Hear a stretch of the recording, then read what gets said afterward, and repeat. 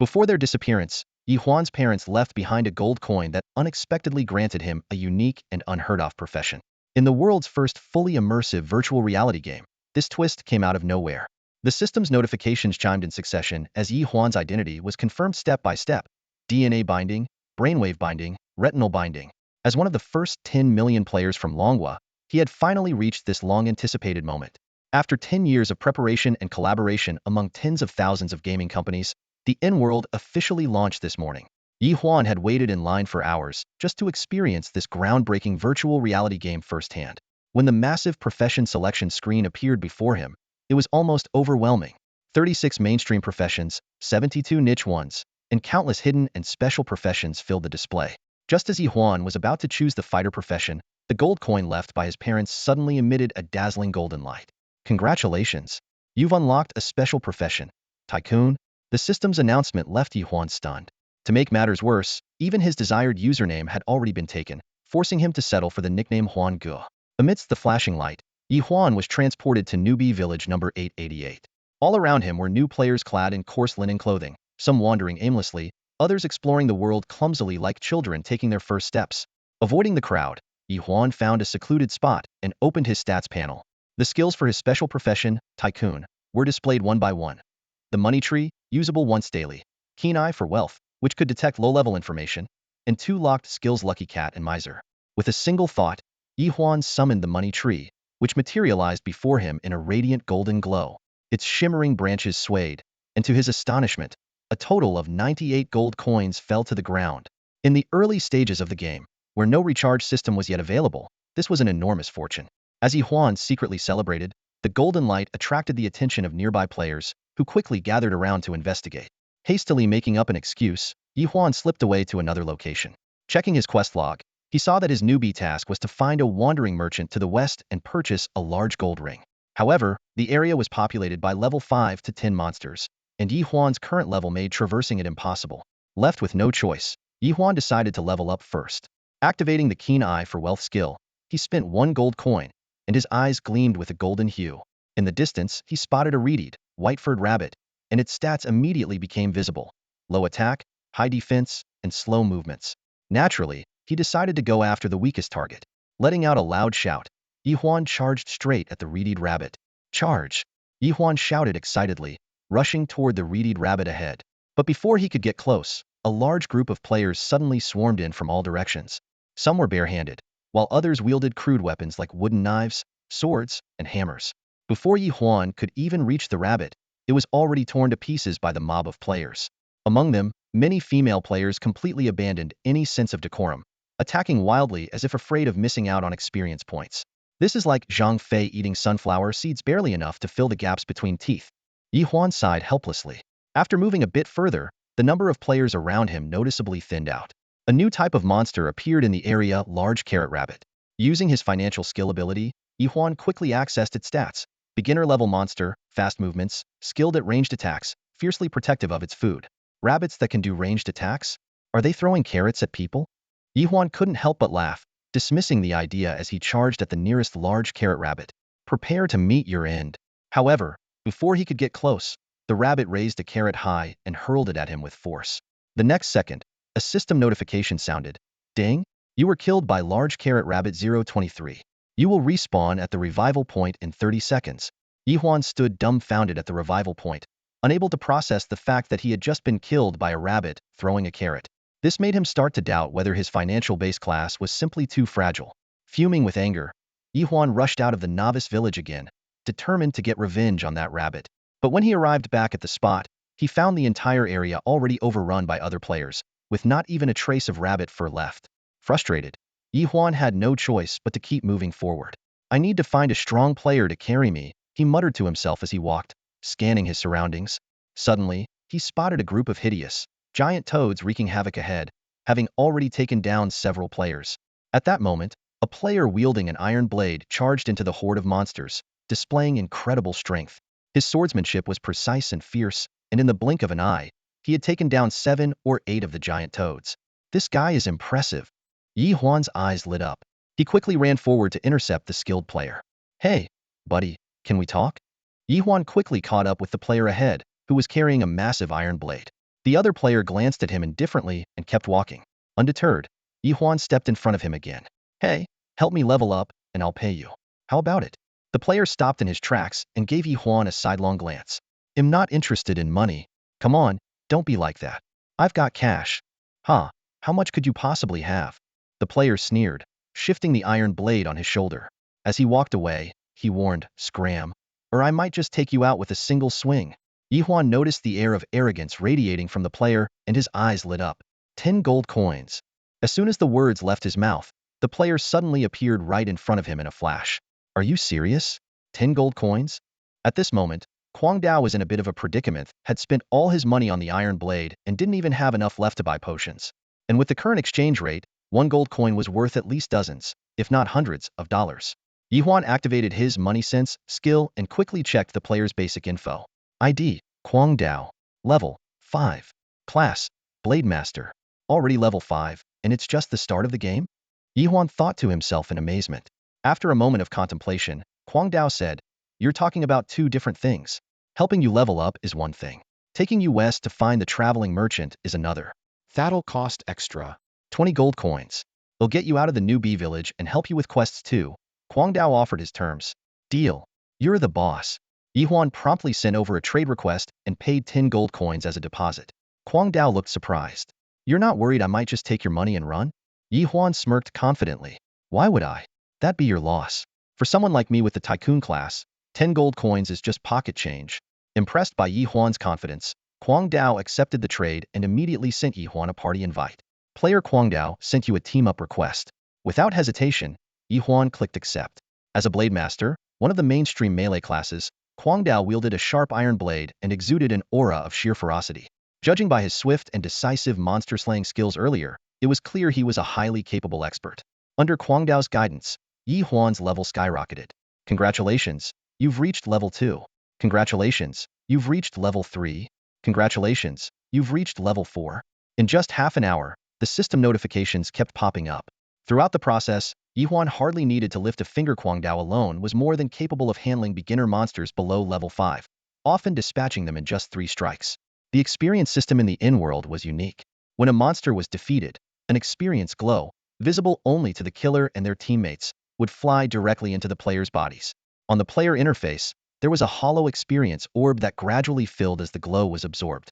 Once the orb was completely lit, the player leveled up. Naturally, as levels increased, the required experience also grew accordingly. Ye Huan noticed that Kwang Dao received slightly more experience glow than he did, due to differences in combat contribution. The system calculated experience distribution based on various factors, such as first strike, total damage dealt, and the final blow. After finishing off another beginner monster, Kwang Dao glanced toward the dense forest ahead, his expression turning serious. We're about to enter the intermediate beginner monster zone. You'd better be careful and avoid getting yourself killed. Don't worry, I won't drag you down, Ye Huan assured him confidently. He had already noticed that leveling up was becoming significantly harder. The same amount of experience glow that could fill the orb completely at level 4 now only filled it halfway. Heading westward, the two arrived at a barren, yellow-soiled mountain area. In the distance, a group of earth snakes and earth wolves could be seen moving around. These were intermediate beginner monsters, ranging from level 6 to 10. Level 5 is a threshold. We need to approach this carefully. You should keep your distance, Kwang Dao said, his tone noticeably friendlier than before. Whoa, that's a lot of monsters, Ye Huan muttered in surprise, quickly taking cover behind Kwang Dao. As a fragile beginner, this was undoubtedly the safest option. Sensing someone approaching, the earth snakes hissed and flicked their tongues, slithering toward them in preparation to attack. Kwang Dao remained unfazed, gripping his iron blade firmly with both hands, his movements fluid and precise. Phantom blade technique, he roared. In an instant, his iron blade accelerated, transforming into a flurry of afterimages.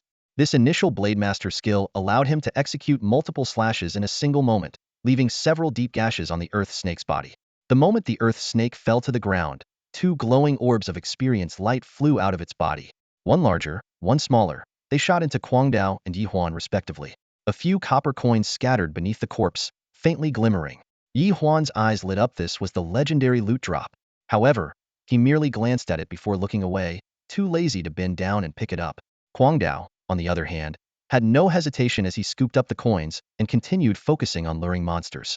He employed a cautious strategy, pulling one monster at a time to fight it solo.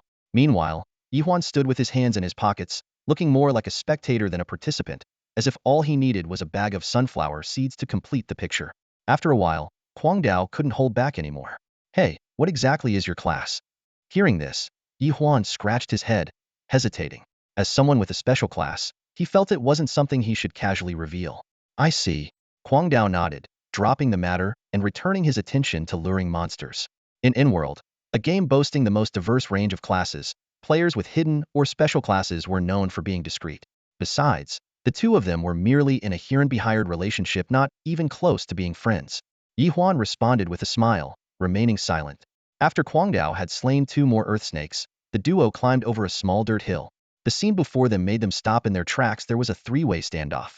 2 groups of players were facing off against each other, and not far from them, a massive earth snake, 10 times the size of a regular one, was coiled and ready.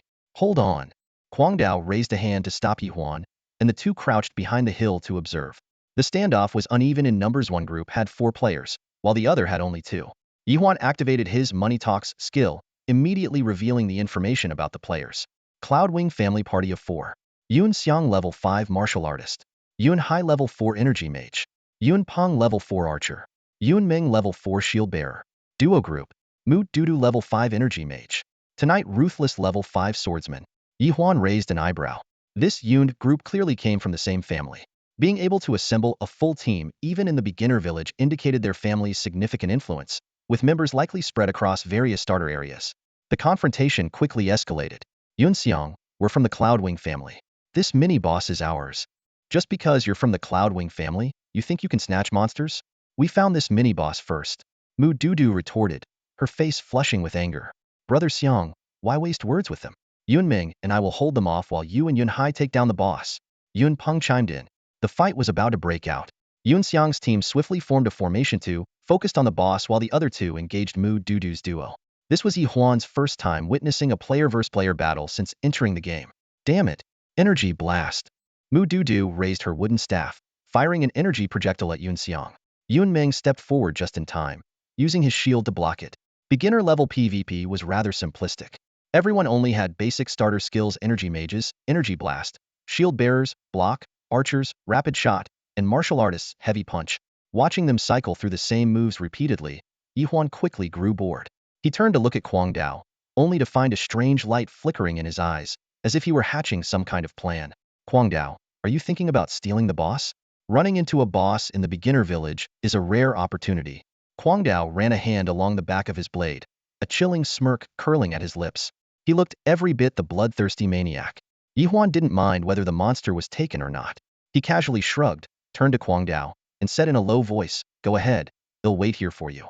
He had no intention of helping out. After all, in his current state, he was completely powerless and would only be a burden if he joined in. The tide of the battle began to shift. On Yun Jiyi's side, the first to fall was their Qi master, Yun Hai, who was ambushed by Jinya Wuqing. Courting death, Yun Xiang, who was locked in combat with the massive earth serpent, roared in fury. Abandoning his attack on the boss, he abruptly turned and charged at Jinya Wuqing. Heavy strike. Rapid shot, he shouted, as Yun Peng, the archer, let loose an arrow that whistled through the air. Under the combined assault, Jinya Wuqing's health instantly dropped to 0, and he vanished in a flash of white light.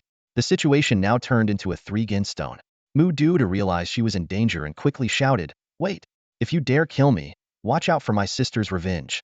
She was well aware of the harsh penalty of losing a level upon death. "Oh, your sister?" Yun Xiang sneered, cracking his knuckles with a loud snap. "Tell me, who's your sister?"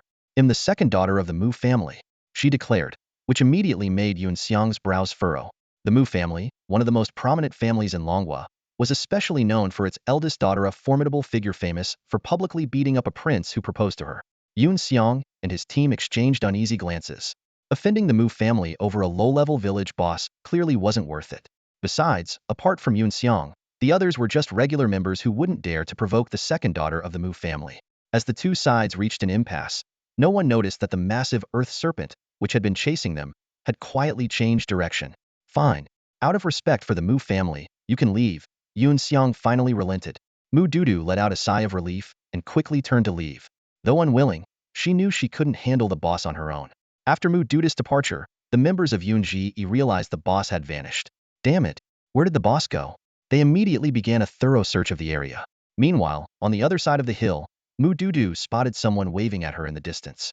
Hey, over here, chubby girl. She looked around to make sure no one else was nearby, her face instantly darkening. She hated being called fat. Who are you? Do we know each other? Ye Huan's face lit up with a sly smile, resembling a cunning wolf in sheep's clothing. Chubby girl, do you want to steal the boss from them? The suggestion made Mu Dudu hesitate, but she couldn't help feeling tempted. Ye Huan's smile grew even brighter as he quickly sent a message to Kwang Dao. Brother Kwang Dao, proceed with the original plan? Okay. Kwang Dao's reply came almost instantly. Standing nearby, Mu Dudu looked puzzled as she studied the guy in front of her, dressed in beginner's gear and empty-handed. She had no clue what he was up to. Don't just stand there. Let's move. Ye Huan waved his hand and turned to run in another direction. After a brief hesitation, Mu Dudu followed. Not far from the respawn point of the giant earth serpent, there was a special canyon terrain. The muddy ground in the canyon significantly slowed down players' movement.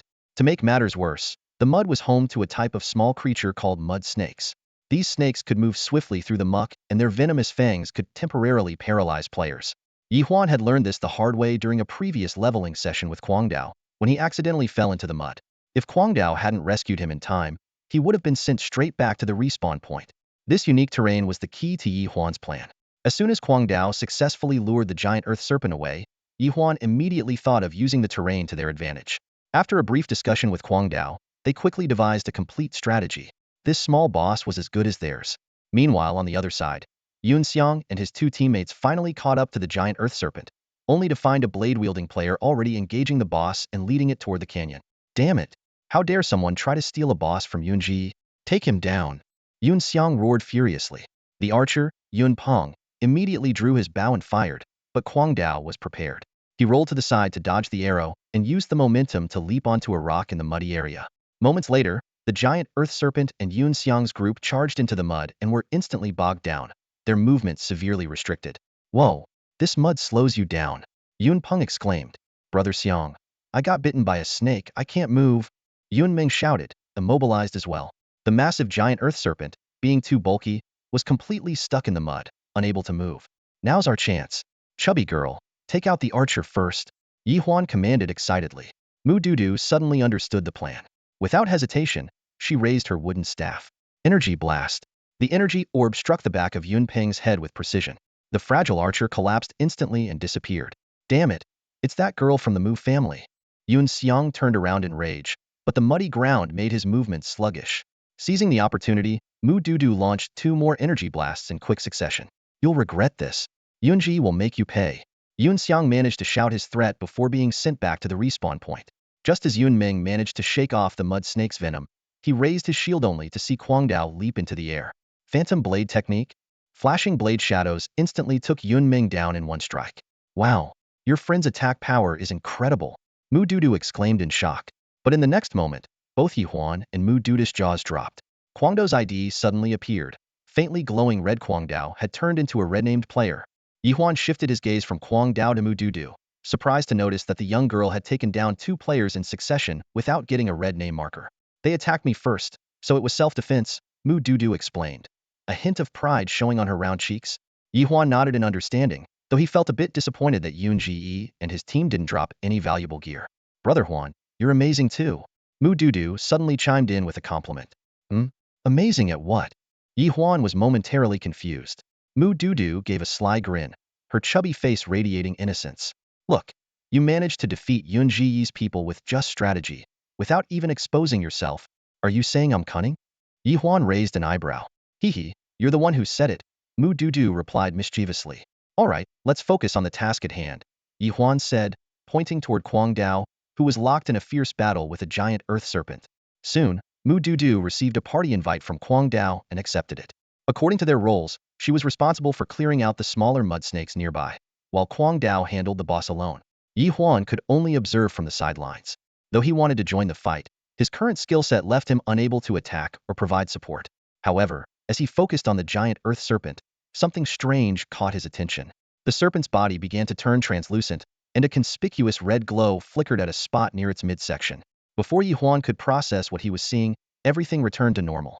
This discovery thrilled him. It seemed that his cash hunter skill not only revealed basic information, but could also identify a monster's weak points. Kwang Dao, aim for the serpent's weak spot. Ye Huan shouted immediately. Kwang Dao's eyes flashed with determination as he unleashed his shadow blade technique, striking precisely at the serpent's weak point. A deep gash appeared, and green blood sprayed everywhere. Just then, the sound of footsteps suddenly reached Ye Huan's ears. He turned warily and saw a familiar figure, Jin Yi Wuqing. The player who had been killed earlier by Yun Xiang's group was now running toward them. Hey, Dudu, invite me to the team. A private message notification popped up just as Mu Dudu was focused on clearing out some minor monsters. The message was from Jin Yi Wuqing.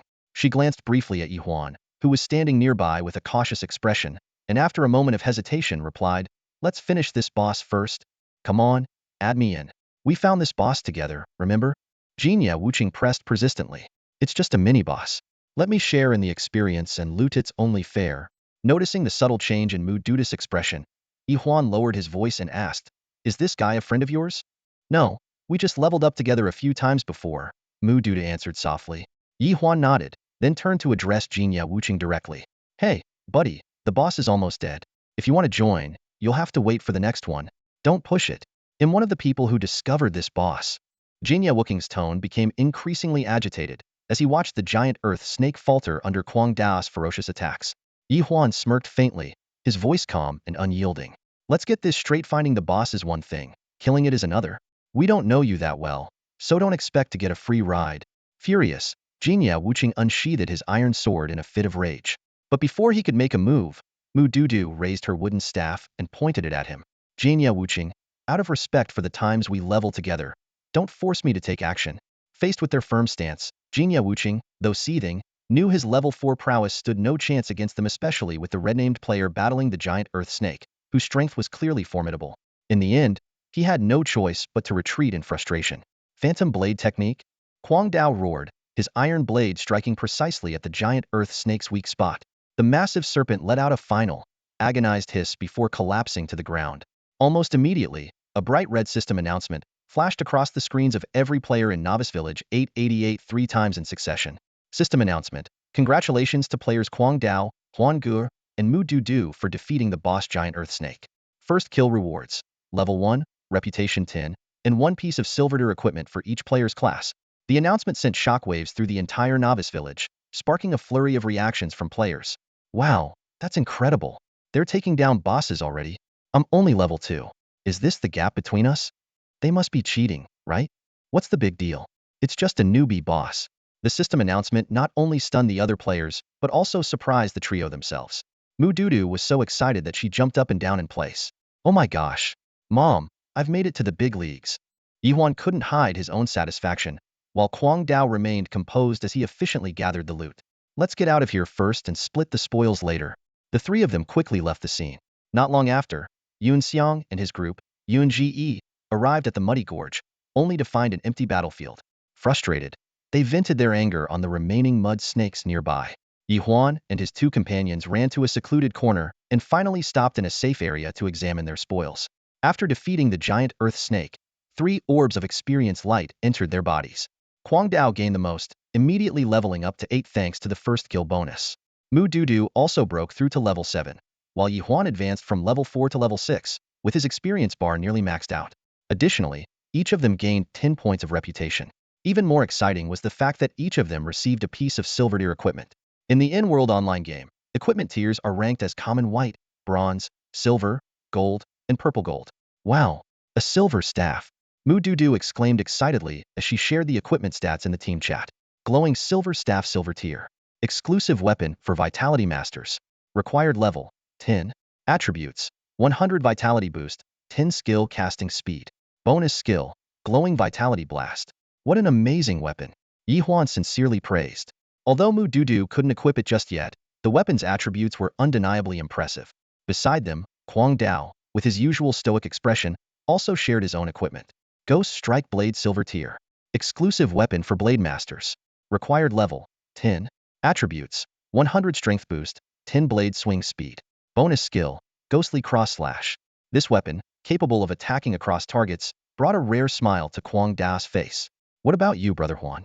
Mu Dudu asked expectantly, turning to Ye Huan. Ye Huan hesitated a bit before awkwardly revealing his loot. Landlord's Hat Silver Tier. Exclusive equipment for Wealth Masters. No level requirement.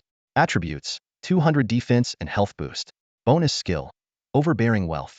The most frustrating part for Ye Huan was that the hat turned out to be a vibrant green. Uffed. Ha ha ha, Mu Dudu burst into uncontrollable laughter, doubling over. Brother Huan, you're literally wearing a green hat. Even the ever-composed Kwang Dao couldn't help but twitch the corners of his mouth, his gaze full of amusement. Hey, what are you guys laughing at? It's just game gear. Ye Huan spread his hands helplessly and decisively put on the landlord hat. The moment he wore it, an expression of delight lit up his face. Stop laughing. This gear is actually really powerful. Ye Huan quickly shared the landlord hat skill description in the team chat. Wealth supremacy skill description. When the wearer's wealth exceeds their opponent's, their defense and health are doubled, while reducing the opponent's defense and health by 20. Note: this skill only applies to players. Mu Duda's smile froze instantly, while Kwang Dao's mouth twitched even more, not in mockery of Ye Huan this time, but out of sheer shock at the gear's attributes. What did this mean? Just the gear alone doubled Ye Huan's defense and health, and with the skill effect, that made it a fourfold increase. On top of that, as a player in the unique landlord class, Ye Huan was virtually unbeatable in terms of wealth, at least until the game allowed in-game purchases. I love this green hat, Ye Huan exclaimed with unconcealed joy. Who wouldn't love a green hat like this? Mu Dudu pouted. With attributes this overpowered, wearing a green hat is totally worth it. For times the defense and health, it's practically on par with a professional tank. Although curious about how Ye Huan obtained such a special class, neither of them pried further. Composing himself, Kwang Dao said, "Let's take a look at the boss loot." He began displaying the items dropped by the giant earth snake. 12 gold coins, 3 white tier items, 2 bronze tier items, and 2 skill books. Huh, no silver tier gear? Mu Dudu sounded a bit disappointed. This is just a beginner boss. The drop rate is normal, Kwang Dao explained, and Ye Huan nodded in agreement. The loot distribution was quickly settled.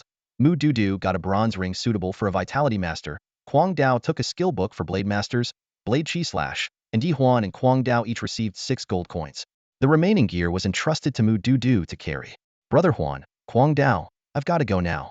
Let's add each other as friends, Mu Dudu said, sending friend requests. Ye Huan accepted immediately and sent one to Kwang Dao as well. After a brief hesitation, Kwang Dao accepted too, a rare move for someone who usually played solo. Be careful on your way back, Dudu, Ye Huan reminded her.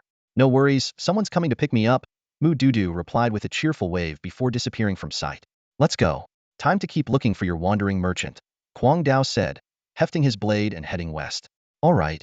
Ye Huan smiled and followed, the sunlight catching on the striking green landlord hat perched on his head. Leveling up was in progress. Kwang Dao wielded his massive blade, fiercely battling monsters, while Ye Huan stood to the side, observing. Watching Kwang Dao's focused figure, a twinge of guilt suddenly crept into Ye Huan's heart. Was the payment he offered too little? Just then, the system suddenly issued 3 loud notifications in quick succession. Ding dong. Server-wide announcement.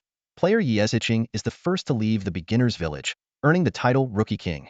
Rewards: Level 2, Reputation 100, and 1 piece of class-specific golden equipment. The 18 major cities across the server are now open, and the leaderboards are officially activated. This unexpected triple server-wide announcement caused an uproar across the entire Longwa server. Both Ye Huan and Kwang Dao instinctively paused, staring at the flashing red notification on their system interface. The world chat channel was instantly flooded with player discussions.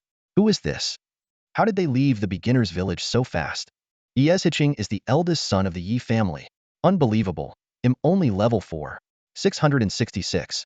Master, please accept my admiration. Instead of discouraging players, the news ignited everyone's enthusiasm for leveling up. Major corporations and elite families immediately issued orders to their members, demanding they leave the beginner's village as quickly as possible.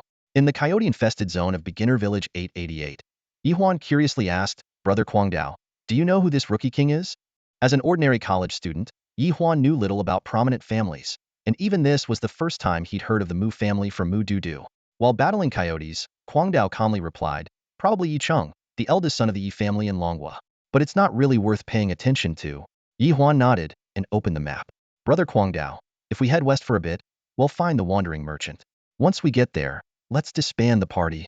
He didn't want to slow down Kwang Dao's leveling progress. Half an hour later, they found the wandering merchant sitting under a large tree. Without a word, Kwang Dao dissolved the party.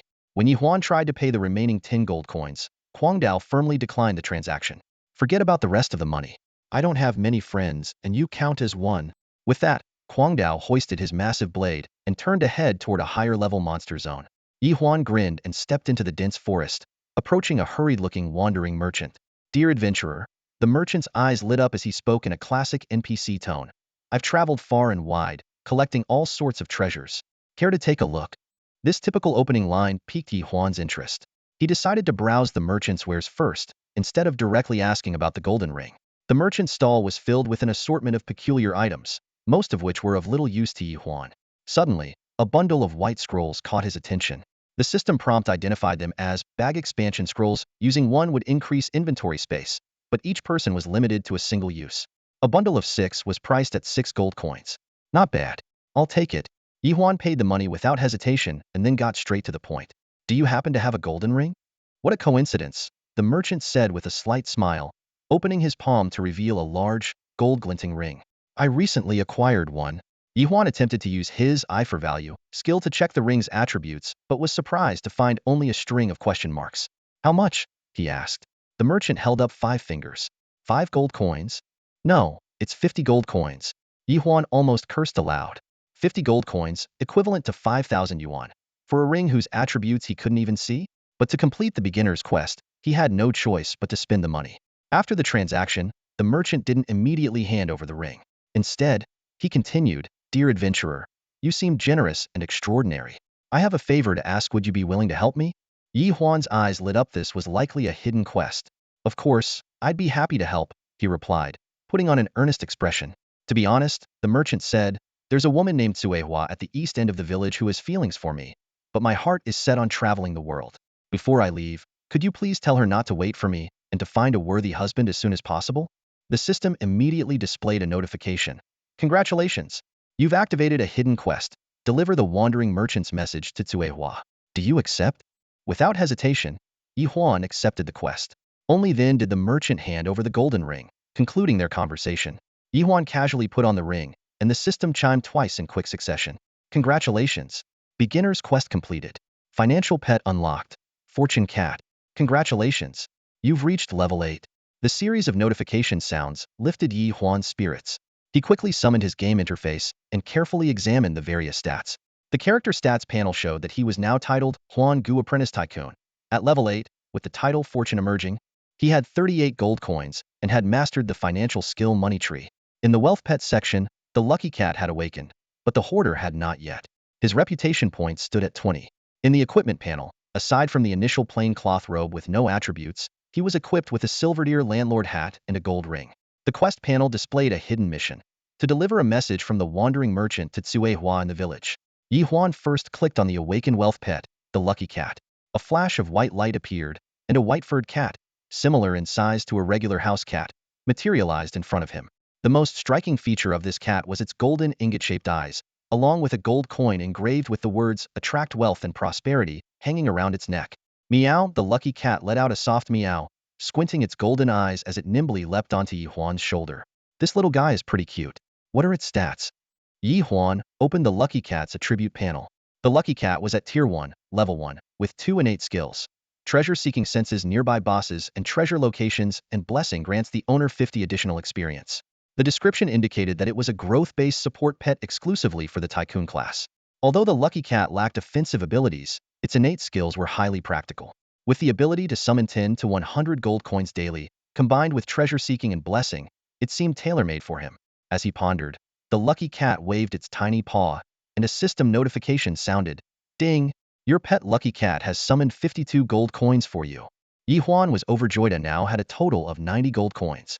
He gently patted the lucky cat's head and named it Qianlai, literally money comes, a fitting name for a pet that could summon wealth with a wave of its paw. The lucky cat seemed to like the name as well, letting out a contented purr with its eyes half closed. In addition to the wealth pet, Ye Huan had also acquired the Fortune emerging title, which doubled his defense and health points. He then checked the attributes of the gold ring, which had previously been inaccessible. It was a bound, Tycoon-exclusive piece of equipment. Not only did it grant the Fortune emerging title, but it also came with the skill Gold Toss. After carefully inspecting the attributes of the golden ring, Ye Huan finally understood the origin of the Wealth Aura title. This realization left him with mixed feelings. On one hand, he was thrilled that the ring not only granted him the title, but also came with an attack skill. On the other hand, he was exasperated by how peculiar the skill was. The Gold Toss skill had 9 levels, ranging from Toss 1 gold to Toss 1 billion gold, increasing incrementally. To use it, one had to spend an equivalent amount of gold coins. Toss 1 gold consumed 1 coin, toss 1,000 gold consumed 1,000 coins, and the highest level, toss 1 billion gold, required a staggering 1 billion coins. What kind of ridiculous skill is this? Ye Huan stared wide-eyed at the skill description. Although he had chosen the Tycoon class, this rate of burning through money was unsustainable. Even owning a bank wouldn't suffice. To make matters worse, the golden ring had somehow already bound itself to him and could not be removed. Unless it was completely destroyed, it wouldn't drop even upon death, let alone be traded or sold. However, Ye Huan quickly adjusted his mindset. While the gold toss skill was undeniably frustrating, the ring's attributes were impressive. It tripled his defense and health. When combined with the wealthy bully skill from the landlord hat, his defense and health could be increased by an astonishing 5-fold. He took stock of the skills he currently possessed. Class skills: Money Tree, Greedy Gaze. Landlord Hat skill: Wealthy Bully, activated only if he had more money than the opponent. Works exclusively on players. Golden Ring skill: Gold Toss, a purely money-draining attack skill. This review gave Ye Huan a deeper understanding of the Tycoon class. Equipment was divided into standard class gear like the Landlord Hat and special wealth aura gear like the Golden Ring. The latter had no level restrictions but always came with unique wealth-related skills. A tycoon who doesn't focus on making money isn't a good player. Ye Huan resolved firmly to find every way possible to earn more gold coins and establish himself as a fearsome tycoon. But for now, there was a pressing issue: how to safely return to the beginner's village. Without the protection of Kwang Dao, the monster-infested areas along the way would be a serious challenge. A man can't back down. A determined glint appeared in Ye Huan's eyes as he set off toward the beginner's village. In the leveling zone west of the beginner's village, an unusual scene was unfolding, drawing the attention of many. A player's behavior had become the center of focus not because of any extraordinary skill, but due to his bafflingly fearless actions. "Look at that!" someone exclaimed. "That guy is charging straight through the mob of monsters." What stood out even more was the green hat perched on his head, a detail that immediately sparked a wave of laughter. "Huh, he's wearing a green hat. He's gone green, totally green." A female player, clearly fed up, couldn't hold back. "You men are disgusting. Green symbolizes beauty and vitality, and yet you've twisted it into some ridiculous forgiveness nonsense." "Hey miss," someone teased, "you seem to like green hats. Want me to get you one? How about I get you a smack instead?" The female player snapped, raising her hammer threateningly. At that moment, a sharp-eyed player noticed something odd. "Wait a second, doesn't something feel off to you?" The crowd quieted down, carefully observing. There was indeed something unusual. The monsters surrounding the player were level 7, tough enough to knock out an average player in a few hits. Yet the guy in the green hat seemed completely unbothered. "His defense, it's higher than mine. And I'm a tank," one player exclaimed in disbelief. Those who had been laughing moments ago were now silent.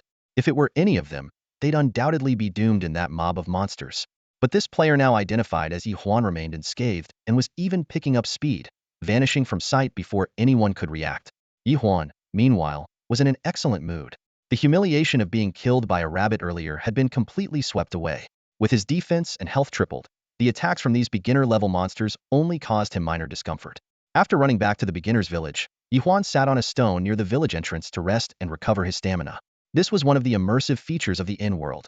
Prolonged intense activity drained stamina, which could be increased as players leveled up. The beginner's village was no longer as crowded as before. Many players, including Kwang Dao, had already reached level 10 and moved on. Those who remained were either completing quests or teaming up to grind levels, creating a peaceful and cooperative atmosphere. However, the calm didn't last long. 3 oddly dressed individuals swaggered toward Ye Huan. Looking up, Ye Huan noticed their eccentric appearances. Each had brightly dyed hair in red, yellow, and green. In in-world, players could customize their appearance, including facial features and hairstyles. These 3 had clearly chosen their looks deliberately, but their motive remained unclear. Ye Huan stood up, a calm smile on his face. "Do you guys need something?" "Not much, just out of money to buy potions." "Thought we'd ask a brother for some spare change," said the red-haired player among the trio, rubbing his fingers together, his greedy eyes betraying their true intentions. Ye Huan immediately understood whether it was a shakedown or a scam. Had run into trouble. With a flick of his hand, he pulled out a gold coin and activated his Money Talks skill, instantly revealing the trio's information. Zong AI Red Xiao, level 7 sorcerer. Zong AI Green Xiao, level 7 sorcerer. Zong AI Yellow Xiao, level 7 sorcerer. Looking at these 3 eccentric players who had chosen the same class and even stuck together, Ye Huan couldn't help but chuckle. "What are you laughing at, kid?" Zong AI Red Xiao snapped, glaring at him. "Hurry up and hand over the money." "And what if I don't?" Ye Huan's lips curled into a smirk. He thought it might be fun to play along with these amusing characters for a while. If you don't even think about leaving the beginner's village. Zong AI Yellow Xiao threatened, dramatically flipping his long bangs. Meanwhile, Zong AI Green Xiao's greedy eyes were fixed on Ye Huan's landlord hat, practically sparkling with desire. Me? Am never short on money, Ye Huan said casually, pulling out a handful of glittering gold coins and waving them in front of the trio. Watching their eyes light up with hunger, he quickly pocketed the coins again. Hey, race the deal, you're broke, and I happen to need a few errand runners. If you're willing to. Are you kidding me? The three of them interrupted in unison. We are the noble Zong AI three young masters. How could we stoop so low as to be someone's lackeys? Ye Huan raised his hand, the gold ring on his finger catching the light. 2 gold coins per person, per day. Salary increases depending on performance. Before he even finished speaking, their attitudes shifted a full 180 degrees. Boss. Zong AI Red Xiao quickly stepped forward. From now on, you're the boss of the Zong AI three young masters. Boss, you must be tired. Let me massage your shoulders. Boss, are your legs sore? Let me give them a good rub. Watching their complete transformation, Ye Huan almost burst out laughing.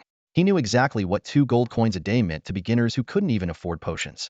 All right, no need to flatter me, Ye Huan said with a chuckle, opening the trade screen and transferring 3 gold coins to Zong AI Red Xiao. Use this to buy potions. When you're out of the beginner's village, come find me. Under the trio's tearful, grateful gazes, Ye Huan added them as friends. He knew that with their cunning, they'd make the smart choice. As for why he wanted them as lackeys, purely for the entertainment value. Once his stamina was fully restored, Ye Huan stepped into the beginner's village and followed the map to his quest target, an NPC named Suehua. He still couldn't figure out why such a simple delivery quest was marked as a hidden one. Could Suehua be hiding some sort of secret? The beginner's village was quite spacious, with dilapidated houses scattered everywhere. Some houses were vacant, while others were occupied by NPCs. At the moment, many players were gathered around various NPCs looking for quests, and the area outside Suehua's house was no exception, where a group of novice players had assembled. As Ye Huan approached for a closer look, he saw that Suehua was a beautiful woman with a simple appearance, dressed in plain clothing. She was drying wild vegetables in front of her rundown cottage. Whenever a player approached, she would mechanically repeat the same line. Dear adventurer, I don't need your help. Go look elsewhere. What's the deal? She won't even give out a single quest. This NPC is so stingy. Exactly, let's try our luck with other NPCs. The disappointed players grumbled as they left. When Ye Huan stepped forward, Suehua still repeated the same line. However, when he said, Suehua, the traveling merchant sent me, her movements suddenly froze. Slowly, she raised her head, her face showing a complex mix of emotions, both surprise and anxiety. Did he ask you to find me? Why didn't he come himself? Where is he now? Suehua asked urgently, firing off 3 questions in a row. The genuine display of emotion made Ye Huan silently admire the intricate design of the game. He said he's leaving and told you to find a good man to marry. Leaving? Suehua lowered her head, her voice choked with emotion. Did he say when he'll come back? No. He said his heart is set on wandering and collecting treasures from around the world. Hearing this, Suehua crouched down and covered her face, sobbing uncontrollably. This scene immediately drew the attention of the surrounding players. What did that guy do? He actually made Suehua cry. Look at him, wearing that green hat, definitely not a good person. He must have bullied Suehua. What a scumbag. He's even harassing female NPCs. Feeling utterly embarrassed by the accusations, Ye Huan wished he could disappear into thin air. He quickly tried to console her. Suehua, please don't cry. Everyone's watching. To his surprise, Suehua really stopped crying. She wiped her tears, suddenly grabbed Ye Huan's hand, and dragged him into the house. Then, with a loud bang, she shut the door, leaving the stunned players outside. What's going on? Did this guy just hook up with Suehua? TSK, I just want to know what they're doing in there. So jealous. I wish I could hit it off with a female NPC too. Some of the bolder players crept up to the door, trying to peek through any cracks, but unfortunately, they couldn't see a thing. Inside the house, Ye Huan watched Suehua close the door and walk toward him. For a moment, he was at a loss for words. Stammering, he said, Suehua, don't do anything rash, okay? We're not from the same world. I mean, I know I'm handsome, but... Before he could finish, Suehua urgently interrupted. Tell me, when did you see him? And where exactly did you see him? It was only then that Ye Huan realized she was talking about the wandering merchant. He couldn't help but marvel at how lifelike the game NPCs were, indistinguishable from real people. Thinking back carefully, he recounted the time and place where he had encountered the wandering merchant and shared the details with Suehua. After listening, Suehua lowered her head, hesitating. Seeing her like this, Ye Huan momentarily forgot she was just an NPC and, with genuine concern, asked, Suehua, is there something troubling you? You can tell me. Suehua sighed and mumbled, I want to go find him and travel with him. But, she hesitated, her cheeks flushing slightly. But I don't have any travel funds. Travel funds? Ye Huan quickly understood she meant money. How much do you need? Suehua slowly raised one hand. 50 gold coins. At that moment, a choice panel popped up in front of Ye Huan. Suehua wishes to pursue happiness, but urgently needs 50 gold coins for travel expenses. Please choose. 1. Give her 50 gold coins for free. 2. Refuse to give her any money. 3. Lend her 50 gold coins. Ye Huan frowned, deep in thought. Based on his gaming experience, most players would choose the first option to curry favor with NPCs and unlock tasks. However, giving away 50 gold coins outright felt like a significant loss. What if the task reward wasn't worth it? After careful consideration, he decided on a middle ground approach. I choose to lend her 50 gold coins. The system immediately chimed with a notification. Ding. You have demonstrated potential as a qualified financier.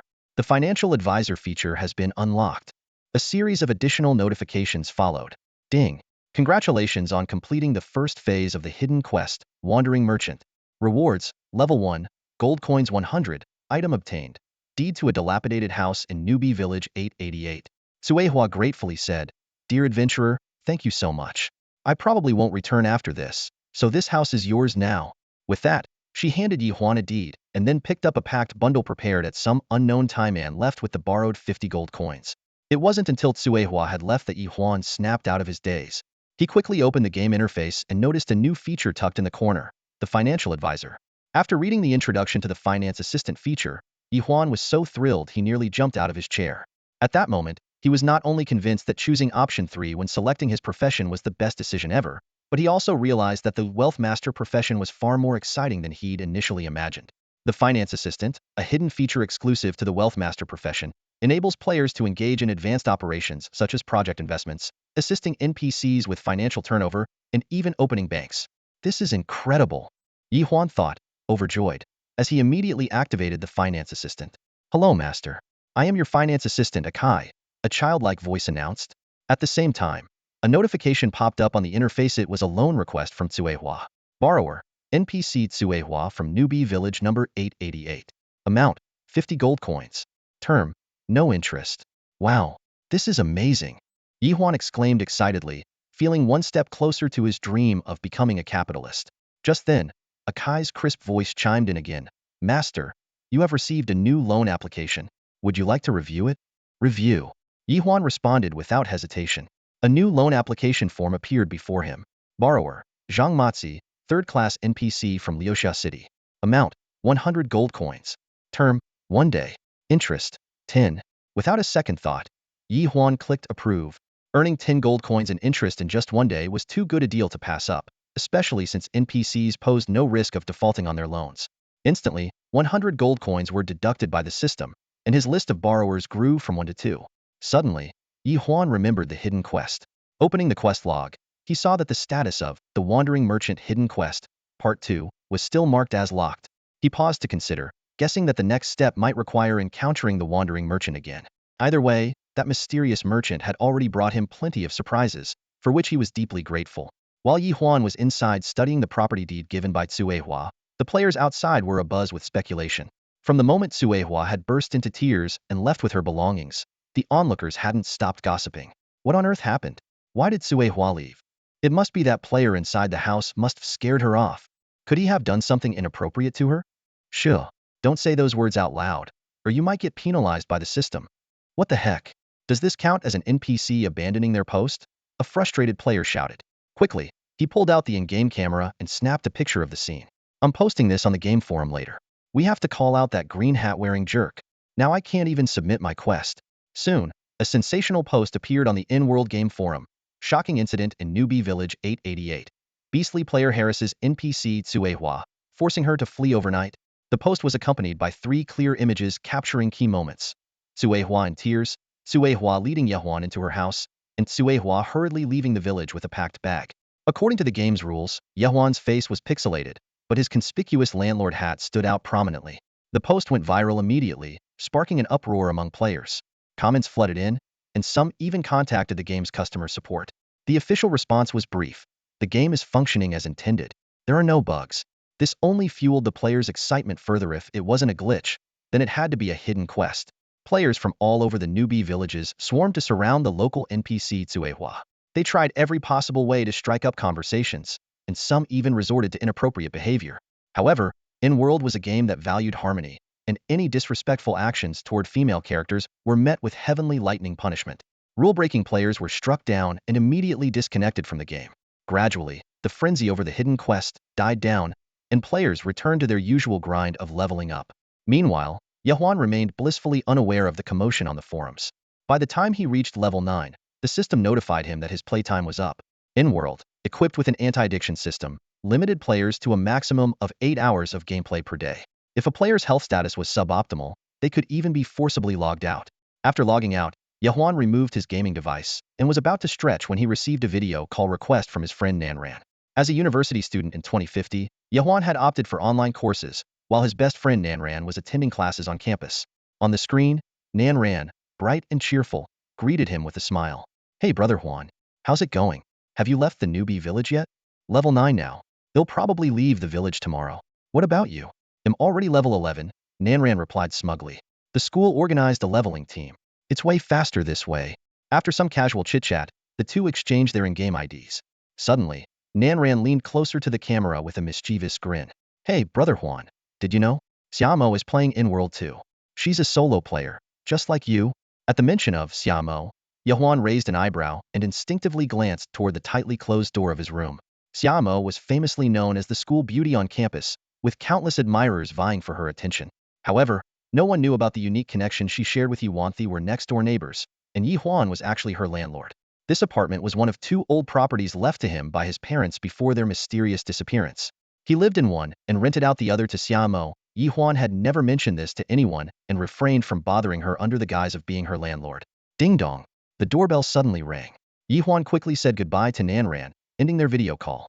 When he opened the door, a stunning figure came into view. Xiamo was leaning lazily against the door frame. Her silky hair partly veiled her exquisite and flawless face, and her slender, shapely legs accentuated her striking figure. "Xiamo, do you need something?" Ye Huan asked. "Got anything to eat?" "I'm hungry," Xiamo replied as she gently tucked a strand of hair behind her ear, fully revealing her breathtaking beauty. Ye Huan's breath hitched, but he nodded. "Yes, I was just about to cook." He stepped aside to let her in. Xiamo was wearing a white pajama set today, exuding a pure yet slightly languid charm. She curled up like a cat on the sofa, her long, fair legs casually draped over the edge. Forcing himself to look away, Ye Huan handed her a bottle of nutrient-drink, an essential beverage after virtual gaming sessions, designed to quickly replenish energy and maintain physical function. Xiamo thanked him and tilted her head back to drink. A few drops of the liquid escaped her lips, trailing down her pale neck and almost disappearing into the curve of her collarbone before she wiped them away with her fingertips. The sight made Ye Huan's throat go dry. To distract himself, Ye Huan immediately busied himself with preparing dinner. Years of living alone had honed his cooking skills to perfection. Before long, a sumptuous meal was laid out on the table. Sweet and sour spare ribs, shredded pork and garlic sauce, a bowl of century egg and cucumber soup, and fragrant steamed rice filling the air with its appetizing aroma. The two ate in silence, speaking little, but the comforting atmosphere reminded Ye Huan of something he hadn't felt in a long time. Since his parents' disappearance, it had been ages since he'd shared a meal at home with someone else. "Xiamo, I heard you play In-World as well?" Ye Huan broke the silence. "Yeah, it's a pretty good game. What's your in-game ID?" "Qianrua Xiamo," she replied effortlessly, setting down her chopsticks and gracefully dabbing her mouth with a napkin. "I'm full. Thanks for the meal." "You're welcome. I was going to cook anyway." "Oh? Then next time you cook, make an extra portion. I'll pay you a bit more with my rent." After finishing her sentence, Xiamo stretched gracefully, her perfect figure accentuated effortlessly by the natural movement. Ye Huan quickly averted his gaze, focusing on the food in front of him, using the act of eating to mask his inner unease. In such a situation, looking felt inappropriate, but not looking felt just as awkward. The only solution he could muster was this clumsy attempt to diffuse the tension. "I'll call you next time we eat," Xiamo said softly before heading back to her room. After cleaning up the dishes, Ye Huan lay on his bed, his mind wandering to the thought of sharing daily dinners with Xiamo, secretly hoping that time might bring them closer. The next morning, Ye Huan went through his usual routine of clocking in, attending online classes, and having breakfast. Then, Unable to contain his excitement, he logged into the game. The familiar system notification, "Welcome back to in-world," instantly lifted his spirits. The first thing he did was summon the fortune cat, Qianlai. However, this time, it only yielded 18 coins, leaving Ye Huan slightly disappointed. But he still had the money tree. With a flash of dazzling light, the glittering money tree appeared before him. As Ye Huan shook it as usual, something unexpected happened. The money tree suddenly radiated a rainbow glow and began to tremble violently. The system's voice chimed in, "Congratulations! You've triggered the god of wealth's blessing." Immediately, a cascade of coins poured down like a golden waterfall. 10, 100, 200, 400. The numbers kept climbing until they finally stopped at an astonishing total of 15,060 coins. Ye Huan stared at the figure in shock, repeatedly verifying that it wasn't a hallucination. This was an extraordinary fortune, worth tens of thousands, possibly even millions. Once he calmed down, he added Nanyan game ID, Nanyong Xiaji and Xiamo game ID, Qian Rua Xiamo as friends. Nanyan quickly accepted the request, but Xiamo hadn't logged in yet. Feeling elated, Ye Huan decided to focus on leveling up. Although passers-by gave him strange looks because of the conspicuous green landlord hat on his head, he couldn't care less. At level 9, it wouldn't take much to reach level 10, just a few small monsters would do. Initially, he planned to head to the rabbit monster zone to avenge his past grievance, but to his surprise, the area was eerily deserted. There wasn't a single rabbit in sight. Walking through the dense bushes that towered over his head, only his bright green hat was visible. Suddenly, there was movement up ahead. Ye Huan thought he'd finally found his target for revenge, but as he got a clear view of a bizarre-looking rabbit in the bushes, he froze in place, his gaze locked on the strange creature.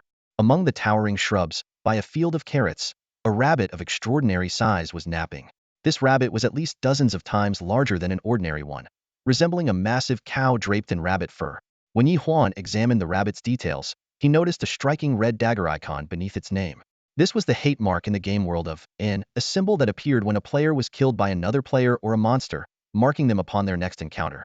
Since joining the game, Ye Huan had only died once, and it was at the hands, or rather, the paws off the rabbit outside the village that had crushed him with a carrot. Clearly, the enormous rabbit before him was the very culprit. Curious about how this rabbit had evolved from a low-level creature in the beginner's zone into such a formidable foe, Ye Huan suppressed his urge to seek immediate vengeance. Instead, he used the Money Talks skill to inspect the rabbit's attributes. Mutated giant rabbit, high-level boss of beginner's village. Description: a rabbit that accidentally ate a mutated carrot. Beware, never, ever mess with its carrots. Attributes: high defense, immense health, explosive temper. These stats left Ye Huan stunned. It was even stronger than the massive earth snake, making it the most formidable boss in the beginner's village. He felt relieved that he hadn't acted recklessly and instead began observing his surroundings. He noticed that, though the mutated giant rabbit appeared to be sleeping, it would open its eyes periodically to check on the carrot field, as if guarding its prized possessions against potential thieves. Realizing that the most effective revenge wasn't a direct confrontation, but rather taking away what the other cherished most, a sly smile crept across Ye Huan's lips. He quietly issued a command to the lucky cat perched on his shoulder. The lucky cat meowed in understanding, leapt lightly from Ye Huan's shoulder, and darted like lightning to the side of the mutated giant rabbit. It delivered a sharp scratch to the rabbit's rear. While the damage was negligible, the act infuriated the slumbering boss. The mutated giant rabbit's blood-red eyes snapped open, its long ears stood upright, and it let out a low, menacing growl. The lucky cat executed the plan with precision. Despite the overwhelming size of its opponent, it showed not a hint of fear. With another taunting meow, it swiped its paw across the rabbit's nose and then performed a flawless spin before darting away. The Hitandran move was executed with seamless grace and efficiency. This provocation pushed the mutated giant rabbit over the edge. As a boss-level entity, it could not tolerate being mocked by such a seemingly insignificant cat. The next moment, the mutated giant rabbit, dragging its enormous body, charged after the lucky cat. Though the lucky cat wasn't strong in combat, it was nimble and quick, easily luring the giant rabbit away from the carrot field. Ye Huan's lips curled into a sly grin as he sprang out from the bushes. As a player of the in-world, he naturally possessed the basic gathering skill. Reaching the carrot field, he targeted one of the carrots and activated his skill. Ding! Congratulations! You've collected one mutated carrot. The system notification chimed. Ye Huan looked at the empty patch in the ground and the newly added oversized carrot in his inventory, brimming with excitement. He immediately began using his gathering skill repeatedly, and with each system chime, the carrot field was quickly emptied, leaving behind only deep pits. Meow! A cry from the lucky cat echoed in the distancia, warning that the mutated giant rabbit was on its way back. Ye Huan hurriedly retreated into the bushes and hid. Sure enough, the mutated giant rabbit soon returned to the carrot field. When it discovered that all of its beloved carrots had vanished, its entire body trembled with rage, emitting a piercing hissing sound. Then its fur stood on end, as if charged with electricity, and its massive frame slowly began to rise. Even more astonishing, its body started to transform, turning into a 3-meter muscular beast. Its ears stood upright like antennas, sharp teeth gleamed menacingly, and its thick forelimbs resembled sledgehammers. It was the very embodiment of a power rabbit. As Ye Huan stood in stunned disbelief, the system notification suddenly rang out. Ding! Because you stole the mutated giant rabbit's carrots, it has gone berserk and evolved into the ultimate boss of the novice village, triggering the village-wide ultimate mission. A broadcast announcement will follow. Would you like to hide your name? Cold sweat drenched Ye Huan's back as he immediately chose to hide his name. Moments later, the village-wide alarm blared. Ding! Village-wide alert.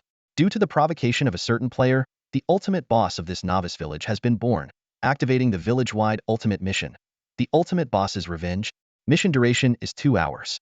Successfully defeating the boss will reward the entire village, while failure will result in all players' levels being reset to 0.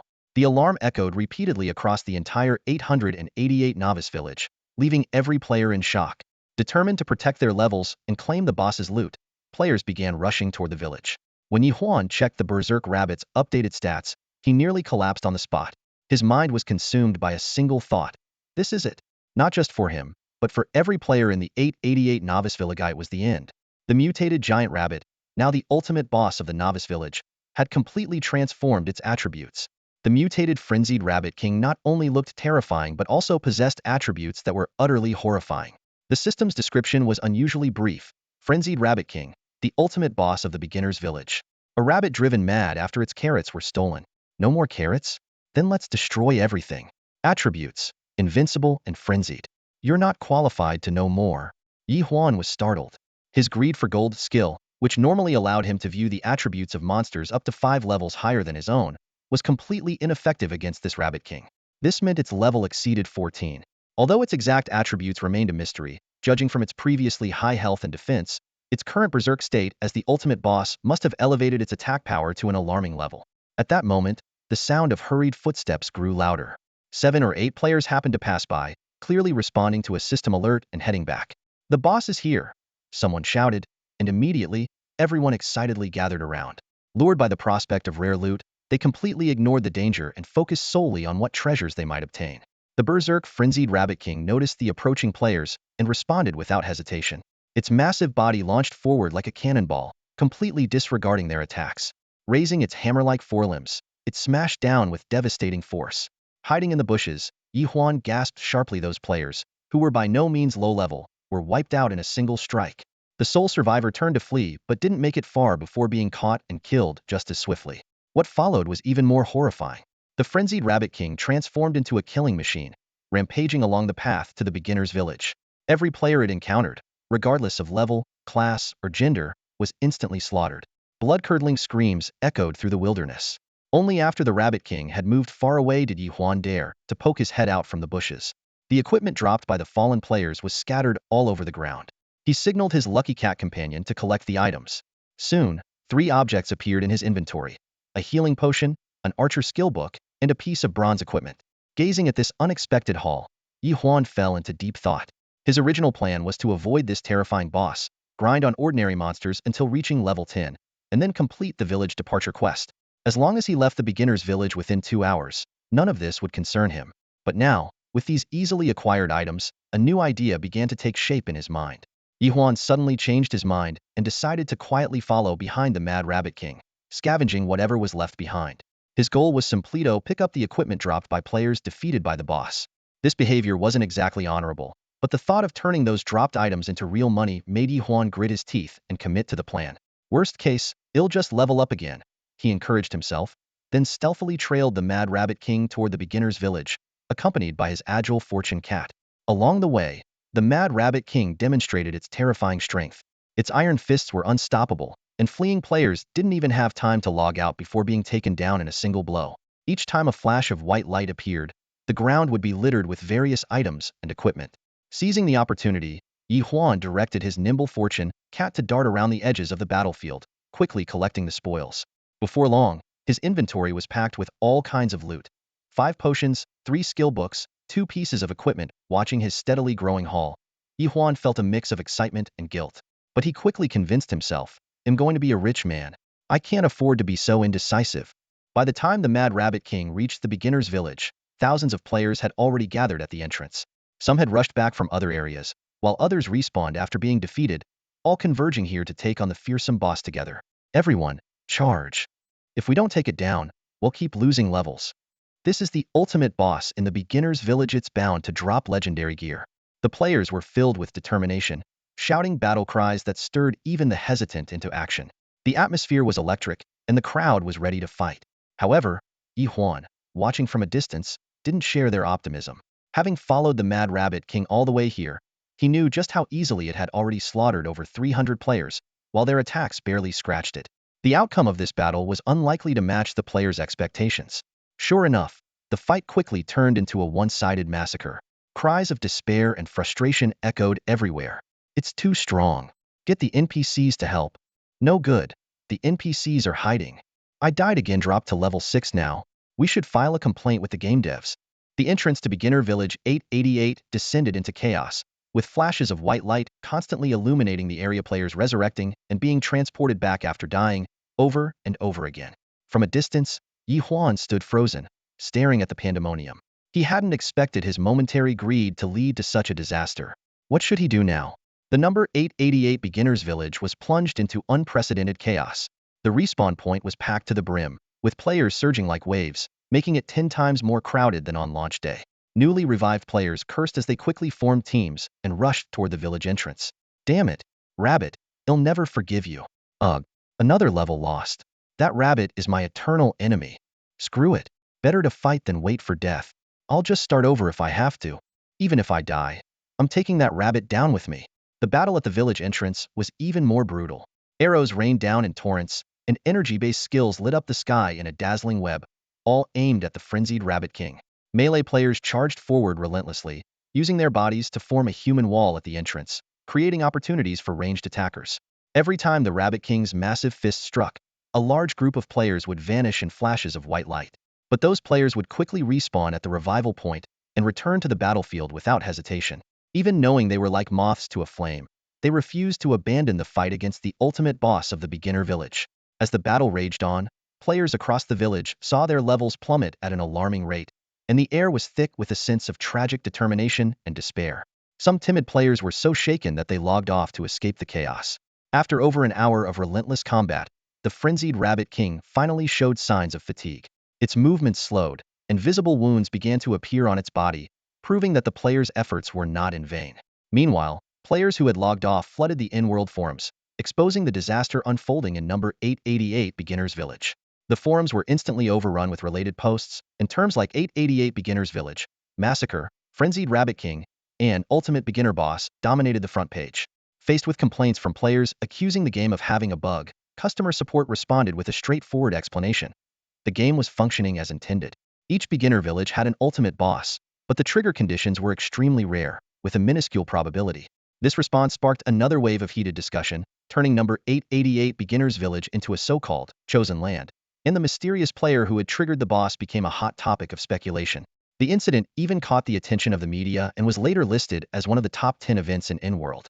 As the first major event since the game's launch, it became known as the Beginner's Village Tragedy.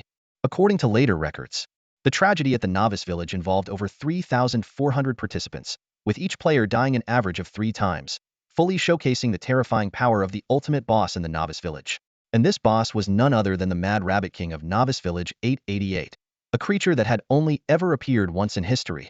While the players were fiercely battling the Mad Rabbit King, Ye Huan was hiding behind a large tree not far from the Novice Village, sorting through his loot-filled inventory. Disguised as a fortune cat, he had roamed the battlefield, picking up a wealth of valuable items. Now, he was preparing to discard the less valuable ones. Just then, the system's alarm suddenly echoed throughout the Novice Village. Ding dong. Village-wide alert. Only 10 minutes remain for the collective mission.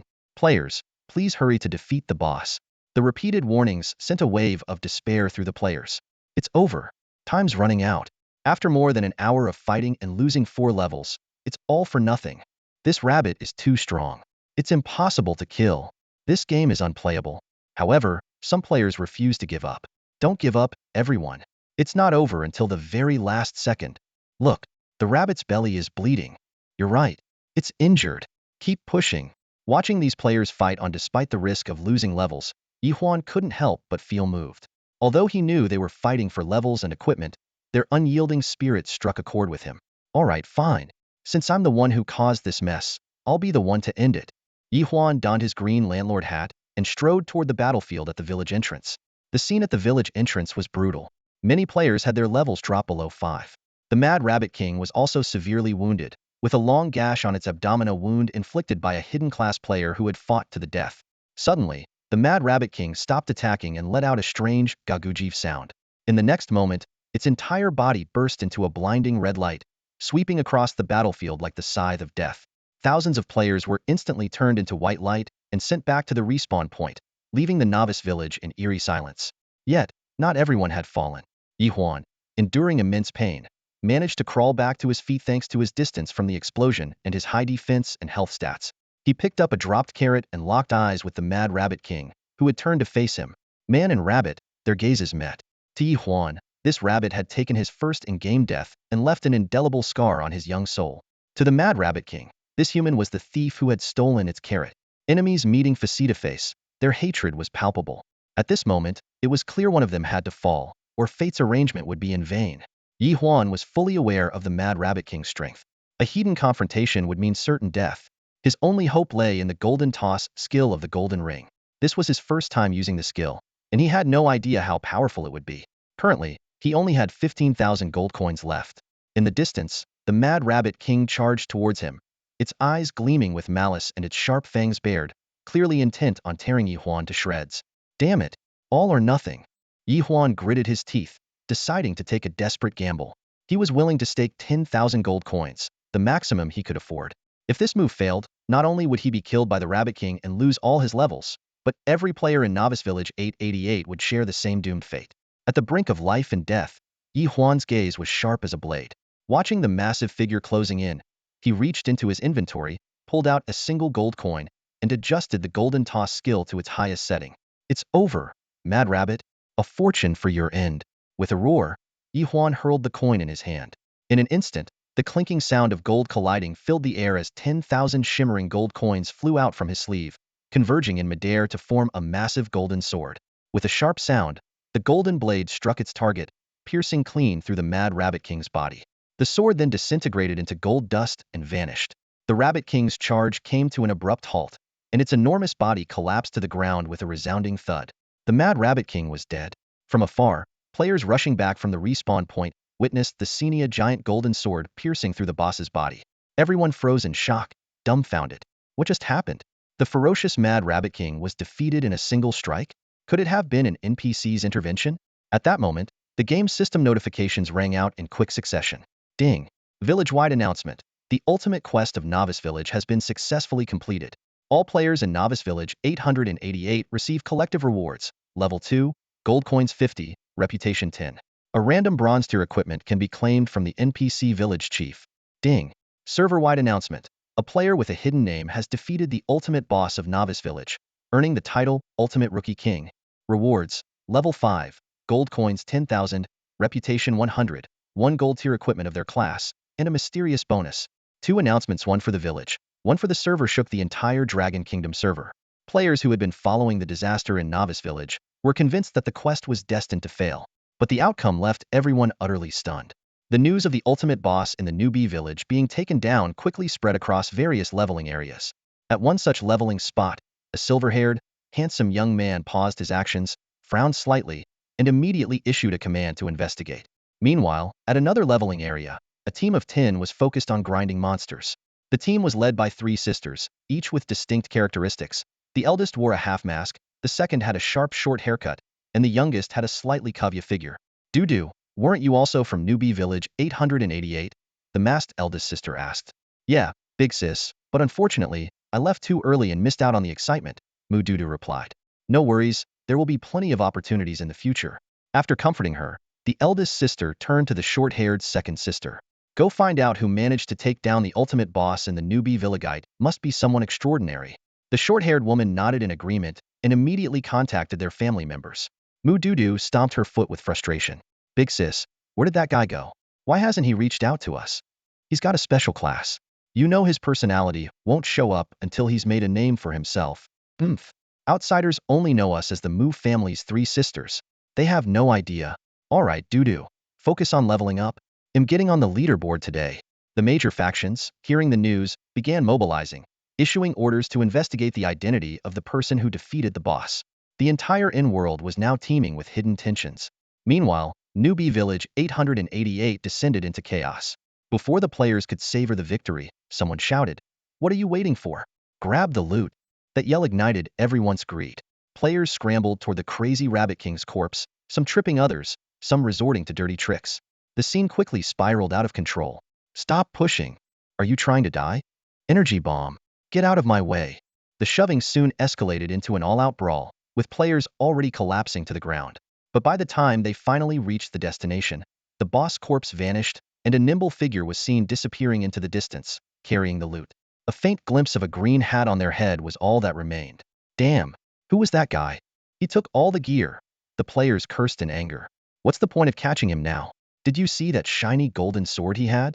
If we hadn't worked together to fight the boss, he wouldn't have gotten it so easily. This is a huge loss. I died 6 times, and even leveling up twice doesn't make up for it. In the end, the players could only grumble as they returned to the village to claim their rewards, venting their frustrations on the forums about the so-called Green Hat hero. Meanwhile, Ye Huan paid no attention to the chatter. He was entirely focused on examining the loot and system rewards from the boss. The moment the Mad Rabbit King fell, Ye Huan dashed forward and swiftly swept up all the loot scattered on the ground. As the ultimate boss of the beginner's village, it indeed dropped a bounty of treasures, almost filling up the space in Ye Huan's preemptively cleared backpack. Behind him, he could hear the sharp intake of breath from other players, but Ye Huan didn't pause for even a second. He turned and sprinted away at full speed. He knew all too well that once news of defeating the beginner's village boss spread, he would undoubtedly become a target. Being hunted, insulted, and even unable to play the game normally would be inevitable.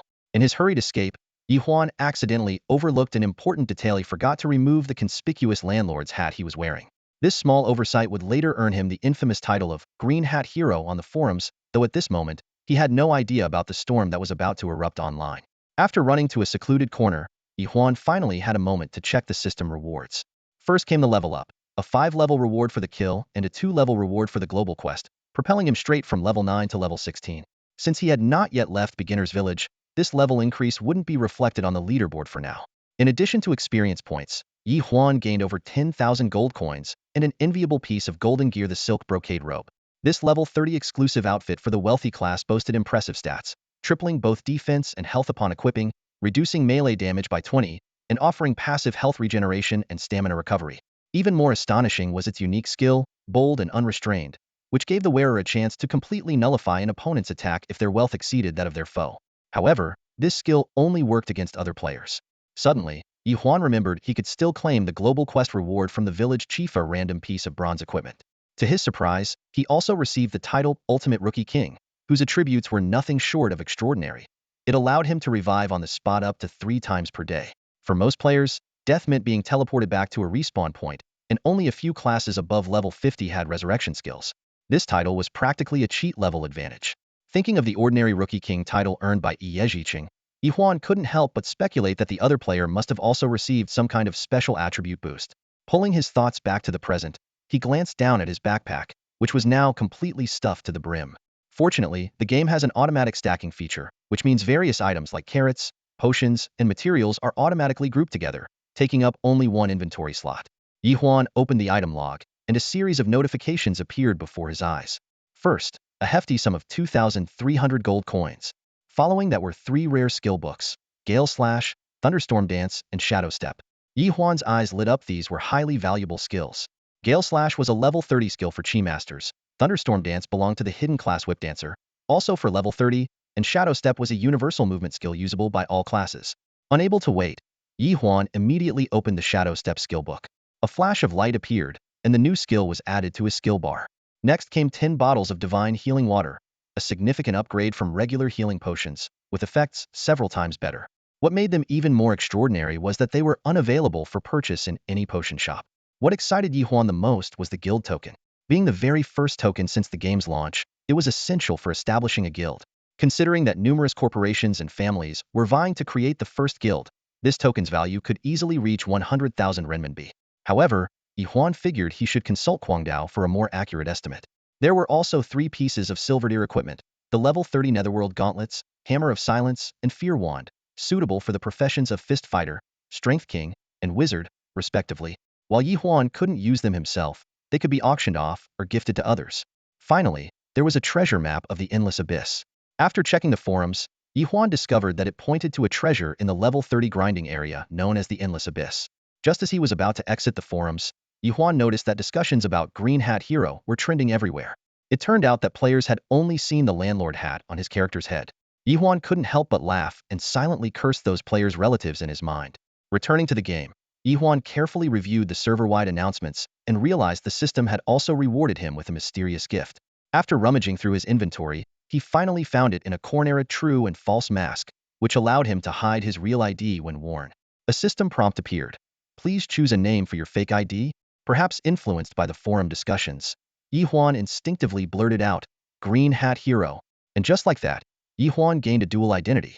From now on, whenever he wore the mask, he would become the mysterious Green Hat Hero. After organizing everything, Ye Huan sent a private message to Kwang Dao. Hey, are you there? Ye Huan asked cautiously. Get to the point. Kwang Dao replied in his usual concise and direct manner. Do you know about the guild token? Of course, it's a necessary item to establish a guild. Kwang Dao responded quickly. What if just hypothetically, if I managed to get a guild token, could I sell it for 100,000 renminbi? I'll give you 1,000,000 if you get me 10 of them. Then how much do you think it should sell for? Don't sell it yet. Let's meet after leaving the novice village and discuss. I'm going to level up now. The conversation abruptly ended, which was typical of Kwang Dao's style. Ye Huan understood that from Kwang Dao's last message, the sharp-witted player had already guessed that a guild token was in Ye Huan's possession. However, Ye Huan wasn't worried about Kwang Dao knowing this. Despite his arrogant demeanor, Kwang Dao's actions exuded a sense of reliability. At that moment, Ye Huan was carrying many valuable items, so he decided not to return to the novice village while wearing the conspicuous landlord hat. He had no intention of reenacting the chaotic scene of being attacked by a mob, like with the frenzied Rabbit King. He removed the landlord hat and the facandrial mask, changing back into his beginner's coarse cloth outfit, and quietly returned to the novice village. Novice village number 888 was bustling, resembling a lively market. As soon as Ye Huan stepped into the village, a cacophony of voices filled his ears. Bronze gear for brawlers, looking to trade for archers. Anyone interested? Trading Taoist gear for Power King's gear. Hurry up. Level 10 bronze belt for elementalists. Trading for any bronze gear for swordsmen? Ye Huan quickly figured out the reason for the commotion. The bronze gear distributed by the village chief was random, and most players didn't receive items suitable for their class, so they were trading amongst themselves. Instead of immediately claiming his gear, Ye Huan first went to the storage manager to deposit his valuable items. The beginner gear he'd picked up from other players was bundled up and sold to the village shopkeeper, fetching only a few hundred gold coins. Once everything was sorted, Ye Huan squeezed through the bustling crowd to the village chief and claimed his bronze gear.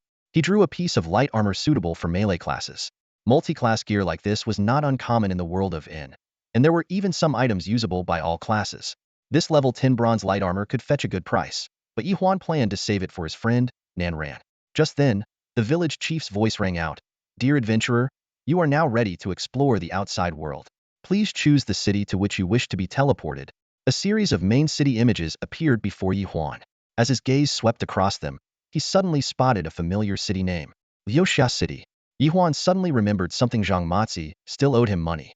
He quickly opened the financial assistant interface, only to see 2 glaring red characters stamped on Zhang Matzi's IOU. Overdue. An NPC can default on debts? No way, I have to get my money back.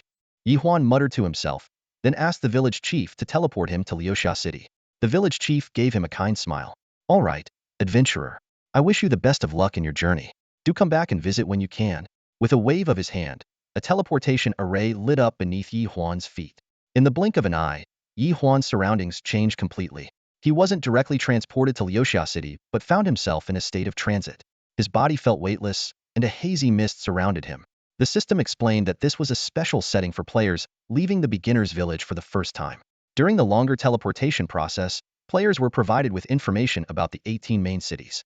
Ye Huan carefully browsed through the information and discovered that only 6 main cities were currently available in the Dragon Kingdom server: Fian City, Bama City, Leosia City, Mingyue City, Endless Demon City, and Nethergo City.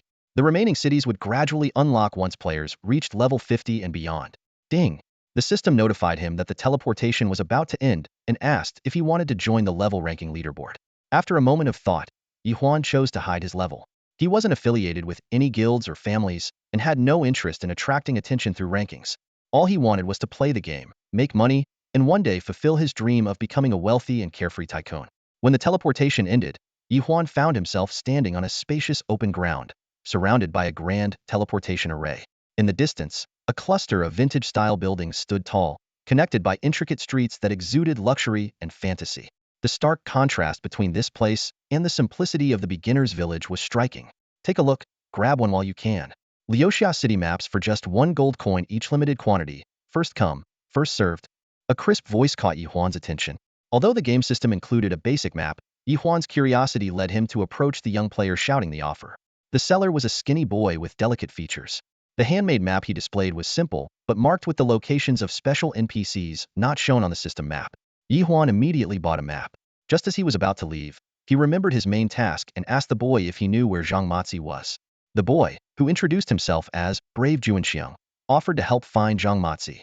Ye Huan paid him a 5 gold deposit and promised another 5 gold upon success.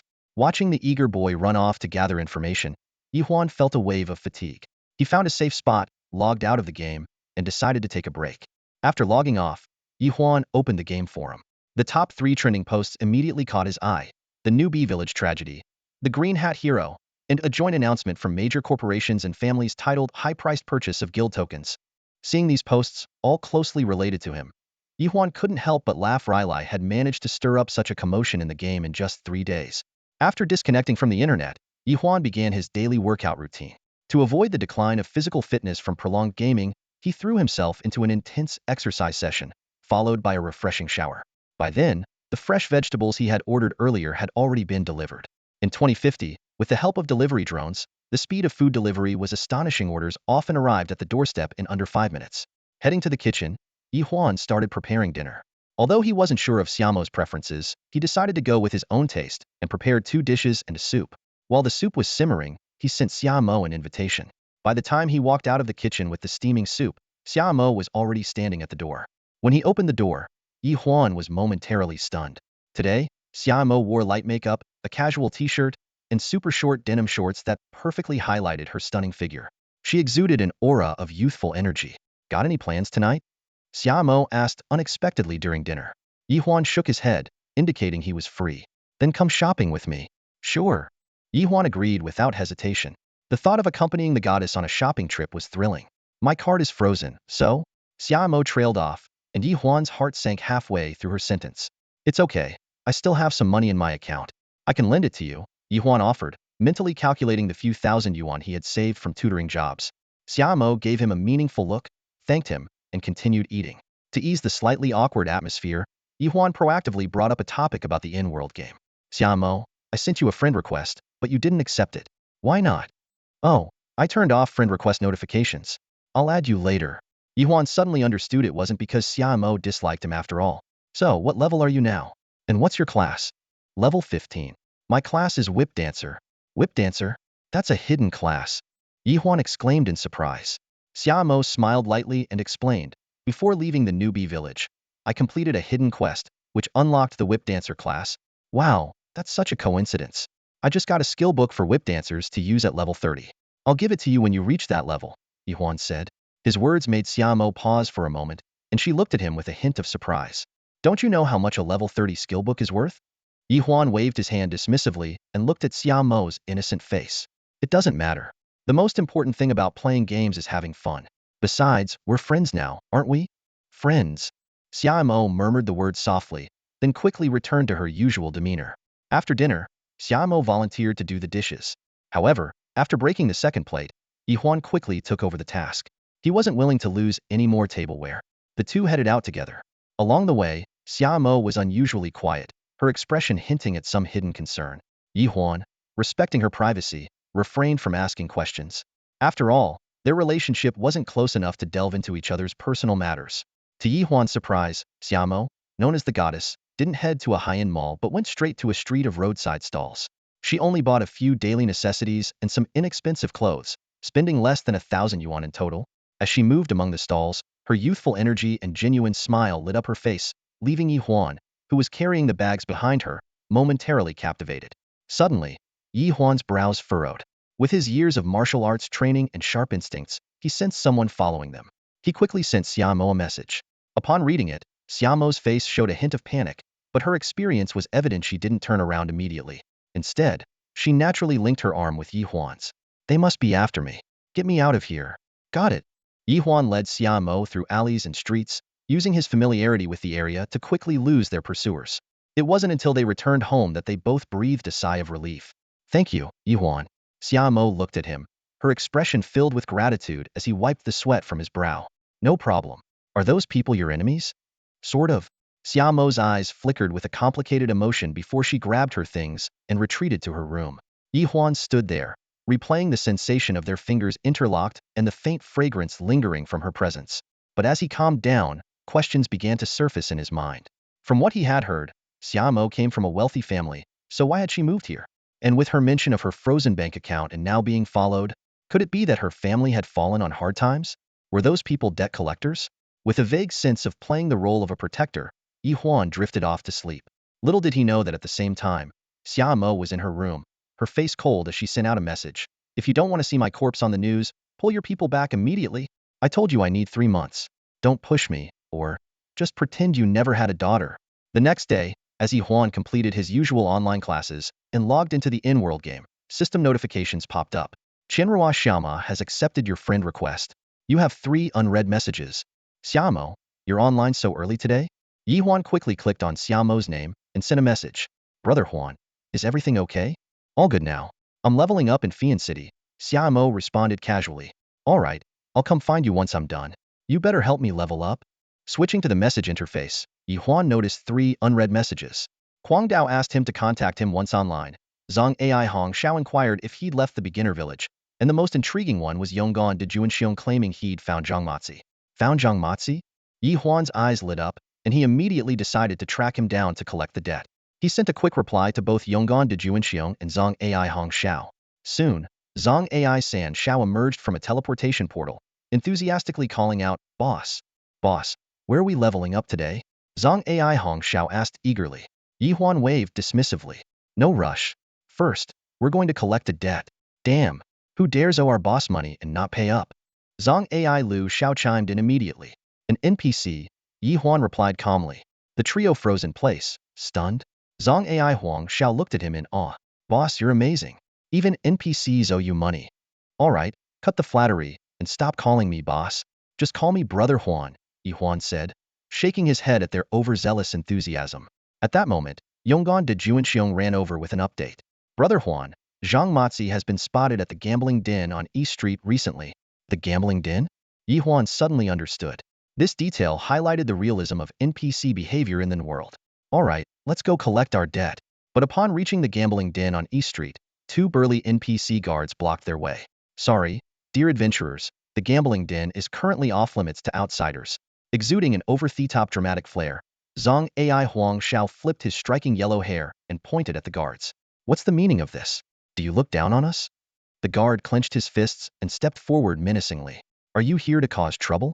Ye Huan quickly pulled Zhang Ai Huang Xiao back. Earlier, he'd used his eye for gold skill to assess the situation and discovered that these 2 NPC guards were level 35 elites, far beyond the capabilities of their low-teen level party. Realizing brute force wouldn't work, Ye Huan put on his most charming smile and stepped forward. We're just looking for someone named Zhang Matzi. Would you be able to tell us where he might be? As he spoke, he discreetly slipped 2 gold coins into the guard's hand.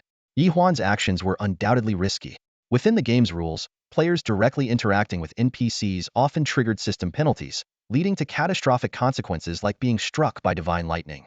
However, he keenly noticed a subtle change in the NPC's gestures. The palm that was initially facing downward quietly turned upward, a small yet telling movement that hinted at the possibility of accepting a bribe. Holding his breath for 2 seconds and seeing that the sky remained calm, Ye Huan let out a silent sigh of relief. It seemed to have worked. The NPC took the money, and their previously stiff demeanor immediately softened. Even the address changed from the cold adventurer to the sycophantic, esteemed patron. Dear esteemed patron, the NPC said in a hushed tone, Zhang Matzi is a regular at our gambling den. Lately, he's been going around looking for people, claiming to have discovered some kind of treasure and wanting to find companions for an expedition. If you're looking for him, you'll definitely find him at Shalipo. As soon as the words left their mouth, the NPC withdrew their extended foot and resumed a stoic gatekeeping posture, as if the conversation had never taken place. No matter how much Ye Huan tried to ask further, the only response he received was the mechanical reply. I'm sorry, dear adventurer, but the gambling den is currently closed to adventurers. Juanxiong, do you know where Shalipo is? Ye Huan turned to the boy beside him. Juanxiong nodded, but furrowed his brows. It's on the outskirts of Leosia City, but there are often monsters above level 15 roaming around. Ye Huan rubbed his chin thoughtfully. The NPC's words clearly hinted at the trigger conditions for a hidden quest finding Zhang Matzi might unlock a treasure hunting questline. Let's go to Shalipo. Ye Huan snapped his fingers, ready to lead the group, but noticed Juanxiong looking hesitant. Brother Huan, I'm still 100 gold coins short of buying something important. Juanxiong trailed off. Just 100 gold coins? Ye Huan said generously. What do you need? I'll help you out. Juanxiong, touched by the gesture, confessed. Actually, I'm a hidden class magic card master. I need the money to buy materials for forging magic cards, which is why I'm here selling maps. Magic card master? Ye Huan's interest was instantly piqued, while Zhang Ai Sanshao, standing nearby, looked on enviously. Without hesitation, the decisive Ye Huan transferred 100 gold coins to Juanxiong. Take it.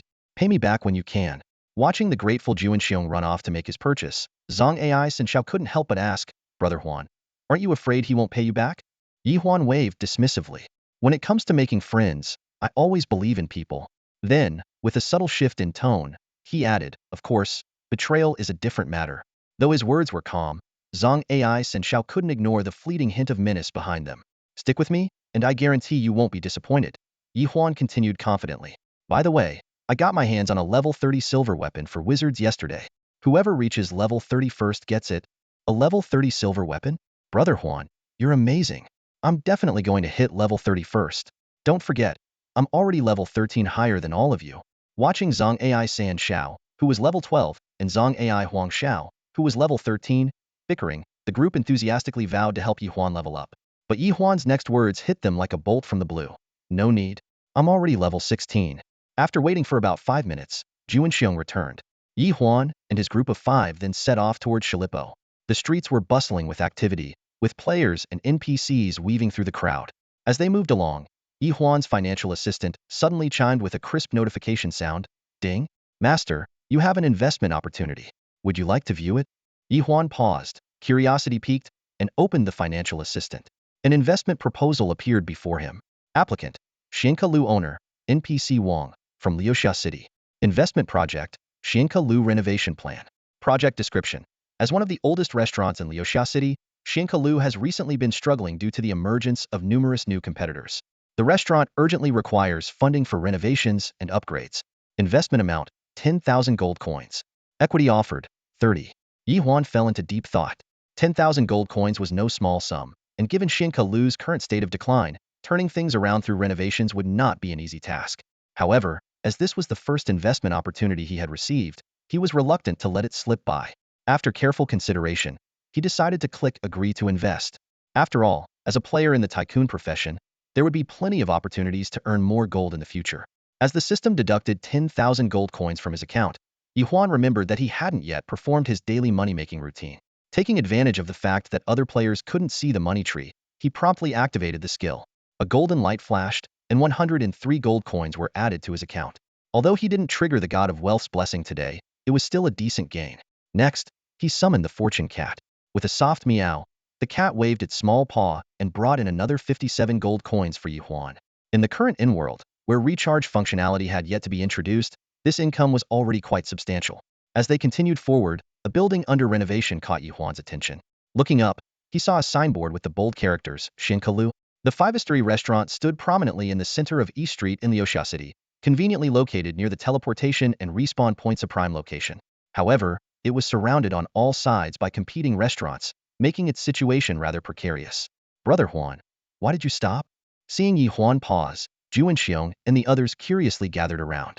Ye Huan was about to respond when a plump man with a round face hurriedly emerged from Xinke Lu, spotting Ye Huan from afar.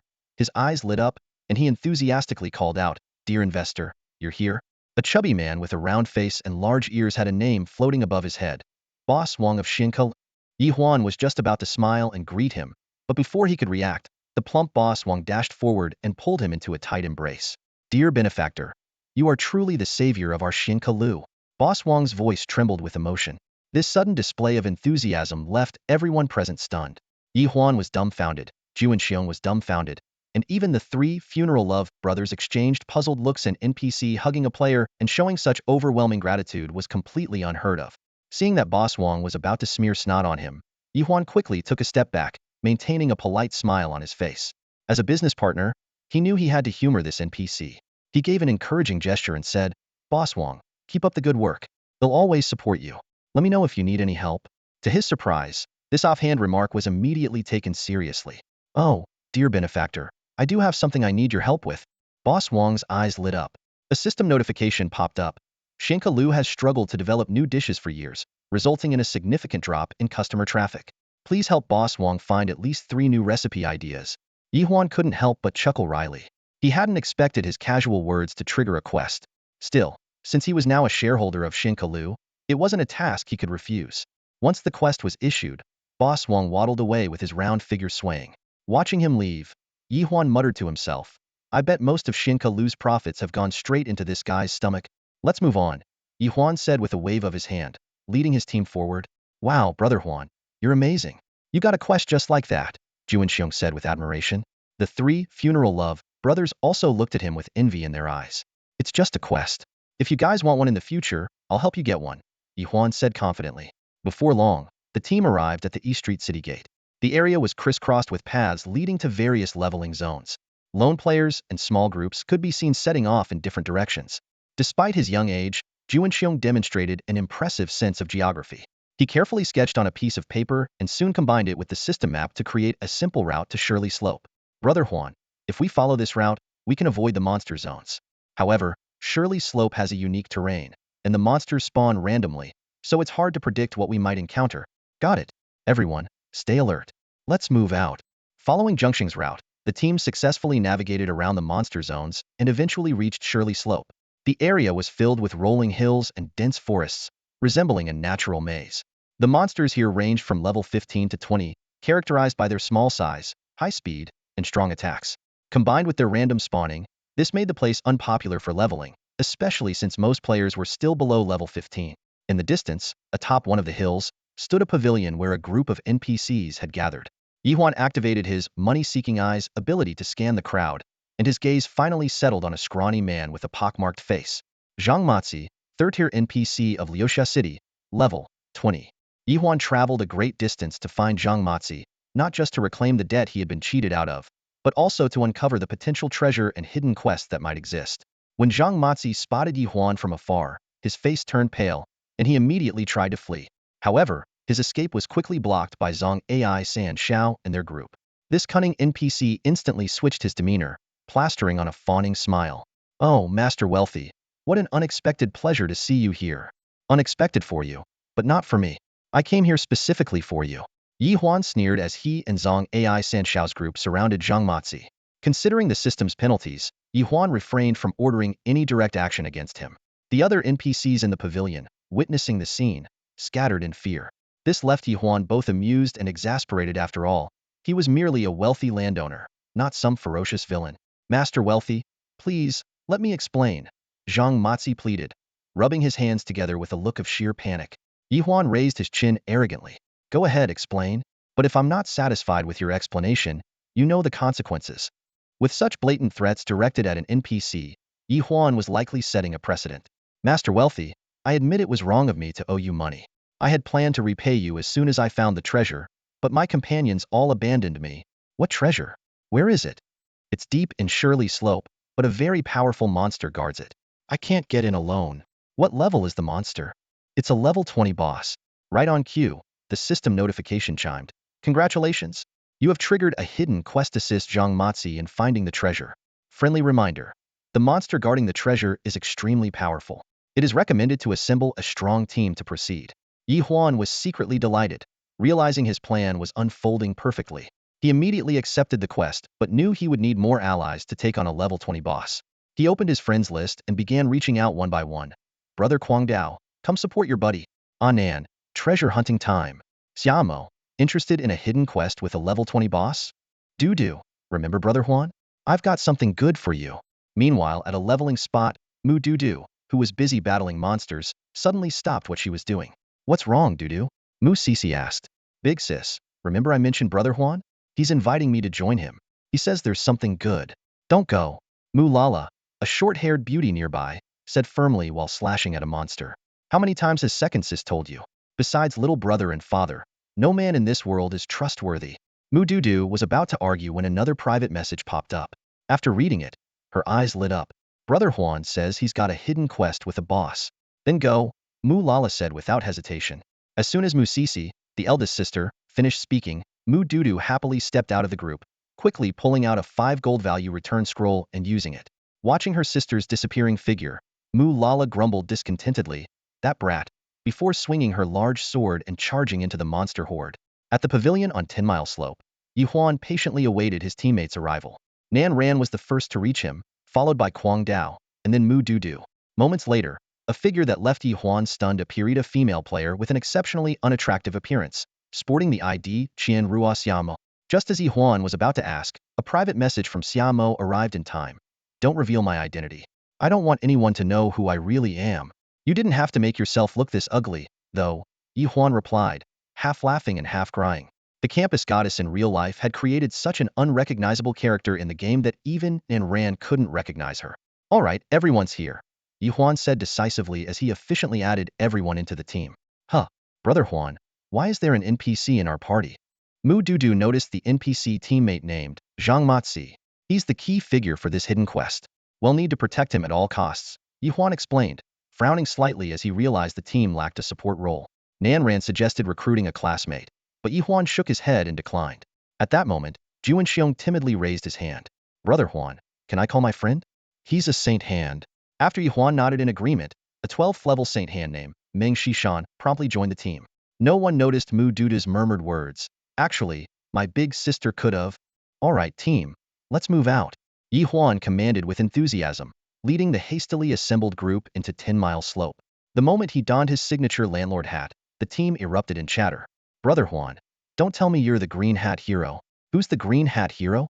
Juanxiong, have you not checked the game forums? The Green Hat Hero is the ultimate rookie king. No way. When Brother Huan got that hat, Kwang Dao and I were both there. Faced with the group's speculation, Ye Huan merely shrugged. You guys, stop overthinking it. How could I be the Green Hat Hero? It's just a hat that happens to look similar. Before his words fully landed, he suddenly pointed ahead and called out loudly, get ready. Monsters up ahead. A monster appeared ahead. Ye Huan quickly checked the monster's information. Monster name, Iron Rod Dog. Level, 15. Description. A wild dog wielding an iron rod as a weapon, capable of beating you to the ground. When he shared this information in the party channel, it immediately sparked dissatisfaction among the group. This monster description is way too insulting, Mu Dudu said angrily. Let's see who ends up on the ground looking for their teeth. Zhang Ai Huang Xiao chimed in right after. Shadow Blade technique. Kwang Dao didn't wait for the others to react and charged forward first. The rest of the team quickly followed, unleashing a chaotic barrage of skills on the Iron Rod Dog. The scene descended into utter chaos. Watching this unfold, Ye Huan couldn't help but rub his temples. Just as he was about to say something about teamwork, the Iron Rod Dog had already collapsed under the team's relentless assault. He swallowed his words. Teamwork? What even is that? Something you can eat? Ye Huan mocked himself internally. Whatever, let them have their fun. Standing nearby, Xiamo noticed the change in Ye Huan's expression and smiled faintly. No need for teamwork against small monsters. Save that for the boss fights. Got it, Ye Huan nodded, but his gaze towards Xiamo carried a hint of discomfort. Her in-game character design was so unattractive that it unsettled him.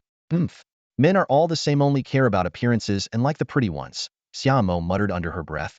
Though her voice was soft, Ye Huan still heard her. He was surprised that this woman could even pout like that and quickly explained, you can't generalize like that. Some men actually value inner qualities more. Realizing her slip, Xiamo changed the subject. By the way, what's the hidden quest this time? You'll find out soon enough, Ye Huan replied mysteriously. Hey, You two lovebirds, stop chatting and come help us. Mu Dudu's voice called out from ahead. The team had just crossed a hill and was now surrounded by 3 iron rod dogs. Ye Huan didn't have any decent attack skills yet, and his miserly passive ability wouldn't activate until level 20. All he could do was observe the battle. He noticed that Kwang Dao and Mu Dudu were both equipped with the level 10 silver weapons they had obtained earlier, the Ghost Attack Blade and the Radiant Silver Staff. The Zhang AI brothers, despite only having level 10 basic gear, demonstrated excellent coordination. As wizards, their skills and equipment were nearly identical. During combat, they would first use the Intimidate skill, followed by Soul Flame, taking turns casting to keep the flames continuously burning their enemies. Meng Xishan, the team's sole support, performed remarkably well despite being a girl. Her timely assistance meant that Kwang Dao and the others rarely needed to use any consumables. As for Jun Xiong, the summoner, his unique trait required him to use specific magic cards to activate his skills. The hidden class of the Magic Card Master is characterized by the ability to summon creatures using magic cards. Currently at level 12, he has only 2 skills. One is his initial skill, and the other comes from a magic card crafted with the 100 gold coins given by Ye Huan. His companion, Xiamo, is a whip dancer. Similarly, as a hidden class, her skill set is also limited. This is a common drawback of hidden classes. Skills and equipment are hard to come by. The team's progress was steady, but Ye Huan noticed that his leveling speed was unusually slow. Even with the 50 experience boost from the Lucky Cat, his experience bar barely moved. In contrast, his teammates had already gained a level. Out of boredom, Ye Huan opened the level leaderboard. Number 1 Yi Ji Chung level 16. Number 2, Xing Tian level 16. Number 3 Qiu Zhan level 15. Number 4 Yuan Zhuzai level 15. Number 5 Mu Cece level 14. The leaderboard concealed players' class information, and since no guilds had been established yet, it was impossible to discern the affiliations of these top players. Ye Huan thought to himself that reaching level 16 had been pure luck for him. He was still no match for the true elites. As for Mu Cece on the leaderboard, she was likely Mu Duda's sister. Meeting her someday would be interesting. After battling their way through, the group finally reached the central area of 10 Mile Slope. The terrain resembled a massive bowl, with towering slopes encircling a dense forest in the center. The foliage was so thick it was impossible to see what lay within. Zhang Matzi, are we there? Ye Huan asked their silent guide. Startled out of his thoughts, Zhang Matzi replied, Master, the treasure is in the forest ahead. The monster is in there too, so be careful. All right, let's rest here for a bit and recover before we go in, Ye Huan instructed, signaling the group to stop and recuperate. Along the way, the monster's levels had steadily increased from 15 to 18, and the ones in the forest would undoubtedly be even stronger. Brother Huan, can you tell us now? What's this hidden quest about? Mu Dudu finally couldn't hold back her curiosity. The others also looked on expectantly. Even Kwang Dao, who had been silently polishing his weapon, raised his head. Here, see for yourselves, Ye Huan said, sharing the quest details in the team chat. A treasure? The group exclaimed in unison. Even the usually composed Kwang Dao and Xiamo showed expressions of surprise. Just as Ye Huan was about to revel in his teammates' reactions, Mu Duda's question caught him off guard. Brother Huan, if we find the treasure, who gets it? The question was like a wake-up call for Ye Huan. In his excitement over obtaining the hidden quest, he had completely overlooked this crucial issue. Once the treasure was found, who would it belong to? Zhang Matzi? Or the team? This wasn't just an important question, it was a thorny one. The game system, of course, couldn't answer Ye Huan's question. Left with no choice, he turned to Zhang Matzi and questioned him in a deliberately authoritative tone. Zhang Matzi, are you trying to deceive me? Master, you must be joking. Even if you lent me the courage, I wouldn't dare deceive you, Zhang Matzi replied, hunched over and bowing with an overly humble tone. His obsequious demeanor made Mu Dudu and the others chuckle quietly. Everyone couldn't help but marvel at how lifelike the NPCs in this game were designed to be. Not deceiving me, huh? Then let me ask you, how do we divide the treasure after we find it? Ye Huan continued to act the part of a pompous landlord.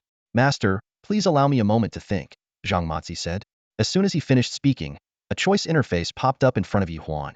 Ding. Regarding the division of the treasure, you have the following options. 1. After finding the treasure, kill Zhang Matzi. 2. After finding the treasure, split it evenly with Zhang Matzi. 3. Pay Zhang Matzi 5,000 gold coins in advance, and claim the entire treasure for yourself. Ye Huan fell into deep thought. Option 1 was straightforward, but killing someone would undoubtedly trigger system penalties, and might even lead to being hunted by the city guards. Besides, he was playing the role of a landlord, not a bandit seeking wealth, not taking lives. Option 2 seemed fair, but giving Zhang Matzi half the treasure just for guiding him felt excessive. As for option 3, while it would secure full ownership of the treasure, it came with risks. What if the treasure wasn't even worth 5,000 gold coins? Considering this was a team effort, Ye Huan shared the options in the party channel to gather input from his teammates. The teammates chimed in with their thoughts. Zhang AI Huang Xiaozhu favored option 1 but was overruled by Zhang AI LV Xiao and Zhang AI Hong Xiao, who pointed out the penalties involved. Meng Shan thought option 2 was the safest, while Yonggan Shi Juanxiong said he'd go along with whatever Ye Huan decided. Mu Dudu suggested taking a gamble with option 3, but Kwang Dao and Nan Yong Xiaji worried about the difficulty of gathering 5,000 gold coins. Qinrua Xiame left the decision entirely in the hands of their captain. After weighing everything, Ye Huan decided to take the gamble. I choose option 3, he declared decisively. Instantly, 5,000 gold coins were deducted from his account. Coupled with the previous 10,000 coins invested in Xian Kalu, his game account now had only 522 coins remaining. Zhang Matzi respectfully handed back 120 coins. Thank you for your generosity, master. The next moment, Ye Huan's game account received an additional 120 gold coins, the exact amount Zhang Matzi owed him. On the system interface, Zhang Matzi's loan record disappeared. Wow, unbelievable. Using my own money to pay me back. Ye Huan couldn't help but laugh at the absurdity of the situation. Zhang Matzi, now beaming with joy after receiving the money, muttered to himself as he walked away. No more gambling from now on. I'll use this money to start a business. Ye Huan couldn't be bothered to respond. After all, the treasure was waiting in the forest ahead. As he turned around, Ye Huan noticed Mu Dudu and the others staring at him with strange expressions. What? Do I have something on my face? Not flowers, but definitely money. Mu Dudu said with a curious look. Brother Huan, how did you get so much money? Coming from the Mu family, which had a dedicated gold farming team, even they had only managed to save a little over 10,000 gold coins. Yet Ye Huan alone had 5,000, completely unbelievable. It's nothing, really. I just completed a hidden quest earlier. Ye Huan replied casually, quickly changing the subject. All right, everyone rested enough? Time to move. There's treasure waiting for us ahead. At those words, the group instantly perked up. The 10 of them ventured into the dense forest, only to find that it wasn't swarming with monsters as they'd expected. Instead, they saw 2 massive gorilla-like creatures, one black and one white, laying lazily on the ground. Above them, perched in the treetops, was a golden-haired monkey-like creature. To ensure players could fight monsters without hesitation, the developers of N-World had deliberately designed the creatures to look as hideous as possible. The 2 gorillas looked like grotesque versions of Yin and Yang spirits, while the golden-haired monkey had a face so scrunched up it was barely distinguishable. To top it off, it had a single horn protruding from its head, truly bizarre. Ye Huan quickly sent the monster details to the team chat. White Fiend Gorilla Elite Monster, level 19, Guardian of Shirley Slope, possesses immense strength. Black Fiend Gorilla Elite Monster, level 19, Guardian of Shirley Slope, possesses immense strength and specializes in tearing enemies apart. Golden Monkey King Boss, level 20, King of Shirley Slope, death is the only outcome for intruders. Once the information was shared, the team fell into silence. 2 level 19 elite monsters, and a level 20 boss. This wasn't a fight even a large guild could easily win using sheer numbers. Ye Huan scratched his head in frustration, realizing he had underestimated the challenge. The only reason he had managed to defeat the final boss in the beginner's village before was by spending 10,000 gold coins. Now, not only did he lack that kind of money, but the enemies were also far stronger than the frenzied Rabbit King. And there were 2 elite monsters to deal with on top of that. It was an impossible situation. Ye Huan sighed, feeling like all his efforts had been for nothing. This is no fun at all. Kwang Dao sighed heavily, plunging his massive blade into the ground before plopping down onto a nearby rock. Looking at the scene before them, the rest of the team also wore grim expressions. Even if we sent in the Mu family's elite squad, they probably couldn't handle this, Mu Dudu gasped, shaking his head repeatedly. The mood among the others sank instantly, like wilted eggplants under frost. It was true. With an average level of barely 15, making it this far had already been a significant feat for the group of 10. Before seeing the boss's actual stats, they had retained a glimmer of hope. But now, the detailed information extinguished any remaining confidence. They were clearly outmatched. Charging in recklessly would only lead to total annihilation. Ye Huan felt deflated as well. He admitted to himself that he had overlooked the critical issue of the level gap. While retreating left a bitter taste in his mouth, pressing forward would be nothing short of suicidal. So, what's the plan? Are we calling it quits? If we're done here, I'll head back and keep grinding, Kwang Dao said, looking over at Ye Huan for a decision. Just as Ye Huan was about to announce their retreat, Xiamo, who had remained silent until now, suddenly spoke up. If I remember correctly, the hidden quest only asks us to help Zhang Matzi find the treasure. It doesn't specifically say we have to defeat the boss, does it? Ye Huan's eyes lit up, immediately grasping Xiaomo's point. He quickly opened the quest log to double-check. The description had indeed changed from help Zhang Matzi locate the treasure to to the simpler, find the treasure. After a moment's thought, he realized the change must have been triggered earlier when Zhang Mozi updated the quest after receiving 5,000 gold coins. Mozi, you're a genius. Ye Huan gave Xiaomo a big thumbs up, then turned to the group.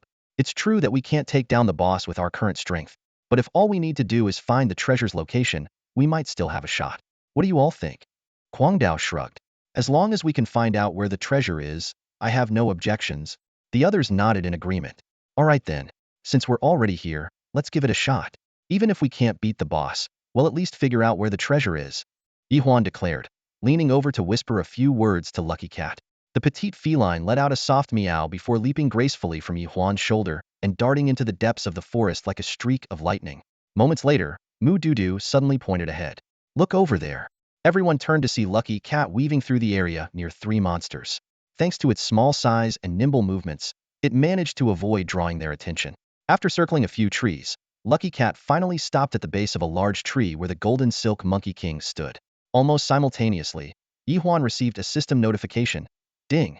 Your Lucky Cat has discovered the treasure's entrance. Could the treasure's entrance be under that tree? Ye Huan quickly shared the discovery with the team. Hearing this, Kwang Dao immediately grabbed his blade. Then we just need to lure the monsters away. Hold on, brother Kwang Dao, Ye Huan said, stopping him in his tracks. The Berserker is a melee class. Luring enemies isn't really suitable for him. Ye Huan's gaze fell on Zhang Ai Sanshao as he got straight to the point. Sanshao, we'll have to rely on you this time. If Brother Huan has orders, we'll follow without hesitation. Exactly. We, Zhang Ai Sanshao, are all about loyalty. Just tell us what to do, Brother Huan. Their enthusiastic response greatly pleased Ye Huan. He gave a simple instruction. First, try to lure those 2 giant gorillas away. No problem. Zhang Ai Sanshao replied in unison. The others retreated to the shadows as planned, while Zhang Ai Sanshao locked onto the black fiend gorilla and the white fiend gorilla. Zhang Ai Green Shao and Zhang Ai Yellow Shao skillfully used the intimidation skill on the 2 gorillas. This particular wizard skill was uniquely inflicted mental attacks on lower-level targets and provoked higher-level ones. As expected, the 2 elite gorillas were enraged. With low growls, they charged towards Zhang Ai Green Shao and Yellow Shao. The 2 quickly turned and sprinted away, occasionally turning back to throw a soul flame at the beasts. Meanwhile, Zhang Ai Red Shao provided support, ready to assist his teammates if they were about to be caught. The trio worked seamlessly together, successfully leading the 2 elite gorillas away from the scene. Nice work. Ye Huan sighed in relief, shifting his focus to the remaining boss, the golden silk monkey king. I'll go. Mu Dudu raised her silver staff, volunteering herself, but Ye Huan stopped her. I'll handle it. You've always been curious, haven't you?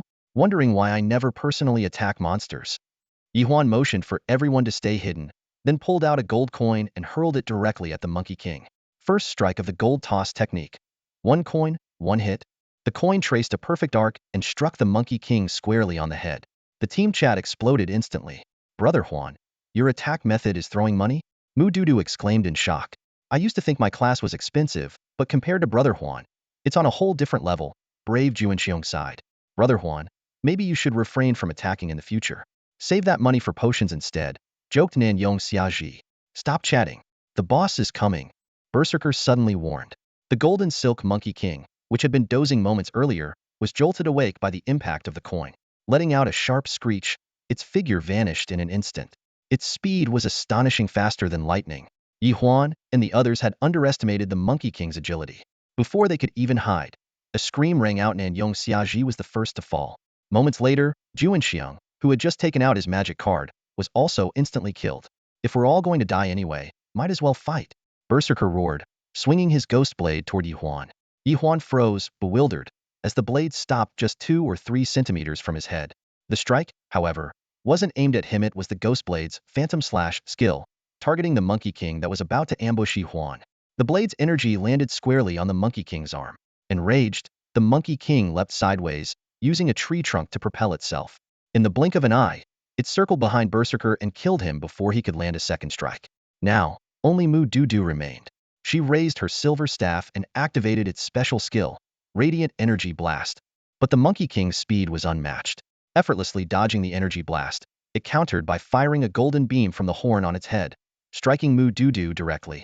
Watching his teammates fall one by one, Ye Huan was left with a single thought. Are we going to be wiped out today? Ye Huan, what are you standing there for? Get into the treasure vault now. Do you want everyone's sacrifice to be in vain? Xiaomo's urgent shout jolted Ye Huan out of his daze. Only the three of them were left on the battlefield. Xiaomo, holding a long whip, stood protectively in front of Meng Xishan, her eyes sharp and alert. When the Golden Monkey King launched its fierce attack, she was the first to step forward and fight. Ye Huan snapped back to reality, clenching his teeth. You're right. I can't let everyone's sacrifice go to waste. With that, he dashed toward the entrance of the treasure vault. The Golden Monkey King was about to pursue him when the sharp crack of a whip pierced the air. Shadow Dance. Xiaomo unleashed her level 10 whip dancer skill, striking the Golden Monkey King with precision. Enraged, the Golden Monkey King turned its attention to Xiaomo and Meng Xishan, charging at them ferociously. Just as Ye Huan reached the entrance under the massive tree, a heart-wrenching scream echoed from behind him. He turned to see the Golden Monkey King's razor-sharp claws mercilessly tearing through his two teammates' health bars. System notifications appeared in rapid succession.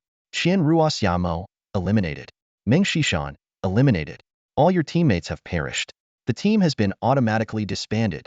In the distance, a black and white flash revealed that the Zhong AI 3 young masters had also fallen. Ye Huan's heart felt as if it had been stabbed. He glared furiously at the three ferocious monsters approaching him. Just you wait, he snarled before diving into the treasure vault entrance without hesitation. Congratulations. You have entered the treasure vault. After a moment of darkness, faint light began to emerge. It was a small chamber, about the size of an ordinary room. Torches on the walls lit up automatically. In the corner of the chamber, several large treasure chests were neatly arranged.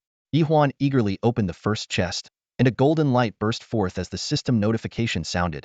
Congratulations! You have obtained 100,000 gold coins. Stunned, he quickly opened the remaining chests one after another.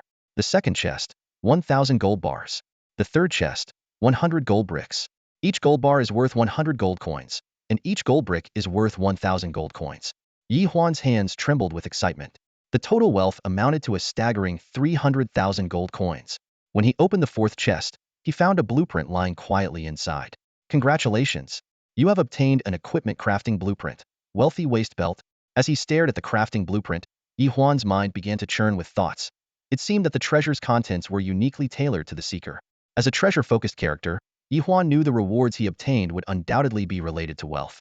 His gaze turned to the last treasure chest. Carefully opening it, he found a letter lying quietly inside, the sealed secret letter. Ye Huan eagerly unfolded the letter, and its contents left him astonished. It was a cry for help written many years ago. The letter recounted how, during an enemy assault on Leosia City, the old city lord secretly sent a trusted aide out of the city with a vital treasure and his newborn son. The goal was to seek reinforcements and preserve the bloodline. Ye Huan realized that this handwritten letter might be the key to unlocking a new mission. He carefully stored it away. After collecting all the treasures, Ye Huan decided to act immediately. Monsters, get ready to face Grandpa's wrath, he muttered fiercely to himself. Meanwhile, Leosia City was already in an uproar. First, Mu Dudu, who had been killed, complained to her sister Mu Cici. The latter wasted no time in mobilizing reinforcements. On another front, Nan Ran relayed the news to the Study Guild's president. Since the boss was proving too tough to defeat solo, they decided to gather more forces. The news spread like wildfire across the city. Spies from various factions sprang into action, and hordes of players swarmed toward Shirley Slope. Fully armed teams prepared themselves, each eager to claim a share of the spoils from the level 20 boss. Unaware of the commotion outside, Ye Huan had just emerged from the treasure site when he was ambushed by the Golden Monkey King. Though his defense and health were impressive, he couldn't withstand the boss's powerful strike and was instantly defeated. However, to the Golden Monkey King's astonishment, Ye Huan resurrected on the spot thanks to the unique attribute of his Ultimate Rookie King title. Without giving the Golden Monkey King a chance to react, Ye Huan unleashed his gold throw. A string of coins materialized in midair, forming a dazzling golden sword that pierced through the Golden Monkey King's body like lightning. With the 300,000 coins he had just acquired, Ye Huan could finally unleash his financial skills without restraint. Although gravely injured, the Golden Monkey King remained standing. At that moment, the black and white gorilla twins launched a pincer attack from both sides. Oh, whatever. Let's do this. Gritting his teeth, Ye Huan fired off two more gold throws. The golden swords skewered the two gorillas, instantly killing them. His companion, the fortune cat, gleefully hopped around, collecting the loot from their remains. Just as the Golden Monkey King charged again, distant voices echoed closer. Ye Huan quickly donned his true or false mask, revealing his green hat hero ID, and discreetly retracted the fortune cat.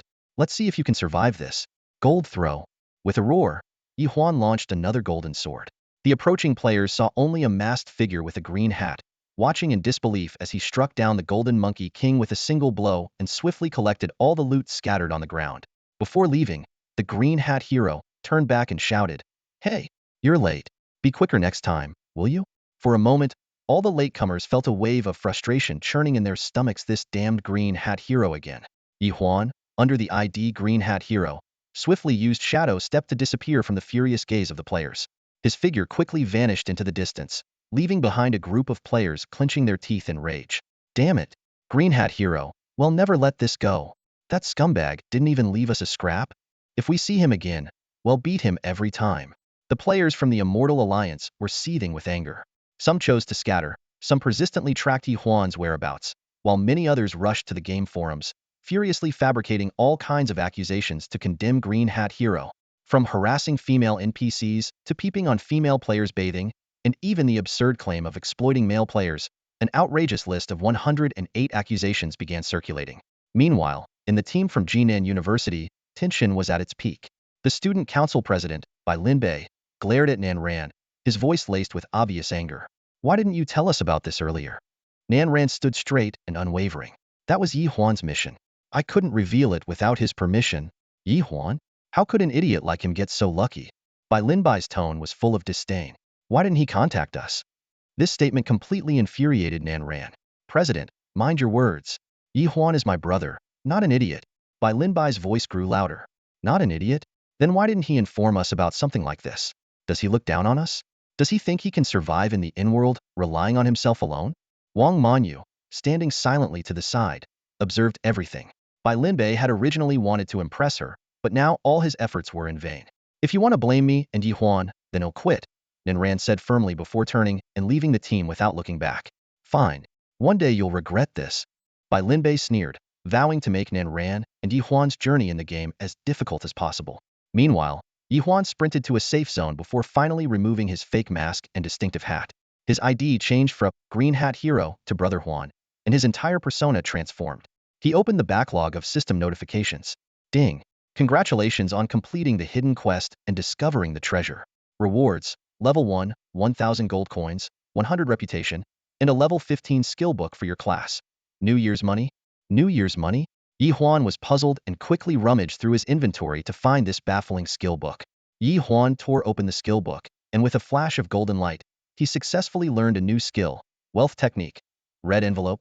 This skill could impose a gravity effect on enemies, effectively restricting their movements. Though it didn't consume much energy, it was highly practical. Finally acquiring a useful skill, Ye Huan couldn't help but feel secretly delighted. While sorting through the loot, Ye Huan found the haul was quite impressive. Over 1,000 gold coins, 3 skill books, and 5 pieces of equipment, 1 of gold quality, 2 silver, and 2 bronze, all at level 20. Unfortunately, none of them were suitable for a treasurer-like character. Additionally, there were some mysterious materials with unclear uses, and most surprisingly, another guild token had dropped. After organizing his inventory, Ye Huan began contemplating how to distribute the spoils. Their success wasn't due to his efforts alone, and besides, Kwang Dao and the others had all lost a level during the battle. As someone aspiring to become a future tycoon, it was only fitting to reward those who had helped him. Ye Huan sent out a message to gather everyone, arranging to meet at Shinka Tower. On his way there, he passed by many players still searching for the infamous Green Hat Ma. Little did they know, the player named Huan Gu above his head was the very person they were hunting. At a leveling spot, Mu Sisi noticed her sister Mu Dudu looking downcast from losing a level. After a brief conversation, Mu Dudu decided to head to Shinka Tower to see what was going on. Nearby, Mu Lala expressed dissatisfaction with her sister's decision to waste 5 gold coins on a teleport scroll. By the time they arrived at Shinka Tower, Kwang Dao and the others had already gathered. As a shareholder, Ye Huan led the group straight into a luxurious private room. Before long, the waiter brought out a table full of exquisite dishes, their aroma filling the room and making everyone's mouths water. "Hold on, everyone. Don't start eating just yet, we need to divide the spoils first." Ye Huan stood up and began distributing the loot. He handed one of the skill books, Holy Hands, to Ming Shishan, who couldn't hide her excitement despite her inexperience. To put everyone at ease, Ye Huan cleverly explained that these treasures were found in a hidden stash, and that he had already kept the largest share for himself. This explanation not only preserved everyone's pride, but also perfectly concealed the fact that he was the notorious Green Hat Ma. Ye Huan tossed a skill book in front of Zhang Ai Sanshao. "This skill book is for wizards. You three can play rock, paper, scissors. Whoever wins gets to use it first. The three immediately got into position, fists shaking in the air. Rock, paper, scissors. I won. Zhang Ai Huang Xiao shouted triumphantly, snatching the skill book. This one is for the Power King class, and none of us have that profession, Ye Huan said, picking up the second skill book and storing it in his bag. He also put away the third skill book, which was about the Power King's hammer techniques. Next came the distribution of equipment. A golden grade wrist guard for swordsmen shimmered brilliantly, while two silver grade items, a necklace for energy masters, and a spear lay beside it. Kwang Dao grabbed the wrist guard without hesitation, and Mu Du chose the necklace. Ye Huan glanced at the well-crafted spear and handed it to his friend and ran. As for the remaining two bronze grade items, since no one could use them, he temporarily stored them in his backpack. Each person who got equipment gets 1,000 gold coins. Those who didn't get any will receive 3,000 gold coins. How does that sound? Ye Huan asked with a smile. Everyone stared at him in shock, their eyes wide. To them, this was no small amount. Brother Huan, you're giving us so much, what about you? Mu Du asked nervously. The others chimed in, expressing unease about accepting such a generous share. Ye Huan looked at their reactions with satisfaction. In this mysterious and unpredictable world, it was nearly impossible for anyone to make it alone. Especially with his unique profession, he knew he would need their help in the future. Don't worry, I've kept the main rewards for myself. This is just a small amount, he said as he began transferring funds to everyone. Soon, his account balance dropped by 20,000 gold coins. Adding the 60,000 he'd spent earlier on monster battles, he still had over 250,000 left. Although the gold coins could be sold for a significant amount of money, Ye Huan had two even more valuable guild tokens in his possession, so there was no rush to liquidate his assets. Consider this a favor I owe you. If you ever need anything, just let me know, Kwang Dao said, raising his glass to toast Ye Huan. The others quickly followed suit, promising to be there whenever called upon. Meanwhile, Xiamo looked at Ye Huan with a new sense of curiosity, as if seeing him in a different light. Watching everyone's joyful expressions, Ye Huan couldn't help but feel genuinely pleased. Playing games is all about having fun. Amid laughter and cheer, a group of friends raised their glasses in unison. The virtual wine in the game might not actually intoxicate, but it was enough to make everyone momentarily forget the grind of leveling up. They celebrated to their heart's content in the private room of Shinka Pavilion, only logging off when exhaustion finally set in. Just as Ye Huan was about to exit the game, a private message from Nan Ran popped up. Huanzi, dinner's on me tonight. I had a falling out with the student council today. Why did you fall out with them? They called you dumb. Sure, you can be a bit naive sometimes, but they have no right to say that. Get lost. You're the dumb one. Ye Huan replied, half laughing, half exasperated, knowing Nan Ran was teasing him for being overly generous earlier. All right, but no need to eat out. Just come over to my place. Deal. Tonight, we won't stop until we're drunk. After logging out of the game, Ye Huan suddenly remembered that Xiamo had been freeloading meals at his place lately. Just as he was debating how to handle this awkward situation, the doorbell rang. Xiamo stood outside. Before Ye Huan could say a word, she spoke up. Ye Huan, you don't need to cook for me today. I might be leaving. Leaving? Where to? Ye Huan felt a sudden pang in his chest. Xiamo pulled out an envelope from behind her back. This is for you. Open it after I'm gone. All right. Ye Huan took the envelope, his initial anticipation quickly replaced by a sinking feeling. After watching Xiamo walk away, Ye Huan opened the envelope. Inside was a letter and a stack of money. In the letter, Xiamo revealed her true identity. She was the eldest daughter of the Xia family, part of the Four Seasons Commerce Alliance. As the largest business conglomerate in Longhua, the alliance was made up of four prominent families: spring, summer, autumn, and winter. Xiamo had run away from home to escape an arranged marriage with Qiu Zhan, the son of the alliance's president. According to her family's rules, if Xiamo could find a boyfriend within 3 months who surpassed Qiu Zhan in every way, she could avoid the marriage. As Ye Huan read this part, a sense of familiarity struck him. Had heard the name Qiu Zhan somewhere before. After finishing the letter, Ye Huan let out a bitter laugh, then tore it into pieces and tossed it in the trash. With his current situation, he knew he couldn't possibly measure up to Xiamo. It's better this way. At least I won't overthink anymore, he muttered to himself. He got up to prepare dinner, already planning in his mind to relist his place for rent. That evening, Ye Huan and Nan Ran drank to their heart's content, chatting about anything and everything. The next morning, Ye Huan vaguely remembered Nan Ran mentioning that Xiamo had dropped out of school. On a quiet weekend morning, Ye Huan woke up naturally, well-rested. Nan Ran had already left but had thoughtfully prepared breakfast for him. After eating, Ye Huan logged into the game. His plan to make money couldn't wait any longer. Welcome back to the world of N.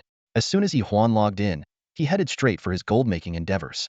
With practiced ease, he summoned the money tree. Gold coins 350.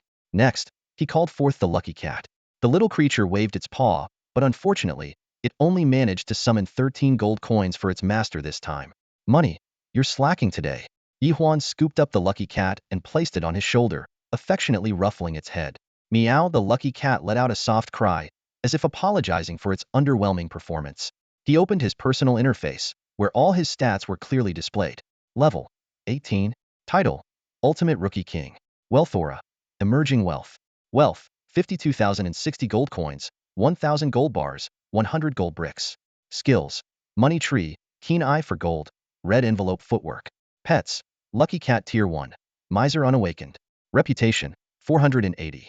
Inventory: Tier 2 Storage Space.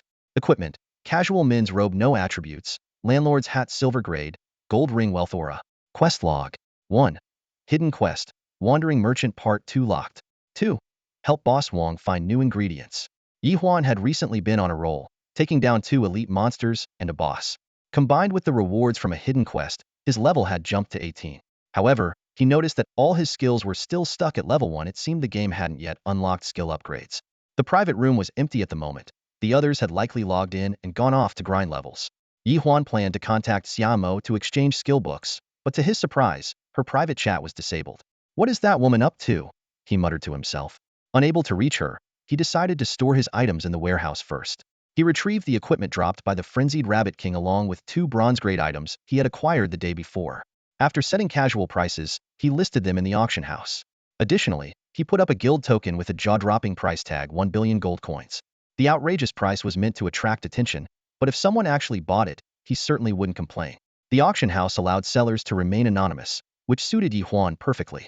Next, he turned to the server-wide announcement feature, a loudspeaker function. Although each use cost 5,000 gold coins and was limited to 3 uses per day per player, Ye Huan deemed it a worthy expense to advertise the guild token. Setting his ID as Green Hat Hero, he sent out the first-ever server-wide announcement since the game's launch. Come one, come all. Freshly minted guild token up for sale. Going cheap. Interested parties can discuss in person. Don't worry if you're short on gold coins, offline transactions are supported. This announcement caused an immediate uproar in the Longwa region. Players swarmed to discuss it, their curiosity piqued. Being the first server-wide message in N-World's history, it created a massive sensation. The global announcement from Green Hat Man caused an uproar across the entire server, not only because he used a 5000 gold megaphone, but also because he held the guild token that every faction and family had been desperately searching for. Those powerful players who usually dismissed Green Hat Man as insignificant immediately dropped their leveling tasks and scrambled to get in touch with him. Since none of them were on Ye Huan's friend list, these influential players had no choice but to grit their teeth and spend a fortune on megaphones, sparking an intense bidding war. Brother, this is Cloud Sovereign from Wings of the Cloud. How about we meet and talk? Friend, sell the guild token to me. I'll pay a high price and transfer the money offline in RMB. Xingtian quickly followed up with his own announcement. You Wings of the Cloud and Wild Tribe better stay out of this. This token belongs to the Four Seasons Alliance. Qiuzhan declared firmly. Four Seasons Alliance is being too domineering. Isn't it fair for the highest bidder to win? Mu Sisi immediately retorted. Green Hat Man, why don't you set up a meeting so we can discuss this face-to-face? The young lady of the Mu family has a point, Yi Xiaoyao chimed in. The Yi family is also interested. How about we settle this with a financial showdown in person? This back-and-forth exchange of megaphone messages set the entire server ablaze. Players paused their activities to watch the drama unfold, buzzing with speculation. These big shots are really extravagant, using 5000 gold megaphones without hesitation. Well, they're all elite youths of Longwa, backed by major corporations and families. A mere megaphone is nothing to them. At that moment, Green Hat Man placed the guild token in the auction house with a price tag of 1 billion gold. Although everyone knew this was just a showcase since the game hadn't yet enabled real money transactions, his move sparked a fresh wave of discussion. Finally, Green Hat Man used another megaphone to make an announcement. Since everyone is so interested, let each faction send a representative to a mortal guest pavilion in Leosia City for a discussion. This bold invitation further fueled curiosity about Green Hat Man's background. If he truly had a powerful backing, why didn't he just hand the token over to his own faction? With such questions lingering, countless players abandoned their tasks and headed toward Leosia City. There was no way they were going to miss this spectacle. 10 minutes later, Ye Huan and Boss Wong stood side by side, overlooking the bustling crowd below through the window of a private room on the second floor of Shinka Tower. Seeing the sea of heads outside, Boss Wong's face lit up with delight. Master Wealth, did you summon all these people? No, they're just here to watch the spectacle. Only let in the ones whose names I call later. Understood. I'll make arrangements right away. Boss Wang promptly headed downstairs, stationing himself at the entrance of Xinka Tower alongside a shop attendant. The first to arrive was Yun Zhuzai, followed by a group of attendants whose IDs all bore the character Yun. Among the crowd, Ye Huan immediately recognized Yun Xiang, a familiar face he had once competed with for a boss in the beginner's village. At Ye Huan's signal, Boss Wang called out Yun Zhuzai's name, and the attendant escorted him to the private room on the second floor. So, you're the green hat hero? Yun Zhuzai's eyes locked onto the figure by the window wearing a green hat and mask as soon as he entered. Yun Zhuzai of Yun Ji, greetings. Ye Huan gave him a slight nod, gesturing for him to take a seat. Next came Xing Tian, a burly and straightforward young man, followed by Yi Xiaoyao, whose refined demeanor resembled that of a noble gentleman. Close behind was Mu Sisi, a tall female player wearing a half mask. Her presence reminded Ye Huan of Mu Dudu, evoking a sense of fondness toward her. When Qiu Zhan strode confidently into the room, Ye Huan discreetly sized him up. This was the man tied to Xiamo, someone who stirred a hint of discomfort in Ye Huan. Though Qiu Zhan had decent looks, his deliberate air of arrogance made him instinctively unlikable. Representatives from other factions gradually arrived as well. Ye Huan welcomed each one, inviting them to take their seats. After all, the more competitors there were, the higher the guild token's price could climb. Everyone, now that we're all here, let's get down to business. My time is valuable. Ye Huan's natural composure shone as he addressed the room of young talents. Exactly, we're all busy. Xing Tian cut straight to the point. Our barbarian tribe is willing to offer 1 million renminbi for the guild token. The offer nearly made Ye Huan leap out of his chair. 1 million? He had initially thought the token might fetch a few thousand to tens of thousands at most. Clearly, he had vastly underestimated the value of the world. Aosha Rulai was the first to speak, his tone carrying a hint of arrogance. Brother Xingtian, aren't you underestimating us a bit too much? We, Aosha Wushuang, are willing to offer 1.5 million. Yun Zhuzai followed immediately, 2 million. I hope everyone can do me this favor.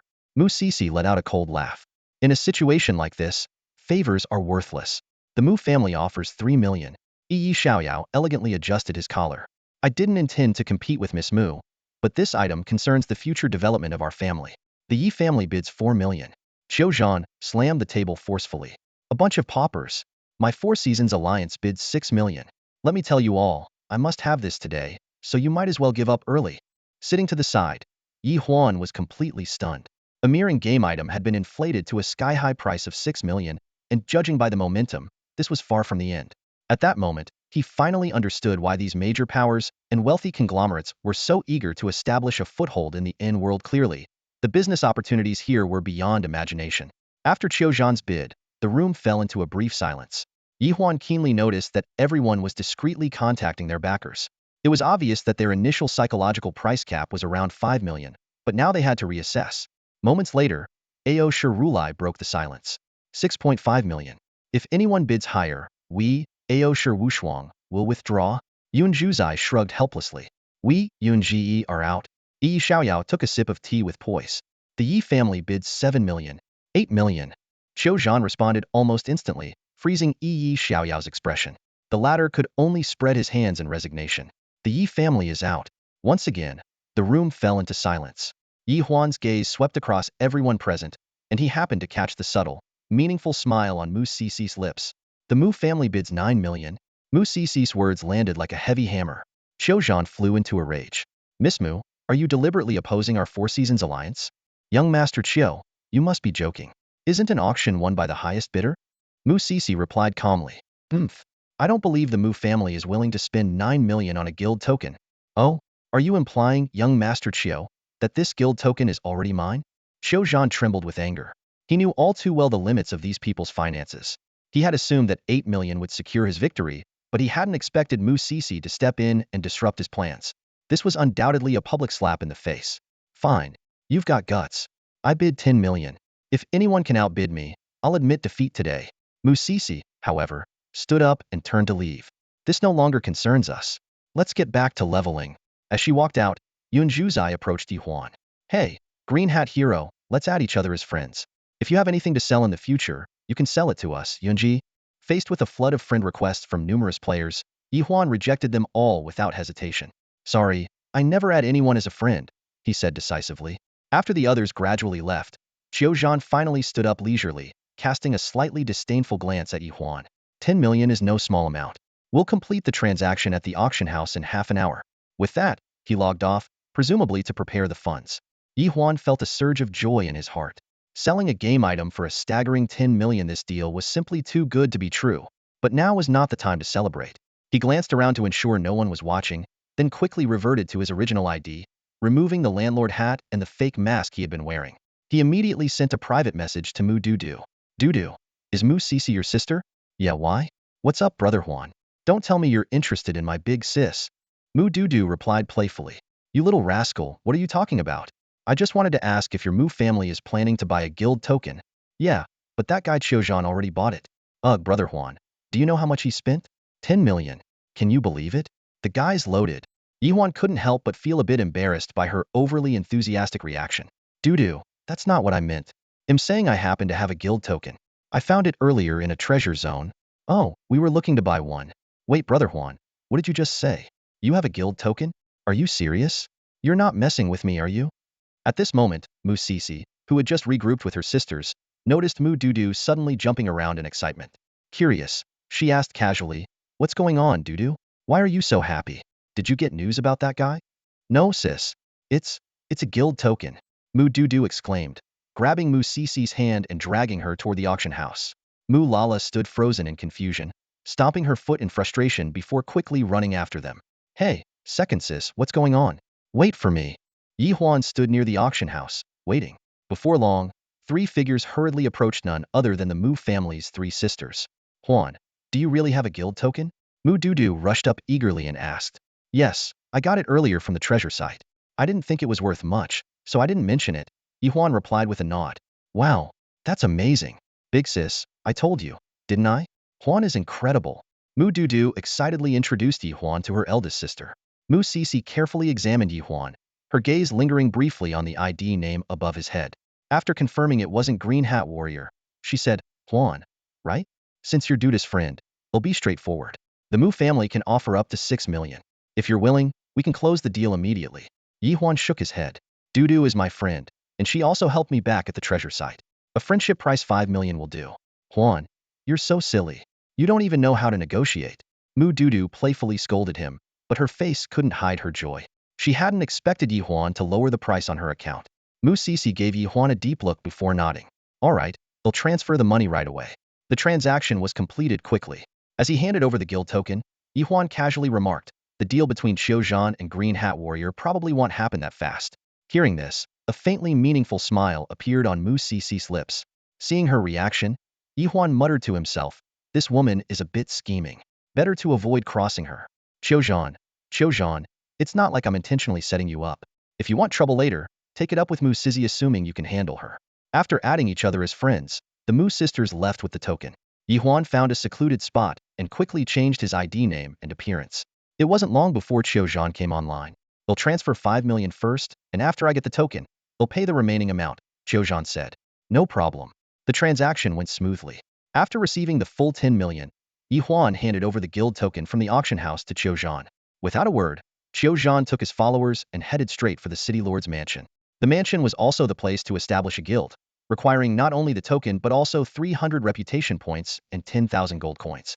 For these major powers, other trivial matters were indeed insignificant. However, just as Qiuzhan was marching triumphantly with his team toward the city lord's mansion, an unexpected system-wide announcement caught him off guard, nearly causing him to stumble on the spot. Ding! System-wide announcement. Player Mu Dudu has successfully established the guild Mu family and obtained the city territory Mu family fort.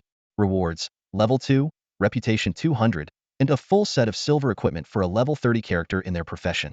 This announcement instantly caused an uproar in the Dragon Nation server. Not only were ordinary players shocked, but even the top players and guild leaders paused their activities to carefully analyze this unexpected news. At the Yi family elite team's leveling spot, Yi Zhicheng frowned and asked Yi Xiaoyao beside him, what's going on? Wasn't the guild token bought by Qiuzhan? Big brother, I'll find out right away. Yi Xiaoyao quickly sent private messages to investigate. Moments later, he returned with a peculiar expression and reported, it seems that the girl from the Mu family found another guild token and established her guild before Qiuzhan. Apparently, she got it from her friend's second young lady. That friend seems to have completed a hidden quest and discovered it in a treasure location. Tomorrow morning, we must take down that boss at all costs to get another guild token. Yi Zhicheng said decisively before charging into the mob of monsters. The news quickly spread across all major factions. While many marveled at the Mu family's incredible luck, they also seized the chance to mock Xiu Zhan, bombarding him with concerned, private messages. This only added fuel to the fire, infuriating Xiu Zhan to the point where he was almost forcibly logged out by the system. Mu family. Just you wait. Xiu Zhan gritted his teeth. Find out exactly who gave them that token. With that, he stormed into the city lord's mansion. Shortly after, another system-wide announcement rang out. Ding! System-wide announcement. Player Xiu Zhan has established the Guild 4 Seasons Alliance. Rewards. Level 1, Reputation 100, and a full set of silver equipment for a level 20 character in their profession. Players exchanged puzzled looks. Was that it? No guild territory? It was common knowledge that even the cheapest territory cost 200,000 gold coins and required an 8th-hour defense period. In comparison, Mu Dudu not only received a free territory but also had a much shorter defense time of just 4 hours. Because of this slight delay, Xiu Zhan's rewards were halved, and he missed out on a free territory altogether. Arg! Mu family, I won't let you succeed in defending your city. Xiu Zhan's furious roar echoed from the city lord's mansion. Among the crowd, Xiaomo glanced at the enraged Xiu Zhan with disappointment before turning to leave. Her appearance was stunning, identical to her real-life self, and her in-game ID displayed as Xiaomo. She walked to a secluded corner, put on a ring, and her appearance instantly became unattractive, with her ID changing to Qianrua Xiaomo. With everything set, Xiaomo quietly left the city to level up alone. She preferred showing this unattractive appearance to avoid being bothered by others. In these last 3 months, she only wanted to enjoy the game in peace, even going so far as to disable private messaging. On the other side, the constant notification sounds of game messages buzzed around Mu Sisi as numerous prominent players sent their congratulations. Seizing the opportunity, she directly extended city defense invitations to them. With the impending monster siege battle, some found excuses to decline, but a few allies of the Mu family readily agreed to help. Second sister, third sister, we need to start recruiting people over the next 3 days. This time, we must protect our guild's base during the monster siege, Mu Sisi said earnestly. Don't worry, big sister. We'll definitely hold the base. The two sisters responded in unison. Should we invite Brother Huan to join our guild? Mu Dudu suggested. No need, Mu Sisi rejected decisively. She knew someone like Ye Huan wouldn't easily join any faction. However, she added, during the siege, we can pay him to help us out. Mu Dudu nodded reluctantly. Alright then, I'll keep looking for that little guy. I still don't know his in-game name. He's such a master at disappearing. Meanwhile, Ye Huan had successfully sold 2 guild tokens, earning a hefty 15 million and thoroughly irritating Xiu Zhan in the process, leaving him in a fantastic mood. With the first task perfectly resolved, he was ready to visit a blacksmith NPC to forge new equipment. Suddenly, a notification from his financial assistant rang out. Ding dong. Master, you have one unread loan application. Ye Huan immediately opened the loan application. Borrower, second-tier NPC Shi Xiuzai of Fian City. Amount, 1,000 gold coins. Term, 5 days. Interest, 10. Accept reject. Approved. Ye Huan clicked accept without hesitation. After all, a scholar like Xiuzai seemed more reliable than someone like Zhang Matzi. Speak of the devil, just as Ye Huan thought of Zhang Matzi, the man appeared, walking toward him with his head down and a dejected look, not even noticing him. Zhang Matzi. Ye Huan called out. Oh, Master Wealthy. What a coincidence. Where are you headed? Zhang Matzi finally looked up. Just wandering around. What about you? Master Wealthy, it's perfect that I ran into you. I have a favor to ask, Zhang Matzi said mysteriously. Could we talk somewhere private? Once they were in a secluded corner, Zhang Matzi finally spoke up. Master Wealthy, I've been having recurring dreams where I'm being chased by zombies in a cave. It's just a dream. What's the big deal? No, you don't understand. I rarely dream. The last time I dreamed, it was about finding buried treasure. Ye Huan's interest was immediately piqued. Do you know where this cave is? I have a rough idea, but there are way too many monsters there for me to go alone. Alright, tomorrow morning, meet me at the entrance of Shanka Tavern. We'll go with you to check it out. Thank you, Master Wealthy. Zhang Matzi expressed his gratitude before leaving. Watching him walk away, Ye Huan rubbed his chin, feeling that Zhang Matzi was becoming more and more like a real person. Out of curiosity, he checked Zhang Matzi's attributes, but the results left him utterly stunned. The information about Zhang Matzi left Ye Huan quite surprised. This NPC from Leosia City had not only risen to 2nd rank, but also reached level 30. In the world of NPC profiles were publicly accessible to all players, except for a few special hidden characters. Ye Huan clearly remembered that just yesterday, Zhang Matzi was only a level 20, 3rd rank NPC. Although he couldn't get a quest from Zhang Matzi this time, Ye Huan decided to help him out anyway. Carrying the equipment crafting blueprint, he quickly found the smithy in Leosia City. Inside the shop, an elderly man with a white beard greeted him enthusiastically. Dear adventurer, in the most famous blacksmith in Leosia City, if you need equipment crafted, you've come to the right place. Ye Huan handed over the blueprint directly. The old man's eyes lit up as he looked at it. Dear adventurer, this crafting design is quite a challenge. Have you prepared all the materials? What materials are needed? Ye Huan asked. 20 pure gold ores, 10 gold ingots, 1 white jade crystal, a pair of dragonite gems, and a processing fee of 1,000 gold coins. Retrieving the blueprint, Ye Huan headed to the central marketplace of Leosia City. The area was bustling with players setting up stalls, but after browsing through the entire market, he came up empty-handed. He began calling out to purchase the materials, but after shouting until his throat was dry, no one responded. It was then he realized that these were rare items, unlikely to be found at a street stall. The auction house also yielded no results. Left with no other option, Ye Huan sent a mass message to his small circle of in-game friends, asking them to keep an eye out, and then logged off. In the real world, Ye Huan continued his solitary routine, working out alone, cooking alone. Just as he was about to eat, the doorbell rang. Standing at the door was a young man with a refined demeanor. He had long braided hair, wore glasses, and carried a bag on his back. Hello, is there a room for rent here? He asked. Ye Huan was a bit taken aback by the man's elegant appearance and attire, which exuded a sense of wealth and privilege. It seemed unusual for someone like him to be looking for a rental. However, recalling Xiaomo's situation, Ye Huan thought this person might also have some untold story.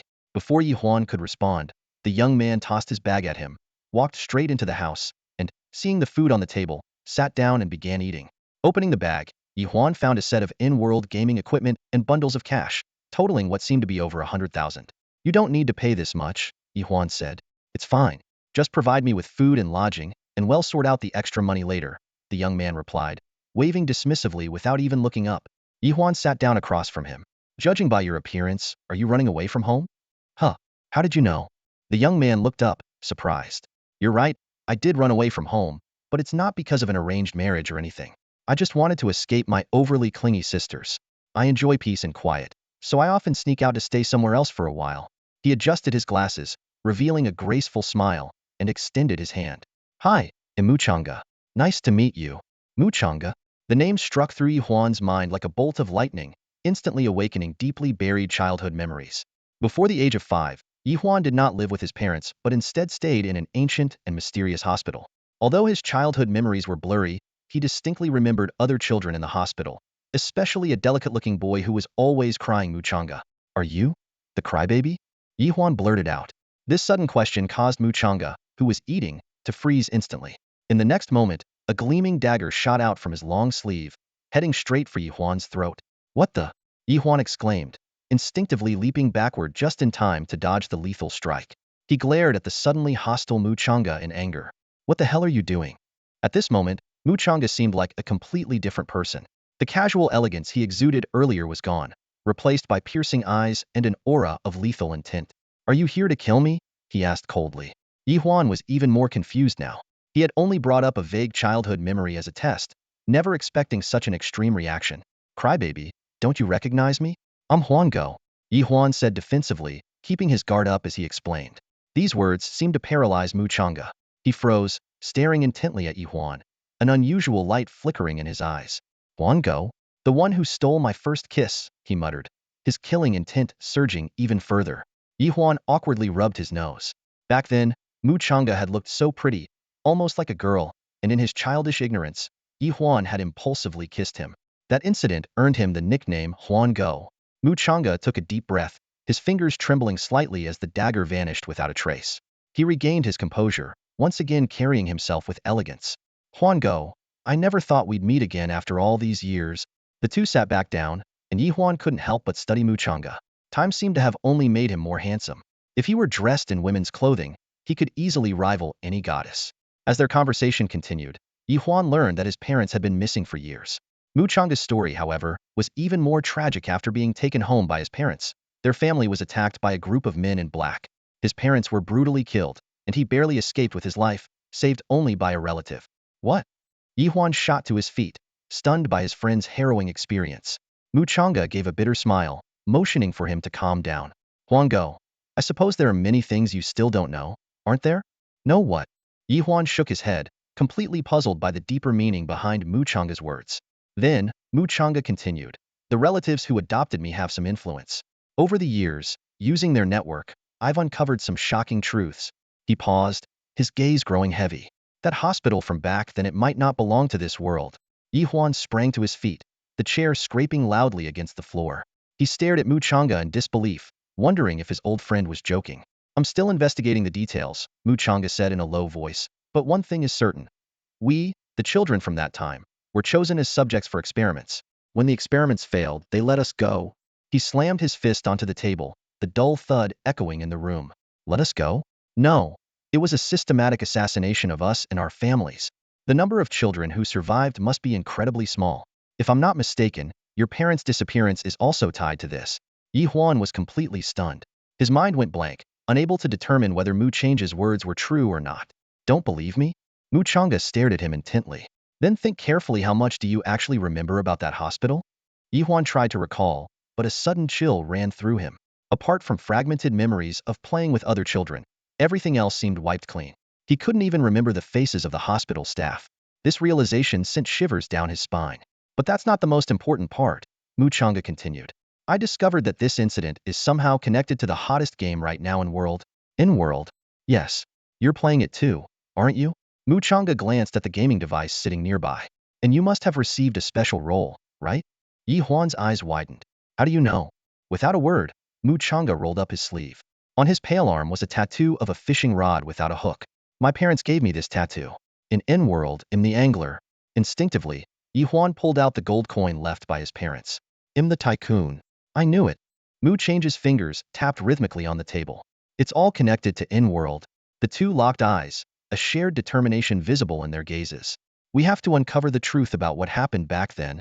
If it's tied to N-World, then we start with the game.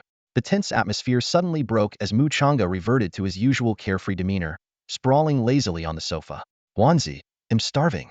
Make me something to eat. I'm going to take a shower. All right, Ye Huan replied, turning toward the kitchen. But his mind was racing. If Mu Changa's theory was correct, could the other players with special roles also be connected to that mysterious hospital? If they could gather these people, perhaps they could uncover the truth faster and find his missing parents.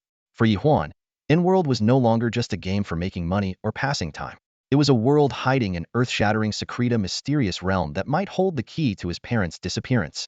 Ye Huan walked out of the kitchen carrying a bowl of freshly cooked noodles, just in time to see Mu Changa stepping out of the bathroom. His long, damp hair cascaded over his shoulders, and his flawless, porcelain-like face was so exquisite it could rival that of any woman. TSK, crybaby. With a face like that, it's a shame you're not an idol. Ye Huan teased. Is that so? Care to try my dagger? Mu Changa's slender fingers flicked effortlessly, and suddenly a gleaming dagger appeared in his hand. Ye Huan froze for a moment, then chuckled helplessly. What the? You even bring a dagger with you to shower? What do you use it for? This?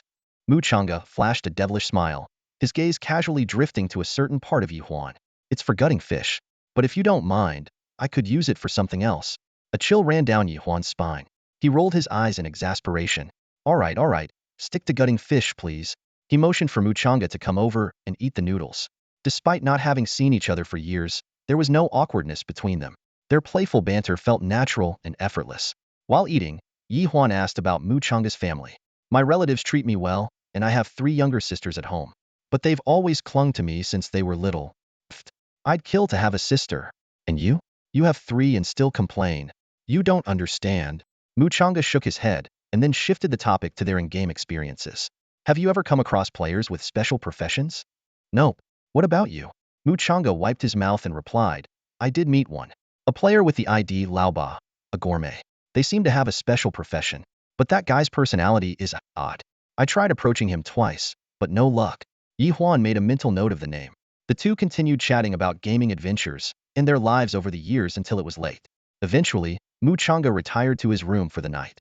That night, Ye Huan lay in bed, tossing and turning. His thoughts kept drifting back to the past memories of his childhood in the hospital, his parents taking him away, moving houses, and finally, the inexplicable disappearance of his parents. Though he hadn't encountered the assassins in black that Mu Changa mentioned, he suddenly recalled the times his parents had come home injured. The next morning, Ye Huan was jolted awake by a call from Nan Ran. Huanzi, Mu Dudu said she found the Dragonite gem you were looking for. Get online now. Alright, on my way. Ye Huan quickly tidied up, left some food for Muchanga, and returned to his room. He put on his gaming gear and logged into in-world. Not long after logging in, he received a friend request from Muchanga. Ye Huan clicked accept and immediately sent a private message. Crybaby, you're online this early? Dog Huan, where are you? I've got something for you. The reply came back swiftly. On the eastern street of Leosia City, Ye Huan was anxiously waiting for Muchanga to arrive. Before long, a figure clad in a palm leaf raincoat and wearing a bamboo hat came jogging over, looking every bit like a fisherman. The newcomer lifted the bamboo hat, revealing Muchanga's handsome face. Huanga, weren't you looking for white jade crystal? I just happened to fish one up yesterday, Muchanga said as he sent a trade request.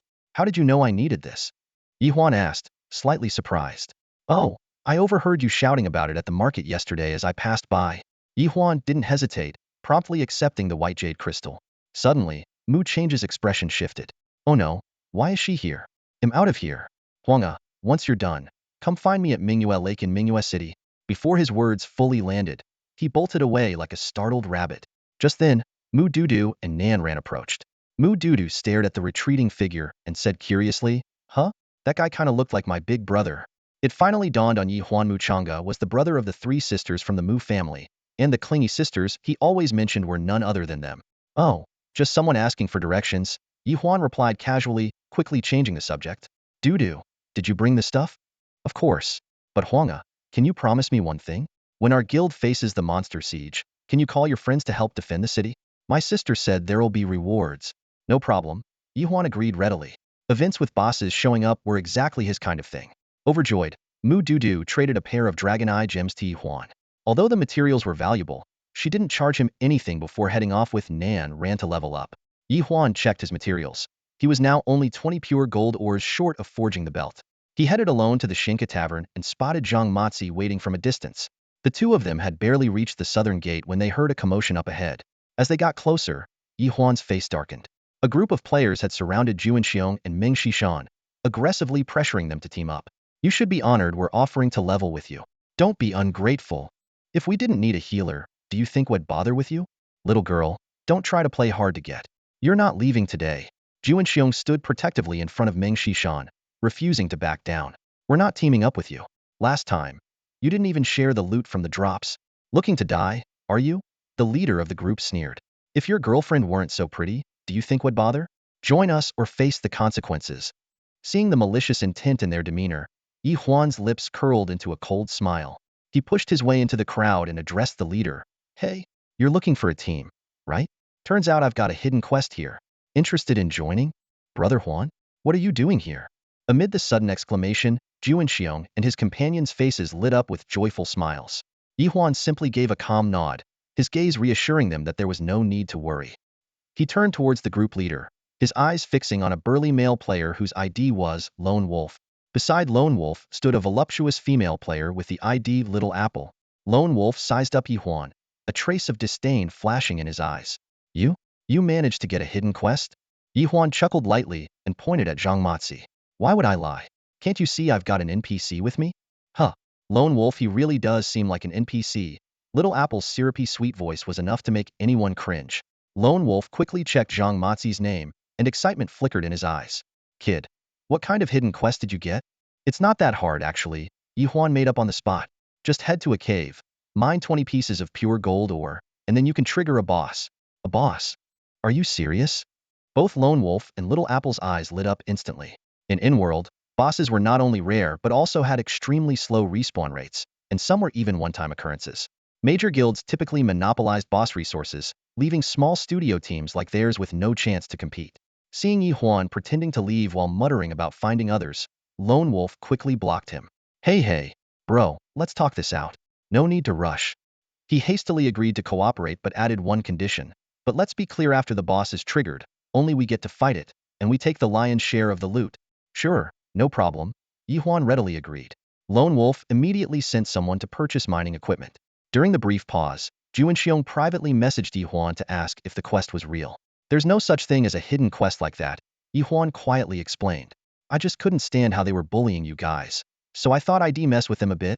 Thanks, Brother Huan, Juan Xiong said, moved, as he stood silently by Ye Huan's side. Before long, the team was assembled. Over 20 players, led by Lone Wolf, headed south. Along the way, members of the Xuanhu studio chatted and laughed, occasionally cracking suggestive jokes that left the female players blushing. From their conversations, Ye Huan learned that Lone Wolf was the owner of Xuanhu studio. Sensing the timing was right, Ye Huan turned to Juanxiong to ask about their conflict with the group. Juanxiong and Mengxishan had previously been dragged into teams by Xuanhu studio twice to serve as cannon fodder, which even caused Juanxiong to lose a level.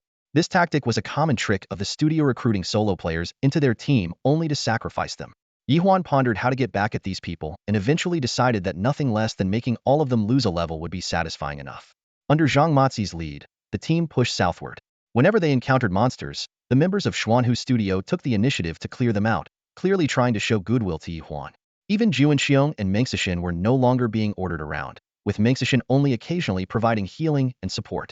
After nearly 2 hours of travel, the team approached the level 30 monster zone.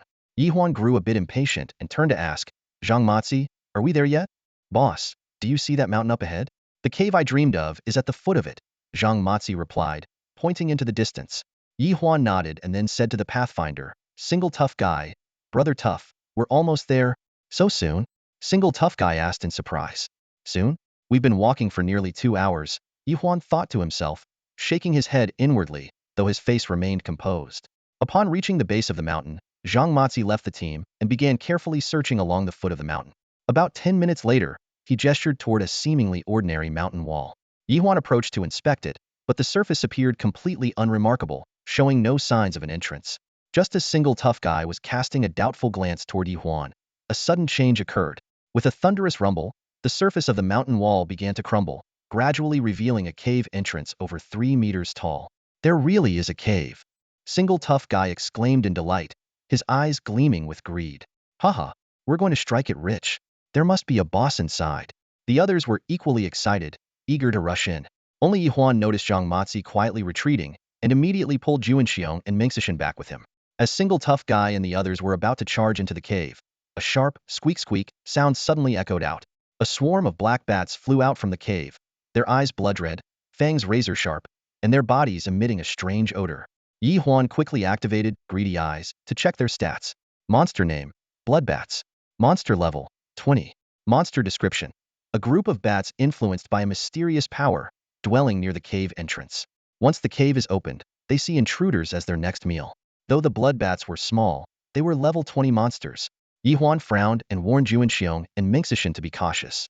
Xuanhu Studios members quickly demonstrated their professionalism. Although 2 members were immediately lost, they swiftly regrouped under Single Tough Guy's command and formed a battle formation to confront the blood bats. Single Tough Guy, as a Strength King class wielding a massive warhammer, found it challenging to deal with the small, flying targets. Instead, the Poison Master, Little Apple, proved highly effective with their Toxic Mist skill, which significantly slowed the bat's speed and lowered their defense, making it easier for the others to attack. The battle claimed the lives of 3 more team members, but in the end, the remaining 18 studio members successfully wiped out the blood bats. That was close. Good thing my team is tough. The lone tough guy strode towards Ye Huan, feigning concern as he asked, Hey, you okay? Of course, he wasn't actually worried about Ye Huan. What he really feared was that if Ye Huan died, their boss mission would be ruined. We're fine, Ye Huan shrugged, his gaze shifting toward the dark cave ahead. Let's head in. All right, everyone, get your gear ready. With a commanding shout from the tough guy, his team immediately began distributing torches. In the world, while there were plenty of lighting tools available, torches were undoubtedly the most cost-effective choice. One by one, the group lit their torches and cautiously stepped into the cave. The moment they entered, a system notification popped up for everyone. Friendly reminder. You have entered the mysterious mine. Everything is unknown. Players quickly realized that upon entering this uncharted territory, even the system map went blank. All routes and monster locations would need to be explored manually. Surprisingly, they encountered no monsters as they ventured deeper. That was until someone discovered a mineable or vein and reported to the tough guy, Boss, looks like we can mine here. Great. The tough guy responded immediately, organizing the group. Split into 2 teams. One team stays here to mine, and the other will continue exploring with me. As they delved further, the hyper-realistic immersion of the world began to unsettle the group. Not only was pain simulated with uncanny accuracy, but even the strange, nauseating odors in the air felt disturbingly real. Suddenly, a piercing scream shattered the silence. Oh, it was Little Apple's voice. The group jumped in shock. only to find that a legless zombie had somehow grabbed Little Apple's ankle. The system displayed. Monster name, legless zombie. Monster level, monster description. The lack of detailed information about the monster implied that its level was at least 5 levels higher than Ye Huan's, likely around level 25. Courting death. Hammer it. The tough guy roared, swinging his massive warhammer and smashing the legless zombie into pieces with a single blow. The monster dropped a skill book, which he casually tossed to one of his subordinates. A level 10 skill book, worthless. Ye Huan frowned slightly. As a level 15 player, even with Silverter equipment, the tough guy shouldn't have been able to one-shot a level 25 monster. Something was definitely off.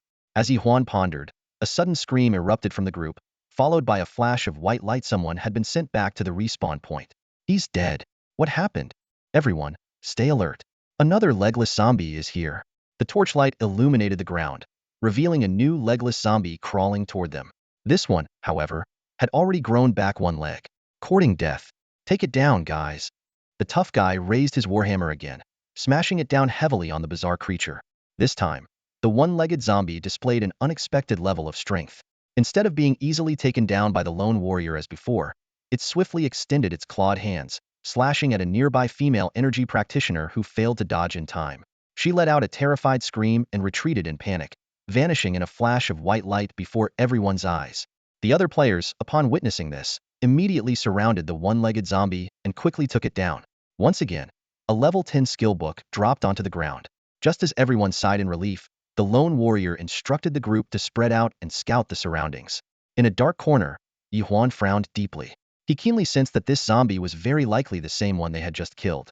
Sure enough, another piercing scream echoed through the cave as yet another player vanished in a burst of white light. From the damp ground of the mine, the zombie crawled out again this time. Its legs had regenerated, though it was still dragging itself along the ground. Keep killing it, the lone warrior ordered grimly. 7 or 8 players launched another attack. Despite losing a shield bearer in the process, they managed to kill the zombie once more. As before, a level 10 skill book dropped onto the ground. Now thoroughly enraged, the lone warrior glared furiously at Ye Huan and demanded, "What's going on? Where's the boss you mentioned?" Ye Huan shrugged nonchalantly. "Without collecting 20 pure gold ores, the boss won't spawn, obviously. Fine. If I find out you're lying, you can kiss this game goodbye," the lone warrior threatened before contacting the team members who were mining nearby. Although Ye Huan couldn't hear their private chat, he had already figured out their intentions and chose to watch the situation unfold in silence. Suddenly, a thunderous roar echoed through the mine. The zombie reappeared, this time standing upright. With a single swipe of its razor-sharp claws, it slashed across a player's throat. "Damn it! Again?" the lone warrior shouted in frustration. He realized that the zombie was becoming stronger with each resurrection, from initially having no legs to now being able to stand and walk. Its defense and attack power had doubled. Some teammates suggested retreating, but the lone warrior was determined to press on. Ye Huan fanned the flames by saying, "Who knows? Maybe if you keep killing it, it'll turn into the boss." This remark reignited the lone warrior's fighting spirit. With every death and resurrection, the zombie's form continued to evolve. By the 6th resurrection, it had transformed into a zombie guardian, clad in tattered armor and wielding a broken blade, with the word elite appended to its name. "It's an elite monster now," the lone warrior exclaimed excitedly, oblivious to the dwindling number of teammates around him. In the corner, when Juanxiong softly asked if they should step in to help, Ye Huan simply shook his head and replied, "No rush. The real show is just beginning. Tough guy, the monsters are getting stronger. Can we hold out?" Xiao Pinghua asked, her face full of worry as she released a cloud of poisonous mist. "Don't worry," the lone tough guy replied firmly. "Our brothers outside have already mined enough pure gold ore. They'll be here any second." As soon as he finished speaking, the sound of synchronized footsteps echoed from outside the mine. "Boss, we're here." A group of players from the Xuanhu studio rushed in. The leading player immediately completed a trade with Ye Huan, handing over 20 pieces of pure gold ore. The others quickly drew their weapons and joined the battle. However, the elite zombie guard was far more formidable than they had anticipated. Despite the group's efforts, they failed to bring it down and several players were knocked out in the process. "Hey, we gave you all the pure gold ore." The lone tough guy turned to Ye Huan, his gaze sharp. "Once we take down this elite monster, you better trigger the boss." He then glared at Juanxiong and Mengshi Shan. "You two, it's about time you joined the fight." Ye Huan smiled calmly. "Don't worry, the boss will show up." Then, in a private message, he reminded Juanxiong and Mengshi Shan, "Find a chance to retreat from the mine." "What about you, Brother Huan?" Juanxiong asked, concern evident in his tone. I have other matters to handle, Ye Huan replied, casting a glance at Zhang Matzi, who sat nearby with his head lowered as if dozing off. The NPC's unbothered demeanor stood out starkly against the tense atmosphere. Gold coin, red envelope. Ye Huan suddenly activated his skill. A golden coin expanded and blurred in midair, hovering above the zombie guard and spinning. Under the golden glow, the zombie guard's movements visibly slowed, as if weighed down by an invisible force. Tough guy, make it quick. The skill only lasts 15 seconds. Ye Huan called out. Got it. Brothers, attack. The lone tough guy's warhammer began to glow. Power smash. Mountains and rivers. The level 15 skill was unleashed with a thunderous impact, causing the zombie guard's head to tilt violently. Following up, Xiao Pingwa shouted, Poison Needle. A thick, needle-like projectile shot forward, piercing the monster's head. Under this deadly combo, the zombie guard collapsed to the ground, dropping only a level 10 skill book. Damn it. I'm done. The lone tough guy stormed over to Ye Huan, towering over him with anger. Kid, where's the boss you promised? Where is it? Ye Huan frowned slightly before breaking into a faint smile. The boss? It's already here. At that moment, a series of blood-curdling screams erupted from behind them. The lone tough guy spun around abruptly. A towering, over-12-meter green-haired zombie with a tiger-like build and 3 heads and 6 arms rampaged through the cave. It effortlessly slaughtered the players from the Xuanhu studio one by one, as if toying with them. The petite female player, Xiao Pingwa, was the last to fall. Her body trembled violently before she let out a scream and dissolved into a flash of white light. In less than a minute, the vast cave was left with only 2 players, Ye Huan and single-handed warrior, along with an NPC named Zhang Matzi, who sat slumped, head down, as if he were asleep. What the hell is going on? Single-handed warrior was utterly dumbfounded. He turned to Ye Huan and roared, What level is this boss? Ye Huan's face twitched as he helplessly replied, How would I know? Judging by the looks of it, it's probably at least level 30. Damn it, why didn't you say so earlier? Before single-handed warrior could finish his sentence, the green-haired zombie struck him, and he vanished into a flash of white light. In his final moment, he saw Ye Huan also turn into white light and felt a small sense of satisfaction. Guess that guy really didn't know what was going on here. You have resurrected on the spot. Ye Huan had deliberately not dodged the zombie's attack, using the unique respawn ability of his Ultimate Rookie King title to fake his death. The ruse had clearly fooled single-handed warrior. Upon reviving, Ye Huan immediately unleashed a skill on the green-haired zombie. Red envelope.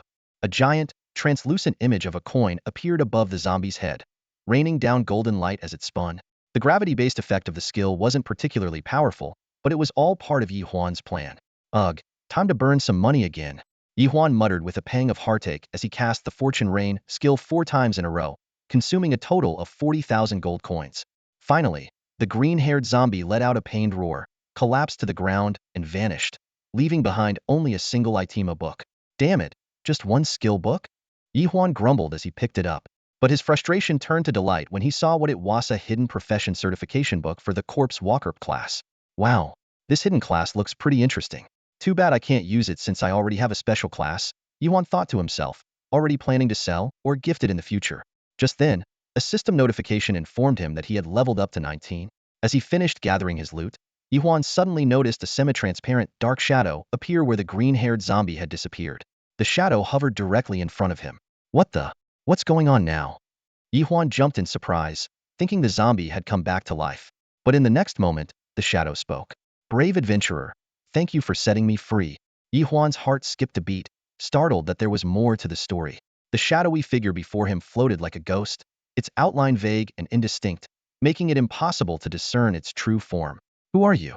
Ye Huan asked warily. The shadow drifted closer, its voice hoarse and sorrowful. I was a subordinate of the old city lord. Years ago, I was ordered to escort the young city lord to Fian City for help, but we were ambushed halfway by the deputy city lord. I fought desperately to protect the young city lord and managed to help him escape into this cave, only to be trapped here by a mysterious force, leaving me in this state. Where is the young city lord now? Zhang Matzi asked urgently. In the second level of the mine. That area is unaffected by the mysterious force, so the young city lord is safe. The shadow paused briefly. Brave adventurers, please help me retrieve the old city lord's handwritten plea for aid and escort the young city lord back to Leosia City to expose the deputy city lord's treachery. Ding. A system notification sounded. Congratulations. Hidden quest triggered. Escort the young city lord to the Leosia city lord's mansion. Congratulations. You have reached level 20. Congratulations! Order, skill unlocked. Before Ye Huan could celebrate, the shadow dissipated without a trace. Moments later, a system-wide announcement echoed across the Leosia city region. In half an hour, two options appeared before all players present. Option 1. Join the Old City Lords faction. Option 2. Join the Deputy City Lords faction. As players began to make their choices, the quest details were revealed. Old City Lord faction. Escort the young City Lord back to the City Lord's mansion. Deputy City Lord faction. Assassinate the young City Lord and prevent his return to the city. The announcement sent the entire world into a frenzy. Players in Leosia City quickly formed teams to strategize, while those who missed the quest lamented in the world chat. Major factions also made their decisions swiftly. Shenmu Fengyun pledged allegiance to the Old City Lord, led by Mu Dudu and Mu Lala, while the Four Seasons Alliance sided with the Deputy City Lord under the command of Vice President Chun Chu Lai. A massive battle was on the brink of erupting. The various factions in the game world quickly made their choices. Players from groups like Yunji, the Wild Tribe, and the Yi family unified their allegiance to the same faction, while solo players picked sides based on their personal preferences. As the news spread, a massive influx of curious players poured into Leosia City, crowding the streets with an atmosphere of lively excitement. Some captured the bustling scene and shared it on the game forums, drawing even more players eager to join in the spectacle. Meanwhile, in a mysterious mine, Ye Huan led Zhang Matzi to the entrance of the second level. Although the air here lacked the pungent smell of the first level, the oppressive atmosphere typical of a mine still made it uncomfortable to stay for long. In a corner of the second level, they discovered a curled-up figure of frail, disheveled young boy. He was none other than the young lord of the city they were looking for. Startled by their arrival, the boy's voice trembled as he asked, Who are you?" Zhang Matzi immediately rushed forward and used his unique way of calming the young lord. In no time, the boy's anxiety subsided, and he timidly approached Ye Huan. "Kind sir, I must trouble you." "It's no trouble. We'll escort you safely back to the City Lord's mansion," Ye Huan assured him before leading the group out of the mine.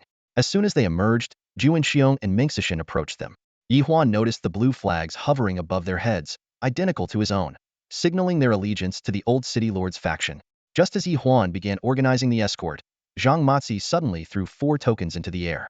Accompanied by a series of swishing sounds, 4 fully armed guards materialized out of nowhere, each wielding a crescent blade and a round shield. They swiftly formed a defensive perimeter around the young lord. Ye Huan examined them and confirmed they were level 30 system guards, clearly deployed specifically to protect the young lord. At that moment, Mu Dudu arrived with members of Shenmu Fengyun, along with Kwang Dao, Nanran, and Zheng'ai Sanshao. They, too, had blue flags above their heads, indicating their shared allegiance. However, the harmonious atmosphere was abruptly shattered by an angry shout. "Kid, you're dead meat today." A group of over a dozen players, all bearing red flags, charged toward them aggressively. Leading the group was none other than the lone tough guy, who had been outsmarted by Ye Huan in the past. Seeing this, Ye Huan's lips curled into a knowing smile as he muttered, "The faction war begins now. Killing opposing faction members shouldn't mark us as outlaws, right?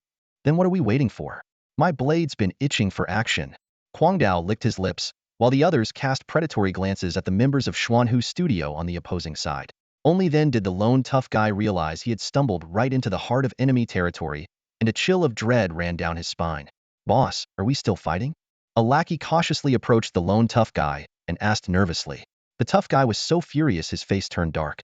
He nearly raised his hand to slap the lackey. "Fight your grandpa. Can't you see they're outnumbering us? Retreat." With that, he shot Ye Huan a fierce glare and turned to lead the escape. The others quickly scattered as well, though many were struck down on the spot by Mu Dudu and the others' ranged attacks. "Everyone, stop chasing." Ye Huan quickly called out to the players who were still eager to pursue.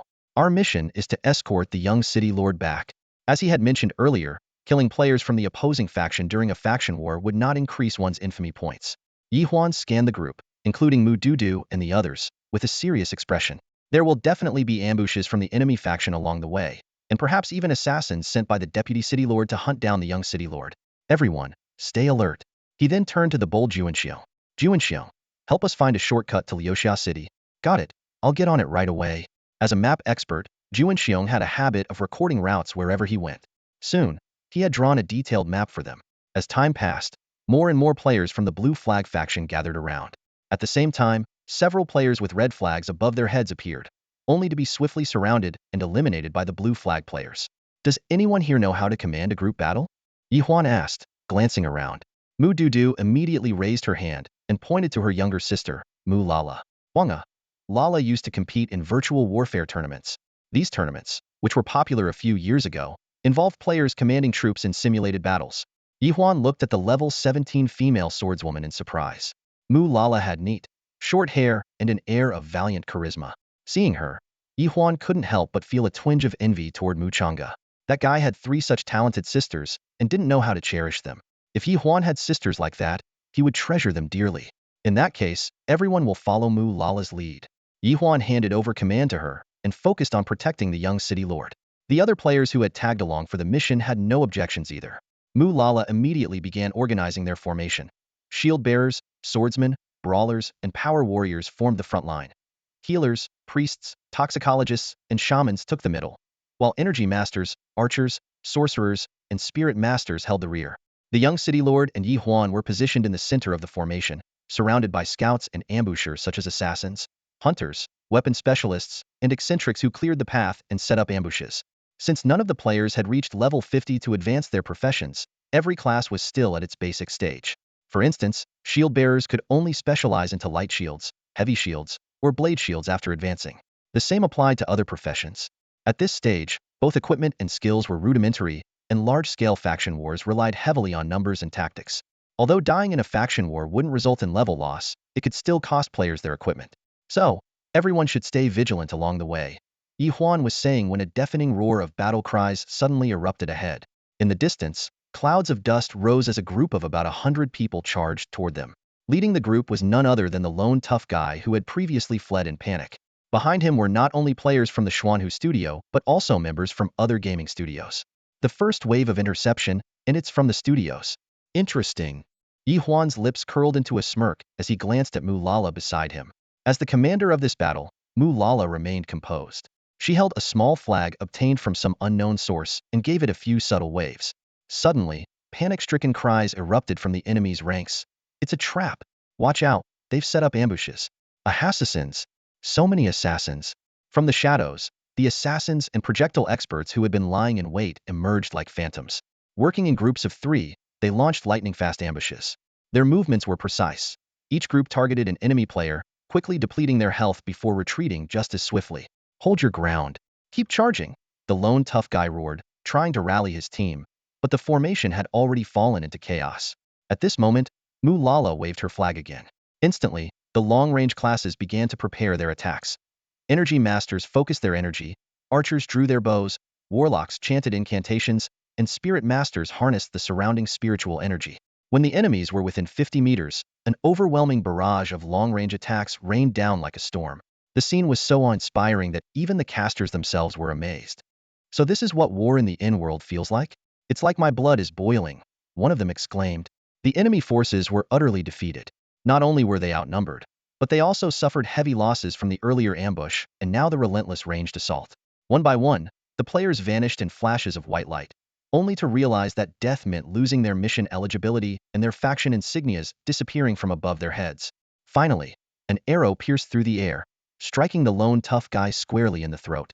As he dissolved into white light, he received a system notification.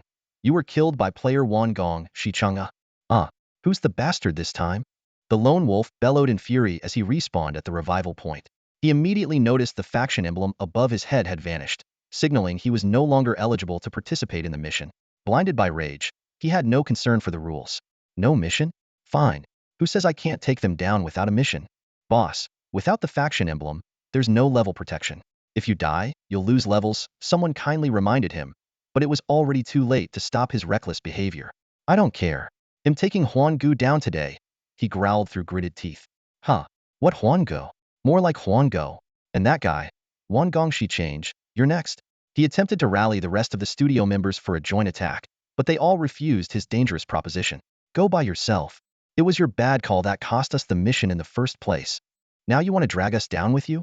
They stormed off, intent on leveling up instead. Their words nearly made the lone wolf faint from anger, but he ultimately decided to act alone.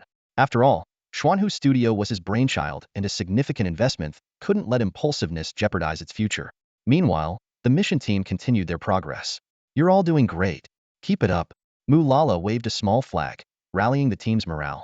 However, Ye Huan's attention was drawn to a particular archer in the group. Using his greed's gaze skill, He examined the player's details. Player name, Wan Gong Shi Change. Player level, 18. Player class, Gale Archer.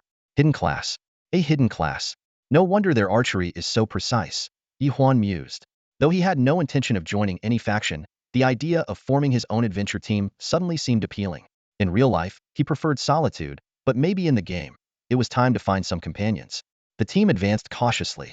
When they reached a dense bamboo grove, a scout ahead suddenly shouted, "Watch out, everyone!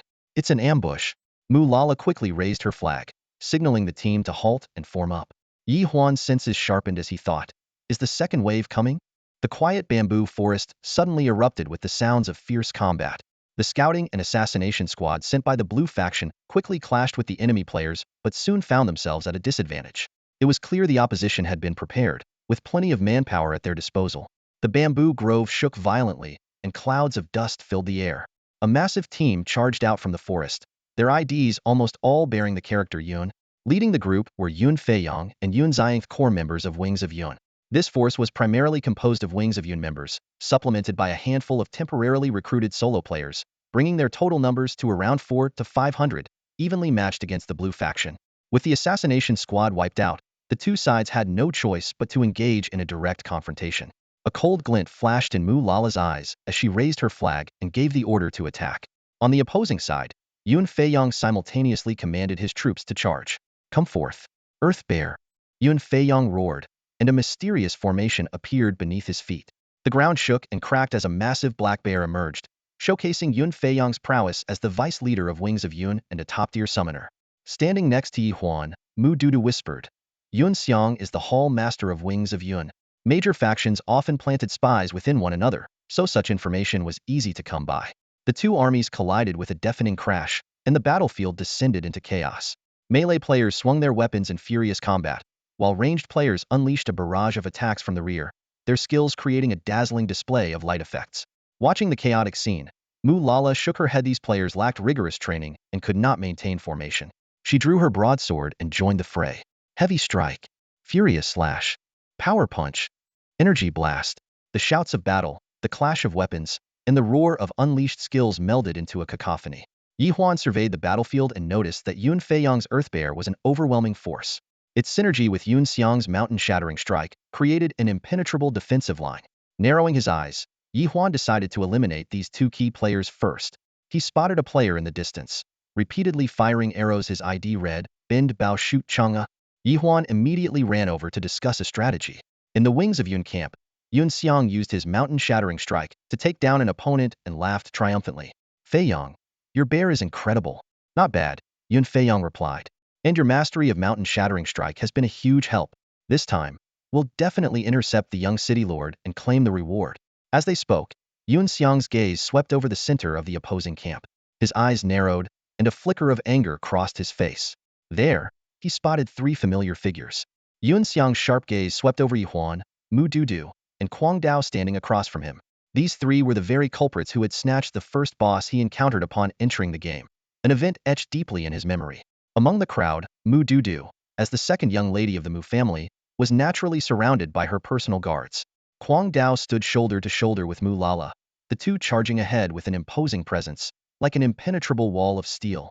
Finally, Yun Xiang's vengeful eyes locked onto Ye Huan. Though Ye Huan hadn't taken action back then, he was undoubtedly the mastermind behind it all. "You guys, come here." Yun Xiang beckoned to a few of his subordinates, whispered a few instructions, and occasionally pointed toward Ye Huan in the crowd.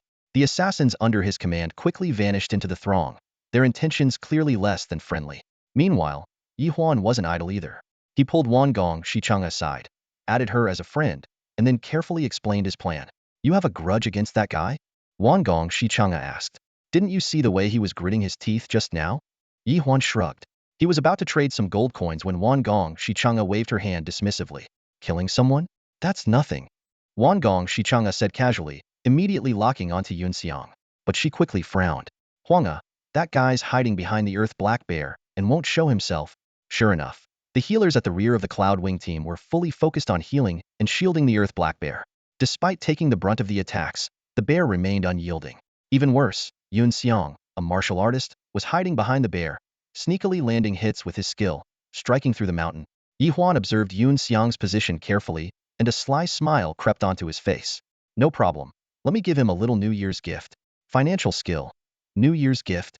A massive, golden, shimmering projection descended from above, landing squarely on Yunxiang's head. The sudden weight slowed his movements, forcing him to widen the gap between himself and the earth black bear. Perfect chance. Wangong Shichang's eyes lit up as she swiftly knocked an arrow. Chasing wind arrow. Gale arrow. Two lightning-fast arrows shot out one after the other. The first arrow pierced through Yunxiang's body, instantly depleting half of his health. Just as Yunxiang was about to breathe a sigh of relief, just as Ye Huan thought he had narrowly escaped danger, a sudden gust of wind swept above him, and an arrow whistled down from the sky. With a soft thud, Yunxiang's figure dissolved into white light. The system notification popped up. You were killed by the player Bind Bao Shoot Chang. Nice shot. Ye Huan couldn't help but give Bind Bao Shoot Chang a thumbs up. At that moment, the lucky cat crouched at his feet, suddenly let out a sharp warning cry. Meow. This sound was a far cry from its usual cute meowing. Ye Huan's heart tightened as he immediately became alert. Acting on instinct, he summoned the hoarder for the first time. Meanwhile, Yun Ying, a member of the Cloudwing assassin squad, was leading a few teammates as they stealthily approached Ye Huan from the shadows. Following Yunxiang's instructions, they were ready to launch an ambush. However, just as they were about to strike, an eerie figure suddenly appeared beside Ye Huan. It was a small, hunched figure, barely a meter tall, cloaked in tattered robes and barefoot. Its back was deeply curved, as if burdened by years of heavy weight. What stood out most was the iron chain piercing through its shoulder blades, dragging a heavy iron chest at the other end. Its face lacked ears and a mouth, with only two coin-like eyes and a nose shaped like a gold ingot visible beneath the cloak. Whatever that thing is, kill Huan first. Yuning signaled to his teammates, and they all launched their attack simultaneously. Ye Huan seemed completely defenseless, and his allies were too occupied battling other enemies to notice the imminent danger. Just as Yuning was savoring the sweetness of success, the strange creature suddenly moved. With a flick of its arm, the iron chain clanged loudly, and the heavy chest swung like a deadly weapon. With a resounding bang, one assassin was instantly reduced to white light and vanished. In rapid succession, muffled impacts followed, and the remaining attackers fell one by one. Fall back, Yuning shouted, attempting to retreat. But the iron chest came crashing down from above, slamming into him with immense force. The system promptly displayed a message. You were killed by player Huan's hoarder, dropping 650 gold coins. At the respawn point, Yuning found his equally frustrated teammates. Damn it, all my hard-earned gold is gone. This makes no sense. Doesn't the in-world death system prevent gold drops? It must be a bug. We need to check the forums. The group logged off in frustration to search for answers. Meanwhile, Ye Huan was grinning from ear to ear. Though the hoarder looked bizarre and grotesque, like a laborer dragging a heavy chest, its performance and the system messages left no doubt it was an unexpectedly powerful ally. Ye Huan opened the interface for the special pet, Hoarder, and carefully examined its details. The interface displayed, Hoarder, Tier 1, not only a loyal companion to any wealthy owner, but also an efficient assistant combining protection and wealth accumulation. It possessed three unique abilities. The first was wealth hoarding. After killing an enemy, it could collect the gold coins on them, with a maximum limit of 10,000 coins. The second was protection, capable of sensing danger to its owner and launching a counterattack immediately. The third was treasure gathering. Each time it killed an enemy, the hoarder's iron chest would automatically store a gold coin, and once 100 coins were accumulated, a treasure chest would be generated. At the bottom of the interface, it noted, if the hoarder pet dies, it can only be summoned again the next day. As Ye Huan was studying this information, a sudden, thunderous battle cry of "Charge!" startled him. Looking up, he saw a player force of at least 300 people appearing on the battlefield not far away. When he noticed the blue flag flying above the group, Ye Huan let out a sigh of relief. It was reinforcements on his side. At the forefront of the group was a red-haired young man, with an ID displayed as Evil Fire Zhurong. Laughing heartily, he called out to Yun Feiyong, Brother Feiyong. Apologies for being late, but our wild tribe has decided to join the fun. Yun Feiyong rolled his eyes and was about to lead his team to retreat, but Evil Fire Zhurong wasn't letting him off. Brother Feiyong, don't be in such a rush to leave. I just got here and haven't even warmed up yet. With a wave of his hand, he commanded, brothers, attack. The arrival of reinforcements boosted the morale of Ye Huan's side. Under the leadership of Mulala, they coordinated with Evil Fire Zhurong's group to form a pincer attack. The result was inevitable. Yun Feiyang's 300 to 400 players were all defeated in the wild bamboo forest. Even Yun Feiyang himself and his earth black bear couldn't escape and were both slain by Kwang Dao and Mulala. Not bad, woman. You've got some skills with the blade, Kwang Dao commented as he sheathed his weapon. Better than you, that's for sure. Mulala shot back with a sidelong glance. Ha, arrogant woman. You're far from beating me. Humph, overly confident man. Wanna spar sometime? Fine, they'll be waiting. Great, we'll see. Both let out a cold snort before turning away to busy themselves with their own matters. After the battle concluded, Ye Huan, as the one who triggered the quest, stepped forward to greet Evil Fire Zhurong. Evil Fire Zhurong then shared two critical pieces of information. First, players lose their faction emblem upon death, and second, the City Lord's mansion had been sealed off and was temporarily inaccessible. As for the third matter, Suehua Zhulong's voice carried a hint of gravity. He then revealed that both the AO Shirwushuang and the Four Seasons Alliance teams had chosen the opposing faction. The only silver lining was that this task was limited to players in the Leosia City region. Players from other main cities wouldn't benefit from faction protection. Ye Huan understood the situation. These major forces didn't seem to take this event too seriously, likely because most players couldn't access the quest. What about the Yi family? Mu Dudu turned to Suehua Zhulong and asked. No news from the Yi family yet. We don't know if they'll participate in this event. So, Mu Dudu frowned, her gaze shifting between Mu Lala and Ye Huan. Not only do we have to deal with regular players, the Four Seasons Alliance, and AO Shirwushuang, but we also need to stay on guard against an attack from the Yi family? Ye Huan could only shrug helplessly. At this point, pressing forward was the only option. Exactly. Let's go. At worst, we'll face them heathen. Mu Lala waved her small flag and led the team onward. After a series of battles, the team's numbers had dwindled to just over 500. Fortunately, Suehua Zhulong and others joined in time, and a few scattered players joined along the way, barely maintaining the team's size. While they encountered several ambushes from small enemy factions along the way, the losses were minimal. Nearly an hour later, the silhouette of Leosia City finally came into view. Brother Huan, that's Leosia City up ahead, Juan Xiong announced, checking the map in his hands. The hardest part is probably coming up next, Ye Huan said, his gaze fixed on the city ahead while the core members of the team gathered around him. Yes, Brother Huan, the moat is just ahead, and crossing the bridge will undoubtedly lead to a fierce battle, someone added. Following Suehua Zhulong's suggestion, the group decided to launch an all-out charge. Even if they fell in battle, they were determined to ensure Ye Huan and the NPC reached the city. After all, combat was prohibited within the city walls. Once they crossed the gate, they would be safe.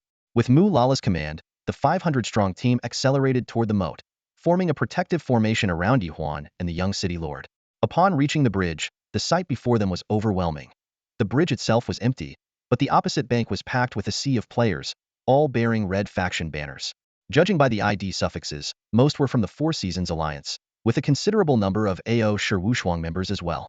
Interesting. They really teamed up. Suehua Zhulong licked his lips, drew his spirit staff, and let flames ignite in his eyes, showcasing the power of a fire element mage. Charge! With Mu Lala's command, the battle erupted. Both sides clashed fiercely on the narrow bridge, with skills and effects dazzling the battlefield. Meanwhile, more spectators gathered around to watch, some of them harboring ulterior motives. Among them were players like Lone Warrior and certain Four Seasons Alliance members who pushed to the front of the crowd, their eyes gleaming with calculated intent. In the midst of this chaotic battle, the lives of low-level players appeared particularly fragile. Flashes of white light continuously lit up on the bridge, marking the deaths of players one after another. As the players in the front lines fell, they were immediately replaced by others, forming an unyielding wall of bodies. In just 20 minutes, the battlefield of 1,000 had already lost nearly half its numbers, leaving Ye Huan's side with only around 200 fighters. Charge! Keep charging. Once we get into the city, we'll be safe. Mu Lala shouted, waving a flag to rally morale while drawing her broadsword and plunging into the fray. Ye Huan tried to seek assistance from the young city lord's guards, only to find that the NPCs remained completely indifferent to his predicament. At this critical moment, over 100 enemies with IDs bearing the Pride of the World insignia suddenly emerged from the rear. It was then that Ye Huan realized they had been duped. The forces at the bridgehead were merely bait, while the true main force had been lying in wait to launch a flanking attack. Damn it! So despicable! Suehua Zhulong cursed, unleashing a wall of fire to temporarily stall the ambushers. However, the obstruction was quickly overcome, leaving Ye Huan and his group trapped in a pincer attack. In this dire situation, Mu Lala swiftly gathered the melee players. She exchanged a glance with Kwang Dao, and the two seemed to come to a mutual understanding. Hey woman, let's see who can take down more. Kwang Dao taunted. Huh, man, you're going to lose for sure. Mu Lala retorted without hesitation. With that, Mu Lala led the melee players in a desperate charge. She and Kwang Dao became like twin blades, carving a bloody path through the enemy ranks. Although Mu Lala ultimately fell to a Yuan Qi master and Kwang Dao avenged her only to be killed shortly after, their sacrifice bought the team valuable space to advance. After respawning at the revival point, the two disregarded the risk of losing their faction's protection and sprinted toward the southern city gate once more. Meanwhile, Ye Huan and the others on the bridge managed to close the distance to the bridgehead to less than 30 meters thanks to the breakthrough. As soon as they crossed the bridge, the space opened up dramatically. Although the distance from the bridgehead to the southern city gate was only a few hundred meters, it had come at a heavy cost for Ye Huan's team. Their numbers had dwindled to less than 100. Meanwhile, the opposing forces of CG Meng and AO Shiwu Shuang still maintained a formidable strength of over 300 players. At this critical moment, a deafening battle cry erupted from behind. 100-strong force charged in like an arrow, instantly shifting the tide of the battlefield. All eyes turned toward the rear. Ye Huan immediately recognized the leader. It was none other than Yi Xiaoyao from the Yi family. This reinforcement, bearing the blue emblem of their faction, stormed onto the bridgehead and engaged AO Shiwu Shuang's players in fierce combat. Yi Xiaoyao's voice rang out across the battlefield. Ha ha ha! Greetings, everyone! Such a lively event, how could Shengshi Yicheng possibly miss out? Shengshi Yicheng? The crowd was taken aback, only now noticing that Yi Xiaoyao and his team all had this guild tag appended to their IDs. Suehua Zhurong shouted toward Yi Xiaoyao. Hey, since when did you guys form a guild? Just now. We just registered. Yi Xiaoyao quickly surveyed the battle at the bridgehead and called out loudly, Final push, everyone. Let's give it our all. The battle intensified. Ye Huan and his team ignored the players of AO Shiwu Shuang behind them, focusing all their efforts on breaking through the bridgehead. The fighting was brutal. Suehua Zhurong fell after unleashing his final fire attack. Jun Xiong's strawman was shattered, and he was killed by an archer.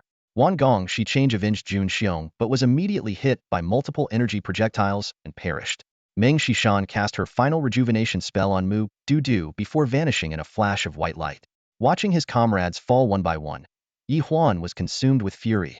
He barked an order to Shou Kai Nu, clear the way for me. Despite her small stature, Shou Kai Nu possessed incredible strength. She swung her iron treasure chest in a wide arc, knocking down a swath of enemies in one blow, instantly adding over 3,000 gold coins to Ye Huan's pouch.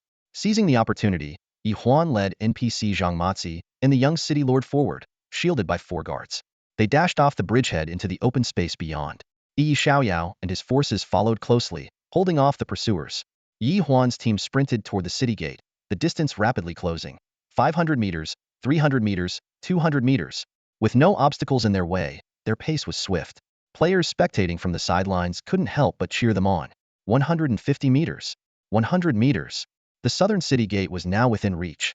But just as they were about to make it, a group of players with no faction insignia suddenly emerged from the crowd of spectators, blocking Ye Huan and his team's path. What are these guys up to? Ye Huan's heart was on high alert. Earlier, due to the crowded scene, he hadn't been able to get a clear look at the faces of these people, but now the hostility in the eyes of the charging players was unmistakable. Glancing around, he realized the area was deserted except for a few NPCs, and even his trusty miser was completely surrounded by another group of players, leaving him with no help. Among the crowd, Ye Huan recognized a few familiar faces, players he had previously defeated. Eyeing the city gate just a short distance away, he gritted his teeth and decided to make a run for it. Whoosh! An arrow sliced through the air, hitting Ye Huan with pinpoint accuracy and instantly cutting his health by 1/10. Moments later, a chi bomb exploded right behind him, taking away another portion of his life. The opposing players were visibly shocked as they saw Ye Huan take consecutive hits yet remain seemingly unfazed. How is this guy's defense so ridiculously high? One of them exclaimed. But Ye Huan had barely managed to push forward a dozen meters before his path was completely blocked. The enemy players surrounded him in every direction, and someone shouted, "This guy has to be the quest trigger. Take him out first. Attack." The cries of battle erupted all around him. Ye Huan felt a mix of frustration and resignation.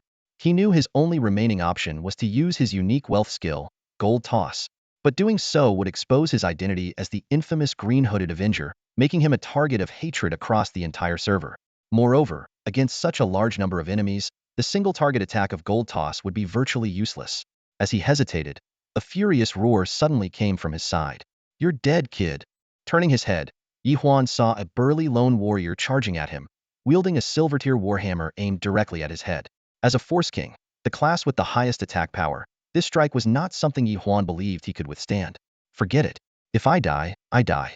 At least I still have 2 chances at respawning on the spot, Ye Huan thought, closing his eyes in resignation. But just as the hammer was about to land, a crisp, spirited voice rang out, "Lightning Lash." With a crackling sound of thunder, an electrified whip lashed out with precision, striking the lone warrior. 5 bolts of lightning exploded in succession, and before the warrior could even complete his attack, he disintegrated into a flash of white light. Ye Huan was stunned. He turned to see Xiamo, who had appeared beside him at some point. Her ID had turned a faint red. She had gone rogue to save him. What are you standing there for? Move! Xiamo shouted. Though her appearance was still plain, at this moment, she seemed radiant in Ye Huan's eyes. Brother Huan, we're here. At the city gate, a large group of reinforcements swarmed in. Outside the southern city gate, the fierce battle raged on. Ye Huan's group of friends, disregarding the risks of losing levels and being marked as hostile players, charged fearlessly into the fray. Familiar figures like Kwang Dao, Nanyong Xiaji, Zhang Ai San Shao, the Mu sisters, Jian Rua Xiamo, and Wan Gong Shicheng carved a bloody path through the enemies, creating an opportunity for Ye Huan to break through. Seeing his companions fighting so valiantly, Ye Huan felt a surge of determination. Zhang Matzi, charge! His eyes were resolute as he led the young lord towards the city gate for one final sprint. As soon as they stepped through the city gate, all attacks instantly ceased. This was a safe zone, where all players automatically switched to peace mode. The pursuing players could only watch helplessly as Ye Huan successfully escorted the NPC into the city. Meanwhile, the chaos outside the southern gate showed no signs of subsiding. In fact, it escalated. When the first renamed player was killed, dropping items from their bag and their only silverware equipment, the situation spiraled out of control. Spectators began joining the fray, fighting fiercely to snatch the loot and materials scattered on the ground. The scale of the battle expanded rapidly, growing from dozens of participants to hundreds, then thousands, and eventually tens of thousands. The teleportation point in Leosia City flashed repeatedly as more and more players arrived at the battlefield. Even members of major factions couldn't resist getting drawn into the chaos. Brother Huan, we all died and are now stuck in the penalty room reflecting on our actions, came a private message from Mu Dudu as Ye Huan reached the vicinity of the city lord's mansion. He chuckled wryly. Don't worry. Let me finish the mission first, and I'll see if I can bail you out. Before he could think further, a group of level 30 masked assassins in black suddenly leapt out from the rooftops on either side of the city lord's mansion. Seriously? This never ends. Ye Huan was ready to respond, but the 4 silent guards accompanying him acted first, engaging the assassins in combat. At that moment, Zhang Matzi's eyes lit up, and he suddenly spoke. My lord, young master, I know a way to get into the city lord's mansion. Hearing this crucial hint, Ye Huan's face lit up with anticipation. Zhang Matzi truly seemed to be the key to completing this mission. Zhang Matzi led Ye Huan and the young city lord away from the main gate of the city lord's mansion. After weaving through a maze of paths around the perimeter, they arrived at a desolate area adjacent to the outer wall of the mansion. Squatting down, Zhang Matzi brushed aside the pile of dried grass at the base of the wall, revealing a pre-dug hole. Zhang Matzi, you're something else. Ye Huan gave him a thumbs up, clearly impressed. Zhang Matzi's face flushed with embarrassment as he explained. Master Yi, I dug this before when I was planning to steal something, but I got scared I'd get caught, so I never went in. The 3 of them crawled through the hole, only to be met with a horrifying sight. The city lord's mansion was riddled with traces of battle. The bodies of guards lay scattered in disarray, blood staining the ground. The heavy stench of blood hung thick in the air. With growing unease, the 3 stealthily made their way to the main courtyard of the mansion. What they saw there left them stunned. A large group of NPC soldiers was split into 2 opposing factions, facing off against each other. In the center stood 2 prominent figures, an elderly, tall, and thin man dressed in a long robe, who was none other than the old city lord of Leosia City, and a middle-aged man clad in armor, the rebellious deputy city lord. Ye Huan quietly checked the information of the 2 figures, and nearly gasped aloud they were both level 50. Deputy city lord, how dare you? The old city lord roared in anger. Old city lord, you're past your prime. It's time to step down, the deputy city lord retorted with a cold sneer. Even if I'm old, my son will naturally inherit my position when he returns. It's not your place to take over. Huh, your son? I've already sent people to assassinate him. He'll never come back, the deputy city lord declared with a sinister laugh. The old city lord was utterly enraged by these words. His entire body trembled as his aura surged dramatically, and his level unexpectedly broke through from 50 to 51. You insolent fool, prepare to die. The old city lord's robe billowed despite the absence of wind as he launched himself at the deputy city lord. The battle between the 2 masters was unbelievably intense. When the old city lord threw a punch, the force of it destroyed an entire building.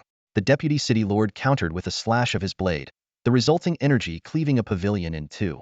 The sheer destructive power left Ye Huan, hiding in the shadows, utterly dumbfounded.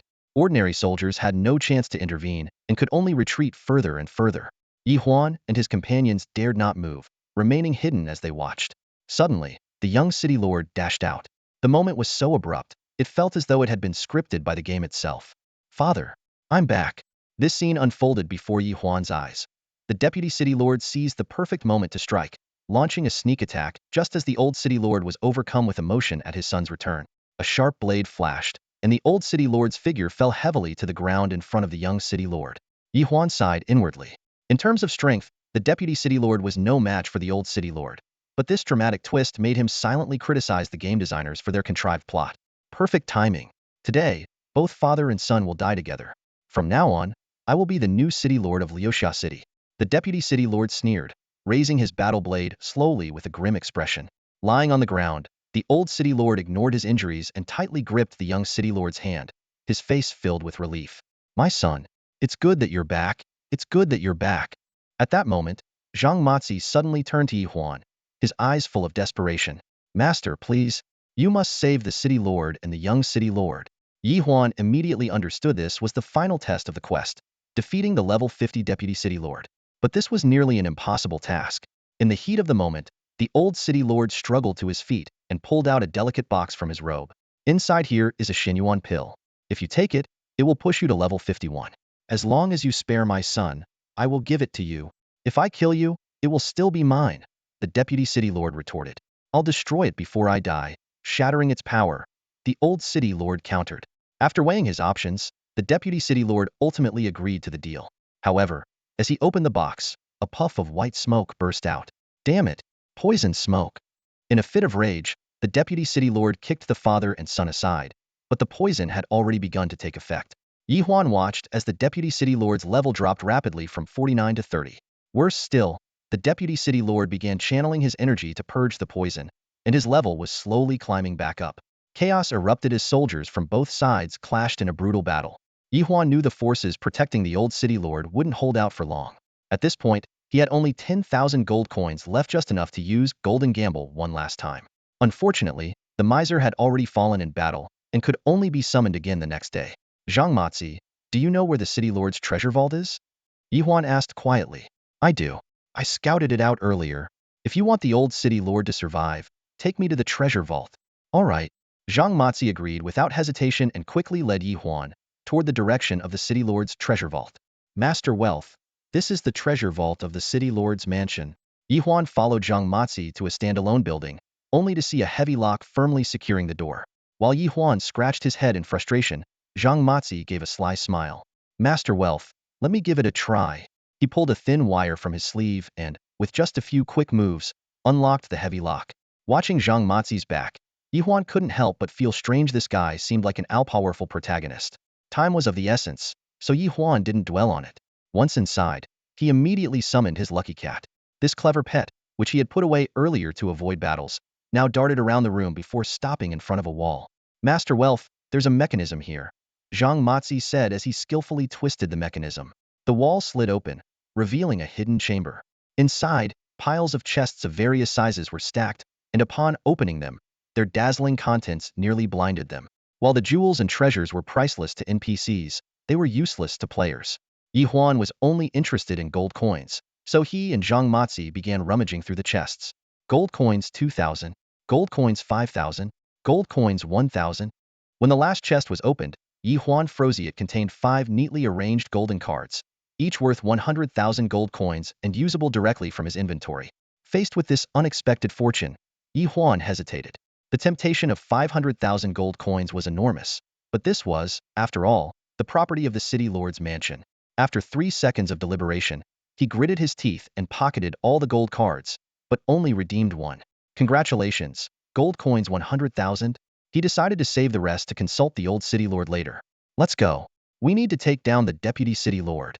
Ye Huan, with Zhang Matzi in tow, rushed back to the battlefield, only to find the battle nearing its conclusion. The old city lord and his son were surrounded by the deputy city lord's forces, their situation dire. Meanwhile, the deputy city lord's level had already recovered to 40 and was continuing to rise. They had missed the best opportunity to strike. Old city lord, we're here to save you. Without hesitation, Ye Huan and Zhang Matzi charged straight into the fray. Spending a fortune, Ye Huan unleashed his skill, and a colossal sword of gold materialized in midair, radiating an overwhelming force as it charged directly at the vice city lord. Such petty tricks, daring to show off before me. the Vice City Lord sneered, his warblade slashing down with lightning speed. To Ye Huan's shock, his prideful golden sword was shattered into pieces with a single strike. This guy's strength. A flash of astonishment crossed Ye Huan's eyes before he gritted his teeth and made up his mind. All in, 100,000 gold. It was the largest investment he had made since entering the game. The 100,000 gold coins transformed into a dazzling golden light that shot into the sky, leaving the entire flowing mist city awestruck. Players throughout the city buzzed with speculation about the source of the extraordinary phenomenon. The golden light condensed into an enormous blade, descending with earth-shattering power directly at the Vice City Lord. For the first time, a look of terror flickered across the Vice City Lord's face as he instinctively raised his weapon to defend himself. Boom! The deafening explosion shook the entire City Lord's mansion, and the surrounding buildings collapsed in its wake. When the dust finally settled, the Vice City Lord was nowhere to be seen. All that remained was a deep chasm in the ground and a skill book for blood-drinking berserker blade. A nimble figure, the Lucky Cat, darted forward and quickly claimed the level 30 Blade Warrior skill book. With the Vice City Lord's demise, his subordinates surrendered en masse. Ye Huan approached the old City Lord and handed back the letter of distress. Young adventurer, it's thanks to you that this rebellion has been stopped, the old City Lord said with gratitude. My lord, I must apologize for using your gold without permission, Ye Huan admitted, feeling slightly uneasy. No matter. Consider it a gift for your efforts. Additionally, all adventurers who assisted in protecting my son will receive extra rewards. This meant Ye Huan could keep the remaining 4 gold cards. The system notifications that followed sent the entire city into an uproar, with cheers of joy from some and regret from others who had sided with the wrong faction. The battle outside the southern gate came to an end as well. Finally, Ye Huan received a series of system messages. He had completed a hidden quest, earning a level up, increased reputation, a private mansion on East Street, and an honorary position as the East Street Guard captain. The continuous notifications marked the perfect conclusion to this thrilling battle. A hint of delight appeared on Ye Huan's face as he carefully examined the rewards this time. A level up, a property on East Street in Leosia City, and an honorary position as the captain of the city guard. At this stage, such rewards were likely one of a kind. While he was silently calculating the value of these rewards, the old city lord turned to Zhang Matzi. The old city lord coughed a few times and, with a frail voice, said, Zhang Matzi, in recognition of your outstanding contributions during this operation, I appoint you as the assistant officer of Leosia City. While I recover from my injuries, I hope you will assist my son well and work for the benefit of the people. Ye Huan's eyes narrowed. Wasn't this the NPC mentioned in the system announcement who was responsible for distributing faction war rewards? Watching the barely concealed excitement on Zhang Matzi's face, Ye Huan couldn't help but marvel. This guy is the true protagonist. In just a few days, he transformed from a penniless gambler into an assistant officer. Once the young city lord takes over, his status will only rise further. This is practically the script for an NPC's rag storage's story. After the old city lord finished bestowing rewards, Ye Huan stepped forward and cupped his hands in respect. City Lord, I have a request to make. Speak freely, Captain Huan. The old city lord's face now bore a kind smile, a stark contrast to his earlier intimidating demeanor. Even his way of addressing Ye Huan had changed from adventurer to Captain Huan. City Lord, during the escort mission for the young city lord, several of my companions were imprisoned. That's easily resolved. As the captain of the East Street Guard, you now have free access to the prison. With the permission granted, Ye Huan immediately took his leave and made his way to the prison.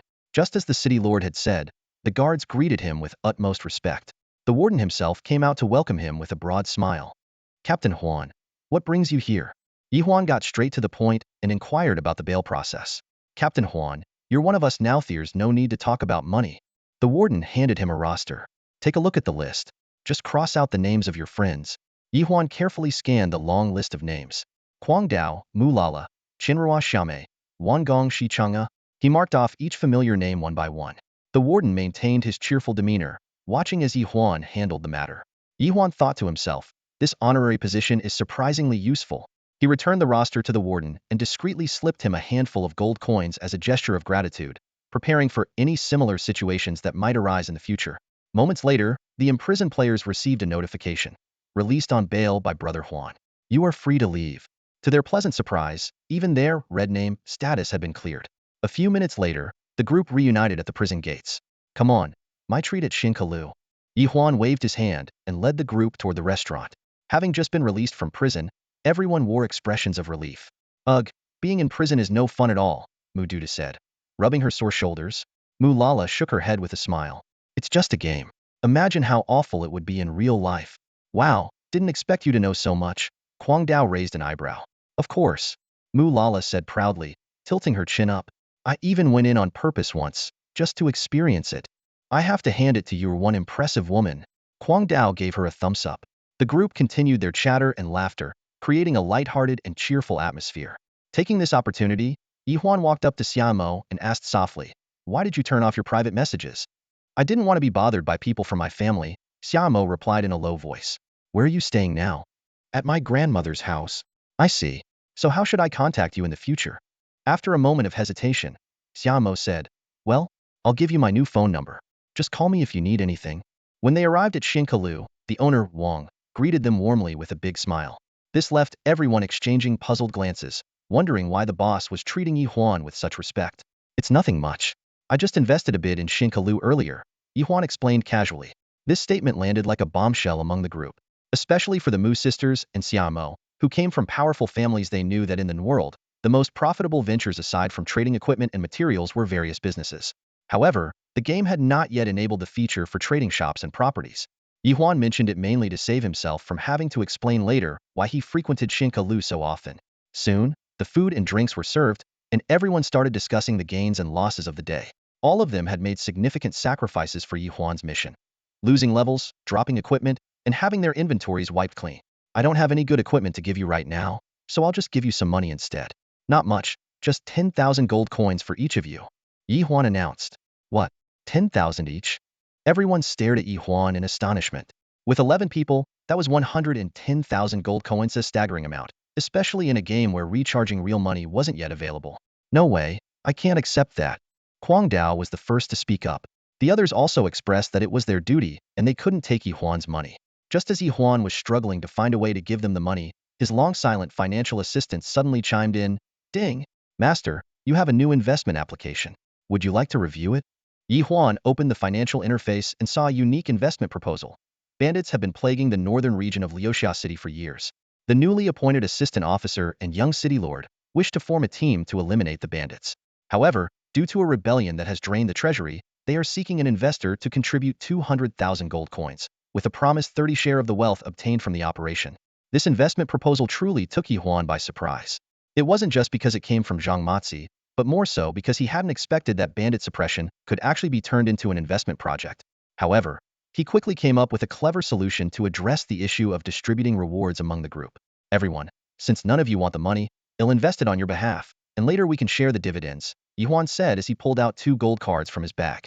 His account was immediately topped up with 200,000 gold coins, but as soon as he clicked to confirm the investment, the system promptly deducted the funds. Ye Huan then asked his financial assistant to draft a few contracts, clearly outlining the investment details, amounts, and profit-sharing terms. "Take a look and sign if you're okay with it," he said, handing the contracts to the group with a warm smile. "Brother Huan, you can actually do business with NPCs?" Mu Dudu asked curiously, eyeing both Ye Huan and the contracts in his hands. "Yeah, this faction mission was triggered by me, so I guess the system gave me a little perk," Ye Huan explained briefly, and the sharp-witted group refrained from probing further. "I don't need it." Mu Lala pushed the contract back to Ye Huan. "I'm only helping out for my second sister's sake." "That's right, Brother Huan. Just keep one copy for us," Mu Dudu quickly chimed in to smooth things over. Ye Huan didn't mind and turned to the rest of the group. "All right, it's settled then. Sign the contracts. And when we suppress more bandits in the future, they'll call on you again. Who knows?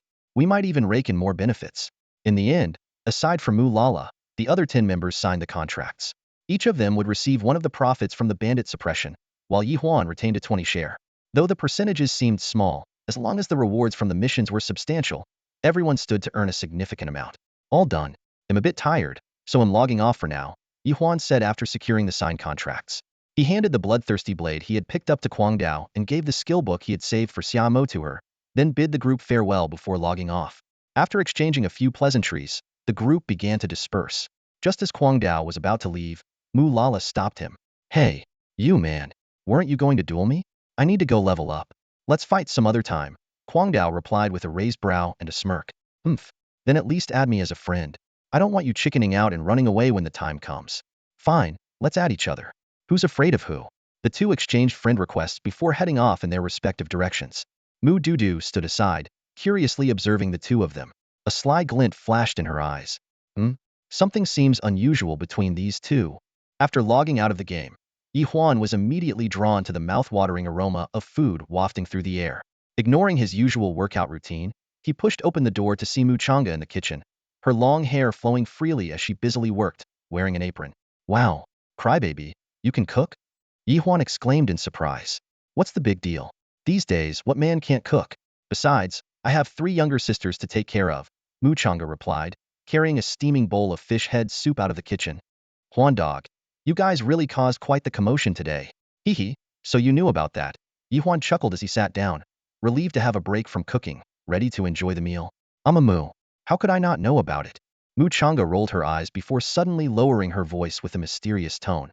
By the way, do you remember Xian Ba from the hospital years ago? Xian Ba? Ye Huan paused, chopsticks in hand, deep in thought. There had been plenty of kids at the hospital, but the name Xian Ba did sound familiar. Was he the one who always loved playing with mud? Exactly. The Mud King, Chang'e said excitedly. Do you remember the time you buried dog poop in the mud, and he ended up playing with it all day, covered in the smell? Ye Huan awkwardly rubbed his nose. I was just a kid back then. But he quickly realized that Chang'e wouldn't bring this up for no reason. Sure enough, the knowing smile on her face hinted at something more. Huan bro, even though I didn't join your battle today, I've discovered something big, Chang'e teased, keeping him in suspense. Remember that player Lao Ba I mentioned before? He's the Mud King. What? Are you sure? Ye Huan was stunned, setting down his chopsticks.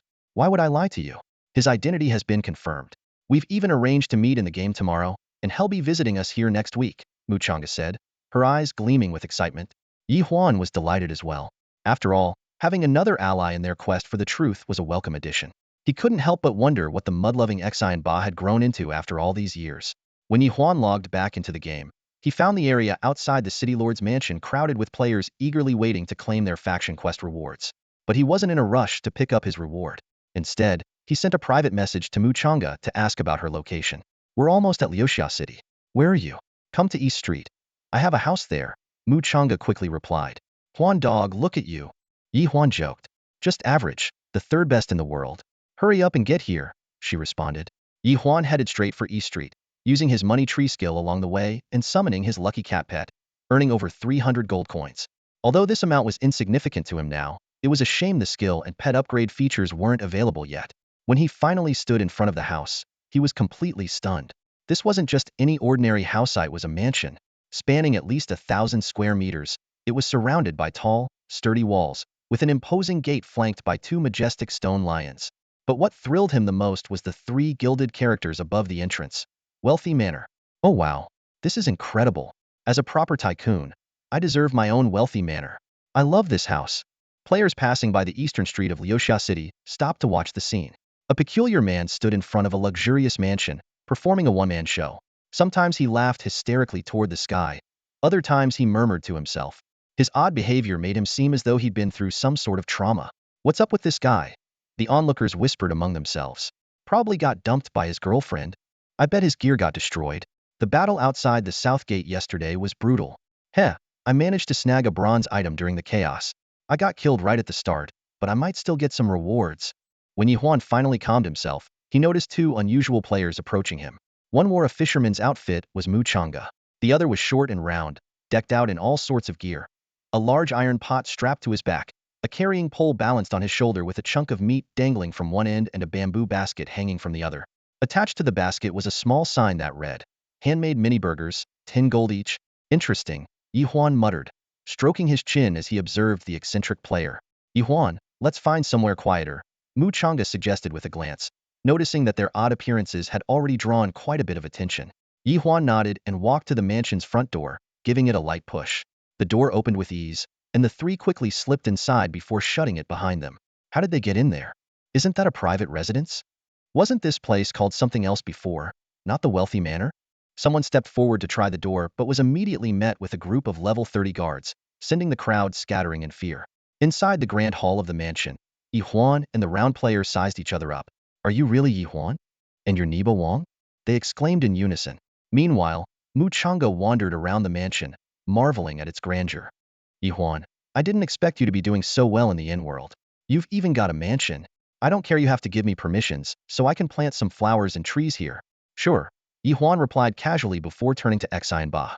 Oh Ba, what have you been through all these years? Nothing worth mentioning, Xian Ba said flatly. 3 years after I was discharged from the hospital, my family was attacked. Everyone was killed except for Mei managed to escape, though I was injured. Later, I was saved by a foreign chef. He paused briefly. That injury cost me my sense of taste. Do you live abroad now? Ye Huan asked. Xian Ba shook his head. The chef settled in Longhua, but he passed away a couple of years ago. Hearing this, Ye Huan couldn't help but let out a sigh. Ye Huan had always thought his own life was tragic, but at this moment, comparing it to the experiences of Mu Chang'e and Xian Ba, he suddenly realized he was actually the luckier Oni. At least he had spent over a decade with his parents before the misfortune of their disappearance. As he was lost in thought, Xian Ba's voice interrupted him. After entering the N-world, I somehow acquired this special profession called gourmet. What's interesting is that I can actually taste the flavors in the game world. He paused for a moment before continuing. I'm willing to join you in investigating what happened back then. But most of the time, I'll still focus on researching culinary arts. His words were clear, was willing to cooperate, but aside from his culinary expertise, he had no other skills and would be available whenever needed. Ye Huan exchanged a glance with Mu Chang'e, and the two nodded in agreement. Ye Huan's attention was drawn to some items Xian Ba had placed nearby. Why don't you store these things in your inventory? He asked curiously. I tried, but the flavor of the ingredients significantly deteriorates once they're stored in the inventory, Xian Ba explained. Then what's this homemade mini burger of yours? Ye Huan asked, eyeing the bamboo basket beside Xian Ba. Mu Chang'e smirked playfully from the side. I bet you don't dare to eat it. Why wouldn't I? Xian Ba, give me one. Ye Huan's competitive spirit was sparked. Are you sure you want to eat it? This isn't just any ordinary burger, Xian Ba warned. What? Is it an exploding burger? Come on, hand it over. To Ye Huan's surprise, his words turned out to be true. Xian Ba's homemade mini burger really did explode. A loud boom echoed through the courtyard of the mansion, with a force comparable to a grenade. Fortunately, this was Ye Huan's private residence, so no guards would come to investigate the burger's destructive power. That's some power. No wonder it costs 10 gold coins each. You're going to make a fortune. Ye Huan exclaimed in shock. Xian Ba shook his head and explained. The material cost alone is 4 or 5 gold coins. Most people can't afford it, so almost no one buys them. I mostly use them myself. You use this for leveling up? What a waste. Ye Huan said incredulously. Not really. I don't need to level up at all. What do you mean? I can level up just by making food. Xian Ba's response left Ye Huan so envious he felt like crying. Ye Huan turned to Mu Chang'e. And you, crybaby? I don't need to level up either. I can gain experience just by fishing, Mu Chang'e replied casually. What? This is so unfair. We're all in special professions, so why am I the only one who has to grind monsters to level up? Ye Huan complained. There's nothing unfair about it, Mu Chang'e said lazily. I have to constantly search for new fishing spots, and Xian Ba has to travel around looking for ingredients and working on new recipes. Meanwhile, you're free to roam wherever you like. She then turned to Xian Ba. Hey, Xian Ba, have you come up with any new dishes recently? Let us try them. This offhand remark suddenly gave Ye Huan an idea. He still had an unfinished task from the Xian Ku Lu restaurant owner to find new dishes. Looking at Xian Ba, Ye Huan broke into a wide, radiant smile that instinctively made Xian Ba take 2 steps back. Wasn't this the perfect solution? What a stroke of luck. In the back kitchen of the Xian Ku Lu, steam filled the air as the rich aromas of various spices intertwined. This mysterious place, inaccessible to ordinary players, was now welcoming the visit of shareholder Ye Huan. Xian Ba was standing at the stove, skillfully stir-frying ingredients in the wok, while introducing his latest research to Ye Huan. So far, I've developed 3 special dishes. What are special dishes? Ye Huan asked curiously, leaning closer to the stove. Without pausing his movements, Xian Ba explained. Special dishes not only taste exceptional, but also provide attribute boosts when consumed. For example, this dish I'm preparing now, called Fu Lu Shou, uses silver deer meat from a level 30 monster zone as the main ingredient. What's its effect? Ye Huan inquired. After eating it, your health increases by 1/10 for 2 hours, Xian Ba replied, causing Ye Huan's heartbeat to quicken. The effect was indeed impressive. However, the balance of the game was well maintained. Xian Ba added, special dishes come with restrictions. They must be consumed within half an hour of being prepared, and each player can only eat the same dish once per day. Ye Huan nodded in agreement, noting that this limitation was similar to the cooldowns on his own skills, ensuring the game remained balanced. Before long, Xian Ba had finished preparing 3 special dishes. Fu Lu Shou increases health by 1/10. Fei Yin Qin Lu boosts movement speed by 1/10. Sanhe Tai Lai enhances defense by 1/10. Mu Chang'e eagerly began devouring the dishes, while Ye Huan gave Xian Ba a thumbs up. Old Ba, you're practically a food support master. Xian Ba scratched his head shyly. The main challenge is finding high-quality ingredients. Otherwise, I could develop even more powerful dishes. Hearing the mention of ingredients, Ye Huan had a sudden idea. He pulled out the carrots he had previously obtained from the Mad Rabbit King. After carefully examining them, Xian Ba's eyes lit up. These are a mutated variety and of excellent quality. Do you have more? Ye Huan immediately retrieved the remaining carrots from his inventory. Xian Ba took half of them and suggested planting the other half in the vegetable garden behind Xian Ku Lu under Boss Wang's care. He then handed Ye Huan detailed recipes and ingredient lists for the 3 special dishes. Though the rewards for completing the task were modest, Ye Huan valued the potential for long-term collaboration.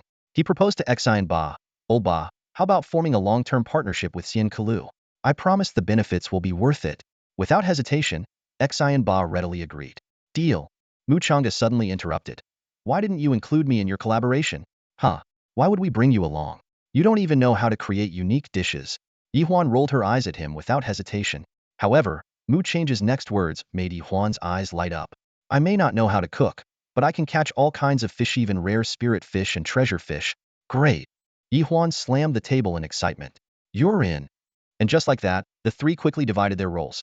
Mu Chang'e would be responsible for fishing, Xian Ba would focus on developing unique dishes, and Ye Huan would handle funding and sourcing materials. After finishing their meal, Mu Chang'e and Xian Ba went their separate ways.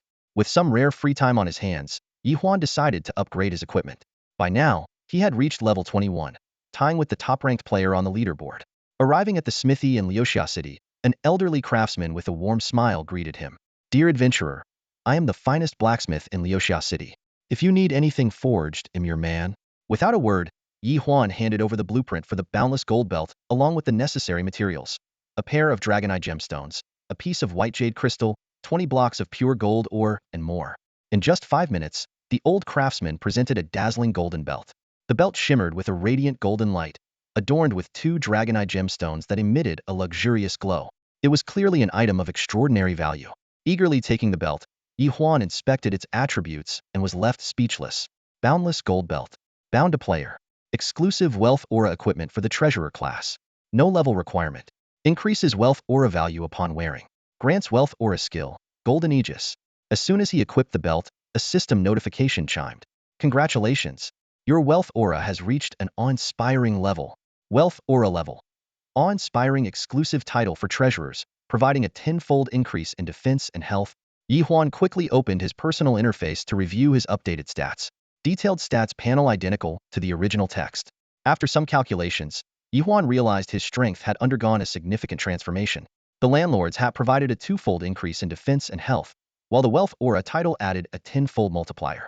Combined with his overwhelm with wealth skill, his defense and health could now reach an astonishing 14 times their original values. As his level increased, these bonuses would continue to grow. On top of that, he gained a new wealth aura skill, Golden Aegis. Similar to the toss gold skill, its power depended on the amount of gold spent. However, Golden Aegis was a defensive skill. It had 6 levels, with gold consumption ranging from 1,000 coins at the lowest to 100 million coins at the highest. The more gold spent, the longer the skill's effect would last. After carefully reviewing his personal attributes, Ye Huan scratched his head. Glancing at the sparse amount of gold coins in his pouch, he couldn't help but let out a wry smile. Especially when it came to the 2 skills Golden Throw Level 9 and Ultimate Golden Armor of Invulnerability, each requiring 1 billion gold coins to activate. They were simply unattainable.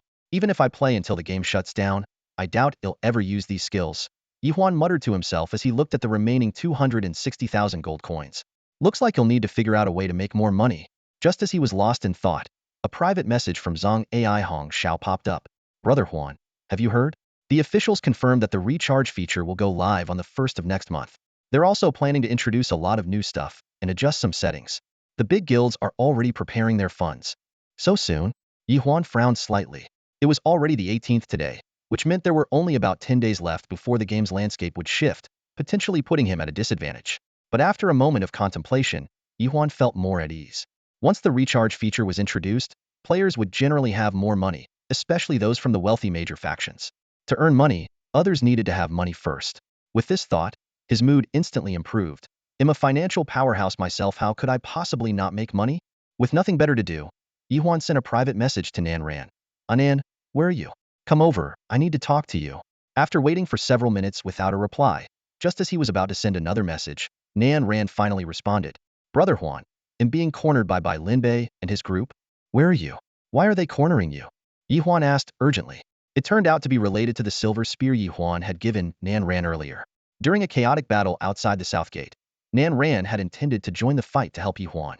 However, worried about potentially losing his equipment due to the lack of faction markings, he temporarily entrusted the spear to a classmate for safekeeping.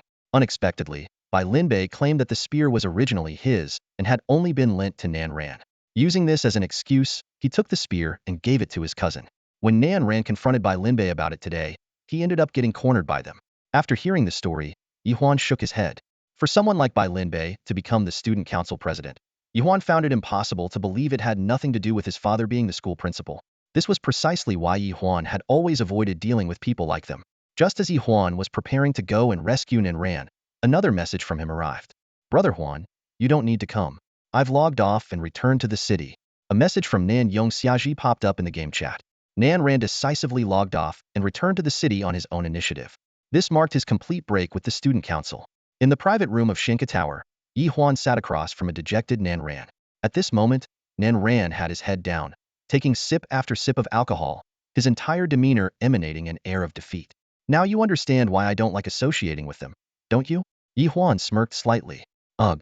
Nan Ran took another swig of his drink. In planning to move out of the dorms, after days of losing levels and equipment, he was even considering quitting the game entirely. Ye Huan straightened up and said seriously, honestly Nan, I have a path for you. I don't know if you'd be willing to take it. What path?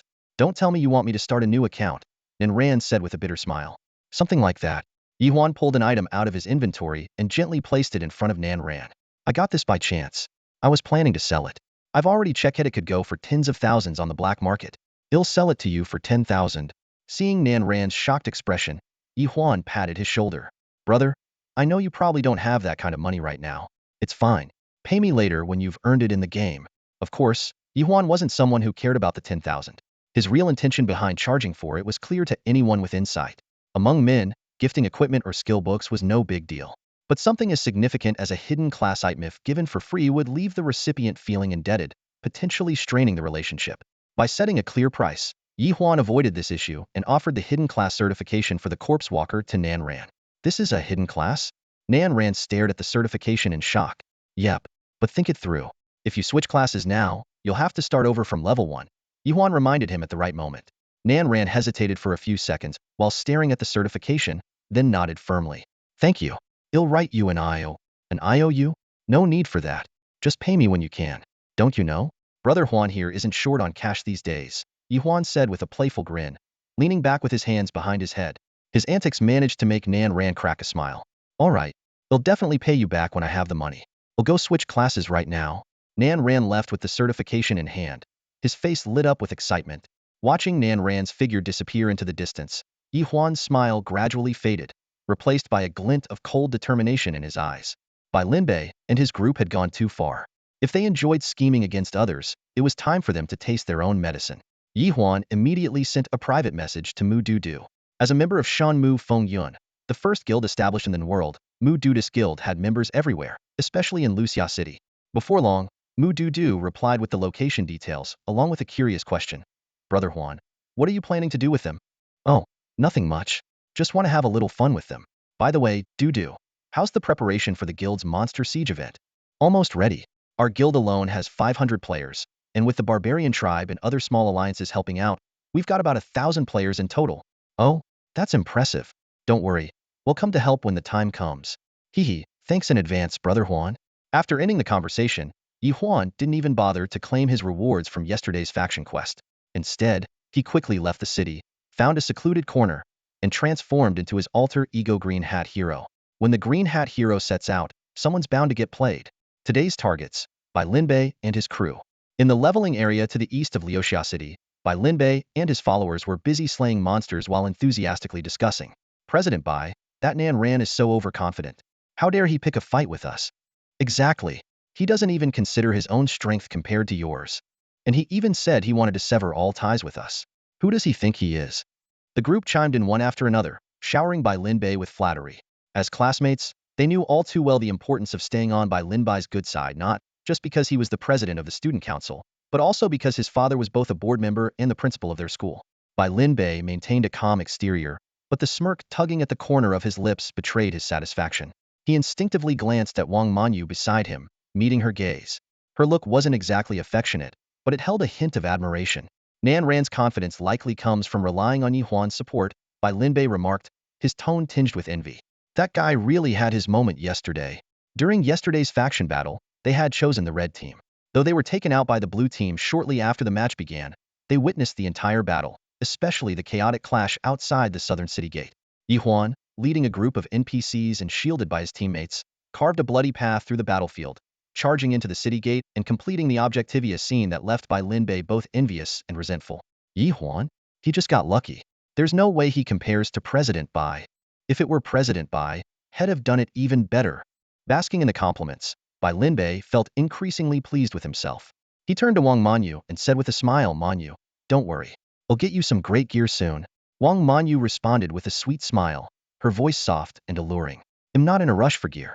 I think the president should focus on getting the guild token first. Establishing a guild is more important. Of course. Bai Lin Bei replied confidently, as if the guild token was already within his grasp. Just then, a player wearing a green hat and a mask appeared in the distance, deliberately displaying their ID Green Hat Hero. Hey there, friends. Want to team up? Green Hat Hero called out. I'm heading to take down a boss, might even drop a guild token. Although players in the in-world could modify their voice effects to conceal their real identity, the ID Green Hat Hero was widely recognized. Bai Lin Bei and his group were immediately intrigued. While they had often badmouthed Green Hat Hero in private, being invited to team up with this legendary figure in the game was undeniably exciting. Especially with the possibility of obtaining a guild token, Bai Lin Bei couldn't contain his eagerness. Teaming up is fine, but how do we split the loot? I only want materials. Everything else is yours, Green Hat Hero replied. Everything else belongs to us? What if we come across equipment or a guild token? Bai Lin Bei eagerly asked. Stop nagging. I said, apart from materials, everything else is yours, Green Hat Man replied, his tone tinged with impatience. All right, let's form a party right away. Bai Lin Bei immediately sent out a party invitation. Once Green Hat Man joined the team, Bai Lin Bei couldn't hide his excitement. His mind was already imagining the scene of taking down the boss and obtaining top-tier gear and a guild token. Seeing Bai Lin Bei's expectant expression, the corners of Ye Huan's mouth curled into a faint, mocking smile beneath his mask. He knew full well that he had no idea where the boss was, and even if he did, there was no way he'd actually lead them to it. Over the next half an hour, Ye Huan led Bai Lin Bei and his group back and forth between several leveling zones. Eventually, they arrived at a level 20 grinding area, where they happened to see a group of players engaged in a fierce battle with a level 20 elite monster. While an elite monster wasn't on the same level as a boss, there was still a chance it could drop some decent gear. To Ye Huan's surprise, this group of players turned out to be old acquaintances of his. Just as Bai Lin Bei suggested, maybe we should check out another spot. Green Hat Man vanished without a word. Suddenly, a deafening explosion echoed through the area, startling everyone. At that moment, Single-Handed Warrior was at the lowest point of his gaming career. Recently, he'd not only lost several levels, but also had his inventory wiped clean. Even his prized silver-grade Warhammer was gone, and he'd spent hours locked in the game's timeout zone. Finally free and leading his workshop team to grind, he now faced yet another disaster. Through the smoke, a figure darted forward, swiftly scooping up items from the ground before bolting away. By the time Single-Handed Warrior and his team realized what was happening, the thief was already a considerable distance away. Damn it! Who dares to steal from my Suehua workshop? Get them, boys! Single-Handed Warrior roared, his pent-up rage reigniting. President Bai, what is Green Hat Man doing? A puzzle player asked. Bai Lin Bei shook his head silently, but a sense of foreboding crept into his heart. Captain, got the loot. Meet you at the usual spot. Ye Huan shouted back at them before activating Shadow Step and vanishing into the distance. A system notification popped up for Bai Lin Bei and his team. Green Hat Man has left the party. But they had no time to dwell on it, as Single-Handed Warrior and his crew were already charging toward them. Friends, let me explain. Bai Lin Bei tried to reason. Explain my ass. You dared to steal from Suehua workshop? You're all dead today. Single-Handed Warrior bellowed, swinging his massive iron hammer straight at Bai Lin Bei. Ye Huan's lips curled into a smug smile. His plan of using others to do his dirty work had reached near perfection. Once he was at a safe distance, he returned to his usual demeanor and strolled leisurely back into the city. He knew full well that someone with the fiery temper of Lone Wolf wouldn't let Bai Lin Bei and his group off the hook. Opening the private chat interface, Ye Huan checked in on Nan Ran with a tone of concern. Brother Huan, I've successfully changed classes. Right now, the third young master of Zong AI is helping me level up. Nan Ran replied with excitement. Where are you leveling up? They'll come find you after I claim my rewards, Ye Huan asked, deliberately avoiding any mention of his scheme against Bai Linbei. For one, it wasn't necessary, and secondly, he wasn't ready to reveal his identity as the Green Hat Knight. Over time, he had come to appreciate the convenience of having multiple identities and decided to maintain the mystery surrounding this persona. Meanwhile, the battle on the other side was brutal. Bai Linbei and his team were utterly defeated under Lone Wolf's relentless assault. In the end, they were wiped out and sent back to the respawn point after losing their levels. Damn that Green Hat Knight. Bai Linbei clenched his teeth in fury. He was enraged at the Green Hat Knight for stirring up trouble without reason and even more furious at the Suehua studio players for attacking indiscriminately. But ultimately, he hated himself the most for being too weak. You guys carry on without me. I've got something to take care of, he said before logging off in a hurry. Bai Linbei headed straight to the black market section of the in-world game forum. This area was known for all kinds of transactions, including services like revenge missions and bodyguard hires. Before long, he connected with a task handler. Do you take assignments? Of course. Who do you want taken out? The Green Hat Knight. Sorry, that guy is too mysterious and too powerful. We can't handle him for now. Left with no choice, Bai Linbei settled for a secondary target. Then take out the Suehua studio players. Studio targets cost double. Why? Because they're a studio. Though reluctant, Bai Linbei spent 100,000 yuan to place the order. To him, it was worth the money if it meant seeing his enemies fall, even just once. Minutes later, he logged back in and waited in the leveling area. Soon, a group of players with red names appeared. Their IDs seemed unrelated, and none of them belonged to any guild. Leading the group was a player named Foshan Grey Wolf. Lead the way. Alright, they should still be leveling up over there. Bai Linbei quietly anticipated the upcoming scene of revenge. It would be even more satisfying if his lackeys and the woman he admired could witness the spectacle. Bai Linbei gathered his usual group of friends to embark on their adventure. When they arrived at their destination, they spotted a group of players battling monsters in the distance. Among them, many bore red names, but compared to Foshan Grey Wolf and his team, their red names appeared significantly lighter. Is it them? Foshan Grey Wolf asked for confirmation. It's them. Bai Linbei replied with certainty. Alright brothers, let's make this quick. We've got another job waiting, Foshan Grey Wolf commanded. With that, his fierce group charged into the ranks of the Suehua studio players like a pack of wolves. In less than 5 minutes, over 20 players, including the notorious Lone Warrior, were completely defeated and teleported straight to jail. Foshan Grey Wolf's team swiftly collected the spoils of battle, their red name indicators growing even darker. This left onlookers wondering just how much infamy they had accumulated. Done. Foshan Grey Wolf made a threatening gesture by mimicking digging out his eyes. Don't forget to transfer the remaining payment. Whoa, these guys are insane. Nearby players were left in shock. Look at that Grey Wolf Guies clearly using a hidden class. President Bai, are they your friends? Someone asked, all eyes on Bai Linbei. Standing tall and confident, he answered, yes, they're my friends. Meanwhile, in the conference room of Suehua Studio, investigate. Find out who these people are. The furious Lone Warrior, having been demoted to level 14, called for an emergency meeting. All his hard-earned progress had gone to waste. Boss, we've got the intel. They're from Red Name Village. Red Name Village? Lone Warrior frowned. This infamous group had a fearsome reputation on the forums. Its members were all red-named players who avoided cities and specialized in taking on mercenary jobs. Even major factions avoided provoking them. Boss, someone must have hired them for this job. Of course, I know that. But who? Lone Warrior grumbled, frustrated. He had offended so many people recently that it was hard to pinpoint the culprit. Damn it. We'll take the loss this time. Everyone, focus on leveling up. He waved his team away, signaling the meeting's end. Once everyone left, the seductive little apple sidled up to him. Don't be mad, boss. It's bad for your health. She leaned into his arms, and the two quickly shifted their attention to some physical training. Meanwhile, Ye Huan went to claim his reward from Zhang Matzi. Despite Zhang Matzi's higher rank, he treated Ye Huan with the utmost respect, even more so than before. The rewards for this faction mission were 100 gold coins per person and a random piece of bronze equipment. While this meant little to Ye Huan, it was a decent haul for ordinary players. Zhang Matzi, you seem to be doing well for yourself. Not at all. It's all thanks to you, my benefactor. Alright, enough chit-chat. Let me know next time there's a bandit clearing mission. Of course, of course. After Ye Huan left, Zhang Matzi immediately resumed his stern demeanor, distributing rewards to other players. Watching the NPCs' dual-faced behavior, the nearby players couldn't help but complain silently in their hearts.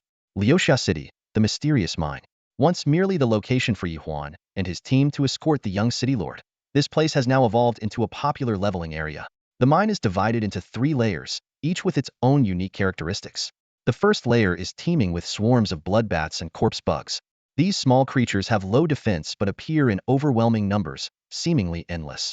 The second layer is home to various types of zombies, limping zombies that stagger as they move, ordinary zombies with slow actions, and the grotesque green-haired zombies. Despite their high attack power, their sluggish movement makes them ideal targets for ranged players. As for the third layer, it has been confirmed to exist by the game officials, yet no player has managed to uncover the entrance to it.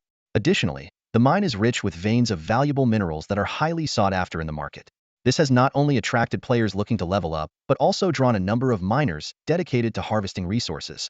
As Ye Huan stepped into the mine, he immediately spotted Zhang AI Sanxiao leveling up with Nan Ran. "Huanga, you're here." Zhang AI Sanxiao greeted him warmly. "Yeah, this is indeed a great spot for leveling," Ye Huan replied, scanning the bustling scene around him.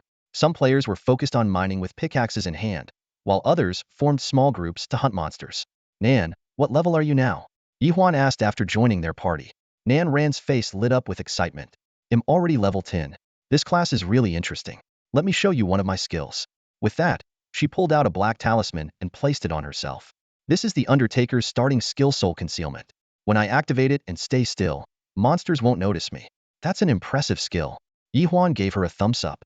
This ability was especially useful during power leveling, as it completely avoided drawing aggro from monsters. "And hey, race another one. My level 10 skill, Corpse Command." Nan Ran pointed to the corpse of a blood bat lying on the ground, then tossed out another black talisman. A flash of dark light later, the blood bat vanished, replaced by an ugly corpse minion wielding a bone knife, about 1.5 meters tall. The strengths of this minion quickly became apparent. It had high attack power but mediocre defense. However, as long as there were fresh monster corpses, she could summon new minions to replace any that were lost in battle. The 3 of them continued to roam the mine, leveling up between the first and second layers. Despite the ongoing search for the rumored entrance to the third layer, no one had managed to find it, and players' patience was gradually wearing thin. While fighting monsters on the second layer, Ye Huan carefully observed his surroundings. He noticed that the spawn locations of the creatures were randomized, rarely reappearing in the same spot. In a remote corner of the second level of the mine, Ye Huan noticed an unusual phenomenon. Every 5 minutes, a limping zombie would respawn. This pattern caught his attention, and he decided to investigate. With the hoarder by his side, Ye Huan approached the corner without hesitation. His defense was now formidable, making these low-level zombies no threat at all. As expected, just as another limping zombie respawned, the hoarder swung its iron box and smashed it to death. Ye Huan walked straight to the zombie's respawn point. The moment he stood there, both he and the hoarder suddenly vanished. "Huh, where's Brother Huan?" Zhang AI Hong Xiao looked around in confusion. "He's still in the party. His name is lit up. He must have gone somewhere else," Nan Ran said after checking the party interface. The scene shifted, and Ye Huan found himself in a new space. A system notification immediately popped up. "You have entered the mysterious mine's third level, the Corpse King's lair." To Ye Huan's surprise, the area rumored to be the boss's respawn point was completely empty. Just as he was about to leave, a distant light began to glow. The light gradually solidified into a humanoid figure. The system identified it as an NPC named Mysterious Figure. "Younger adventurer, I have been waiting for you," the mysterious figure said. "Who are you?" Ye Huan asked. "You don't need to know who I am," the mysterious figure replied cryptically. "The fact that you've made it here proves you are the chosen one. Listen carefully to what I am about to say and remember it well." The figure's tone grew even more enigmatic. "Mark my words. When the divine envoy descends, disaster will follow." Before Ye Huan could question the meaning of this statement, the mysterious figure vanished, leaving behind only a single gold coin. When Ye Huan picked up the coin, he was stunned. It was identical to the one his parents had left him in the real world. What made it even more baffling was that the coin came with no system notification, no name, no attributes, and it couldn't be stored in his inventory. It could only be carried in his clothing pocket. As Ye Huan pondered this strange occurrence, a deafening roar echoed from the distance. Looking up, he saw an enormous Corpse King appear in his line of sight. The boss had spawned. The level 20 boss, the Corpse King, was lurking alone in the cave. Seeing no one around, Ye Huan stopped holding back his strength and unleashed his golden throw skill 3 times in a row. Under the impact of the golden light, the Corpse King collapsed with a loud crash, leaving behind only 3 skill books. After collecting his loot, Ye Huan carefully searched the cave twice more, but still couldn't find any trace of the mysterious NPC. Leaving the cave, he found his mind restless. The identity of the enigmatic figure, the cryptic words he had spoken, and the coin identical to the one left to him by his parents, all these puzzles weighed on Ye Huan's thoughts, leaving him utterly baffled. After much deliberation, he decided to set these doubts aside for now and refrained from mentioning the matter to anyone. Time flew by, and morning came in the blink of an eye. Ye Huan walked into the living room and saw Mu Chang'e busy in the kitchen, preparing breakfast. Hey, crybaby, if you were a girl, life would be so much easier. We could even team up and live together, Ye Huan teased, as he had been doing for the past few days. Shut your filthy mouth, Wandog, Mu Chang'e retorted as he walked out with breakfast in hand, now somehow holding a dagger. For the record, I like women. I like women too. Ye Huan quickly raised his hands in mock surrender and sat down with a shrug. Unexpectedly, this response made Mu Chang'e's eyes light up. Oh, you really like women? Great. He eagerly sat across from Ye Huan. Let me introduce you to a few. My three sisters are all amazing. My eldest sister, Cici, is calm and capable, though a bit sly. My second sister, Lala, is brave and carefree. And my youngest sister, Dudu, is super cute. Before he could finish, Ye Huan shoved a piece of bread into his mouth. Enough. I'm not interested in becoming your brother-in-law. What, are you thinking of going for all three? Mu Chang'e teased after swallowing the bread, glaring at Ye Huan. Well, if that's your plan, you'll have to get past my uncle first. Ye Huan nearly choked on his porridge. Cough, cough. Crybaby, do you believe I'll tell Dudu everything you just said? Mu Chang'e immediately backed down, chuckling awkwardly as he dropped the subject. He definitely didn't want the Mu sisters to find out he was here, let alone hear about his jokes. After finishing breakfast, Ye Huan set his bowl and chopsticks down and turned to more serious matters. So, the Mu Guild's Monster Siege event is happening today. Are you really not going? I don't even have attack skills. Going there would just be suicide, Mu Chang'e replied, pausing for a moment. But I did have old 8 make some homemade mini burgers. Could you pass them along to Cici for me? Why don't you deliver them yourself? Ye Huan rolled his eyes, clearly unwilling to play the errand boy. Mu Chang'e suddenly put on an exaggeratedly coquettish expression, his handsome face showing a hint of playful innocence. Brother Huan, please help me pass it on, won't you? I barely managed to escape their clutches, and I don't want to be dragged back so soon. This kind of tone, coming from a man, sent shivers down Ye Huan's spine. He could barely resist the urge to slam the bowl in his hand straight onto Mu Chang'e's face. Fine. You win.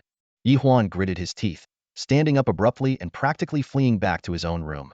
Behind him, Mu Chang'e's triumphant laughter echoed loudly. Ha ha ha, Brother Huan, don't rush off like that.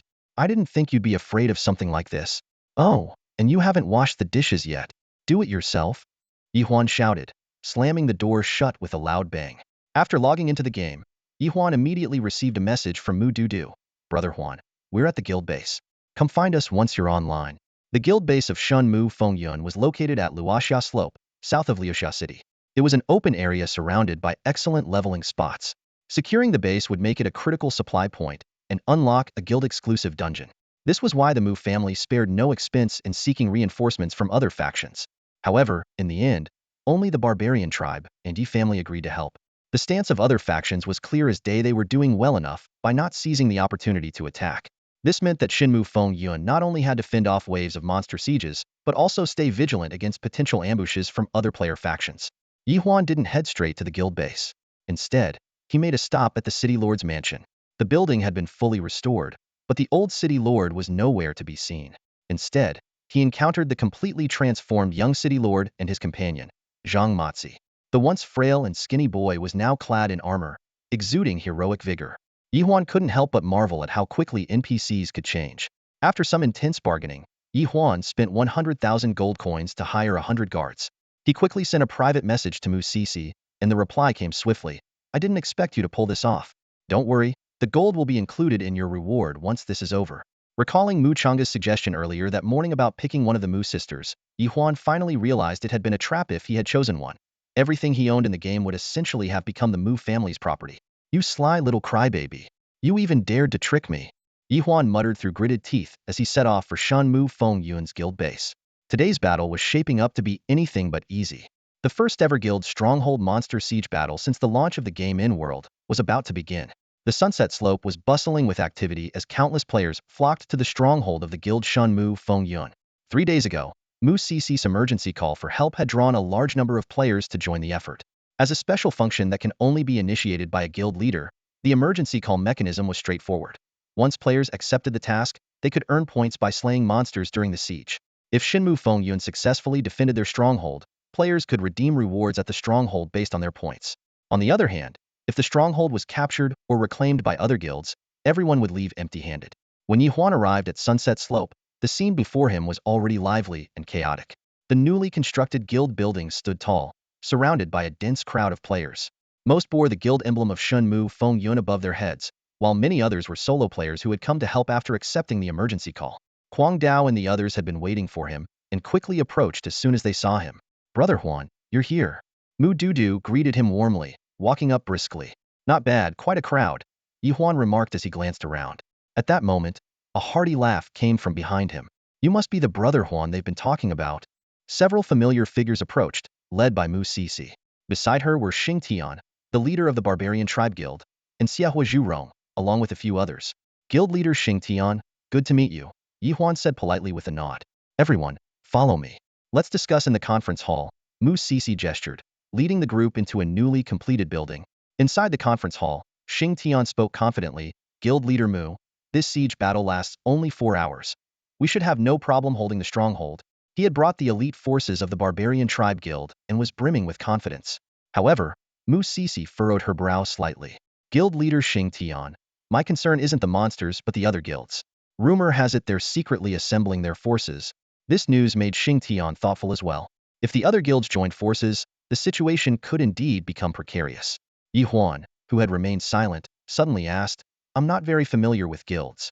What happens if the stronghold is taken?" "Brother Huan, I know." Mu Dudu raised her hand eagerly. "This siege battle is divided into 4 waves, lasting a total of 4 hours. As long as the stronghold is filled with Shinmu Fengyun players when the siege ends, we'll have successfully defended it." "Exactly," Xing Tian chimed in.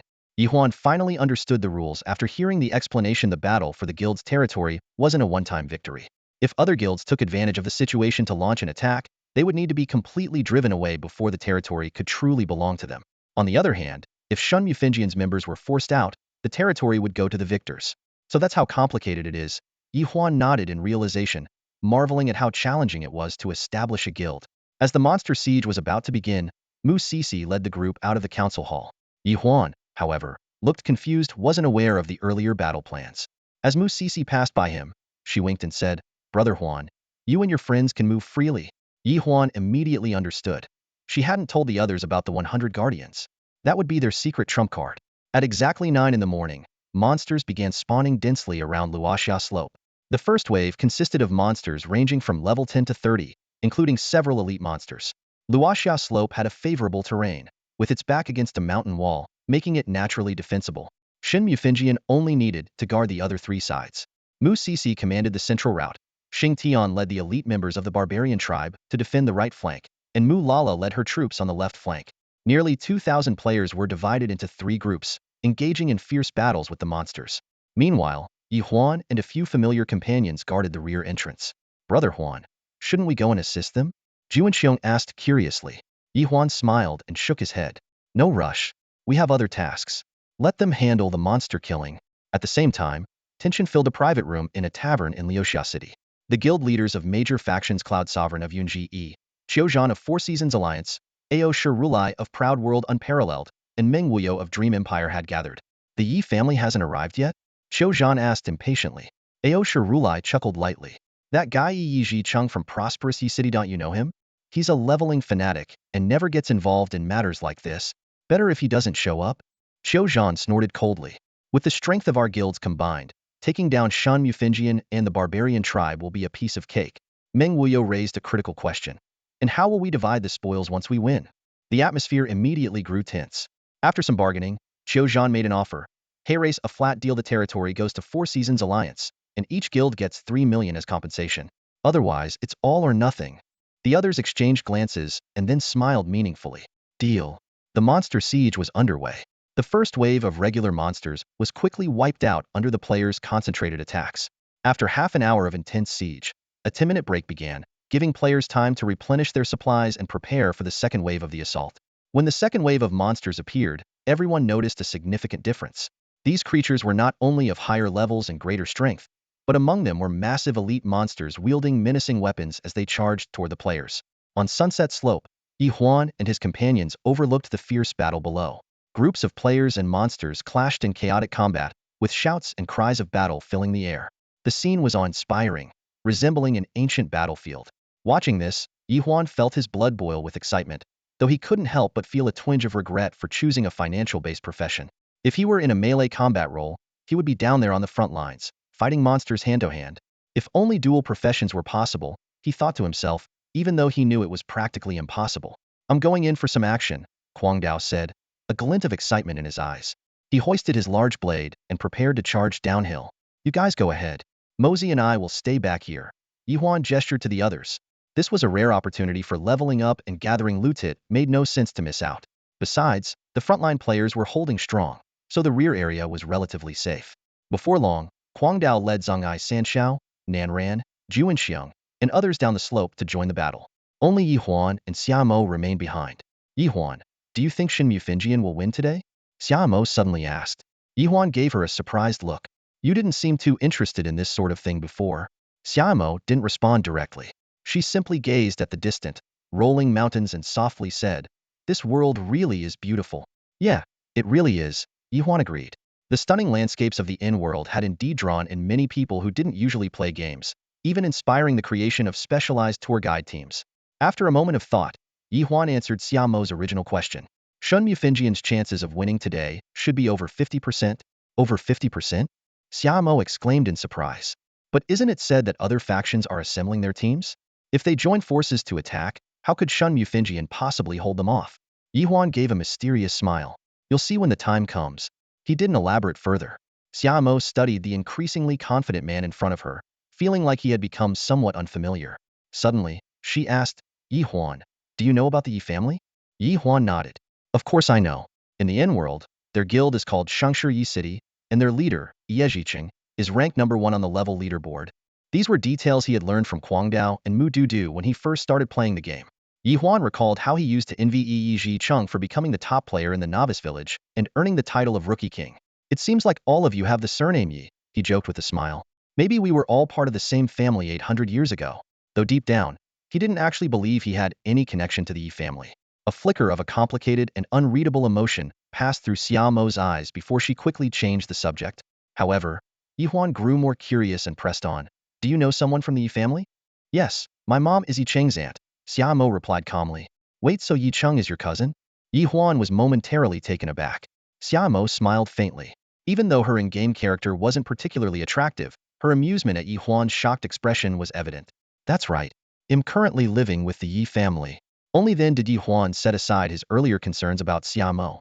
Yet her next words caught him even more off guard. There's something else you might not know. Shangshi Yi Cheng is coming today too. Thief already formed a strategic partnership with the Mu family. All right. Ye Huan shrugged, suddenly feeling like he might have been overthinking things. Whether it was Xiaomo or Shinmu Fengyun, they both seemed fully capable of succeeding on their own without his help. For a moment, he began to question his own significance in all of this. Noticing his thoughts, Xiaomo quickly clarified, don't overthink it. This is just one of Shinmu Fengyun's trump cards. Even Mu Cici's sister doesn't know about it, only she herself is aware. It doesn't matter. I'm just here to lend a hand anyway, Ye Huan said, feigning nonchalance as he shifted his focus to the ongoing monster siege below. The second wave of the siege battle had reached its peak intensity. Shinmu Fengyun's 3 defensive lines remained solid, with only occasional casualties that were swiftly replaced. Particularly striking was the seamless coordination between Mu Lala and Kwang Dao on the left flank, which left Ye Huan pondering whether he should play matchmaker for the two. Just then, a system notification chimed. Ding. Financial assistant notification. You have a new loan application? It was from NPC CC Lee in the Underworld Ghost City, requesting a loan of 10,000 gold coins for 7 days with a 10 interest rate. Without hesitation, Ye Huan approved the loan, though the thought of overdue payments gave him a slight headache. He decided he would visit Fian City to collect debts once the siege battle was over. After all, being a moneylender meant he couldn't avoid these inconveniences. Plus, ever since Zhang Mozi's overdue loan incident, he had come to hope for more overdue payments. They often led to hidden quests. As he was mulling this over, another system notification popped up. Ding. You've received a private message from an unknown sender. Would you like to view it? Ye Huan opened it and immediately frowned. The sender was none other than Xiao Zhan from the Four Seasons Alliance. Ye Huan was leisurely browsing the game interface when he suddenly noticed a private message from Zhan. Curious, he clicked it open and saw Zhan getting straight to the point. Brother Huan, I don't know what Shinmu Fengyan offered you, but am willing to pay 500,000 renminbi to invite you to collaborate with our Four Seasons Alliance and help us take the guild base. Ye Huan's lips curled into a faint smirk, a trace of disdain flashing across his face. 500,000? To someone who had just made 15 million by selling guild tokens, that amount was hardly tempting. Besides, he was a man who valued loyalty. Even though the Mu family hadn't promised him any specific rewards, he trusted the character of the Mu sisters. Not to mention, Mu Chang'e was currently staying at his house. If she found out he betrayed the Mu family, that sharp dagger of hers might soon taste blood again. Ye Huan replied succinctly, Brother Zhan, you overestimate me. I'm not part of the Mu family, nor am I some big shot. You're trying to bribe the wrong person. Zhan, unwilling to give up, immediately upped the offer. Let's not beat around the bush. 1 million. As long as you take out Shinmu Fengyan's leader, Mu Sisi, during our attack, he'll transfer the money right away. Reading this, Ye Huan became even more convinced that Xiamo had good reasons for rejecting Zhan. Without hesitation, he declined outright, President Zhan, I appreciate the offer, but that's not something I'm willing to do. Zhan, now enraged, shot back, fine. Don't blame me for being ruthless. I'll make sure you can't survive in in-world. Just wait and see. Unbothered, Ye Huan promptly blocked him, already contemplating how to deal with this threat. Meanwhile, the monster siege had entered its third wave. Elite monsters had appeared, and even a few regular bosses had spawned. Player casualties were mounting, and the situation was growing increasingly dire. To make matters worse, Mu Sisi received word that the resurrected players trying to return to assist had been ambushed mid-route by hostile forces. If the guild base had been established, players could have set their respawn points there, avoiding such a disadvantage. Unfortunately, with no other choice, Shinmu Fengyan's team had to fight while retreating toward Leosia slope. Sister, take your team back to the city and organize the resurrected players to reinforce us. Mu Sisi decisively commanded. Mu Lala nodded in agreement and immediately led Kwang Dao and others to use return scrolls to head back to Leosia City. There, they regrouped with the resurrected players and launched a counterattack against the interception forces. At that moment, the monster siege reached its most critical fourth wave. The fourth wave of monsters surged in like a tide, their numbers nearly equal to the total of the previous 3 waves combined, catching all players off guard. To make matters worse, this wave not only carried an overwhelming number of monsters, but also brought along 2 ultra-high-level bosses. In the world of N, bosses are categorized by strength. The most basic level is normal, followed by rare, then mutated like the crazy rabbit king Ye Huan encountered in the beginner's village, and finally, the most powerful, dominator. Since the game's launch, no one had ever discovered a dominator-level boss. But today, whether by fortune or misfortune, as the monster siege was nearing its end, a level 30 mutated boss, the 3-headed Serpent King, and a level 50 dominator boss, the Lord of Flowing Mist, appeared simultaneously. The 3-headed Serpent King was a giant serpent that had consumed a mysterious fruit, growing 3 heads and gaining 3 types of ranged attack abilities, making it impossible for anyone to approach carelessly. The Lord of Flowing Mist, on the other hand, was the manifestation of the vengeful spirit of a failed rebel deputy city lord, transformed into an immortal and formidable existence by mysterious powers. Standing atop Sunset Slope, Ye Huan frowned deeply as he observed the battlefield below. With the arrival of the 2 powerful bosses, the tide of battle shifted dramatically. The left flank, previously barely holding on under the command of another member of the Mu family after Mu Lala's fall, collapsed instantly under the 3-headed Serpent King's triple-ranged assaults of fire, petrification, and lightning explosions. A large number of players vanished into white light. The central front fared even worse against the Lord of Flowing Mist. This dominator-level boss, clad in armor and wielding a massive trident, showcased devastating close-range area attacks. Each strike caused the ground to quake, toppling scores of players in an instant. Player attacks that landed on him felt as ineffective as scratching an itch. In the blink of an eye, nearly 2,000 players were reduced to less than 300, forced to retreat to the entrance of the guild's base at Sunset Slope. The 2 bosses advanced menacingly, their presence heavy, leaving everyone grim-faced. Looks like we've lost today. Who would have thought we'd encounter bosses this powerful? Xingtian sighed. A level 50 dominator boss. I doubt the entire server combined could take it down, Suehua added. What do we do now? There are only 4 hours left, and we were so close to victory. Mu Dudu asked anxiously. The only option is to stall them or lure them away, Mu Sisi suggested. But against such formidable bosses, especially the Lord of Flowing Mist, who could instantly obliterate even the strongest defenses, no one had a viable plan. Just as despair began to set in, Ye Huan, who had been silent all this time, suddenly spoke up. I might have a way. It's worth a try. Facing the predicament before him, Ye Huan quickly pulled out a handful of small, homemade burgers from his backpack and handed them to Musisi. These are special tools I bought from another player. They can be used as grenades. You guys take these to deal with the three-headed Serpent King, that level 50 Overlord boss. I'll figure out a way to lure it away. Exploding burgers? Xing Tian looked skeptical, and the surrounding players all wore expressions of disbelief. Ye Huan's lips curled into a confident smile. You'll see soon enough. The player who made these is an acquaintance of mine. If you need more in the future, just let me know. He was well aware of the weapon's power, having tested it himself. He figured it wouldn't hurt to give Xian Ba a little advertisement in the process. Musisi took the burgers, her brows furrowing slightly. Are you sure you can distract the Lord of Flowing Mist? Let's give it a shot. Ye Huan shrugged with a grin. His plan wasn't just to assist Shen Mufinjian, but also to see what kind of loot this level 50 Overlord boss might drop. Just then, Xiamo stepped forward suddenly. I'm going with you. Ye Huan shook his head, pulling her aside and discreetly trading her an item. If I don't make it back and other forces come after you, use this. With that, he turned and left. The golden ring on his finger and his extravagant, gold-embroidered belt gleamed under the sunlight, making him look every bit like a wealthy player ready to throw money at the boss. Vice City Lord, do you still remember me? Ye Huan called out as he ran. Here's a little New Year's gift for you. He activated the skill New Year's Gift, not to deal damage but to draw the boss's aggro. Roar! The Lord of Flowing Mist took the bait, immediately turning and charging toward Ye Huan. Seeing this, Ye Huan took off at full speed, casting New Year's Gift every so often to keep the boss's attention locked on him.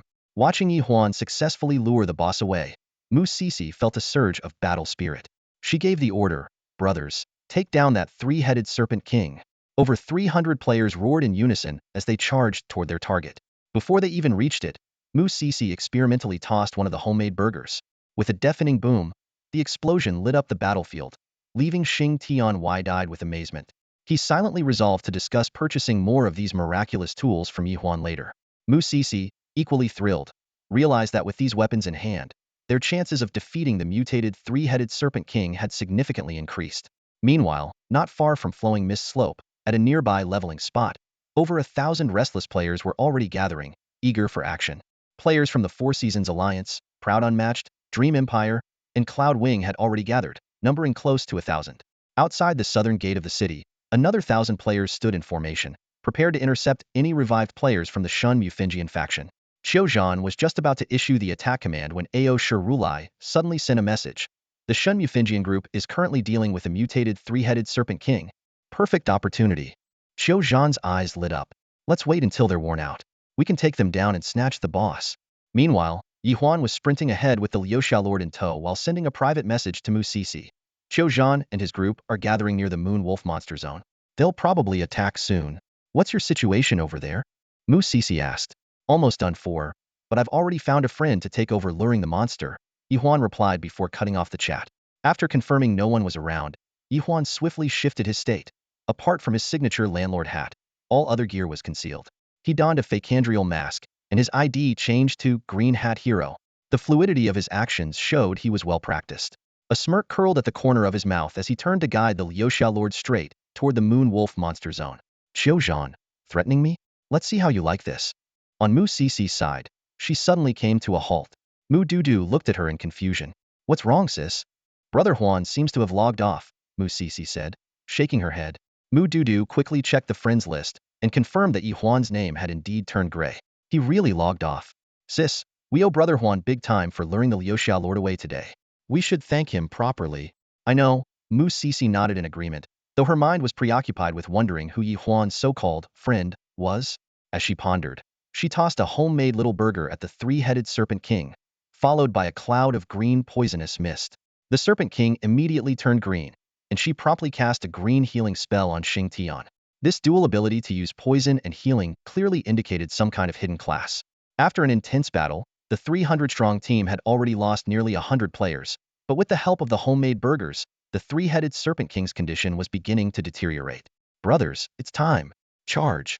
Qiuzhan shouted, and just as his group was about to spring into action, they saw a figure sprinting toward them from the distance, followed closely by a massive humanoid monster. Old Qiu, want a boss? I brought you one, the figure yelled. The crowd recognized the Green Hat Hero.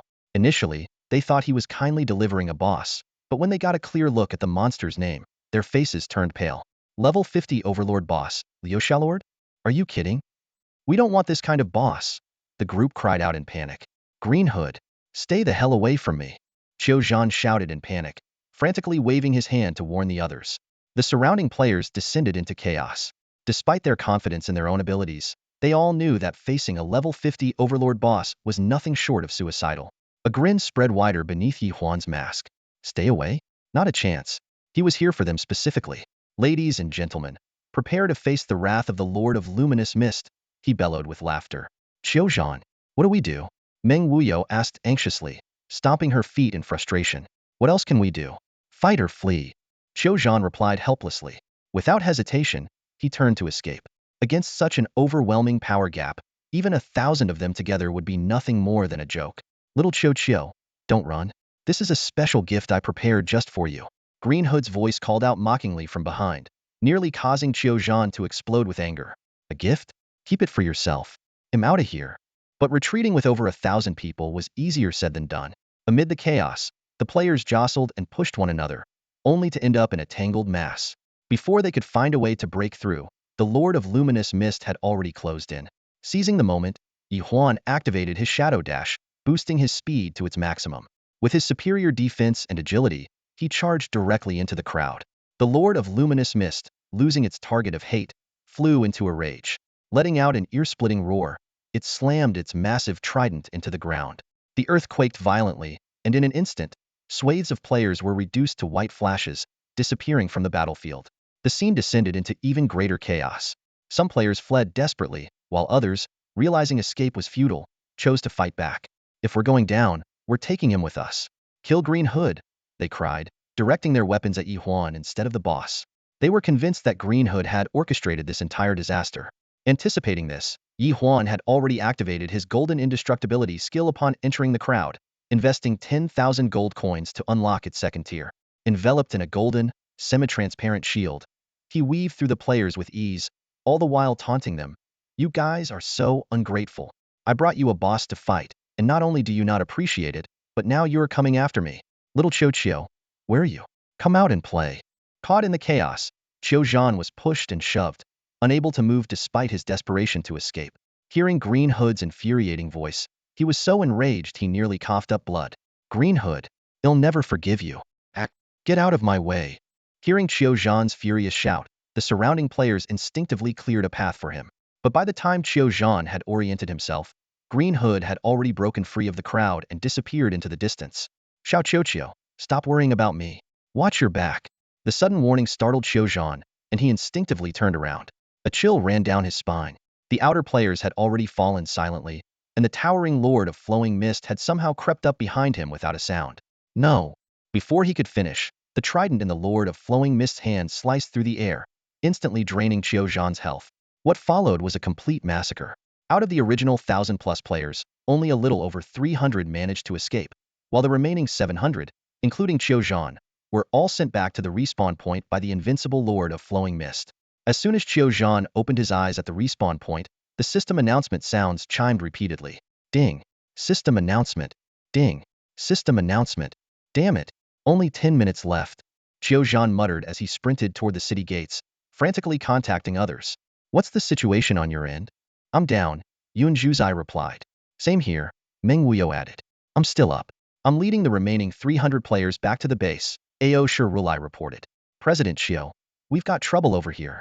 Chun Tsulai urgently said. We were blocking Shan Mufinjian's revival support team, but Shengshi Yi City ambushed us.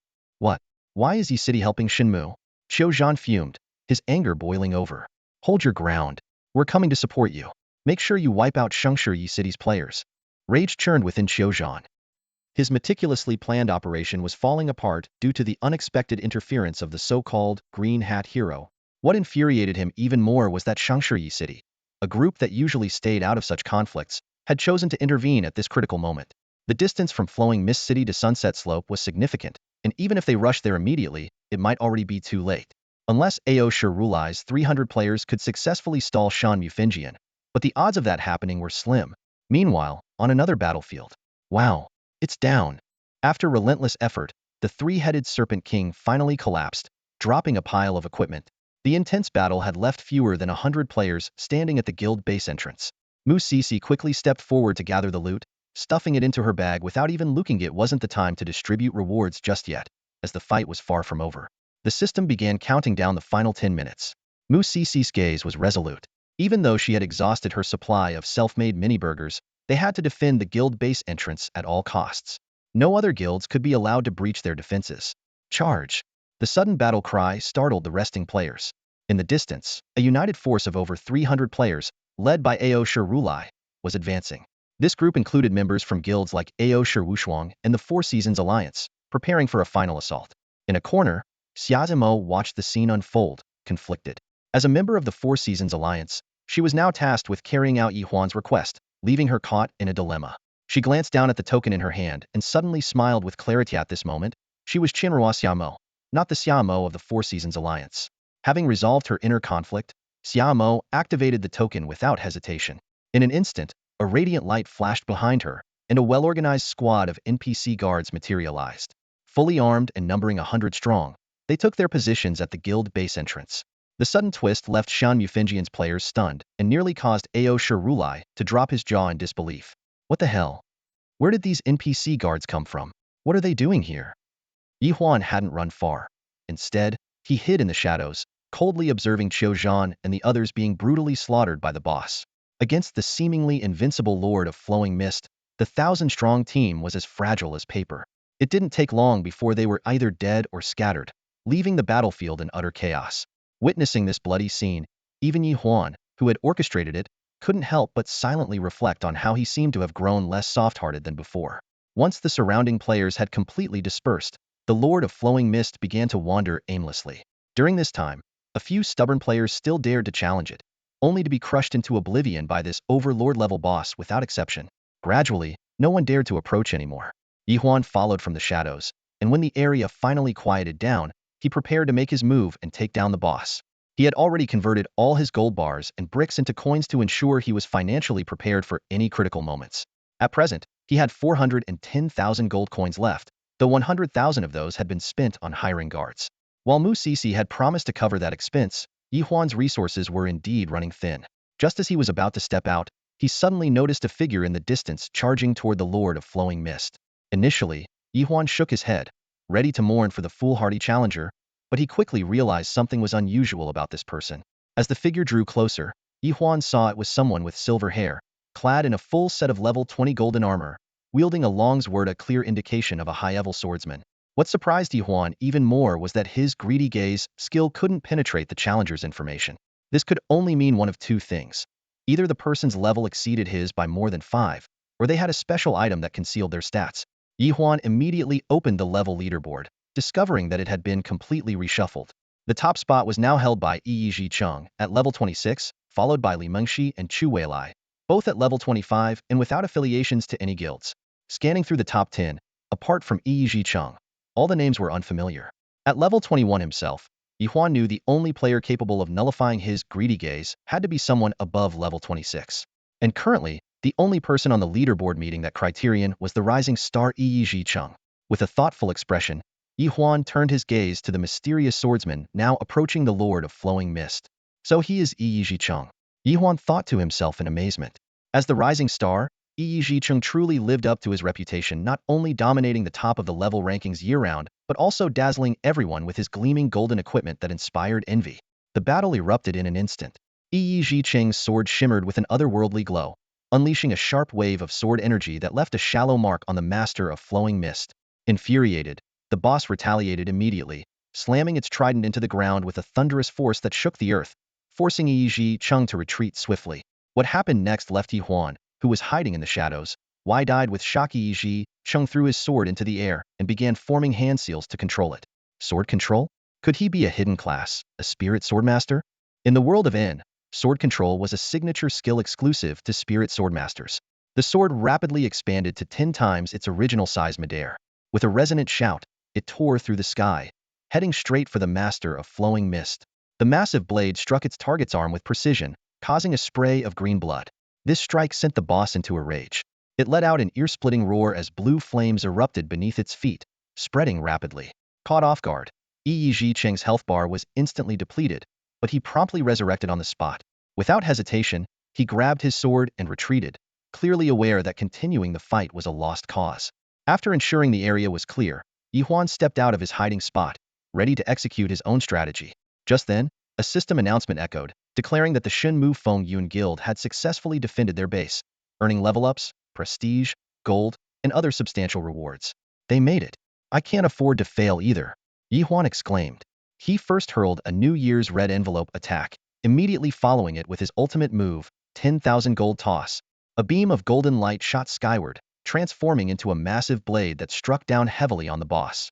Seeing the attack land successfully, he unleashed it 2 more times, spending a total of 300,000 gold. At this point, the master of flowing mist was battered and bleeding profusely, green blood pooling as it fell to one knee. But just as Ye Huan prepared to deliver the final blow, the situation took a sudden turn. The boss vanished in an instant, reappearing behind him the next second, its trident stabbing toward him with deadly intent. Oh yeah, Made. Ye Huan's health bar was instantly emptied, but he immediately revived on the spot with full health. In the split second after his revival, Ye Huan wasted no time and threw a lucky money skill. This skill was faster than his gold toss, successfully slowing down the movements of the Lord of Flowing Clouds. Seizing this fleeting opportunity, Ye Huan activated Shadow Dash and quickly retreated out of the Lord of Flowing Clouds' attack range. Without hesitation, he launched his final strike, the 4th gold toss. Die, Lord of Flowing Clouds. A single throw worth 100,000 gold. The massive Lord of Flowing Clouds collapsed with a resounding thud.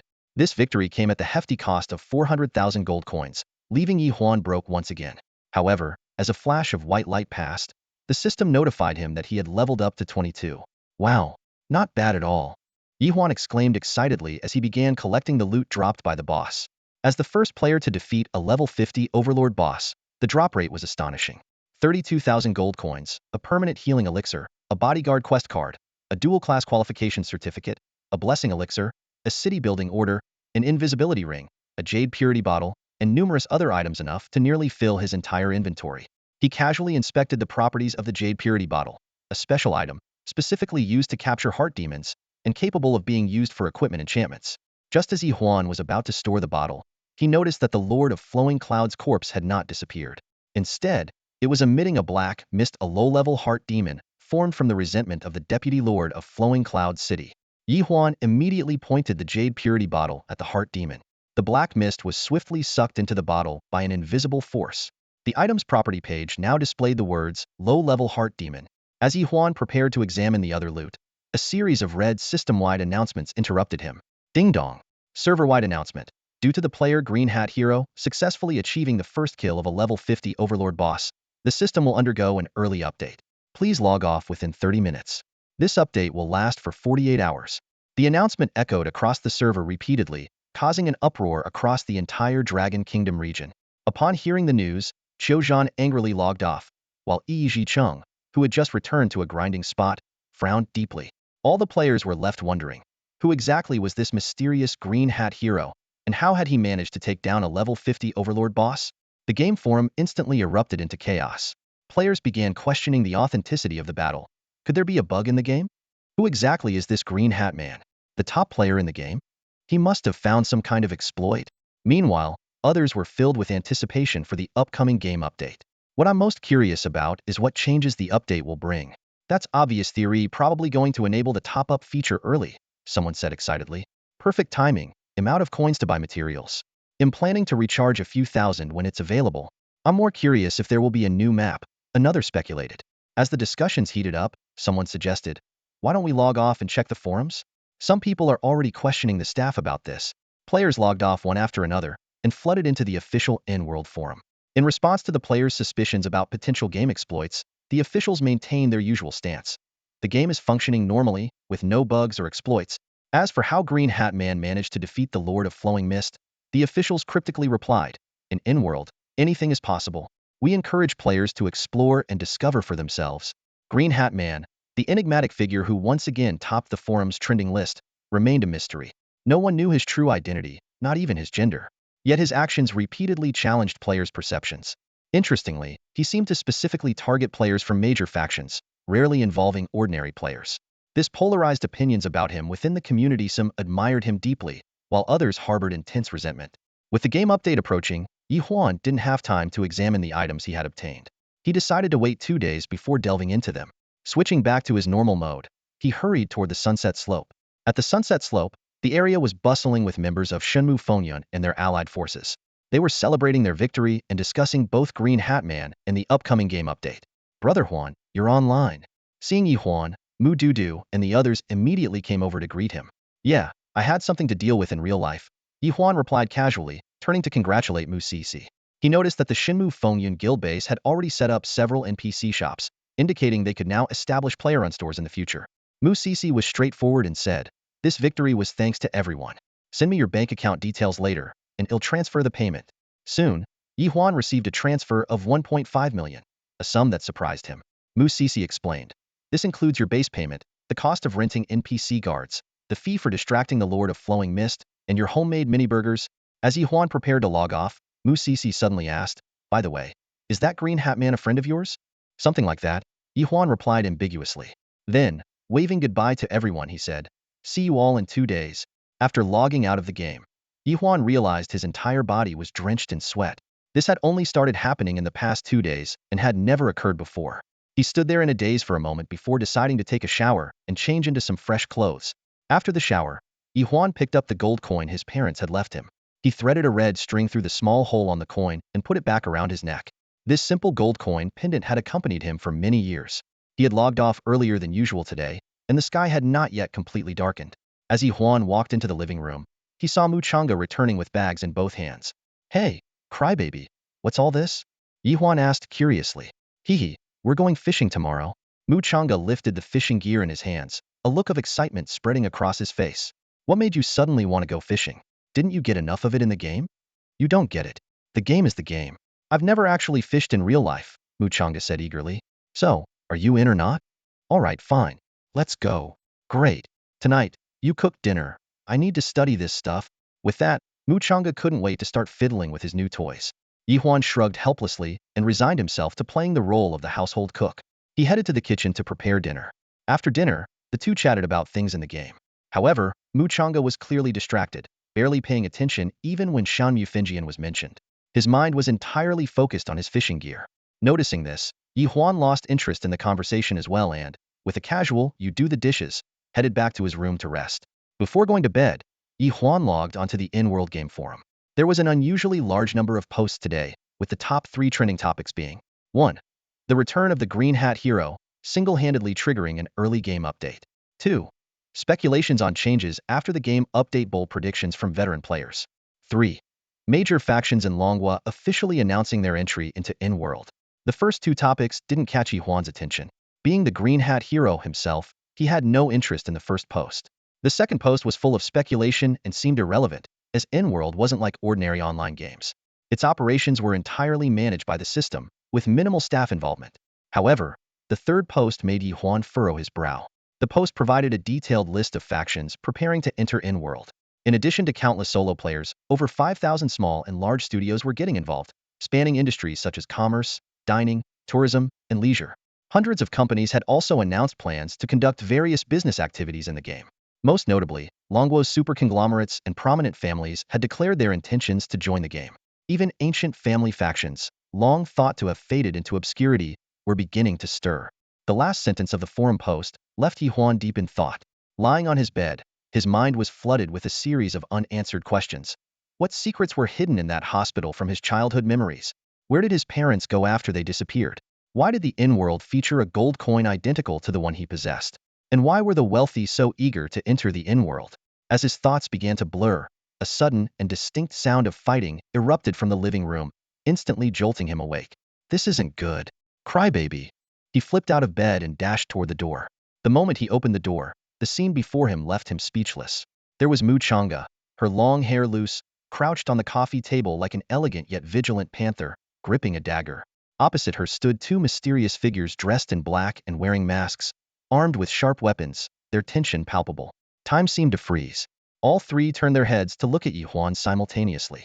Mu Chang'e urgently shouted, "Huan dog, close the door and go back to your room." Before she could finish her sentence, one of the masked intruders lunged at Ye Huan. Courting death, Mu Chang'e growled sharply, intercepting the attacker with lightning-fast reflexes. However, The other intruder took advantage of the moment, slashing a dagger across Mu Changa's side, leaving a trail of blood. It wasn't until this moment that Ye Huan realized this was a real assassination attempt. The movements and reaction speed of these two masked figures far exceeded those of ordinary people, and every strike was aimed to kill. If not for Mu Changa's exceptional combat skills, she would have already been dead. "Huan dog, run!" Mu Changa shouted, clutching her wound while continuing to fend off the two attackers. However, it was clear she was starting to lose ground. Instinctively, Ye Huan activated his shadow step technique, appearing instantly beside one of the attackers. Grabbing a chair, he swung it down with full force. In that split second, his speed seemed to surpass human limits, even catching Mu Changa's attention. Although the masked attacker was struck on the head, he got back up swiftly, like a pain-immune warrior. "Huan dog, we're no match for them. Get out of here!" Mu Changa yelled. Realizing these two were far from ordinary, Ye Huan used shadow step again. He scooped up the injured Mu Changa and bolted out of the room before the attackers could catch up. On the deserted streets in the dead of night, Ye Huan carried Mu Changa, sprinting at an almost inhuman speed, his figure a blur. "Crybaby, you'd better not die on me. We're heading to the hospital right now." "I mean, what hospital? It's just a minor wound." Mu Changa's voice came from his shoulder, snapping Ye Huan back to reality. After ensuring no one was chasing them, he set her down. Although blood was still seeping from the wound on her side, Mu Changa appeared relatively fine. Instead, she was staring at Ye Huan with a peculiar expression. "Are you sure you're okay? You're bleeding, you know. And why are you looking at me like that?" Ye Huan asked, concerned. Rolling her eyes, Mu Changa tore off a sleeve to press against her wound. Fixing Ye Huan with an odd gaze, she asked, "All right, you little punk, care to explain what the hell just happened back there? What's wrong with me?" Ye Huan muttered while shaking his collar, trying to shake off the exhaustion weighing on him. Mu Changa gave him a meaningful look. "Don't you think your speed just now was unusual?" Those words made Ye Huan freeze in place, his mind racing. It was then he realized that, in that critical moment earlier, he had actually used Shadow Steep, a skill from the game. Ye Huan turned to look around. He was all too familiar with this street, and he knew it was quite a distance from his place. Yet somehow, carrying someone on his back, he had managed to cover that distance in under 3 minutes. Unusual. Way too unusual. Ye Huan began pacing back and forth anxiously, muttering to himself, "How could I possibly use a game skill in real life?" Hearing this, Mu Changa's eyes lit up. "Huan dog, are you saying you just used a skill from in-world?" "Yes, it was Shadow Step." Ye Huan scratched his head vigorously, looking utterly confused.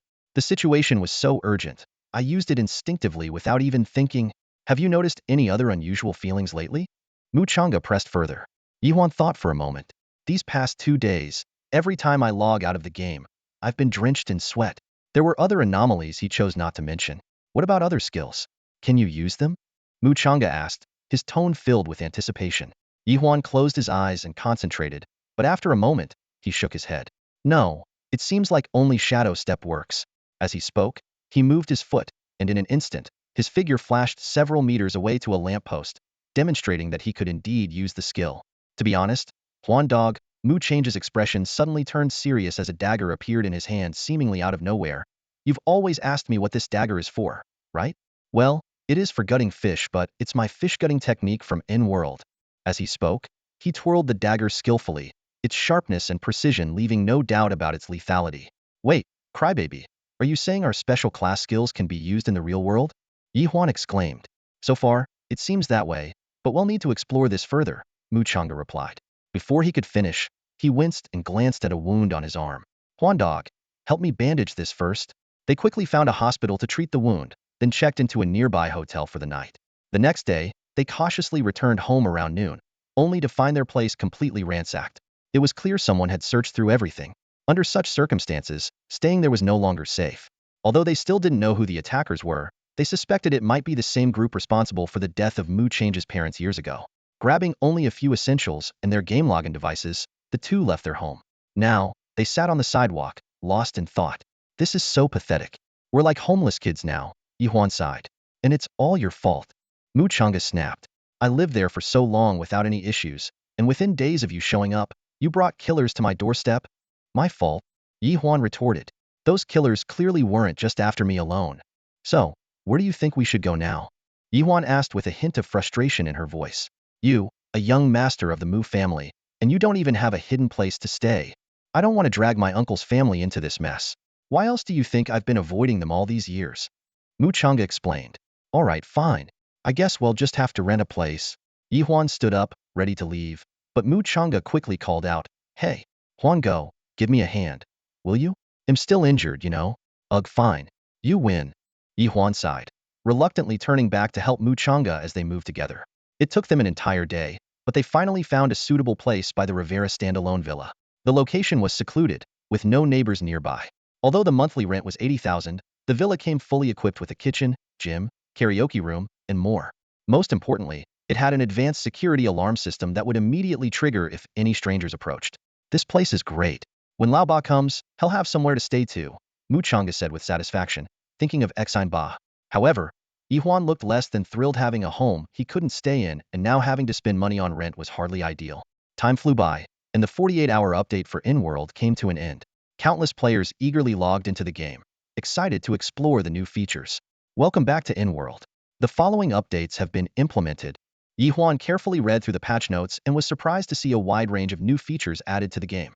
A recharge system, damage number display, monster health bars, skill upgrades, equipment star rank enhancements, a buff system, dungeon system, mount system, reputation exchange, and moreover a dozen new features in total. This marked the official launch of the game. The previous phase had merely been an introduction to familiarize players with the game world. Once Ye Huan entered the game, he noticed the player base had exploded, with at least 10 times more players than before. The world was bustling with enthusiastic adventurers. Not far ahead, a level 20 poison spider had just respawned. Monster name, Poison Spider. Monster level, 20. Monster description, how poisonous is the poison spider? Try it and find out. Before Ye Huan could make a move, a fist fighter player charged at the spider. Damage numbers instantly appeared above the spider's head, and its health bar decreased by a third. Interesting. Ye Huan nodded to himself. With these updates, players no longer had to guess blindly. They could clearly see if they were strong enough to handle a particular monster. He cast a skill called Red Envelope on the poison spider, and immediately a gravity buff appeared above the monster's head. Hey, are you a support class? Want to team up? The fist fighter player asked enthusiastically. Ye Huan politely declined. Maybe next time. I've got some things to take care of. He wasn't lying, his inventory was full of items waiting for him to study and sort through. Ye Huan found a quiet corner and eagerly began to count his spoils. First, he tallied his gold coins, 100,000 coins from defeating the Lord of Flowing Mist, an additional 30,000 coins dropped by the opponent, plus his original savings of 10,000 coins. Altogether, he now had 140,000 gold coins. Next, he examined the newly acquired title King of Overlevel Challenges. This title granted a double drop rate buff, bringing a satisfied smile to Ye Huan's face. Reflecting on his two rare official titles, Ultimate Rookie King, which provided a resurrection ability, and King of Overlevel Challenges, which offered the double drop rate, he couldn't help but feel proud of this enviable accomplishment. Then, Ye Huan took out the gleaming, golden hat from his inventory. It was the system's reward for being the first to defeat the Lord of Flowing Mist. He carefully inspected its attributes. Golden Fortune Hat. A wealth or exclusive equipment for tycoons. Enhances wealth aura value and dodge attributes, with an added fortune effect. Grants extra gold based on monster levels when defeating them. Ye Huan removed his signature green landlord hat and replaced it with the radiant new one. Though the green hat symbolized his green hat hero identity, he stowed it in his inventory instead of discarding it. The moment he donned the golden hat, his entire demeanor transformed, exuding an air of opulence as if he were a true tycoon. The system promptly sent a notification. Ding! Your wealth aura level has advanced to Overflowing Fortune. Upon checking his attributes, Ye Huan was delighted to find that his original impressive wealth aura had upgraded to Overflowing Fortune, boosting his defense and health by 15 times. He couldn't help but wonder if he was actually more suited to playing as a tank. The Golden Fortune hat not only provided dodge attributes but also caused enemy attacks to miss, making it a rare and valuable piece of equipment. Finally, Ye Huan began to sort through the other items dropped by the Lord of Flowing Mist. Eternal Healing Elixir. Unlimited use with a 1-minute cooldown. Escort Mission Card. Usable at level 30 to accept escort missions. Dual Class Qualification Certificate. Unlocks a second class at level 30. Blessed Elixir. Increases luck by 10 points upon immediate use. City Building Decree. Allows application to establish a city at level 50 through the game's highest-ranking emperor. When Ye Huan saw the words, highest-ranking emperor, he froze in place. Since only a few main cities are currently open in the in-world, the royal city hasn't been unlocked yet. Ye Huan carefully reviewed the system notifications. Although the city creation order was valuable, it required level 50 to use, making it temporarily unusable. He continued browsing through the items he had acquired. The invisibility ring immediately caught his attention. This piece of gear, with no level requirement, allowed players to become invisible to low-level monsters. It was practically a perfect tool for grinding. Haha, this is such a huge win. Ye Huan couldn't help but laugh out loud. Not only had he obtained the long-coveted dual-class certification, but he had also acquired so many practical pieces of equipment. The city creation order, in particular, was far more valuable than a guild token. He had already decided to build a city of his own. As for the 3 pieces of golden equipment, he could consider selling them. Just as he was pondering who to sell them to, the system notification sound suddenly chimed. Ding! You have received dividends from Shinka Tower. Gold coins 100,000. Already getting a 100,000 gold coin dividend? Ye Huan exclaimed in surprise, opening his personal interface to review his stats carefully. Level 24, no guild affiliation, holding multiple titles such as Ultimate Rookie King, with fully equipped attributes and gear. Feeling a bit idle, he opened his friends list and noticed that Zhang AI San Xiao had joined a guild called Zhang AI Returns. Hong Xiao, when did you guys join a guild? He asked curiously. Huangu, you're online? We just joined. It's an official return to the organization. Let us know if you need any help. Zhang AI Hong Xiao replied enthusiastically. Ye Huan also noticed that Meng Xishan and Brave Juanxiong had joined a guild named Elementary School Alliance, a name that made him chuckle. For now, only Kwang Dao and Nan Ran remained unaffiliated with any guild, although neither of them was online at the moment. With nothing else to do, Ye Huan opened the leaderboards to browse.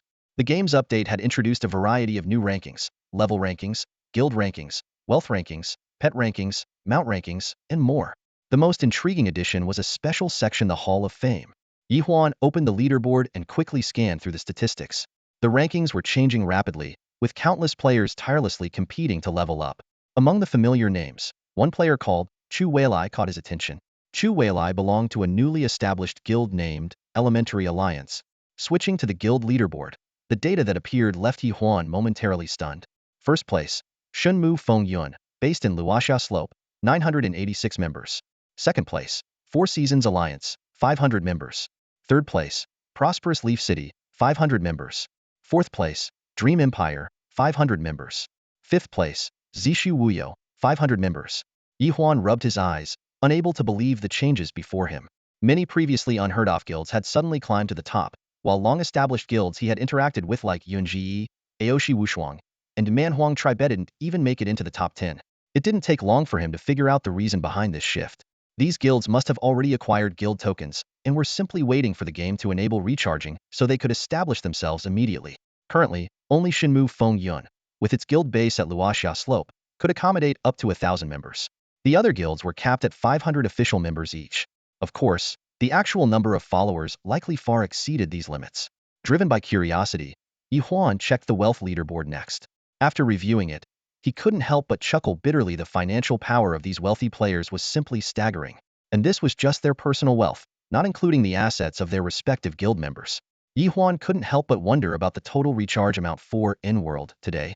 Was it 1 billion, 10 billion, or even more? The sudden upheaval in the game world left Ye Huan feeling a bit disoriented, as if his advantages had been erased. But on second thought, the influx of wealthy players might actually work in his favor. After reviewing all the leaderboards, including the currently empty Hall of Fame, Ye Huan decided it was time to take action. He returned directly to Leosia City to auction off some equipment. The changes in the city were evident. Both players and NPCs had significantly increased, and the bustling streets painted a picture of prosperity.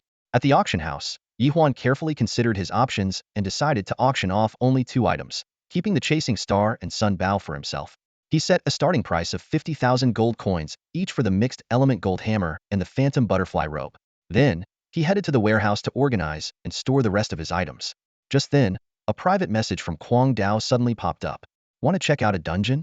As soon as Ye Huan logged in, he received this message.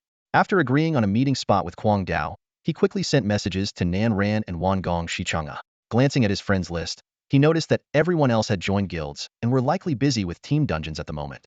Ye Huan decided not to disturb them today. Just as he arrived at the city gate, a private message suddenly popped up. Ye Huan, you're online? It was from Qian Ruoxiamo. Yeah, want to join me for a dungeon run? Sure, I've got nothing else to do right now. Soon, Qian Ruoxiamo appeared at the city gate. Ye Huan noticed the no guild status displayed above her head and curiously asked, Xiamo, it looks like your CG Alliance is planning to make a mark in in-world. Don't you need to stick with your team? Xiamo shrugged casually. Not really. With so many of our family members in the guild, one more or less doesn't make much of a difference. Fair enough. Let's get going. Ye Huan snapped his fingers and led Xiao to meet up with Kwang Dao and the others. In Leosia City, there were 3 dungeons: Green Forest Valley, Death Mine, and Red Mist Cliff. Each dungeon had 3 difficulty levels: easy, hard, and hell. The bulletin board at the dungeon entrance displayed the latest records in real time. When they arrived at Green Forest Valley, the area was even more crowded than the leveling zones. Ye Huan quickly realized a problem. Dungeons required at least 6 players, but they only had 5. Brother Huan, we're 1 person short, Nenran said, scanning the area in search of someone to fill the gap. However, most players coming to the dungeon were already in teams, and solo players were rare. At that moment, a slightly shy-looking girl ran up to them. It looks like you're missing someone. Can I join you? She was holding a spirit staff, indicating she was likely a ranged damage dealer. Nan Ran was about to politely decline they were missing a healer, but Ye Huan suddenly said, "Sure, you're welcome to join." Using his money talks skill, Ye Huan recognized her as Li Mengxi, the second-ranked player on the leaderboard and the only one to make it there without joining a guild. Now we're 6. Should we look for a healer? Ye Huan was about to continue searching when a loud voice interrupted them. Hey, you 6. Yeah, I'm talking to you. A group of players with Dreamland Empire guild tags approached them, led by a burly man wielding a massive shield. With a booming voice, he called out, "Our Dreamland Empire is recruiting reserve members. Are you interested in joining?" Kwang Dao curled his lips, looking completely uninterested. Ye Huan and the others also showed obvious disinterest. The player's face instantly darkened.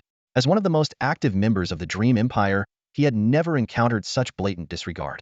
After all, their guild leader, Ming Wuya, was ranked among the top 5 players on the leaderboard.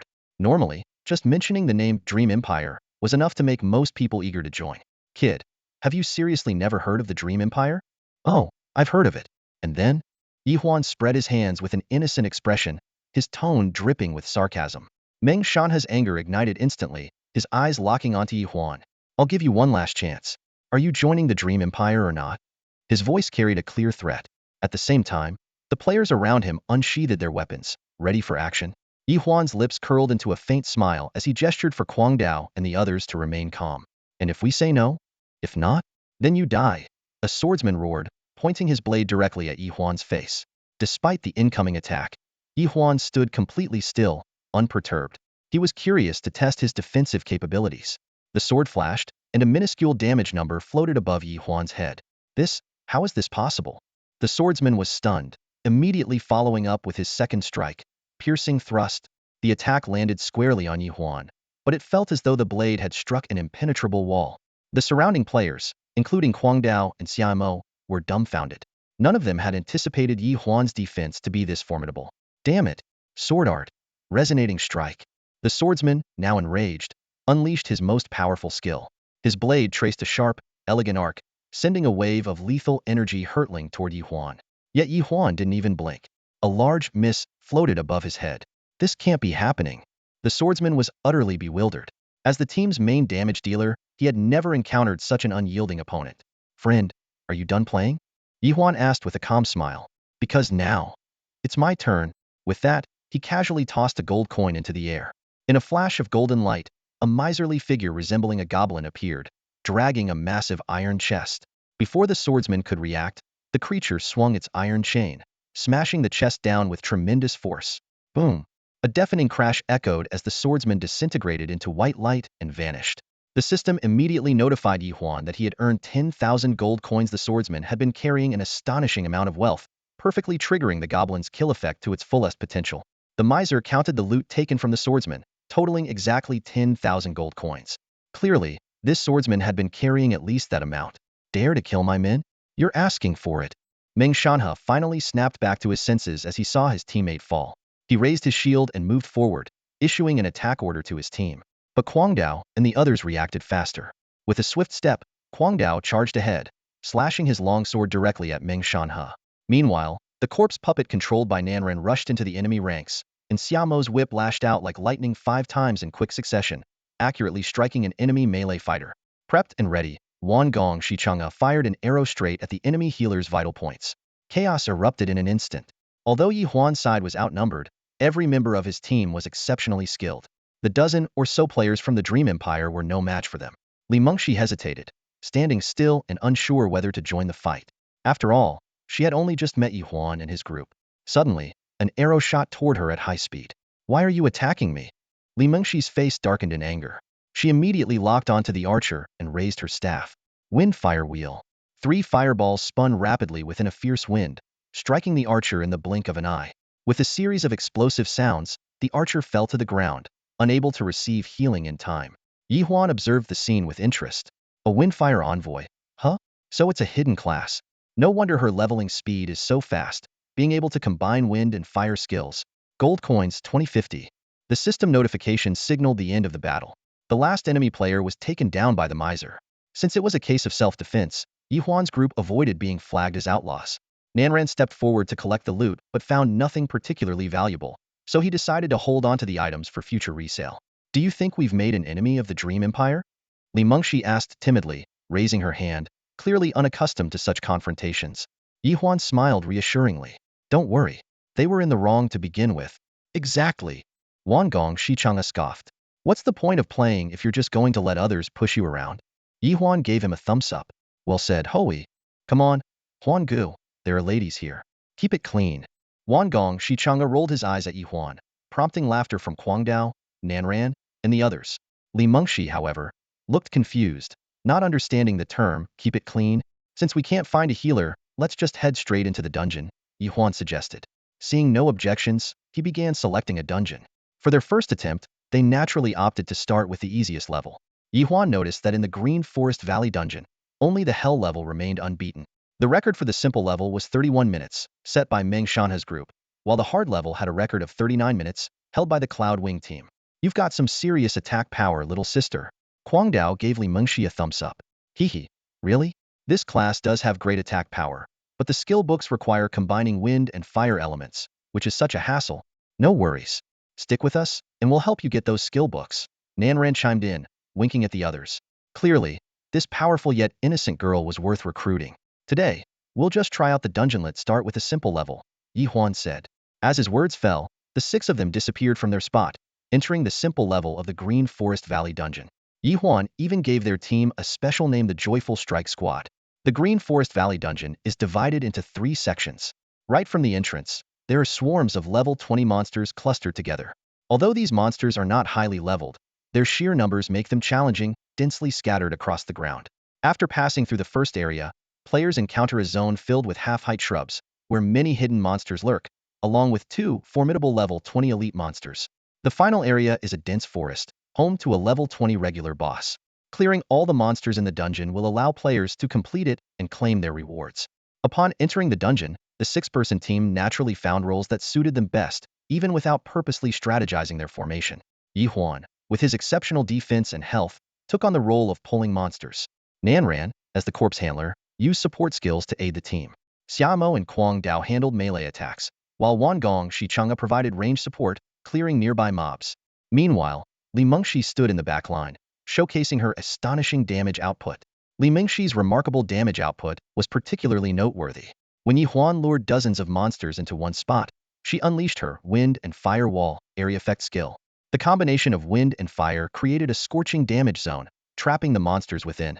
Damage numbers continuously floated above their heads, and her attacks frequently triggered critical hits, dealing massive damage every 5 or 6 hits.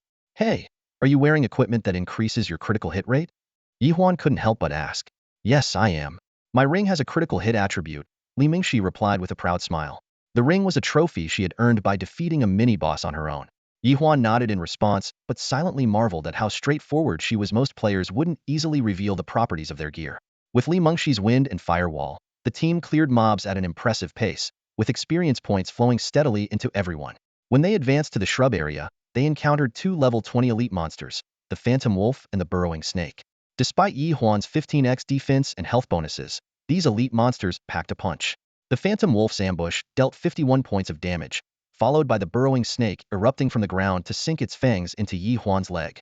I can hold them off. You guys deal with the smaller mobs first, Ye Huan said, glancing at his health bar, which had only dropped by 1. The rest of the team quickly dispatched the surrounding mobs before focusing their firepower on the 2 elite monsters. The Penny Pincher swung his iron chest at the Burrowing Snake. Kwang Dao's single-target attacks dealt significant damage, and Xiaomo's lightning 5-strike skill alone inflicted over 600 total damage. This further proves from another perspective that hidden professions indeed have a slight edge over regular ones in the early stages. However, They come with significant drawbacks in terms of acquisition difficulty and late-game development. Not only is the profession itself hard to obtain, but leveling up, acquiring skill books, and finding suitable equipment are also extraordinarily challenging. After defeating the 2 level 20 elite monsters, Nan Ran immediately stepped forward to check the loot. Unfortunately, the 2 pieces of level 20 bronze equipment were unsuitable for anyone in the team, so they could only be taken back to sell and split the profits. The 6 of them continued deeper into the dense forest, only to suddenly encounter a massive green spider. The system identified it as the boss of Green Forest Valley, and its intimidatingly long health bar instantly caught everyone's attention. Whoa, that health bar is ridiculously long, Nan Yongxiaji exclaimed. It's way longer than the elite monsters. Kwang Dao chimed in. What do we do? I've been scared of spiders since I was little, Li Mengxi said, her voice trembling. Don't worry, your range, you don't need to get close to it. Qinruo Shimei reassured her. Don't worry, Shishi, I'll shoot it down, Wang Gongxi Chang'e declared confidently. Alright, let's stick to the usual plan. I'll draw its fire, and you guys do your thing.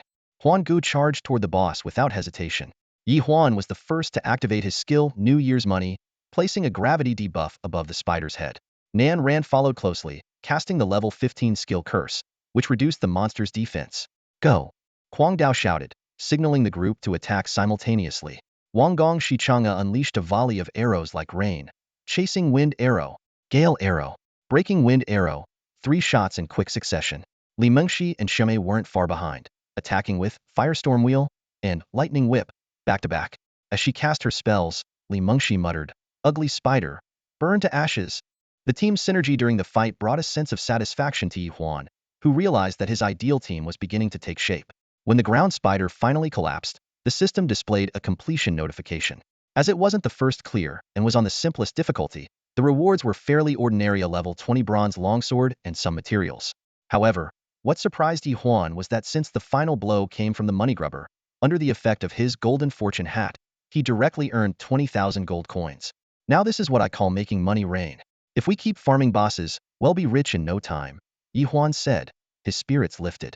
With renewed enthusiasm, he declared, let's move on to the hard mode. The Green Forest Valley dungeon on hard mode wasn't much different from the easy mode. The regular and elite monsters remained at level 25, with the final boss being a rare level 20 monster.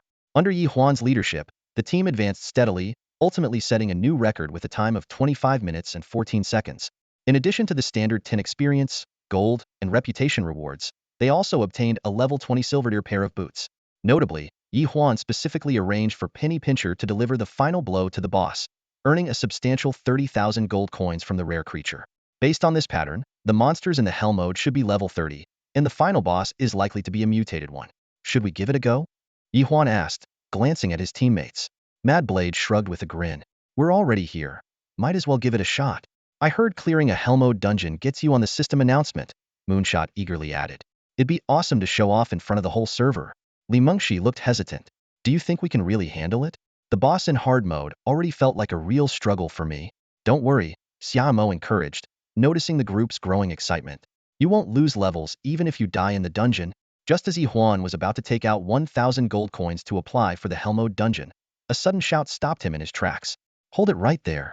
The group turned to see Ming Shanhe, the player they defeated earlier, approaching with a large crowd in tow. Over 100 players marched behind him, all bearing the emblem of the Dream Empire Guild. Ye Huan frowned and closed the dungeon application interface as Mad Blade and the others quickly assumed combat stances. 6 against 100, things were looking dire. You Dream Empire people really are unreasonable, Ye Huan remarked with a cold smile, already considering the option of using gold to deal with the situation. Ming Shanhe was about to speak when a graceful woman stepped out from the crowd. It was none other than Dream Empire's vice president, Ming Wuyo. Yes, we Dream Empire are unreasonable. What of it? Ming Wuyo said arrogantly, holding her head high. Ye Huan couldn't help but recall the time he'd encountered her while using his green hat hero persona. Back then, she'd been standing beside Xiao Zhan, only to be swiftly defeated by the flowing mist lord. Ye Huan looked at the aggressive group in front of him and shook his head helplessly. It seems like you're here just to pick a fight. Instead of wasting time here, why not level up or clear some dungeons? That's what really matters.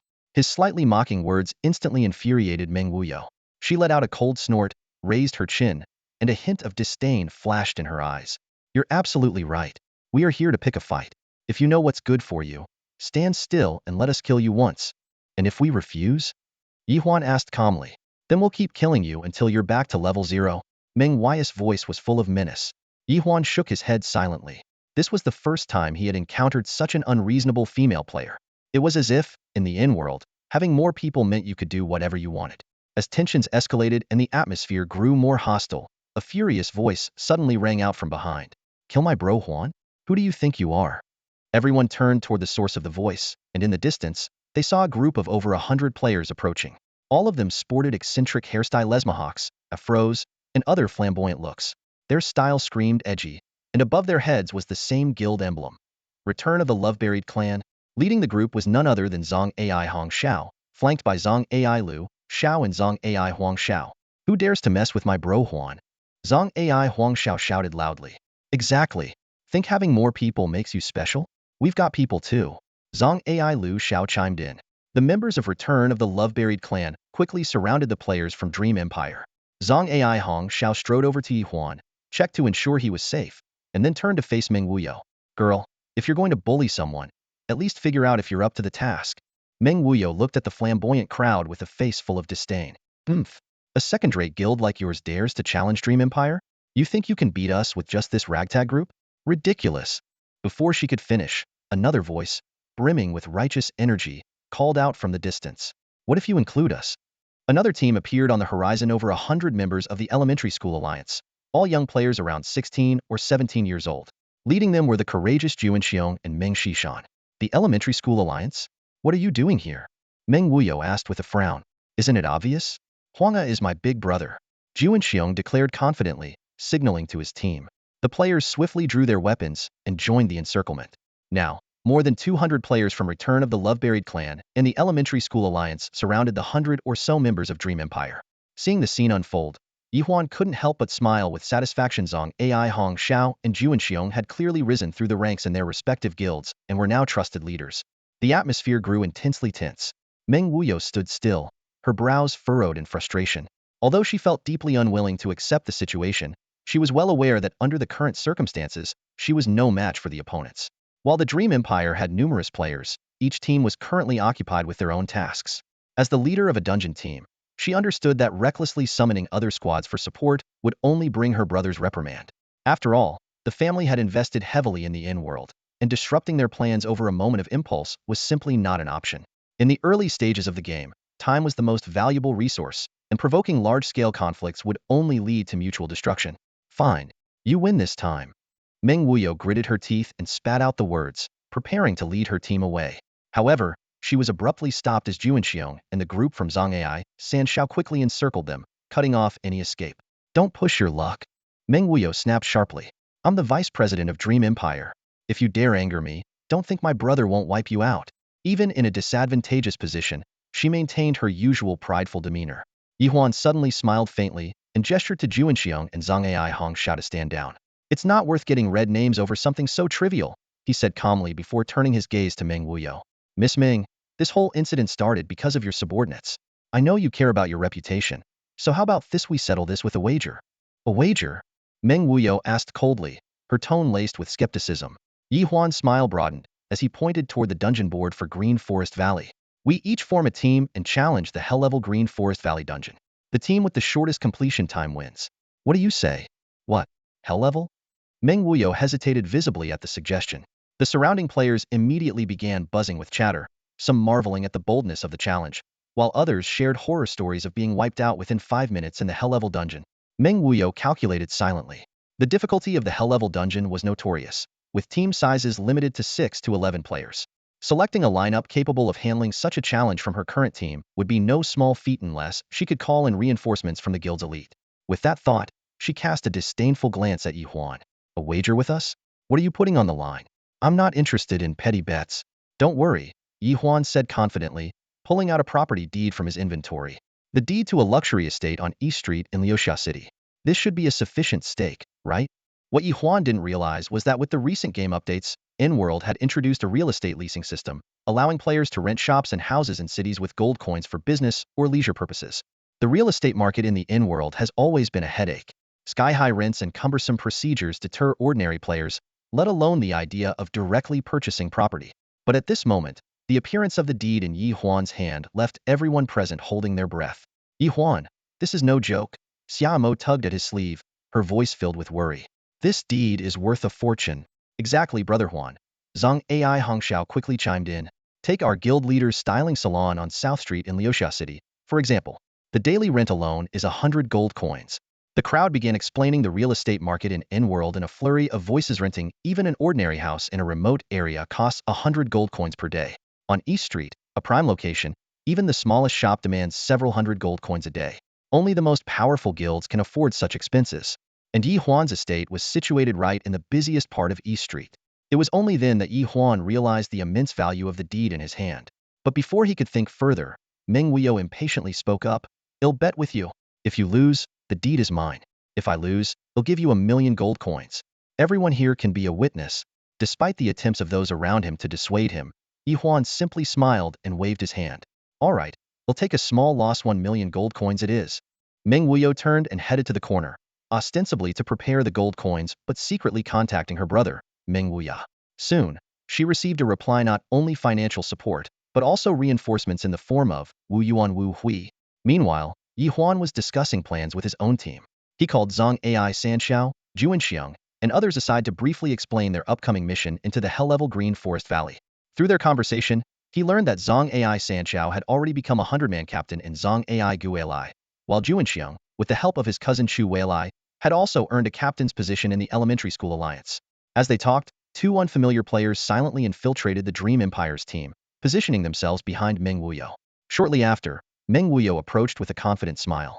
Hey, I've gathered the gold coins. Are you guys ready? We're always ready. Ye Huan shrugged with a faint smile on his face. To Meng Wuyo, however, that calm demeanor seemed more like a facade. All right, then we'll go first. Meng Wuyo immediately began selecting her team. Ye Huan carefully observed their lineup and noticed Meng Shanhao among them.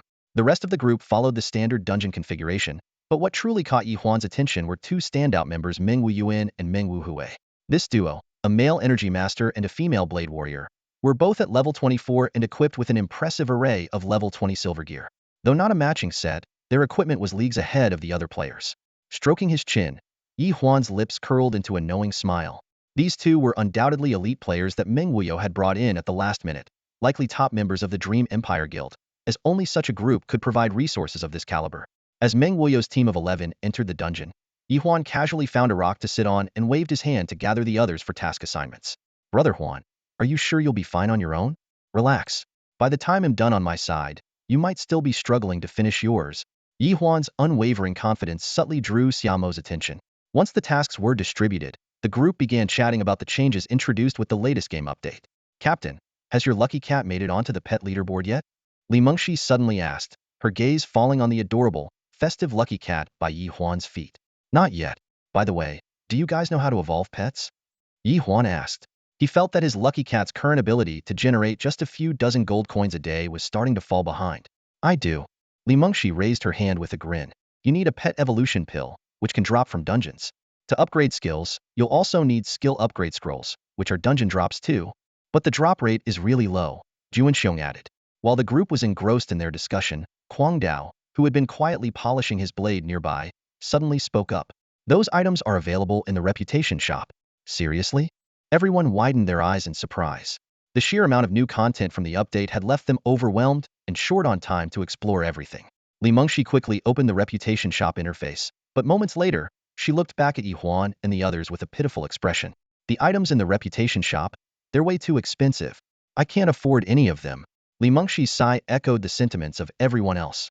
Curious, Ye Huan opened the reputation shop to take a look. A list of item prices appeared before him. Reducing Sin Potion clears 1 point of Sin 100 reputation. First Aid Kit treats external injuries 200 reputation. Detoxification, Elixir 200 reputation.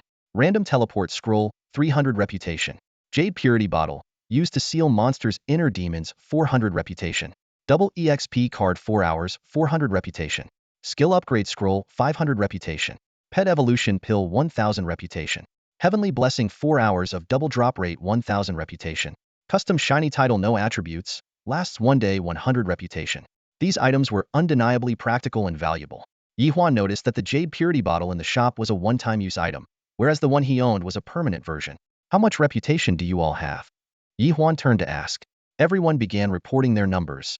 200, 150, around 80, 320.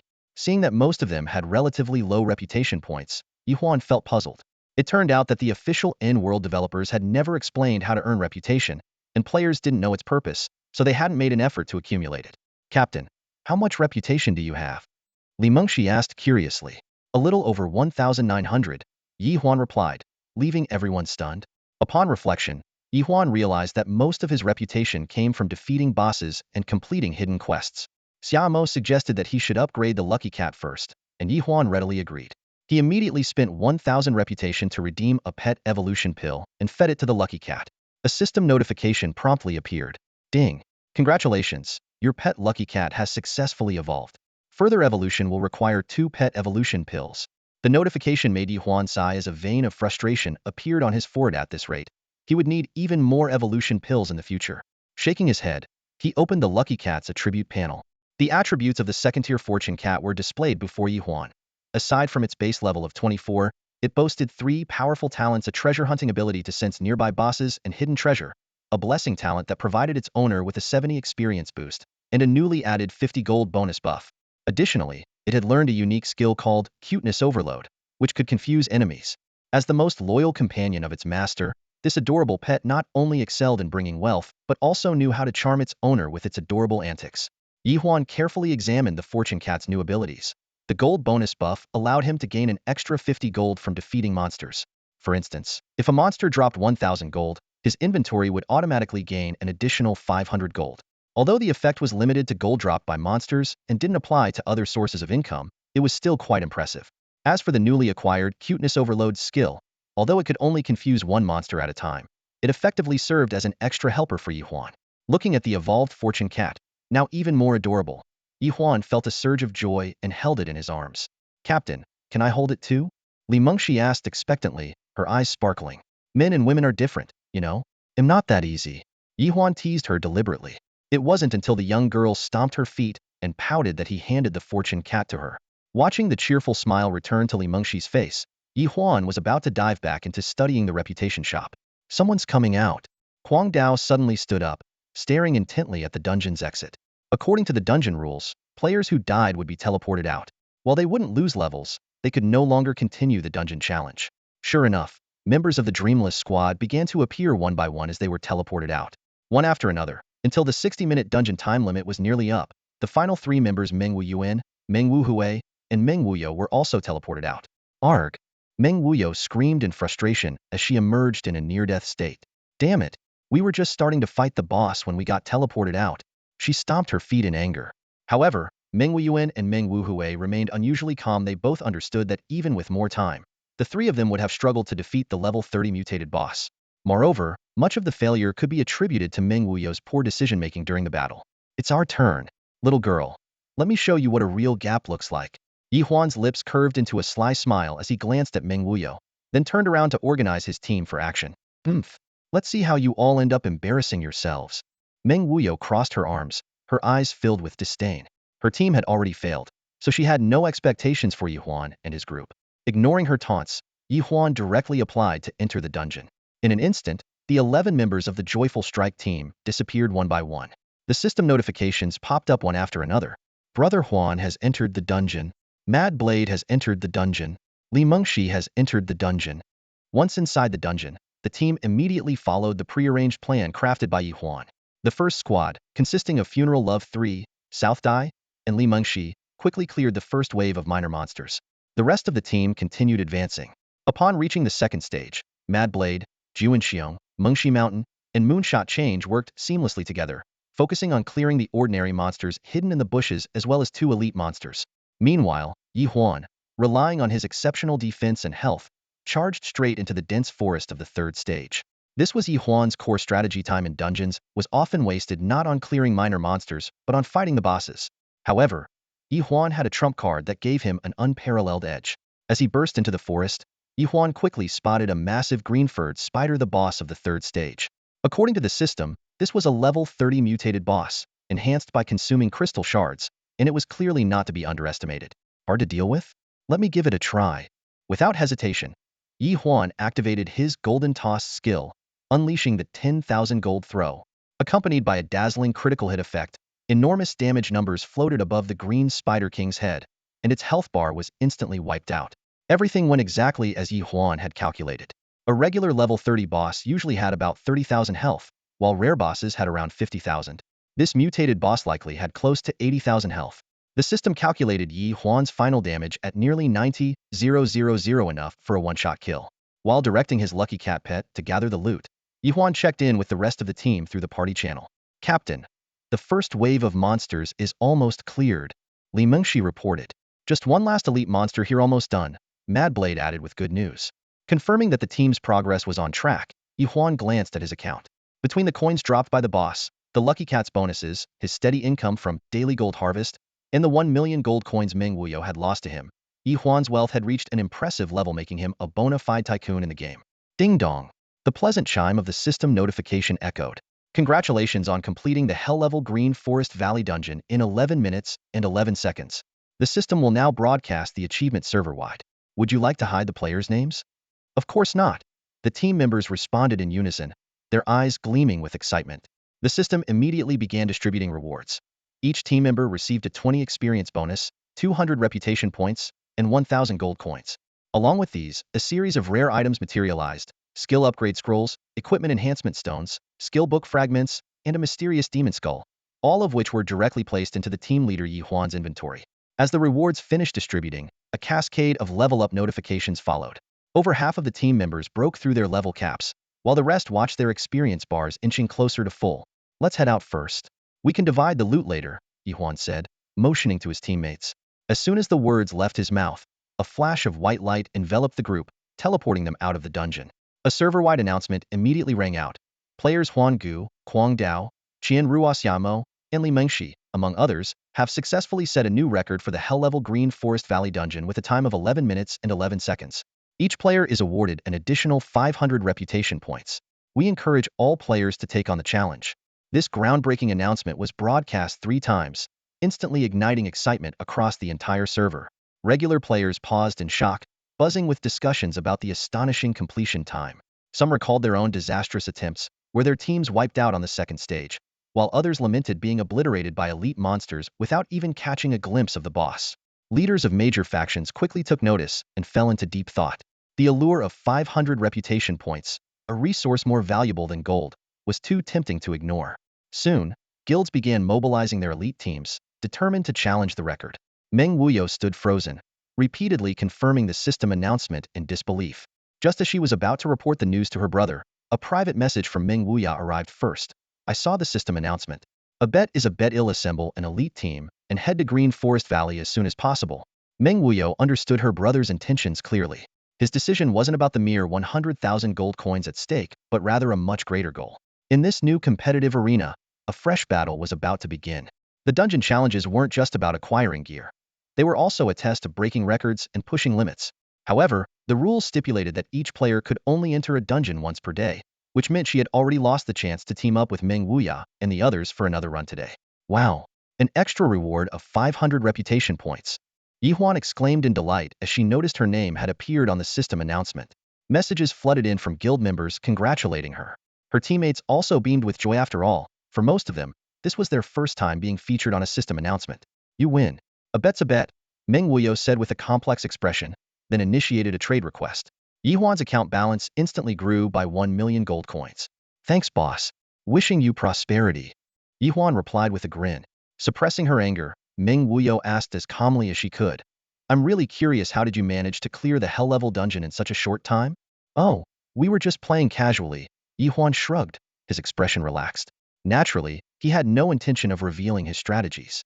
Seeing that no answers were forthcoming, Meng Wuyo waved her hand, signaling her team to leave Green Forest Valley.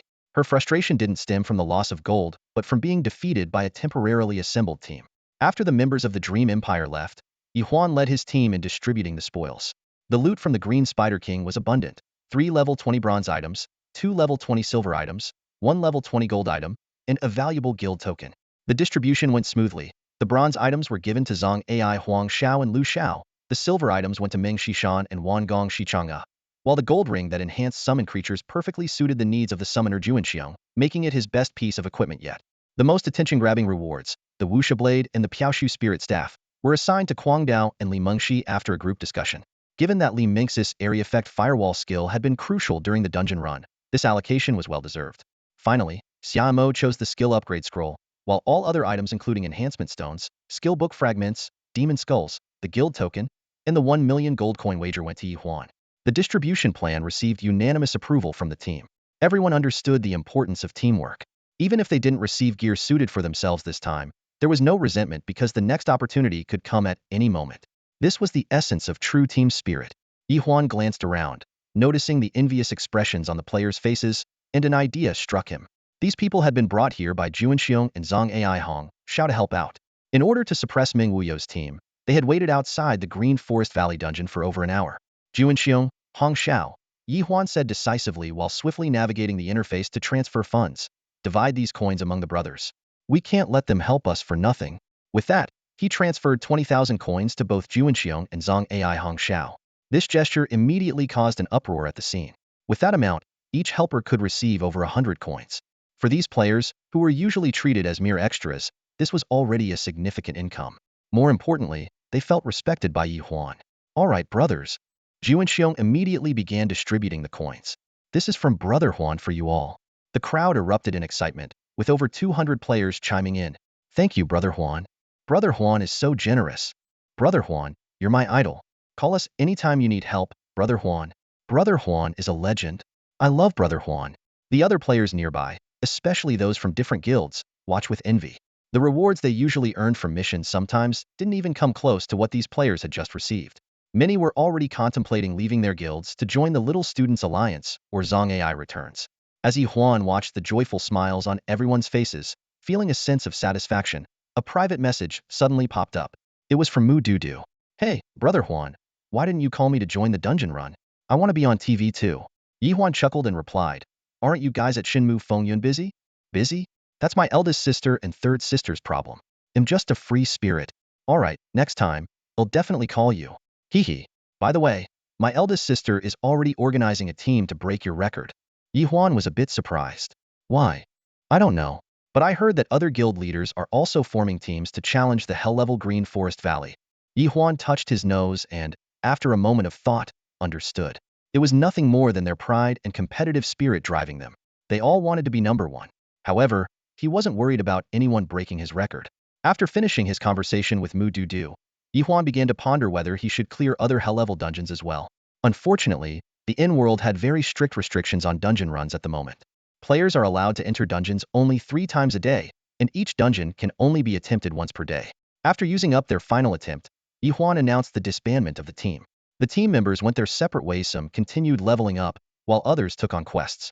Not long after they left, other teams began arriving at Green Forest Valley, most of which were elite groups from major guilds. However, even these elite players were unable to break the record set by Ye Huan and his team. Unless another player as powerful as Ye Huan, capable of instantly defeating the boss, emerged, the record would remain unchallenged. As Ye Huan returned to the city, a system notification sounded. Ding! The item LV30 Primal Gold Hammer, you listed at the auction house has been sold for 300,000 gold coins. Ding! The item LV30 Phantom Butterfly Robe, you listed at the auction house has been sold for 250,000 gold coins. Ye Huan immediately opened his gold account to check. The sale of these 2 items had earned him a total of 550,000 gold coins. Combined with his previous savings, he now had 1.82 million gold coins in total. All of this was earned through his own efforts, not through in-game purchases. Feeling a bit pleased with himself, Ye Huan headed straight to the auction house and listed a guild token with a starting price of 100,000 gold coins. This price was significantly lower than when he sold his first guild token. Back then, it was the first token released in the game, and establishing the first guild came with special rewards, which naturally drove its price to astronomical levels. Just as he was about to leave, another system notification popped up. Ding! Financial assistant reminder. You have a new investment proposal. Would you like to review it? Opening the investment proposal, Ye Huan found that it was a project to rebuild Whitehorse Academy. The project required an investment of 1 million gold coins and offered the position of vice principal along with a 30% share of the profits. Faced with such a significant investment opportunity, Ye Huan hesitated. He quickly contacted his friend Mu Sisi to inquire about the academy. I know a little about it, Mu Sisi replied. It's a rundown academy with only the old principal left. But that principal happens to be the highest level NPC in Whitehorse Cities, already level 52. With this information in hand, Ye Huan no longer hesitated. He immediately agreed to the investment. The fact that the old principal was the highest level NPC in the area made the gamble worth the 1 million gold coins. The moment 1 million gold coins were deducted by the system, Ye Huan felt a sharp pang in his heart. Although this hard-earned investment had already been finalized, he couldn't help but worry about the risks associated with such a massive expenditure. A quick glance at the in-game clock showed he had been online for 6 hours. The hunger gnawing at his stomach reminded him it was time for a break. This was one of the new features introduced after In-World's update. Daily gameplay time was now extended to 12 hours, and the system would issue reminders based on the player's hunger level, even forcing an offline break if necessary to protect their health. After all, even with the aid of nutrient solutions, a balanced diet and proper exercise were still essential in this era. In the kitchen of his newly rented villa, Ye Huan prepared a simple meal. Besides his own portion, he thoughtfully set aside some for Mu Chang'e. After eating, he headed straight to the gym. His recent encounter with an assassin had made him more determined to improve his combat skills. During his workout, he once again studied the mysterious gold coin. He had a persistent feeling that his ability to use Shadow Step in the game was somehow connected to this coin. He tried various methods, pricking his finger to offer a drop of blood, rubbing it repeatedly in hopes of summoning a genie, and even briefly considering swallowing it. Yet, the coin remained unresponsive. Do I really need to collect 7 of these to summon a dragon? He mused wryly, setting the mystery aside for now. After logging back into the game, Ye Huan returned to his in-game property, the Tycoon mansion. As he stood in the empty estate, he wondered if it was possible to hire maids, though he wasn't sure if In-World offered such a feature. He opened his inventory to review his recent loot, equipment enhancement stones, skill book fragments, and a demon skull. The enhancement stones were clearly valuable, and he planned to visit the blacksmith later to inquire about their use. He had obtained 2 skill book fragments, and while their synthesis location remained unknown, they were undoubtedly worth a fortune. He decided to store them for now. Lastly, there was the demon skull.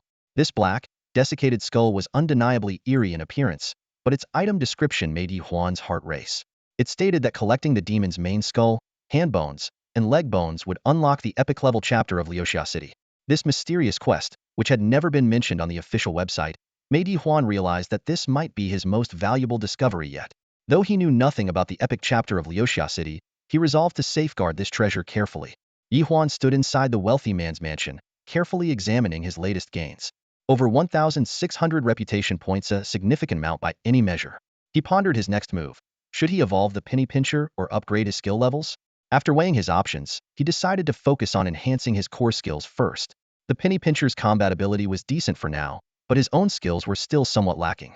Without hesitation, he spent 1,500 reputation points to exchange for 3 skill upgrade scrolls. As he used the scrolls, system notifications popped up one after another. Money Tree, Keen Eye for Wealth, and Red Envelope Boost were all upgraded to level 2. The improvements were immediately noticeable. Money Tree could now drop more gold coins, and Keen Eye for Wealth even gained a night vision ability. Although Ye Huan had always logged in during the daytime and hadn't experienced the nightlife of the in-world, this new ability was undoubtedly useful. As for Red Envelope Boost, its gravity effect was significantly enhanced. Looking at the remaining 100 or so reputation points, Ye Huan had a sudden idea and redeemed a custom shining title. This purely decorative feature allowed him to display any non-offensive text above his head for a day. Inspired, he typed in, "Reputation for Stainless Steel Basin." As he stepped out of the mansion, the unique title immediately attracted the attention of passers-by. Some found it amusing, some criticized him for wasting reputation points, while others, curious, approached to ask what on earth this stainless steel basin was and why it was so special. Faced with the reactions of the crowd, Ye Huan suddenly realized an unexpected use for this seemingly pointless featurite was essentially a perfect advertisement board. I should have written buying demon bones, he thought to himself. Isn't this basically a free megaphone? With this revelation in mind, and still wearing the eye-catching title, Ye Huan strode confidently toward the blacksmith's shop, ignoring the puzzled and amused gazes of the onlookers. Ye Huan discovered that the blacksmiths in Leosia City were incapable of enhancing equipment, leaving him somewhat helpless. It seemed he would have to wait until he reached level 30 to unlock the portable forging system before he could perform equipment enhancements and enchantments. Feeling bored, he opened the financial assistant app to check his accounts and noticed that Shi Shiotsai from Fian City still hadn't repaid his debt. Since he had nothing better to do, he decided to go collect it. Arriving at the teleportation array, Ye Huan concealed his flashy custom title. After all, it was only useful for appearances and advertising during business, and served no purpose at the moment. After paying the teleportation fee, his figure vanished into the array. This was Ye Huan's first visit to Fian City. The city's design was strikingly different from Leosia City. The entire city was shaped like a soaring swallow with outstretched wings. Swallow nests could be seen everywhere, and small birds frequently flew overhead, adding a lively charm to the city. After briefly familiarizing himself with the surroundings, Ye Huan prepared to collect the debt. He first opened the system map to locate Shishiotsai, but found that the coordinates of this secondary NPC were not marked. Left with no other choice, he began asking passersby for information. Just then, a player passed by, and Ye Huan quickly approached to ask, "Hey, friend, do you know where the NPC Shishiotsai is?" The swordsman-like player gave him a strange look. "You don't know? Know what?" Ye Huan asked, his face filled with confusion. The swordsman chuckled wryly. "We're all looking for Shishiotsai." "Oh? Why are you all looking for him?" Ye Huan asked curiously. "Could this Shishiotsai be an important NPC? Looks like you're new to Fian City. Come with me," the swordsman said, motioning for Ye Huan to follow. Out of habit, Ye Huan activated his keen eye for wealth skill and examined the player's details. MOC, level 22, Chinkuan Swordmaster, a hidden class. Ye Huan couldn't help but marvel at his luck. He had randomly stopped someone and ended up encountering a rare hidden class player. MOC led Ye Huan to a street in Fian City's right wing and pointed to a notice posted on a wall. Taking a closer look, Ye Huan saw that several NPCs had jointly issued the notice. Shishiotsai was suspected of fraud, and a reward of 1,000 gold coins was being offered for his capture. The notice even included Shizayakai's portrait. Standing before them was a burly man with a broad, muscular frame completely at odds with the refined name Shishiotsai. Ye Huan couldn't help but feel suspicious. Could this so-called scholar be just another conman, like the Zhang Matzi he'd encountered before? At that moment, MOC, who was standing nearby, spoke up. "Are you looking for Shishiotsai too? How about we team up and split the reward later?" "Sure." Ye Huan agreed with a nod. After all, he had no clue about Shishiotsai's whereabouts. "By the way, why are you looking for him?" "To collect a debt." Determined to track down Shishiotsai, the two decided to start by investigating the NPC who had posted the notice. Their first stop was the most renowned tailor shop in Fian City. "Dear adventurers, welcome. I am the finest tailor in Fian City. How may I assist you?" The tall and lanky tailor Li greeted them with a routine smile as they approached. Mosi was about to bring up the matter of Shishiotsai when Tailor Li, seemingly preoccupied, continued to focus on his work as if he hadn't heard. Just as Mosi was about to lose his temper, Ye Huan stopped him with a smile. Ye Huan calmly pulled out a handful of gold coins and placed them lightly on the counter. "Tailor Li, I have a question for you," Ye Huan said. Tailor Li's eyes immediately lit up as he deftly pocketed the coins. "Ah, a generous patron. What would you like to know?" This scene left Mosi stunned. He hadn't realized that Ye Huan's status as a wealthy landowner, combined with his official position and reputation in Leosia City, granted him such privileges. "Shishiotsai owes me money and hasn't paid it back. Do you know where he might be?" "I'm afraid I don't. But he did commission a batch of animal traps for me and hasn't paid for them either." "Oh, you might want to ask Blacksmith Wang. I heard Shishiotsai sought him out before he disappeared." Without delay, the two headed to find Blacksmith Wang. Using the same tactic, Ye Huan handed over some gold coins, and Blacksmith Wang revealed, "Shishiotsai ordered a set of hunting tools from me but didn't pay for them either." Animal traps, hunting tools? Ye Huan's mind began to piece things together. Clearly, Shishiotsai was planning to catch something. But where could he have gone? As they wandered down the street, pondering their next move, they overheard two patrolling guards chatting. "Did you hear? A Lingxi beast has appeared on Lingxi Mountain." "Yeah, I heard. They say it's a top-tier mount. A lot of people are trying their luck there." Ye Huan turned to Moc. "Do you know where Lingxi Mountain is?" "Lingxi Mountain? Yeah, I know it. Why?" Moc looked at Ye Huan with a hint of surprise. "Let's go check it out," Ye Huan said, unfamiliar with Fian City and wanting to find a guide. Moc hesitated for a moment. Although he hadn't overheard the guard's conversation, he found Ye Huan to be a decent person and explained. "Lingxi Mountain is a level 30 monster area. Most players are only around level 20 to 25 right now, so hardly anyone goes there to level up." "Alright, let's go. I won't let you work for nothing." Ye Huan snapped his fingers, and the two headed out of the city. Along the way, Ye Huan noticed that Fian City's layout was similar to Leosia City's farther from the city, the higher the monster levels. What stood out the most was the abundance of bird-type monsters in the area, which attracted many archer players for leveling. After leaving the city, Ye Huan sent a party invite. When Moc joined the team, he looked at Ye Huan in surprise. "You're Huanga. You know me?" Ye Huan was equally surprised. Moc explained. "I remembered your name from when you guys cleared the hell-level Green Forest Valley." Realization dawned on Ye Huan. It seemed his appearance on the leaderboard had indeed left an impression on many players. Suddenly, a flock of monster birds appeared ahead. Sharp-beaked crane. Level 20. Description: flock-dwelling birds skilled in ambushes. Call for help if encountered. Moc took the lead, dual-wielding swords as he charged into the group of monsters. His movements were swift, and the two swords worked in perfect harmony. Each strike was seamless, showcasing the unique combat style of a Qinkuan swordmaster.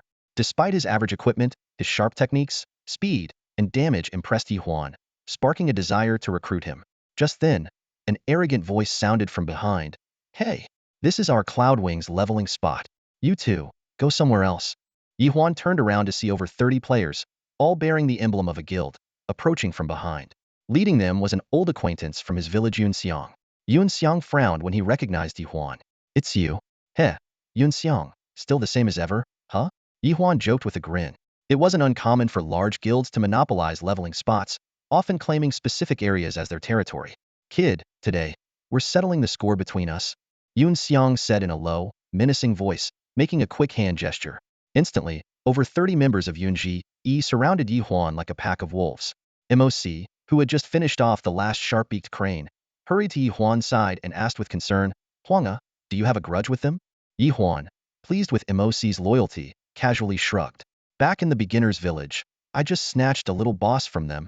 Then, turning to Yunxiang with an innocent expression, he added, Yunxiang, are you sure you want to pick a fight with me? Of course. Unless you join Yunji and become my underling. Yunxiang said smugly. Oh, you want me to be your lackey? Ye Huan sneered. You must be dreaming, thinking you're some big shot. Seeing Ye Huan's refusal to submit, Yunxiang immediately waved his hand and ordered, take them down. Come out, my money grubber. Ye Huan countered without hesitation, summoning his pet. MOC, showing rare camaraderie, gripped his twin swords and positioned himself protectively in front of Ye Huan. Witnessing MOC's unwavering loyalty, Ye Huan became even more determined to recruit him into his team. The battle was imminent. Yunxiang's melee players charged forward while the ranged players prepared their offensive positions.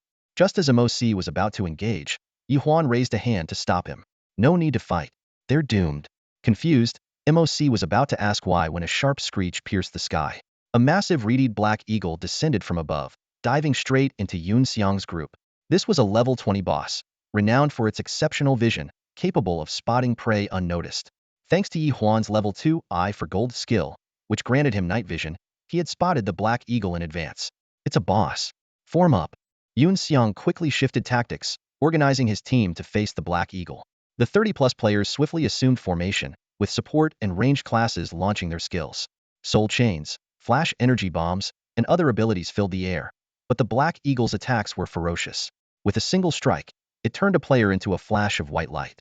Huanga, are we going to fight the boss? MOC asked excitedly. Ye Huan smirked slyly. Not yet. This boss is ours for the taking. With that, he issued commands to his money grubber and led MOC to a safe distance. Soon, chaos erupted within Yunxiang's group. What's going on? Why can't we hold its aggro? Hurry up. The boss is running away. What the hell is that cat? It's pulling the boss aggro. Damn it. Stop standing around, chase it. A mysterious smile appeared on Ye Huan's face as MOC curiously observed the chaotic state of the Yunxiang team ahead. I'm going to snatch from them again. Let's go. Keep running. Ye Huan said with a grin, beckoning MOC as they dashed forward. Behind them, Lucky Cat skillfully led the massive crimson-eyed Black Hawk into a fierce pursuit. Further back, the angry curses of the Yunxiang squad echoed one after another. This was all part of Ye Huan's carefully devised plan to steal the boss. Lucky Cat, after leveling up, had gained a special skill. Its adorable act could either cause monsters to defect or make itself the top target for the monster's aggression.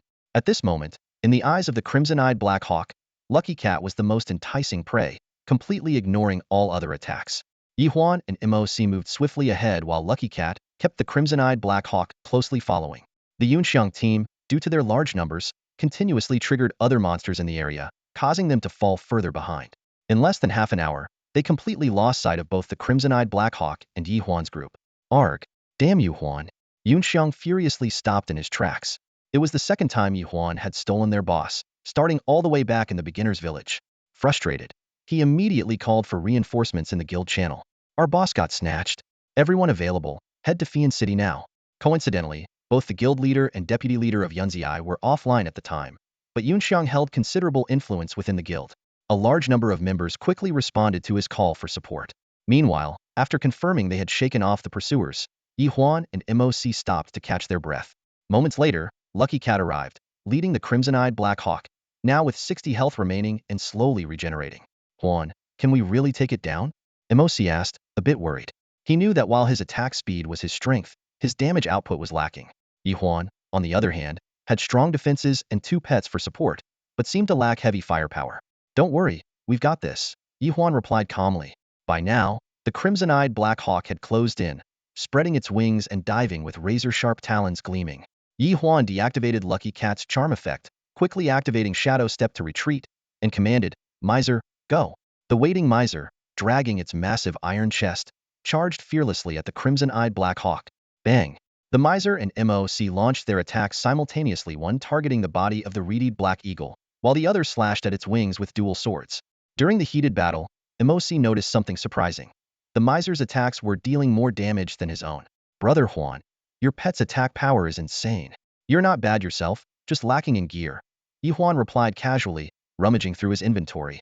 Thanks to the respawn ability of the ultimate newcomer king, he usually stored only essential items in his warehouse, leaving the rest in his inventory.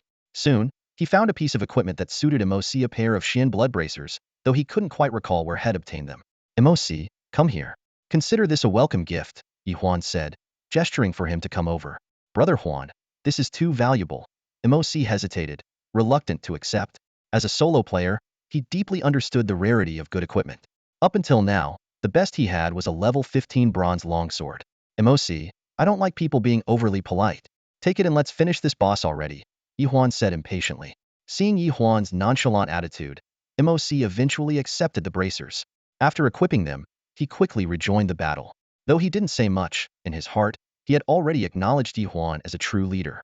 With the added boost from the Shin blood bracers, MOC's attack speed increased significantly, and the occasional lifesteal effect complemented his efforts perfectly. Under the combined assault of MOC and the Miser, the reedied Black Eagle's health began to drop rapidly.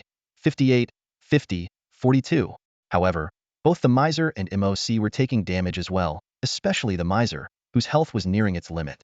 Ye Huan checked the Miser's status panel but couldn't find any way to regenerate its health, so he had no choice but to temporarily withdraw it from the fight. Without the Miser's support, MOC found himself under immense pressure. Although the lifesteal effect helped him recover some health, it wasn't enough to handle the boss-level reedied Black Eagle on his own. Brother Huan, I can't hold on much longer, MOC shouted. Hang in there a little longer. Ye Huan reassured him while summoning his fortune cat. Before long, the fortune cat managed to lure in a level 20 razor claw bear and even convinced it to switch sides and join the fight. Meow. The fortune cat leapt onto Ye Huan's shoulder, striking a proud pose as if seeking praise. Ye Huan chuckled, giving it a pat on the head as a reward. Although the razor claw bear was slow, its formidable attack and defense made it a powerful ally. With its help, MOC finally caught a breather, though he couldn't hide the envy in his eyes as he glanced at the fortune cat. A pet capable of attracting aggro and persuading enemies to defect such a creature was undeniably impressive. The reedied Black Eagle's health continued to plummet. 30, 24, 18. When its health fell to 10, it spread its wings, attempting to escape. Trying to run? Not so fast. Here's some New Year's money for you. Ye Huan quipped as he tossed a coin, which instantly transformed into a weighted New Year's charm. The gravity effect took hold, and a debuff marker appeared above the reedied Black Eagle, forcing it back down to the ground. MOC, the razor claw bear, and the somewhat recovered Miser all charged in together, delivering the final blows to the boss. The last hit was claimed by MOC, thanks to his lightning-fast attack speed. But Ye Huan didn't mind. Instead, he felt a deep sense of accomplishment. Turns out, defeating a boss without spending money could be just as exhilarating. The moment the crimson-eyed Black Hawk fell to the ground, several items dropped from its corpse. At the same time, a white glow enveloped MOC, indicating that he had leveled up.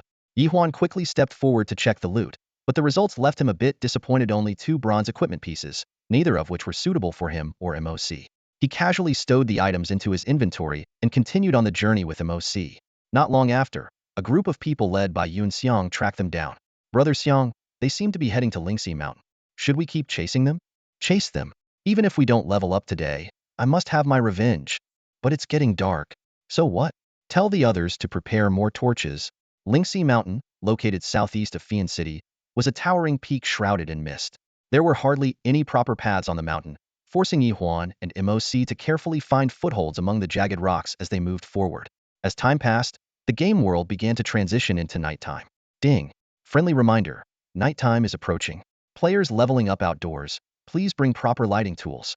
This was the first time Ye Huan had heard such a notification. Since he usually played during the day and the in-world had an 8th-hour daily online limit, he hadn't experienced the game world at night before. Brother Huan, did you bring a torch? No. Here, I'll give you one. Emosi handed him a torch. Although Ye Huan, with his night vision ability, didn't actually need it, he accepted it anyway. As they ventured deeper into the forest, the surrounding bushes and trees grew increasingly dense. Suddenly, Emosi pointed ahead. Brother Huan, there seems to be some light up ahead. Sure enough, a faint flicker of a campfire could be seen in the woods to their left. Ye Huan led the group including Razor Claw Bear, Fortune Cat, and Money Grubber Closer to investigate. By the light of the fire, they spotted an NPC leaning against a tree, covered in wounds. Shishiotsai. Ye Huan recognized the burly NPC immediately. Huh, Brother Huan, if we capture him, we can trade him for 1,000 gold coins. Emosi exclaimed excitedly, ready to step forward, but Ye Huan stopped him. He's worth more than just 1,000 gold coins, Ye Huan said with a mysterious smile, striding into the woods. Who's there? Shishiotsai called out warily. But when he saw who it was, his expression became complicated. Master Moneybags? Shishiotsai, how have you been? Ye Huan asked casually, sitting down by the campfire. Master Moneybags, I'm so sorry. I was planning to repay you on time, Shishiotsai said hurriedly, his tone filled with evident regret. I really thought I'd succeed this time, but I failed again. The money's gone and my brothers. They're dead? A despondent voice echoed. Ye Huan immediately sensed that something significant must have happened to Shishiotsai, and this could very well be the beginning of a hidden quest. He softened his tone and asked, What happened to you? Tell me. Maybe I can help. Thank you, Sir Landlord, Shishiotsai said, nodding gratefully before recounting his ordeal. It turned out that some time ago, he heard rumors of a Lingxi beast sighting on Lingxi Mountain. Seeing it as a chance to strike it rich, he borrowed money from Ye Huan and formed a small team. He even went to the tailor shop to commission a custom beast-catching net and purchased specialized trapping tools from the blacksmith. However, things didn't go as planned. Lingxi Mountain was fraught with danger, and before the team could even spot the Lingxi beast, they were attacked by other ferocious creatures. The entire team was wiped out, leaving only Shishiotsai to escape with injuries. Unable to repay his debt, he had no choice but to hide near the outskirts of Lingxi Mountain to recover. A Lingxi beast again. Ye Huan frowned. He had previously heard from the guards that the Lingxi beast was a type of mount, but he knew nothing about its specific traits or attributes. Mosi, do you know anything about the Lingxi beast? The Lingxi beast? No idea, Mosi replied, shaking his head. It seemed Shishiotsai overheard Ye Huan's question, as he took the initiative to explain. The Lingxi beast is a rare and valuable mount. Each one is worth a fortune. This caught Ye Huan's attention. Currently, the mount rankings were completely empty. No players seemed to have obtained a mount yet, and NPC shops didn't have any for sale. If he could enter the mount business, it would surely be highly profitable. Sigh. Shishiotsai suddenly let out a long sigh. I've always had a dream of opening a mount specialty shop. Then, when those who once looked down on me come to buy mounts, I won't sell to them. Let them suffer. Suddenly, the system notification sounded. Everyone has dreams. Please choose your stance on Shishiotsai's dream. 3 options appeared. 1. A dream? Can you eat it? Mock Shishiotsai and tell him to stop fantasizing. 2. Anyone with a dream deserves respect. Help Shishiotsai achieve his dream. 3.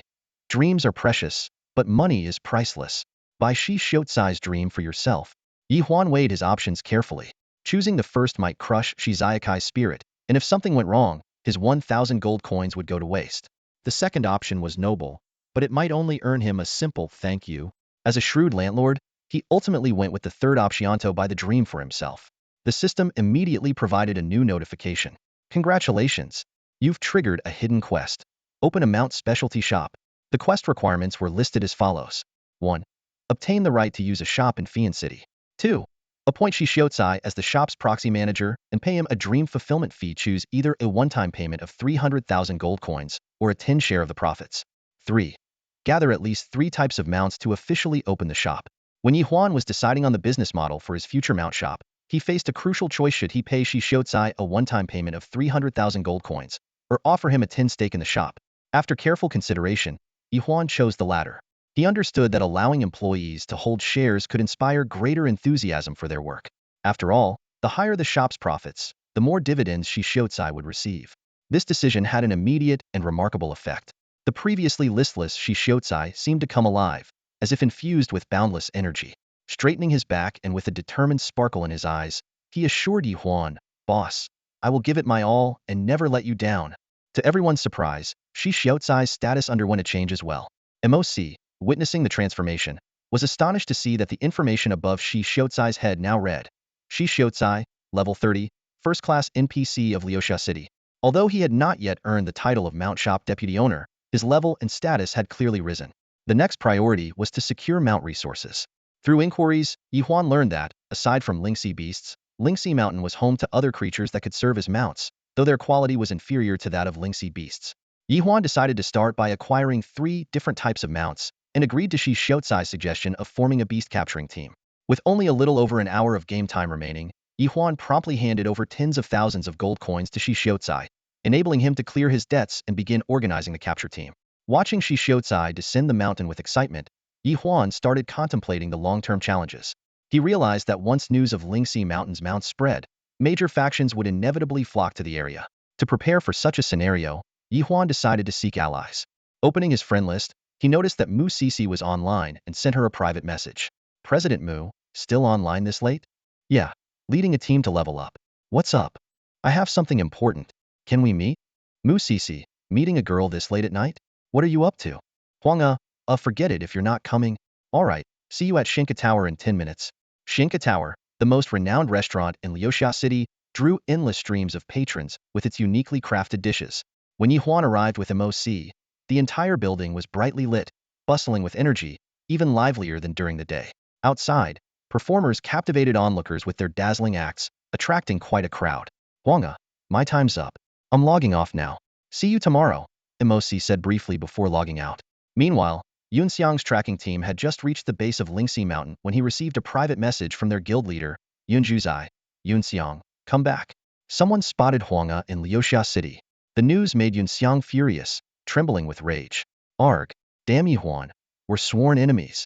Boss, what's the plan now? We'll go back and level up first. Assign someone to keep an eye on that guy. The moment he leaves the city, we'll take him down.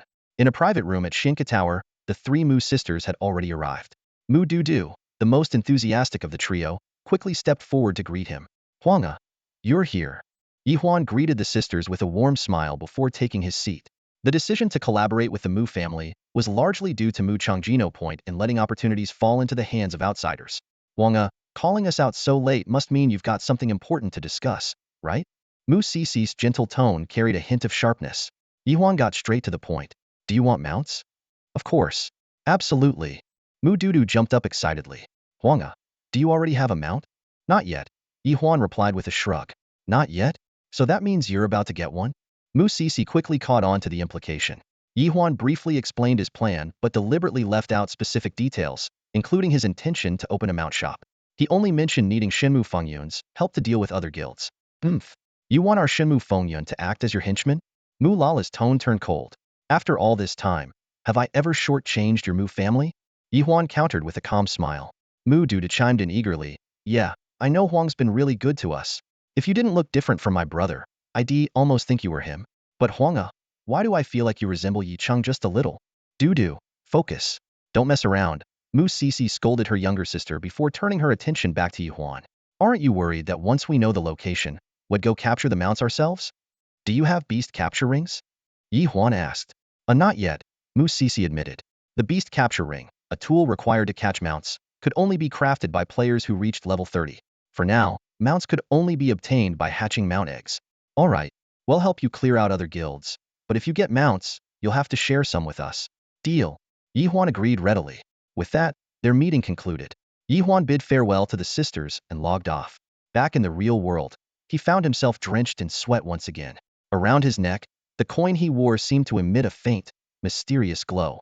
Ye Huan suddenly sat up in bed, fully awake as the scene before him unfolded. The coin in his hand was emitting an unprecedented glow. Instinctively, he gripped the coin tightly. Just then, a strange voice echoed directly in his mind. Fusion rate 10. Who's there? Ye Huan asked warily, scanning the room. The space was empty, with only him inside. Although the coin had returned to its normal state, the mysterious voice continued to linger in his thoughts. Fusion rate 10? What on earth could that mean?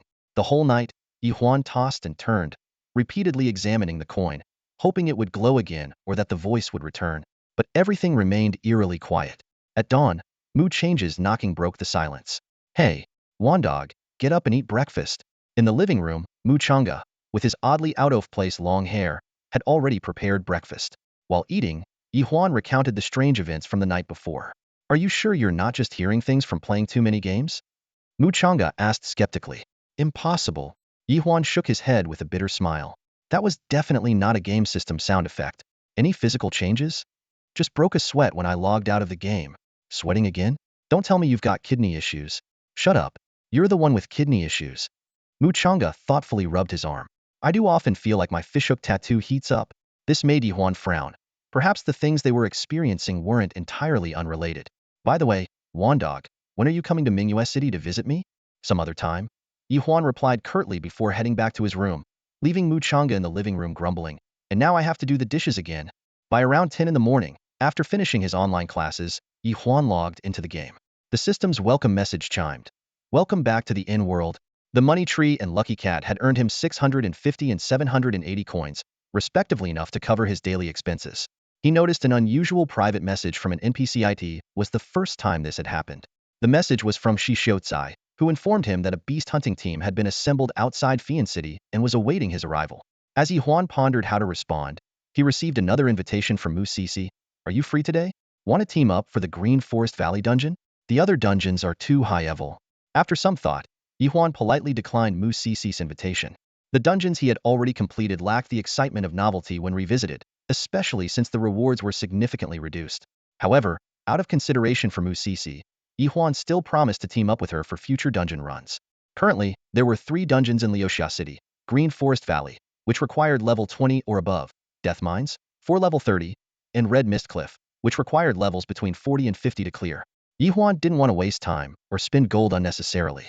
As for the dungeons in other main cities, he hadn't explored them yet, but assumed they were likely already claimed by various factions. After all, in the world of N, there were numerous factions, and each guild typically selected a main city as their base of operations. Glancing at his friends list, he noticed everyone was online. Ye Huan immediately sent private messages to several friends who hadn't joined any guilds yet: Kwang Dao, Nanran, Li Mengxi, and Wan Gong Shichange. He then used the in-game voice chat system to contact Xiamo, including the newly acquainted MOC. The 7 of them gathered in Fian City within half an hour. So, what's the plan for today? Kwang Dao asked lazily, a cigarette dangling from his lips. Where'd you get that cigarette? Ye Huan asked, surprised. Bought it in Leosia City. This game is too realistic, even cigarettes are available. Kwang Dao replied smugly. But they're sold under real name verification, and there's a limit of 1 per person per day. Still, it lasts for half a day. Huanga, what's the reason for calling us here? Xiamo asked curiously. Ye Huan smiled mysteriously. Something good. You'll find out soon. Ugh, always keeping us in suspense, Li Mengxi muttered, pouting. Having grown familiar with the group, she now felt comfortable joking with them. The 7 of them left the city, unaware that a player with the Yunji guild emblem was tailing them. Outside the city, they encountered Shi Xiaozai, who looked entirely refreshed. Behind him were over a dozen well-equipped NPCs carrying hunting tools. Are we going hunting? Nanran asked. You'll find out soon, Ye Huan replied with the same enigmatic tone, instructing Shi Xiaozai to lead his group to wait by the entrance of Lingxi Mountain while he deliberately slowed his pace. Sure enough, it didn't take long for a group of aggressive Yunji players to appear behind them, led by none other than Yun Feiyang. Huanga, it's been a while, Yun Feiyang said with a fake smile. If not for the group of tense, sword-wielding subordinates behind him, it might have seemed like a friendly reunion. Ye Huan sneered inwardly. This smiling tiger, who had been taught a lesson by Kwang Dao and Mu Lala back at the Shinmu Fengyun outpost, was now putting on a facade of camaraderie. Well, if it isn't Brother Feiyang. Out here leveling with your crew. I see. Leveling up? Stop pretending. Yun Xiang couldn't hold back and stepped forward, his eyes blazing with anger. His fury intensified when he saw Wan Gong Shichange standing beside Ye Huan. That was the very person who had once taken his life with a single arrow. Oh, then what brings you here? Ye Huan spread his hands, feigning innocence. Yun Feiyang's lips curved into a faint smile as his gaze swept over everyone around Ye Huan, finally landing on Kwang Dao and Wan Gong Shichange. It's simple. I'm here for 2 people, Brother Huan. Hand them over, and the rest of you can leave in peace. This statement was both a threat and a subtle provocation. If Ye Huan agreed, he would forever bear the label of a traitor. If he refused, it would give the other party a perfect excuse to attack. Yun Feiyang's move was truly sinister. Ye Huan remained calm and turned to his 2 teammates. What do you think? Last time, I needed to team up with Mu Lala because of subpar equipment. This time, I can handle it alone, Kwang Dao said confidently. If I could kill him once, I can kill him 100 times. Wan Gong Shichange shrugged, implying he could shoot Yun Xiang down as many times as necessary. Then there's nothing more to discuss, Ye Huan said with a smile, summoning his pet, the money hoarder, while sending the lucky cat off on a task. The claw bear that had been confused by the lucky cat's ability and defected yesterday was now dead. So he needed to charm a new one today. Yun Feiyang frowned slightly before turning to his companions. Since Brother Huan wants to spar, well, oblige him.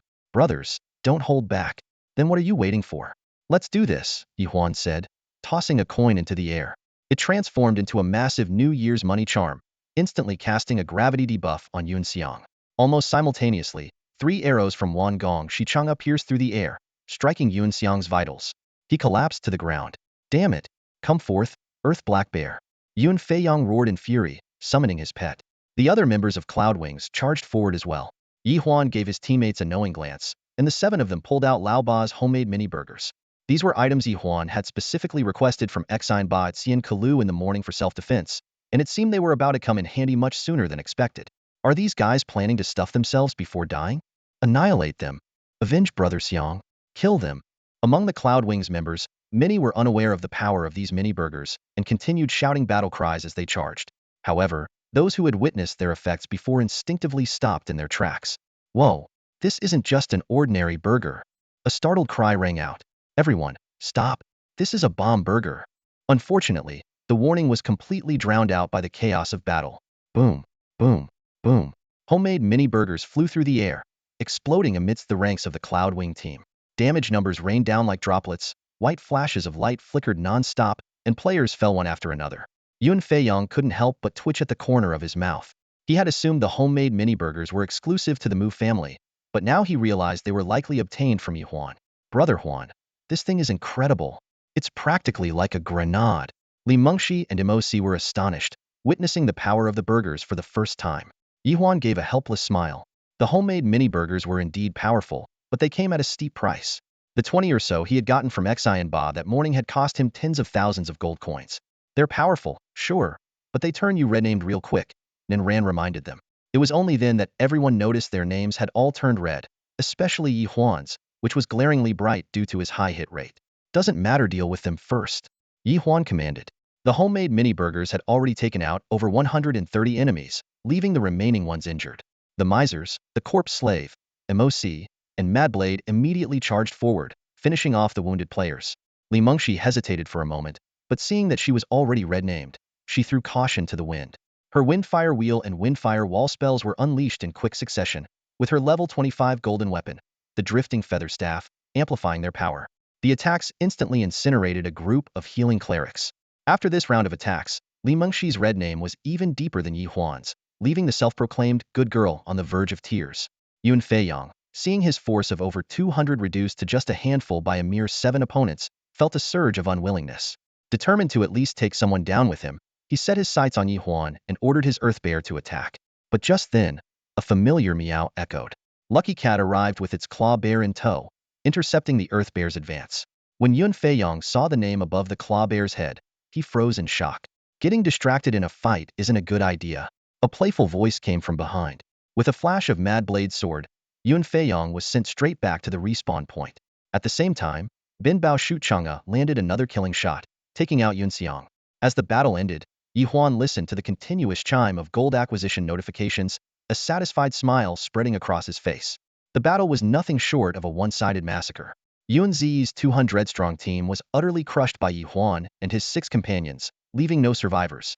However, the victory came at a steep price. Ye Huan's group of 7 all ended up with severe red name statuses, forcing them to remain in the wilderness for the time being. Gather the gear and let's move out quickly, Ye Huan instructed as he bent down to inspect the densely scattered loot on the ground. Only pick up quality items. Leave the plain ones behind to reduce the load. The 7 of them swiftly cleaned up the battlefield, collecting their spoils before disappearing into the forest. Shortly after they left, a number of solo players, who had been lying in wait, emerged and scrambled to pick up the leftover gear. I found some bronze equipment. Even these Y-tier items can fetch a bit of money at the shop. 7 people wiping out 200, unbelievable. Aren't they the experts who cleared the hell mode of Leosia City's dungeon? No wonder they're this strong. Hurry up and grab what you can. Yun Zi's people will probably be back any moment. The battlefield was quickly stripped clean by the opportunistic players. Meanwhile, at the resurrection point in Fian City, Yun Feiyang and Yun Xiang were gritting their teeth as they endured the fury of their guild leader, Yun Zhuzai. You too, get over here. Now. Yun Zhuzai roared in the guild chat. The loss of 200 members, along with their levels and equipment, had caused the guild's ranking to plummet, and the responsibility lay squarely on their shoulders. News of this devastating defeat spread rapidly among the game's upper circles. By this time, Ye Huan and his party had already sprinted to the entrance of Lingxi Mountain. Along the way, Ye Huan received numerous private messages offering inquiries and assistance, a clear sign that word of the incident had reached the entire server. Let's take a break here, Ye Huan suggested, allowing the group to pause and sort through their haul. He tallied up the earnings of their resident horde era, staggering 110,000 gold coins, all looted from the defeated players.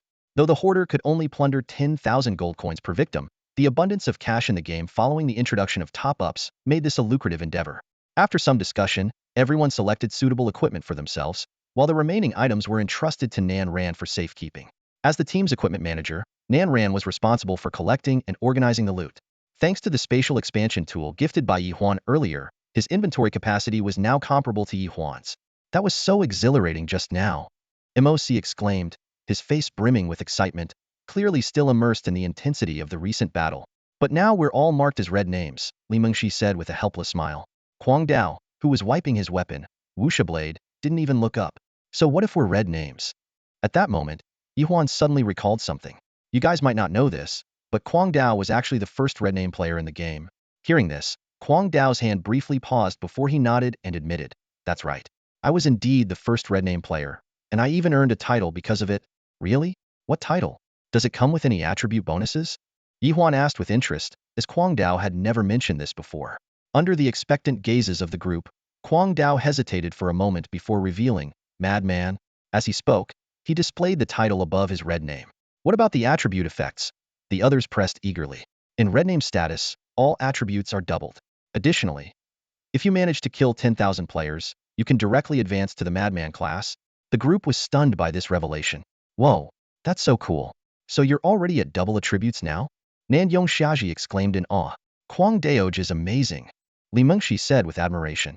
Looks like being first in anything can earn you a title with attribute bonuses. Wan Gong Shicheng mused thoughtfully. Madman must be a hidden class, right? Qian Ruoshime asked. Ye Huan nodded and explained, it is indeed a hidden class. According to Kwang Dao, as long as you kill 10,000 players, you can advance directly without starting from scratch. Kwang Dao, for once, looked slightly embarrassed. Actually, I owe it to Huan Gu and Mu Dudu. He was referring to the time when the three of them had fought Yun Xiang's group for a boss, during which he had earned his red name and the Madman title. But, killing 10,000 players sounds really hard, doesn't it? Shimei pointed out the critical issue. As a melee class, Kwang Dao lacked area effect skills, making such a feat particularly challenging. Doesn't matter, I'll take it as it comes. Being a blade master is pretty good too, Kwang Dao shrugged. Ye Huan stood up and patted him on the shoulder. No worries, there's plenty of time ahead. Then he turned to the others. Weren't you all curious about why I brought you here?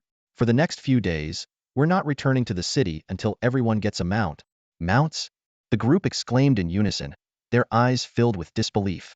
Although the game had introduced a mount system, no one had obtained a mount so far. Yet, Ye Huan declared that he wouldn't return to the city until he got everyone a mount, making the group suspect he was boasting. I just happened to stumble upon a hidden quest. You'll understand the details later, Ye Huan said vaguely, signaling everyone to set off and meet up with Shi Xiucai's team. A hidden quest, just like that? The group collectively rolled their eyes. Everyone knew how difficult it was to trigger a hidden quest, but for Ye Huan, it seemed as easy as completing a daily task. After meeting up with Shi Xiucai's team, the group ventured into the vast Lingxi Mountain. The area was so expansive that even days of continuous exploration might not cover it all. They moved at a steady pace, following Shi Xiucai's NPC beast-catching team, beginning their journey to find mounts. The mountain was teeming with level 30 monsters, though not all of them could be turned into mounts.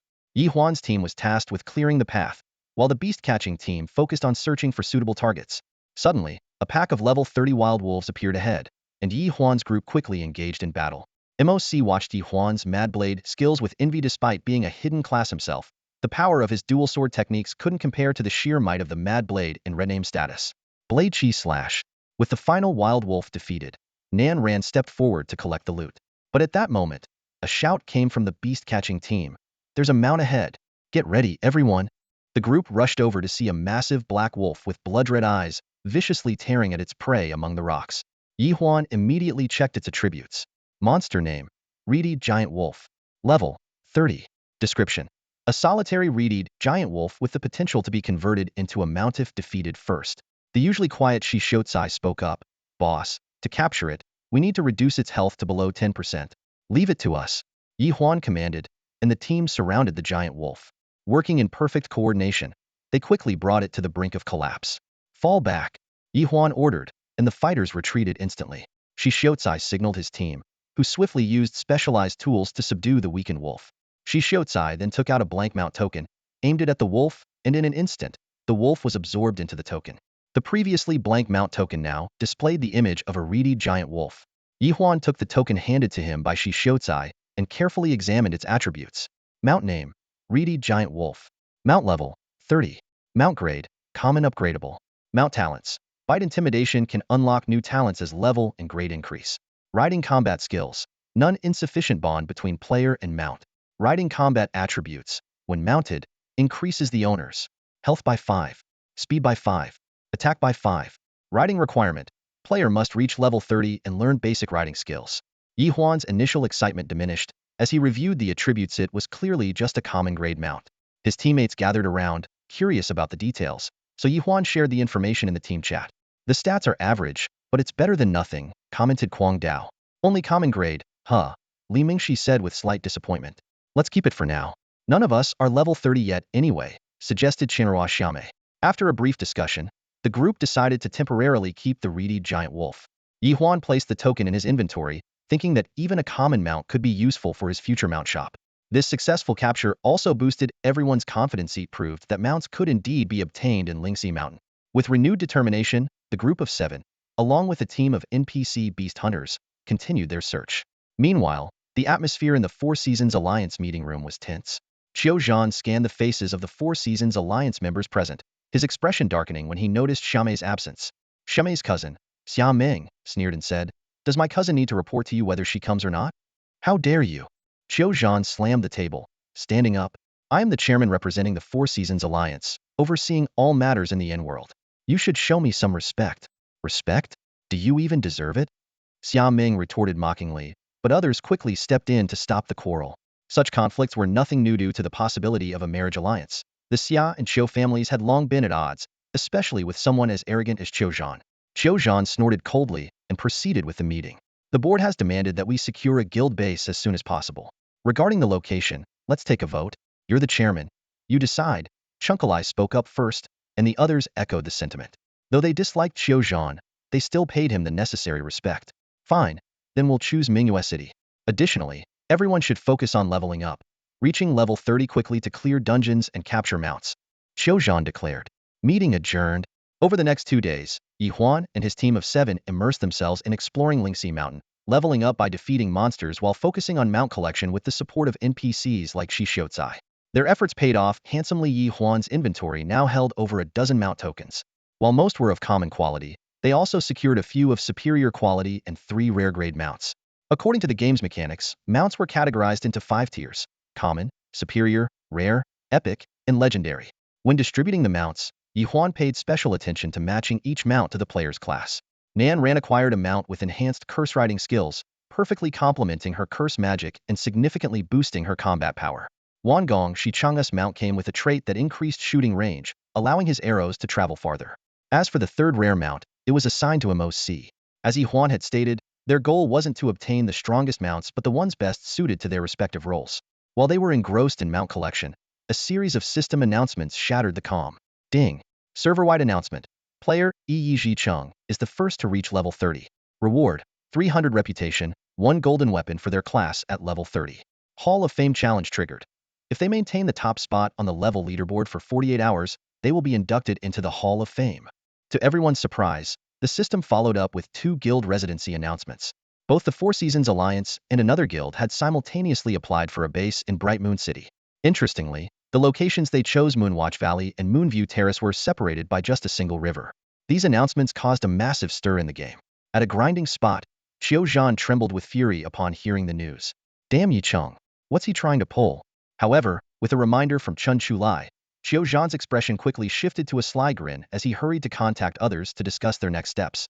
Meanwhile, the leaders of major guilds convened emergency meetings. The upcoming battles for the Hall of Fame and guild residency posed critical decisions. Should they remain neutral, intervene in the conflict, or choose to side with one of the factions? Each choice carried the potential to reshape the game's dynamics. Back in Lingxi Mountain, Ye Huan and his team also learned of the developments through the system announcements. MOC, there's going to be some excitement tomorrow. The chat channel was bustling with lively discussions. Kwang Dao, Yi Chung is such a leveling maniac. Brother Huan and Brother Kwang Dao, when will you two make it into the Hall of Fame? Tomorrow in Mingyue City is bound to be eventful. Should we go and join the fun? My red name status is almost cleared anyway. Of course we should go. I've never had a good impression of the CG Alliance. Ye Huan turned to look at Xiamo beside him. Her face was full of conflict, which was understandable. On one hand, there was her own family, and on the other, her cousin's family. This situation was indeed a dilemma.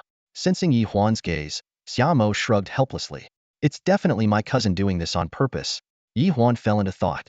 Yi Chung had just reached level 30, qualifying for the Hall of Fame challenge. As long as he didn't drop a level or get surpassed within 48 hours, he would secure a spot in the Hall of Fame. Yet, he chose this exact moment to apply for a guild base right next to the CG Alliance's territory. It was a clear attempt to vent Xiaomo's frustrations and provoke the CG Alliance. Xiaomo, if the CG Alliance loses in the in-world, will it affect your family? Ye Huan asked. There will be some impact, but the biggest blow will be to the Chiu family. They've invested a lot in Qiuzhan. Xiaomo paused, then added, even though the four families are technically united, each one is secretly building its own power. Qiuzhan's strength isn't to be underestimated. Ye Huan nodded, understanding that beneath the CG Alliance's surface unity, each family was quietly preparing for their own interests. Tomorrow's events might turn out to be even more dramatic than anticipated. I'd better head back. I think there's going to be a meeting. Xiaomo said her goodbyes and used a return scroll to teleport away. She was likely just going to sit in, not participate in any actual fighting. For the rest of the time, Ye Huan led his team in continuing their search across Lingxi Mountain. Near dusk, they finally captured 2 more rare-grade mounts, which he distributed to Kwang Dao and Li Mengxi. Alright, that's it for today, Ye Huan announced. But Brother Huan, you and Xiaomo still don't have mounts yet, someone pointed out. No rush. I'm only at level 28 right now. Let's meet in Fian City tomorrow. After everyone dispersed, Ye Huan was about to give some final instructions to Xiutai before logging off. Suddenly, his pet fortune cat, Meow Meow, let out a couple of cries and darted out. As its owner, Ye Huan immediately understood it had discovered a treasure site. What's this? There's a treasure site in Lingxi Mountain? Qianlai, lead me there now. Ye Huan's excitement surged instantly. Ye Huan instructed Xiutai to lead the group back to Fian City, while he followed the fortune cat deeper into Lingxi Mountain on his own. The preparations for opening a mount-exclusive shop were nearly complete. All that remained was to rent a storefront in the city and begin operations. Xiutai would handle the subsequent tasks, including expanding the beast-catching team, leaving Ye Huan to simply wait for his share of the profits. As night fell, Ye Huan trailed the fortune cat through the forest. After crossing a valley, the deafening roar of a waterfall reached his ears. At the base of the waterfall was a deep, bottomless pool. The fortune cat stopped at the water's edge, signaling that they had arrived. Ye Huan surveyed the surroundings carefully. Aside from the cascading waterfall and the dark, mysterious pool, there didn't seem to be anything unusual. Suddenly, the fortune cat let out a meow and, to Ye Huan's astonishment, leaped into the pool. The flying serpent under its control followed suit, and in the blink of an eye, both figures vanished into the inky water. Hesitating for a moment at the edge, Ye Huan finally clenched his teeth and jumped in after them. His body sank rapidly like a heavy stone, and before he could react, a hidden teleportation array whisked him away. A system notification popped up. You have entered a mysterious map. Deadwater Ancient Cavern. Ye Huan found himself in a dark tunnel. Thankfully, he had a torch and night vision abilities, allowing him to see his surroundings.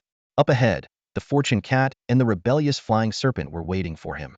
This Deadwater Ancient Cavern was nowhere to be found on Fian City's map. Ye Huan followed the fortune cat for about half an hour until they reached the end of the tunnel. Beyond that point was an eerie pool, over 10 meters deep, preventing him from advancing further. As Ye Huan stood there, unsure of what to do, the fortune cat issued a command to the flying serpent. The level 30 creature spread its wings and flew toward the pool. The water began to churn violently, its color shifting from dark green to golden.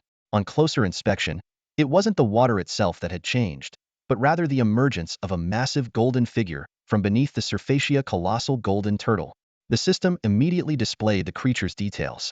Monster name, Longevity Golden Turtle. Monster level, 30. Monster description.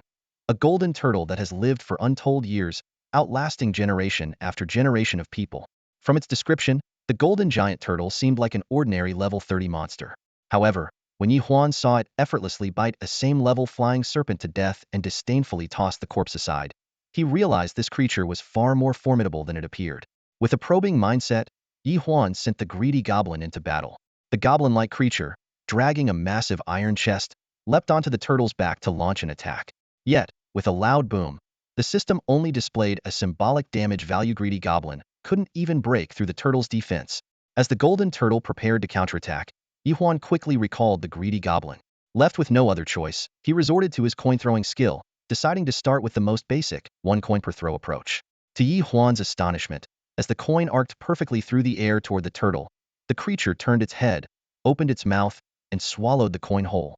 Immediately after, a system notification popped up. Hidden skill activation. 1. Ye Huan's heartbeat quickened. This could be a major discovery. Through repeated attempts, he found that only coins thrown one at a time could be consumed by the turtle, and each coin increased the hidden skill's activation progress. Thus began Ye Huan's long feeding process. The golden turtle, like an obedient pet, floated quietly on the water's surface, continuously swallowing coin after coin. At first, Ye Huan kept count: 38 throws, 56 throws, 190 throws, 680 throws. But after surpassing 1,000, he gave up counting altogether, mechanically repeating the coin-throwing motion. An hour passed, and Ye Huan's hand was starting to ache. Finally, the system notification sounded. Hidden skill money makes monsters grow, successfully unlocked. Rewards: Level 1, Reputation 200. But the story didn't end there. Out of habit, Ye Huan tossed another coin, and the system notification chimed again. Your impudent behavior has triggered the golden turtle's potential. It has successfully evolved into an elite monster. Ye Huan was completely dumbfounded, staring at the now evolved turtle in the pond. An unbelievable thought flashed through his mind. Could this be the legendary Pado mechanic? Had he just discovered a way to top up monsters? Ye Huan snapped out of his shock and eagerly opened the skill interface to check the attributes of the newly acquired hidden skill. Money makes monsters level up. This unupgradable hidden skill had a simple description, but its effect was thrilling. By throwing coins at monsters, there was a chance to unlock their potential, causing them to level up or evolve. Ye Huan's eyes lit up. At first glance, the skill seemed unremarkable, but upon closer thought, it was practically a god-tier ability for creating bosses. All he needed was to find the right small monsters and bombard them with coins to nurture them into bosses. His fingers unconsciously tapped against the rocky wall as his mind conjured visions of endless bosses waiting for him to hunt. However, the skill had its limitations. It had a low success rate for leveling up or evolving monsters and required a continuous investment of a large amount of coins. Ye Huan's gaze fell on the long-lived golden turtle in the pool, a creature with astonishing defensive power, as he began to ponder. There wasn't much game time left, and even if he defeated this elite-level golden turtle, the rewards wouldn't be particularly lucrative. But the secluded location and the unique terrain of the Death Cavern gave Ye Huan a bold idea. Why not nurture this golden turtle into the strongest boss in the world? From his vantage point above, Ye Huan could safely carry out his turtle-raising plan, visiting the spot daily to enhance the golden turtle with coins until it became a super boss. At that point, defeating it would drastically increase the odds of dropping a divine artifact. Imagining himself wielding a divine weapon and dominating the world, Ye Huan couldn't help but grin. He immediately began testing the new skill. Although each throw only cost 1 coin, making it much cheaper than other wealth-based skills, the low success rate was nerve-wracking. After throwing hundreds of coins, the golden turtle finally leveled up from a level 33 elite monster to an ordinary boss. That's enough for today, Ye Huan said, glancing at the time. He waved at the golden turtle in the pool and added, "See you next time, golden turtle." With that, he tore open a return scroll, disappearing into a flash of white light. The next morning at 9 a.m., in the villa's living room, Ye Huan said to Crybaby, "I'm heading to Mingyue City today. Want to come along?" "Sure, but don't invite Dudu and the others," Crybaby replied. "That might be a bit tricky." Ye Huan was about to say something when Mu Chang'e suddenly interjected. "Today, Shun Mufinjian is helping the people of Shengshi Yi City defend their territory. You should log into the game first." "I need to head back for a bit." "Head back?" Ye Huan paused mid-step and looked at Mu Chang'e in surprise. Mu Chang'e explained, "Just going home for a couple of days. It's my principle. No matter how much fun I'm having outside, I make it a point to go back and spend some time with my aunt every so often." He paused for a moment before adding, "Oh, and keep my in-game identity a secret. I just want to enjoy the game in peace.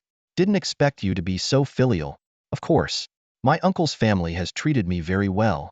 Before parting ways, Mu Chang'e reminded him, "Be careful at home by yourself. Remember to activate the alarm system and link it to your game login device." "Got it. You be careful too. Don't let anyone drag you into the bushes in the middle of the night." Ye Huan waved him off and turned back into his room. For the first time, He realized Mu Chang'e had such a nagging side. The system notification rang out. Welcome back to In-World. As soon as Ye Huan logged in, he was greeted with numerous messages, some from the Mu sisters, and others from Kwang Dao and his group. The content was mostly the same. They had all arrived at Mingyue City. Ye Huan wasn't in a rush. The real fun was just beginning. Just as he was about to look into renting a shop, he ran into Shishiotsai. Boss, I've already rented a shop. Would you like to take a look? Oh, already rented? Ye Huan asked about the price and nearly cursed it aloud when he learned it was 1 gold coin per day. It turned out that the rental cost settings in In-World were outrageous. Player rents were dozens of times higher than those for NPCs. Luckily, he had casually asked Shishiotsai to find a shop yesterday, and the guy had surprisingly managed to secure such a cheap deal. Ye Huan's eyes lit up as if he discovered a new money-making opportunity. Can you rent other shops too? No, I can only rent one, Shishiotsai replied, shaking his head. In an instant, Ye Huan's dream of becoming a middleman tycoon was shattered. When they arrived at the shop, Ye Huan inspected it carefully and found that both the location and size were excellent. Satisfied, he nodded and handed a pile of pet tokens to Shishiotsai. The system notifications started to pop up one after another. Ding. Shop construction successful. Please name your shop. Let's call it Happy Mount Sales. Ding. Name registered successfully. Open for business now? Open. After configuring the shop's permissions and shares, another notification came in. Ding. Congratulations on completing the hidden quest. Open amount shop. Rewards. Gold coins 10,000, reputation 500, random mount egg. Congratulations on reaching level 30. Random mount egg? Ye Huan was momentarily stunned before bursting with joy. He had only planned to get a casual mount for the time being, but now he had the chance to obtain something extraordinary.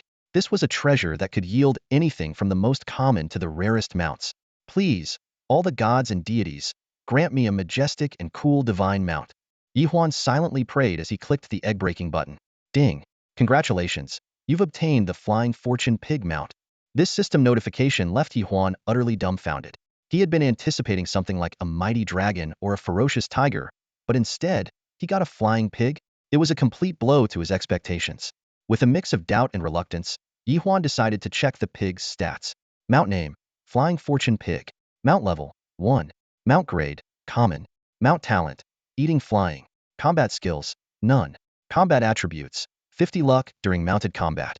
Requirements, player level 30, basic riding skill. Just as Ye Huan was trying to come to terms with this trashed mount, he noticed something even more frustrating. Bound. This meant the pig couldn't be traded or sold, and his only other option was to destroy it permanently. After calming down, Ye Huan took another look at the mount.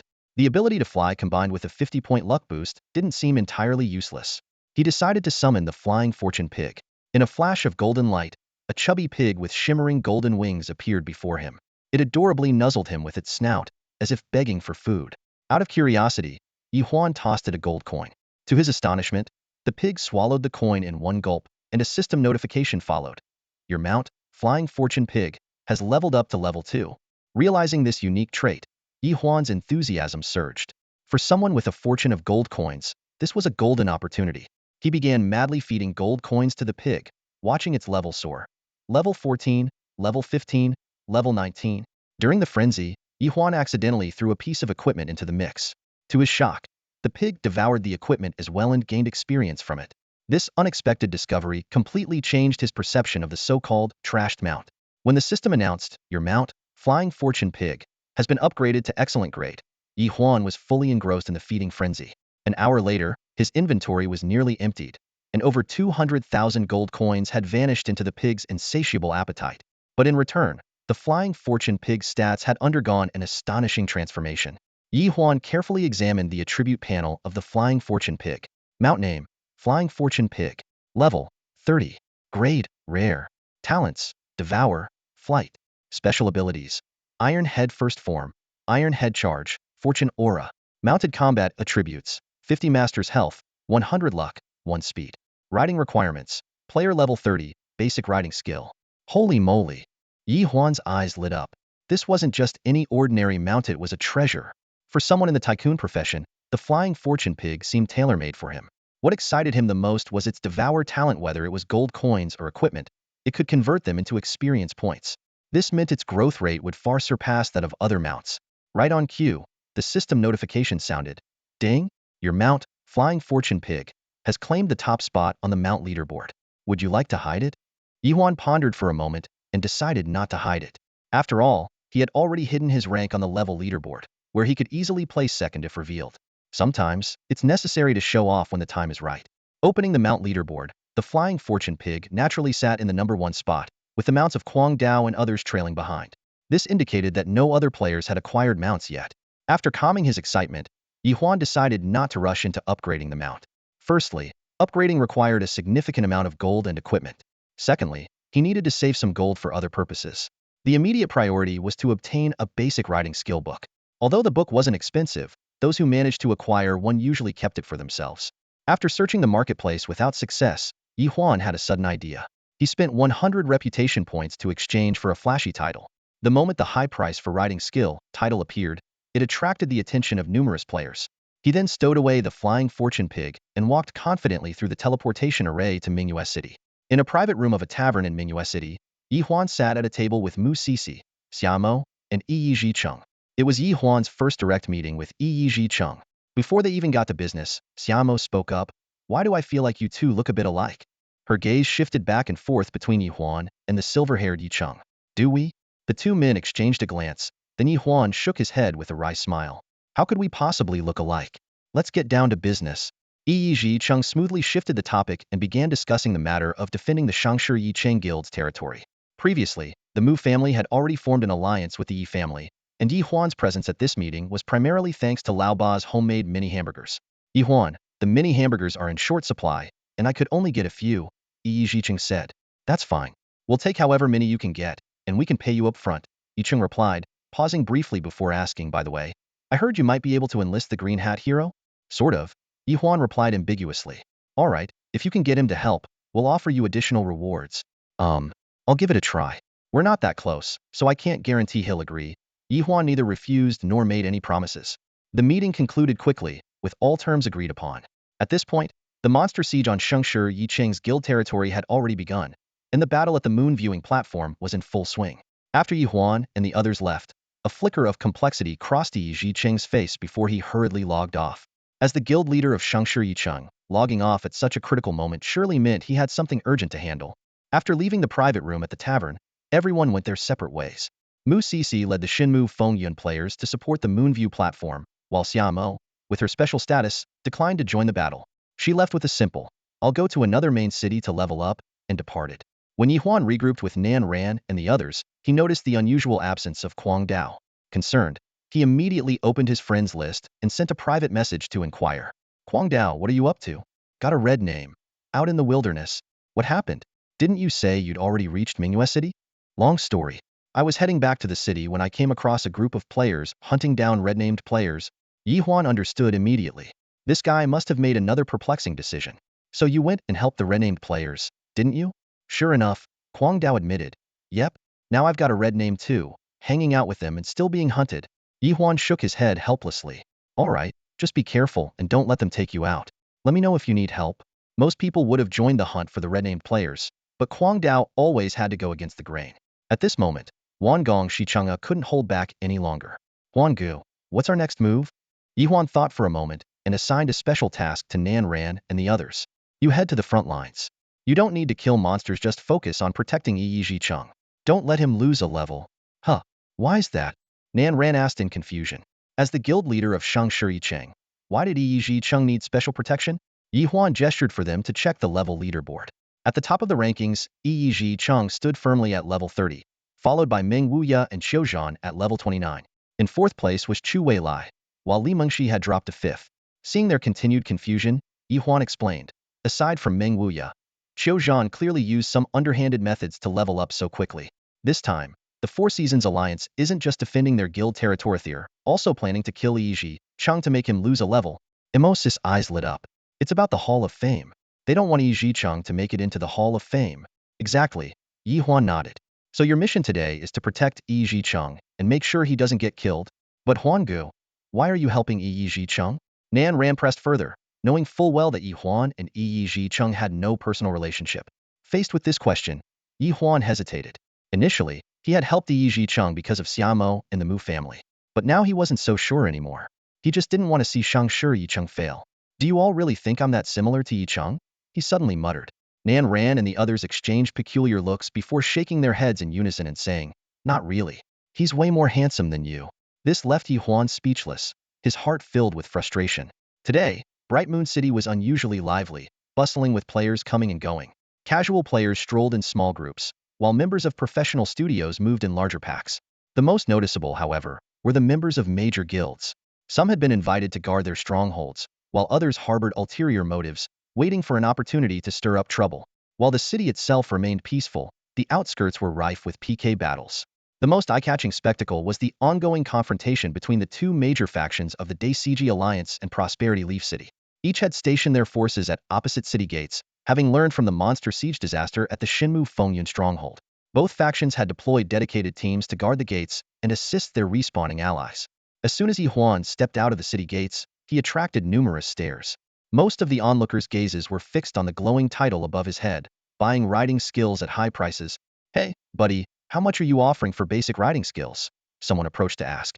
2,000 gold coins. Ye Huan replied directly. 2,000? I might as well keep it for myself, the person scoffed, turning away with a disdainful expression. Ye Huan frowned slightly but didn't argue. He was eager to acquire riding skills, but wasn't about to get ripped off. The most famous attraction near Bright Moon City was Bright Moon Lake, which was teeming with visitors. Antique boats dotted the tranquil waters, leisurely ferrying sightseeing players. Along the shore, many life players were engrossed in fishing. Unlike traditional players who focused on leveling up or upgrading gear, these individuals were drawn to the game for their hobbies. They immersed themselves in activities like farming, fishing, cooking, climbing, and swimming, leading a peaceful, conflict-free in-game life. To protect these players, the game had a special setting. As long as they didn't initiate attacks, they couldn't be harmed. Many guilds even assigned members to switch to life player roles to gather resources. Ye Huan opened his friend list and noticed Muchanga was offline. It seemed Muchanga didn't log into the game when he was at home. Thinking of Muchanga and Lao Ba, Ye Huan realized that although they were somewhat life players, their unique professions set them apart. Just as Ye Huan was about to leave Bright Moon Lake to handle some business, a player dressed as an assassin approached him. "Hey, are you buying riding skills?" The player, whose name was Time Calamity, asked, eyeing the glowing title above Ye Huan's head. "I am. What's your price? How many do you need? How many do you have?" 23 copies, I think. The number left Ye Huan utterly stunned. Basic riding skills weren't exactly rare, but their drop rate was low enough that most players felt lucky to acquire one or two. "I'll take them all," Ye Huan decided without hesitation. His mind was already racing with plans. If this player could continue supplying riding skills in the future, he could establish a long-term partnership and sell riding skills bundled with mounts. The thought brought a sly smile to Ye Huan's face, like a wolf eyeing its prey. "Shall we find a place to talk, my friend?" By the serene moonlight lake, in a small pavilion, Ye Huan cut straight to the point and asked, "I won't ask where you found this riding technique source. I just want to know how many of these can you get?" Sure, Jia answered without hesitation. "If I spend an entire day there, I can get about 30 books a day." 30? A glimmer of surprise flashed through Ye Huan's eyes. It seemed sure Jia had indeed discovered an excellent spot for acquiring riding techniques. "All right, let's form a long-term partnership. I'll take as many riding techniques as you can get. Are you a procurement officer for some guild?" Sure Jia asked curiously. Ye Huan laughed heartily. "Of course not. I own my own mount specialty shop. When I sell mounts, I can bundle them with riding techniques." "Mounts?" Sure Jia's eyes lit up, and he scratched his head sheepishly. "I haven't gotten myself a mount yet." "No worries. Once you hit level 30, you can visit my mount shop," Ye Huan replied while pulling up his interface to check Sure Jia's profile. His pupils contracted slightly. Netherworld Shadow. Yet another hidden class. Ye Huan couldn't help but wonder if he was truly favored by the game world. How else could he keep running into players with hidden classes? After completing the transaction, Sure Jia yawned and announced he was logging off. It turned out he was a night owl gamer. After adding each other as friends, Sure Jia went offline. Ye Huan glanced at his account and noticed his gold had dropped to 580,000. He quickly learned a basic riding technique himself and stored the rest in his bag, intending to distribute them later. By now, it was already noon, and the monster siege battles between two guilds were in full swing. Ye Huan left Moonlight Lake and headed toward the observation platform, the guild base of Prosperous Leaf City. The location had excellent terrain, perched on high ground, where countless monsters were surging up from the base of the mountain. Thanks to Prosperous Leaf City's long-standing dominance at the top of the leaderboard, it had attracted numerous skilled players. At this moment, combined with reinforcements from Divine Wind and the Wildlands tribe, over 2,000 players were fighting fiercely to hold the line. Not far away in Moonlit Valley, the Four Seasons Alliance's stronghold was equally ablaze with battle. Qiuzhan was clearly pulling out all the stops, enlisting multiple guilds as reinforcements and hiring numerous professional studios. Their total numbers had already surpassed 4,000. With only 3 hours of the 8th hour siege completed, Ye Huan decided to make a quick trip back to Flowing Mist City. He tore open a return scroll to teleport to Bright Moon City, and then used the teleportation array to reach Flowing Mist City, heading straight for the warehouse manager to retrieve some items. Ye Huan organized the items in his backpack. The escort mission card, dual class qualification certificate, level 30 skill book, bloodthirsty blade art, the chasing star's bow, and the unexpected level 30 golden equipment he obtained in the beginner's village golden silk robe. The drop rate for the golden silk robe was so low it was almost unbelievable, even to Ye Huan himself. After some thought, he speculated that it might have been thanks to the special drop rate bonus in the beginner's village, combined with the fact that the frenzied Rabbit King was the strongest boss in the area, creating this rare opportunity. The attributes of the golden silk robe were exceptionally impressive. Requirements: level 30, merchant class. Base bonuses: triples defense and health, reduces melee damage by 20. Special effects: auto healing and rapid stamina recovery. Unique skill: Wealth Unbound. When the player's wealth surpasses the opponent's, there is a chance to completely nullify the opponent's attack. Equipping the golden silk robe brought Ye Huan's overall strength to a whole new level. His defense and health skyrocketed to 18 times their original values, numbers that would leave other players in awe. Coupled with the skills from his other gear, the gold tossed from his ring, fortune maker from his hat, and golden aegis from his belt, Ye Huan's equipment lineup had clearly reached the pinnacle within the in-world.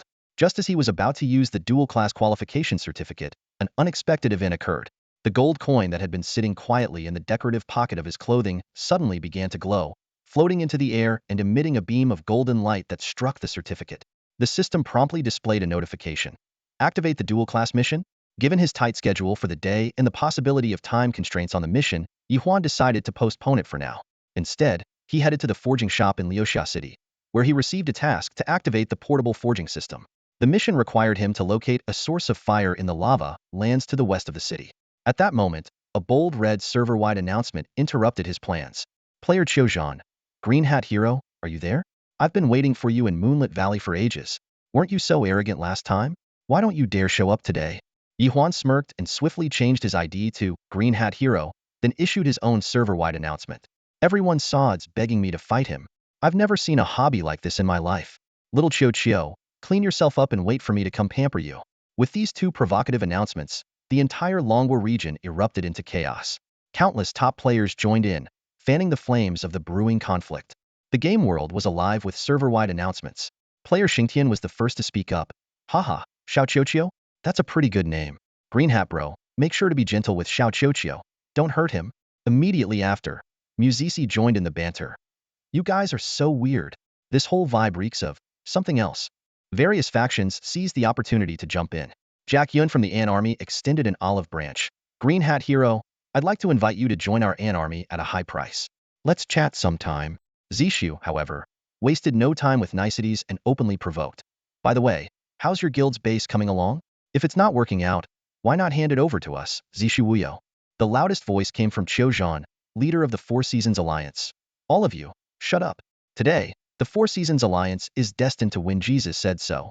Green Hat Hero, I'll be waiting for you. If you don't show up, you're a coward.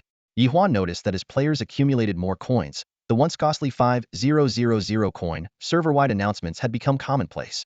He ignored the chatter entirely, focusing instead on his preparations. Carefully concealing his gear, he donned a mix of fake and real disguises, including a landlord's hat, transforming instantly from Brother Huan into the infamous Green Hat Hero. However, he didn't recklessly charge toward Moonlit Valley. Instead, he returned to the spectator hilltop he had scouted earlier. Qiuzhan's brazen provocation was clearly a setup. Meanwhile, in Moonlit Valley, Qiuzhan had just finished his announcement when his companions began to question him. Qiuzhan, you're such an idiot. Do you not already have enough enemies? Xia Meng said bluntly. Dongqing chimed in with a reminder. Even though we've gathered plenty of allies today, it's better to keep a low profile. Otherwise, we might end up ruining everything. Qiuzhan snorted dismissively, adopting the tone of a guild leader. Are you trying to teach me how to do my job? Don't forget, I'm the leader of the Four Seasons Alliance. Fine, have it your way. Just remember, if we fail, you're the one taking the blame. Xia Meng shrugged, turning away to focus on the frontline battles. Clearly, he found fighting monsters far more appealing than staying near Qiuzhan. A smug smile played at the corner of Qiuzhan's mouth. He had already set his trap, waiting for the Green Hat Hero and other factions to walk right into it. The only thing souring his mood was the mystery surrounding Xia Mo's whereabouts. He resolved to increase pressure on the Xia family. As time passed, The monster siege events at the two guild bases in Bright Moon City had been raging for 6 hours. Shangshi City was about to face its 7th wave of monsters. This wave included boss-level enemies, and the sheer number of ordinary monsters had also significantly increased, putting considerable pressure on the players. At the Moonview platform, Yi Xiaoyao and other high-ranking members directed their teams in the intense battles against the monsters. On the left flank, Mu Cc led players from Shenmu Fengyun, while on the right, Xingtian commanded the barbarian tribe members. Yi Zhicheng personally guarded the guild base's entrance, while, per Ye Huan's arrangements, Nanran and others stood on high alert in the rear. Shortly after the 7th wave of monsters emerged, a massive force suddenly appeared from the riverside. The group, numbering at least 1,000, advanced menacingly toward the guild base. The forces of Yun Ji and Ao Shi Wushuang advanced aggressively, their army crossing the bridge and heading straight for the Guanyue platform. Witnessing this formation, Yi Zhicheng stood up with a calm expression and issued commands in the team channel. President Mu, you and President Xingtian are responsible for holding them off.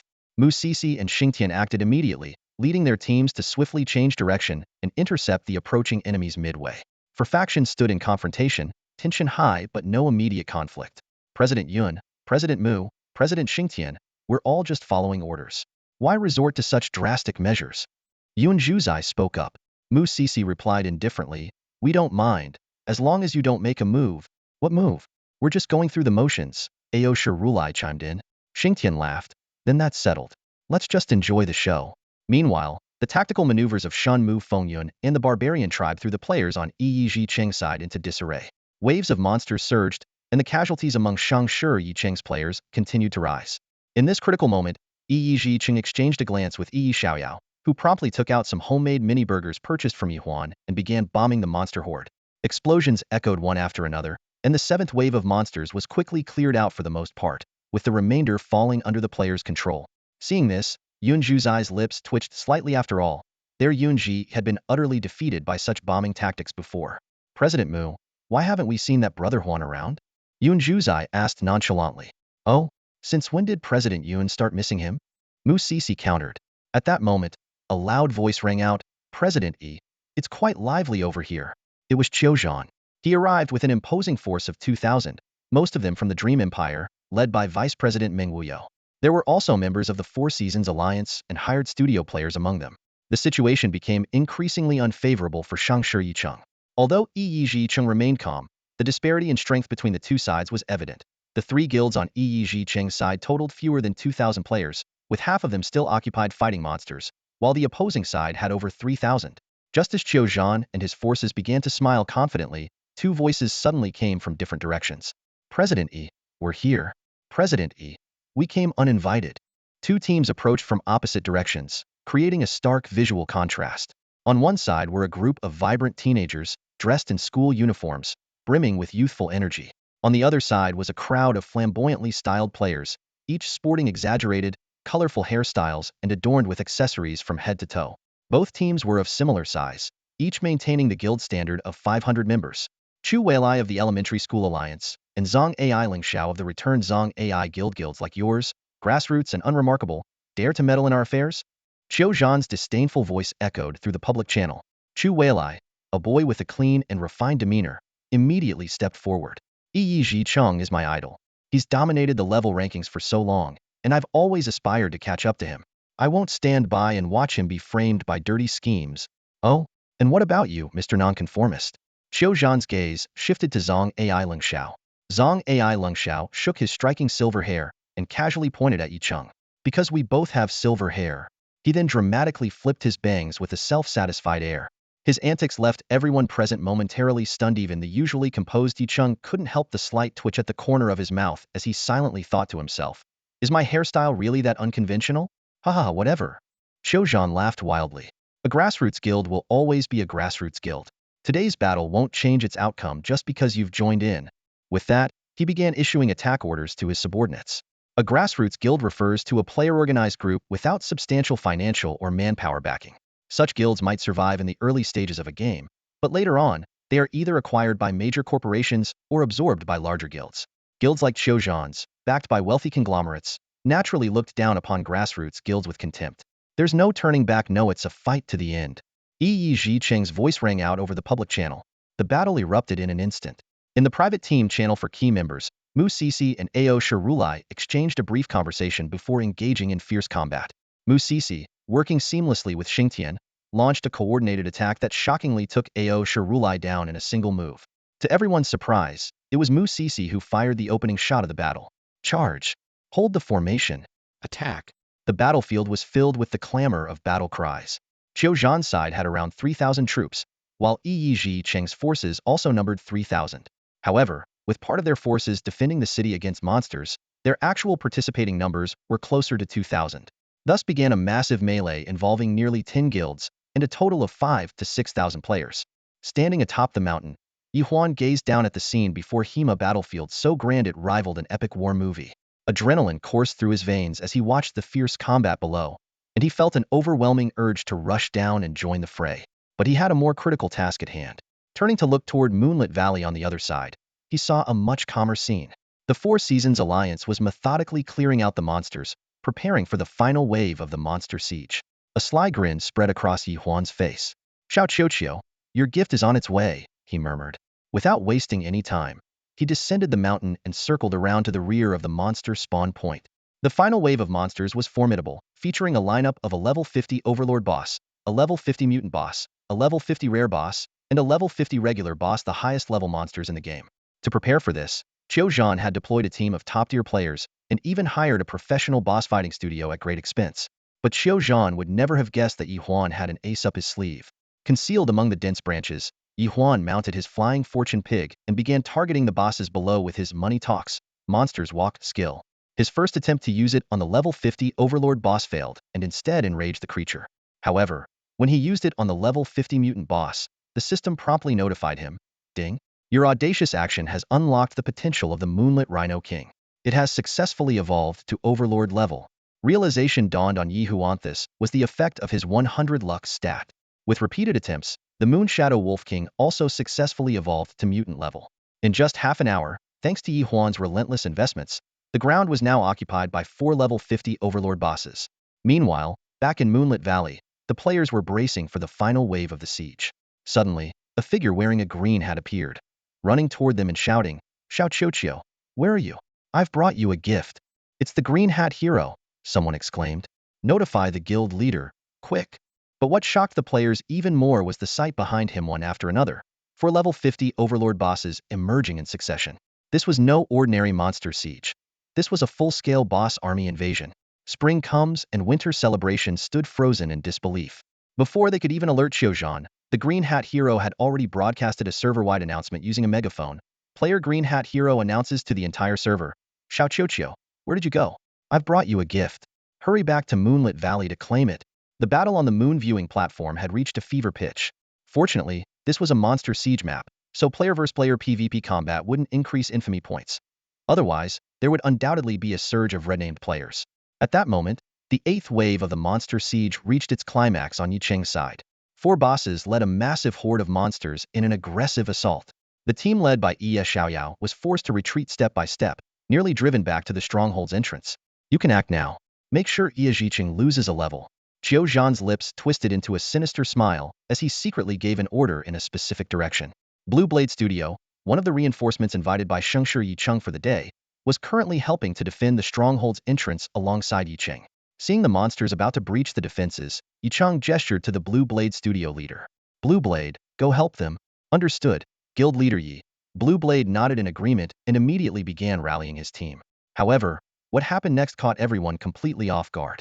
Instead of heading to support Ye Xiaoyao, the members of Blue Blade Studio suddenly drew their weapons and turned on Yicheng, launching a surprise attack. The sudden betrayal left everyone stunned, including Yicheng, who had no time to react. After all, studios typically upheld professional ethics and honored their agreements. While today's payment had yet to be settled, such blatant treachery was exceedingly rare. "Apologies, Guild Leader Yi."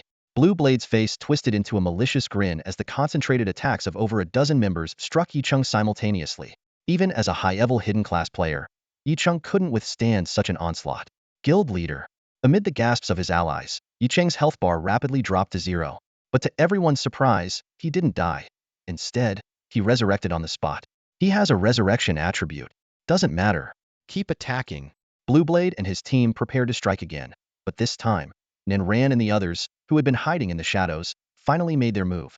From the start of the battle, they had been silently guarding Yi Cheng. Although the sudden betrayal caught them off guard, Yi Cheng's resurrection attribute gave them the chance to counterattack. Curse Strike, Gale Arrow, Heaven and Earth Swordplay, Blazing Fireball Explosion. The coordinated skills of Nan Ran, Wan Gong Shi Chang'e, MOC, and Li Mengshi hit Blue Blade almost simultaneously. The curse took effect instantly, and Blue Blade was eliminated before he could even react. The other Shangshi Yicheng players quickly recovered and joined forces with Nan Ran's group to wipe out the remaining Blue Blade studio members. The scene left the onlookers in awe of Nan Ran and the other's strength. The power of these 4 hidden class players was astonishing, especially Li Mengshi's incredible critical damage, which was downright terrifying. It was then that Yicheng recalled having seen Nan Ran and the others before. They seemed to be friends of Huan Gu. No need to thank us. Huan Gu asked us to protect you, Li Mengshi said casually, waving her hand. Without waiting for Yicheng to respond, she turned and unleashed a raging inferno on the horde of monsters. Brother Huan? A flicker of complexity flashed through Yi Cheng's eyes as he recalled his earlier conversation with the old master. You do have a cousin, but even if you find him, you must not acknowledge him.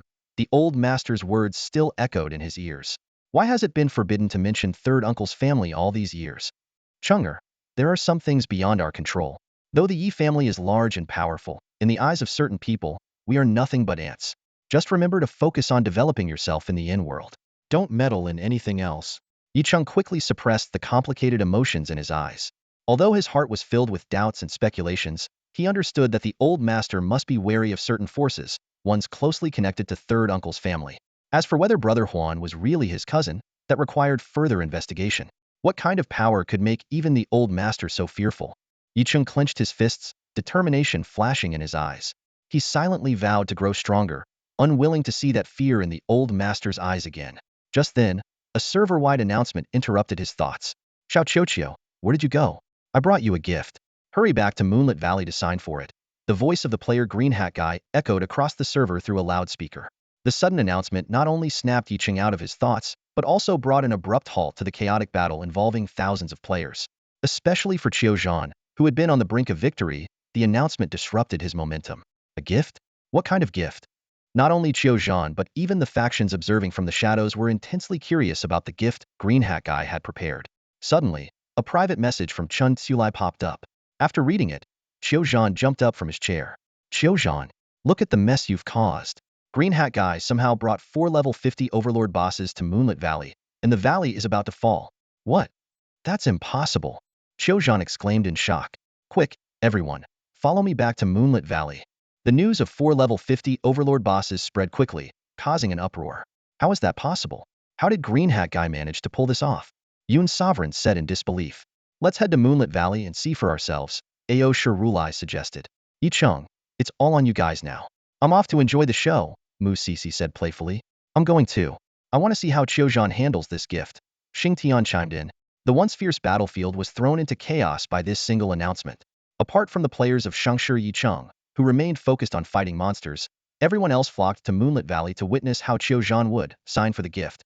By the time Qiu Zhan and his team rushed back to Moonlit Valley, Ye Huan had already slipped away. Of course, he didn't go far but instead switched to his alternate identity, Brother Huan, blending into the crowd of onlookers to enjoy the spectacle. The destructive power of the 4 level 50 Overlord bosses was catastrophic. No player could get close to them, and they could only resort to weak harassment using long-range skills. By the time Qiu Zhan arrived, the bosses had already breached the stronghold's entrance and were advancing unimpeded. To make matters worse, only half an hour remained in the siege event. If the Four Seasons Alliance failed to kill or drive out the bosses within that time, all the manpower and resources they invested earlier would be wasted, and they would lose their stronghold. Reapplying for a guild stronghold would require at least 10 days. Damn it, damn it, damn it. Qiu Zhan's furious roar echoed through the guild stronghold. The confidence and pride he once carried had long vanished. Watching his 4 Overlord-level bosses rampage through the base, he knew all too well that he had lost. The application fee for the stronghold and the cost of hiring reinforcements were now wasted. At that moment, a crisp ringing sound interrupted his thoughts. A system notification indicated an external call. Exhausted, Qiu Zhan answered the call from the real world. On the other end of the line came an elderly yet commanding voice. Qiu Zhan, you have deeply disappointed me. As of today, you are no longer the leader of the Four Seasons Alliance. Sir, please let me explain. Before he could finish, the call abruptly ended. Qiu Zhan stood frozen in place. Though he had anticipated this day would come, He had never expected it to arrive so suddenly. Meanwhile, the players of the Four Seasons Alliance were being slaughtered, retreating in disarray under the relentless onslaught of the 4 level 50 Overlord bosses. No one dared to approach. Just as this chaotic spectacle seemed to be reaching its conclusion, a group of strangers suddenly entered the battlefield. This team of about 20 people immediately drew everyone's attention. Their IDs all bore the character Chiu, and their clothing was embroidered with the chrysanthemum emblem, the symbol of the Chiu family within the Four Seasons Alliance. The leader's ID read Chiu Shan, and he exuded an aura of deadly precision, the kind forged through countless battles. Useless Chiu Shan, from this day forward, I will take your place. Anyone who dares to object will be expelled from the Four Seasons Alliance. Chiu Shan's voice carried undeniable authority, radiating a powerful pressure that everyone present could feel. Who are you? Chiu Shan, a direct descendant of the Chiu family, asked in confusion, only to be met with a cold snort from Chiu Shan. Turning his attention to the 4 Overlord bosses, Chiu Shan said coldly, "You worthless lot. You can't even handle a few bosses. Chiu Shan guard, lure them away." "Yes, sir." The 20 members responded in unison and charged toward the bosses with the precision of well-trained soldiers. Their equipment was top-notch, their combat techniques flawless, and every movement showcased a level of skill far beyond that of ordinary players. Among the crowd, Ye Huan stood dumbfounded, watching the unfolding events. These players were all level 30, just like him, concealing their true levels. What shocked him even more was that his prized, greedy eye skill couldn't uncover any information about Chiu Shan. This sudden turn of events brought back something Xiao had once said: these major factions were far more complicated than they appeared. Even within the Four Seasons Alliance, the spring, summer, autumn, and winter families had secretly developed their own forces. Considering the current situation and the sudden emergence of Chiu Shan, Ye Huan immediately saw through the identities of the newly appeared Autumn God and his Autumn God guards. They must be an elite force secretly cultivated by the Chiu family. After suffering heavy losses due to Chiu Shan's repeated failures, the family had no choice but to dispatch this secret unit. This Autumn God is way more formidable than little Chiu, Ye Huan thought to himself, feeling a twinge of sympathy for Chiu Shan. Once an arrogant and domineering young master of the family, he had ultimately become a sacrificial pawn. In the final stage of the Monster Siege event, the Autumn God guards displayed astonishing strength. Though they were eventually wiped out, they managed to lure 4 Overlord bosses away from the guild stronghold. This battle quickly spread the fame of Autumn God and Autumn God guards among the players. The attitudes of major guilds shifted drastically. Mu Sisi marveled at how the Chiu family had truly gone all out this time. Xingtian suggested being more cautious when dealing with the Four Seasons Alliance in the future. Yun Zhuzai expressed interest in maintaining a good relationship with the Autumn God, and even the proud Aosai Rulai hurried to confirm whether their previous cooperation still stood. As the system announced the end of the Monster Siege event between the Four Seasons Alliance and Shangshi City, the power transfer ceremony commenced. Silently, Chiu Shan handed over the guild leader position to the Autumn God. Chun Tsulai, Xiaoming, and others immediately stepped forward to offer their congratulations. Meanwhile, the once high-spirited Chiu Shan found himself ignored by everyone. Watching the crowd surround the new guild leader, Chiu Shan clenched his fists, turned, and left without a word. Unwilling to bow to the family patriarch, he only wanted to find a quiet place in the game world to hide for a few days. The Autumn God quickly demonstrated a leadership style entirely different from Chiu Shan's. "I have no patience for useless people," he declared, cutting off the flattery with a wave of his hand. "We may have defended the stronghold, but the 4 Overlord bosses are still a threat. Everyone, level up like your life depends on it. If you can't keep up, get out of the Four Seasons Alliance." At that moment, Ye Huan received a private message from Mu Sisi, inviting him to Shangshi City's victory banquet. He politely declined. On one hand, he still had unfinished tasks. On the other, he couldn't quite put into words the strange sense of distance he felt toward Yi City. Meanwhile, in a small pavilion deep within Moonlight Lake, Chiu Shan sat alone, gazing at the fish swimming in the water, lost in deep self-reflection. The fall from being a favored son of heaven to hitting rock bottom was a bitter pill to swallow. But as a scion of a prominent family, he should have been prepared for such risks long ago. He began to reconsider his past actions. His spoiled upbringing had fueled his capriciousness, which had only been magnified in the game world. Although he knew he wasn't inherently a bad person, he often acted recklessly. Occasionally, he even did good deeds, like helping an elderly woman cross the street, though that was only because her slow pace was delaying him from driving his sports car to flirt with girls.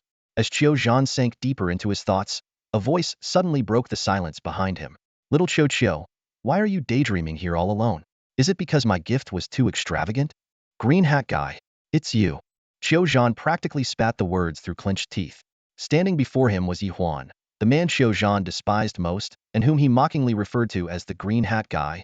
To Ye Huan's surprise, even though Xiao Zhan was fuming with anger, he didn't charge at him like a mad dog. Instead, he simply glared at him with a fierce intensity. Are you here to mock my failure? Xiao Zhan growled. Ye Huan nonchalantly sat down beside him and shrugged. Mock you? You're my entertainment. Why would I do that? Entertain my ass. Xiao Zhan shot him another venomous glare before letting out a heavy sigh. This is insane. Just this morning, I was leading thousands into battle, brimming with confidence. And now, I'm reduced to being the laughingstock of the players. To top it off, I'm sitting here chatting with the very person who caused my downfall. I can't even tell if I've gone crazy or if the world has. Little Qiao, I didn't expect you to figure it out so quickly, Ye Huan teased, giving him a deliberately exaggerated thumbs up. Don't call me Little Qiao. Xiao Zhan snapped instantly. Only the woman I love most is allowed to call me that. Oh. Ye Huan paused, momentarily taken aback. His first thought was of Xia Mo, but he quickly dismissed the idea. His curiosity was piqued. Xiao Zhan's expression softened unexpectedly. She was our family's housekeeper. And also, the first woman in my life. The revelation left Ye Huan completely dumbfounded. Xiao Zhan had fallen for his own housekeeper?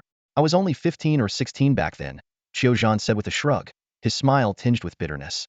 Later, she was driven away, and we never saw each other again. That's really unfortunate. Ye Huan sighed along with him. No wonder Xiao Zhan had no interest in Xiao Moshe, clearly wasn't his type. Damn it, why am I even telling you this?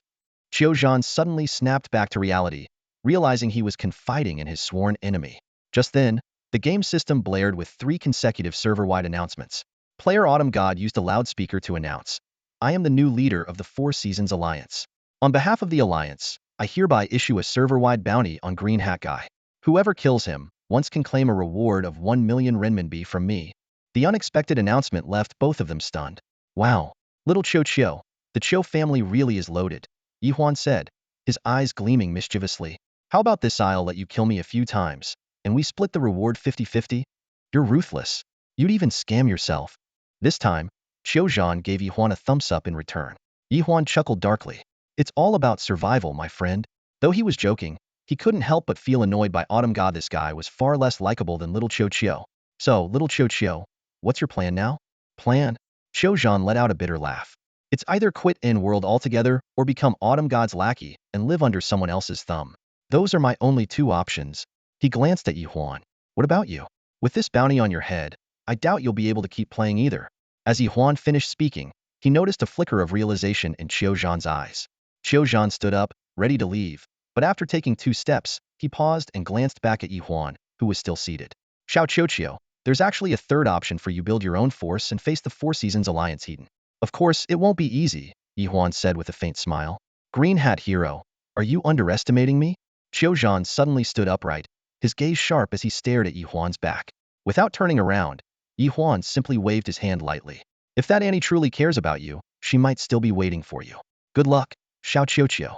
I hope next time we meet, you can still bring me some amusement. Green Hat Hero. The words caught in Xiao Zhan's throat as he watched Ye Huan walk away. He muttered to himself, will she really wait for me? Determination gradually replaced the hesitation in his eyes. The next moment, he decisively logged off, rushing out the villa's door under the astonished gazes of the servants. Meanwhile, Ye Huan paid no heed to the full server bounty issued by the Autumn God. Returning to his identity as Brother Huan, he headed straight for Leosia City, intending to complete a forging system quest. The flowing rocklands were located west of the city, requiring a 5-hour trek on foot. Just as he exited the city and prepared to summon his flying fortune pig, a private message from Bowstring Shoots Chang'e popped up. Brother Huan, help me. I'm being hunted. What's going on? Who's after you? Well, Bowstring Shoots Chang'e hesitated. The leader of the group chasing me is named Chang'e. Ye Huan immediately understood. One player named Bowstring Shoots Chang'e and another name, Chang'e. It was no surprise they ended up clashing. After learning that the incident was happening in the Wolf Valley leveling area near Leosia City, Ye Huan promptly rode his flying fortune pig to the location. Before long, he spotted a group of over a dozen players chasing an archer. Leading the group was a female support class player with the ID Chang'e. Her striking looks and figure made her stand out. Are you going to change your name or not? Chang'e demanded sharply. Why should I? You change it. I like this name. Bowstring Shoots Chang'e shouted back as he ran. Not changing, huh? Then we'll keep killing you until you're back to level 0. Chang'e commanded her group to continue the pursuit. Ye Huan appeared on his flying fortune pig and called out, Friends, It's just a character name, why take it so seriously? Seeing Ye Huan, bowstring shoots Chang'e immediately hid behind him as if he had found his savior. Chang'e and her group stopped in their tracks, glaring at Ye Huan with hostility. Who are you? Are you here to stand up for him? She demanded. I'm his friend, Ye Huan said with a smile. At that moment, he truly stood out dressed in extravagant gear, riding a gleaming golden mount, the gold pig. He looked every bit the image of a nouveau riche. If he added a gold chain and a fierce dog, he'd perfectly resemble a domineering village tycoon. You're Huang? Change suddenly furrowed her brows, then gestured for her subordinates to lower their weapons. You know me? Ye Huan asked, surprised. Not exactly. I just heard about you from someone, Change replied indifferently, her gaze sweeping over Ye Huan's flashy attire. Seeing your outfit, I figured it had to be you. She didn't reveal her source of information but cast a glance at the player behind Ye Huan. Wan Gong she changed, before leaving a harsh warning. They'll spare you this time, but I suggest you change your name soon. If I see you again, I won't show mercy. With that, Change and her group left. While it seemed like she was giving Ye Huan some respect, it only made him feel uneasy. Since when did he gain this kind of reputation in the game? What are you staring at? They're already long gone, Ye Huan said, rolling his eyes at Wan Gong she Change, who was still gazing at Change's retreating figure. He couldn't help but wonder why this guy chose such a ridiculous username. Thanks, Huanga. That woman is way too overbearing. It's not like she owns the game, she can't tell me what name to use. What brings you here? I heard you can get mount riding skills here, so I thought I'd try my luck. Ye Huan opened the trade window and handed him a few beginner riding skill books. No need to grind. Take these. Just focus on leveling up to 30.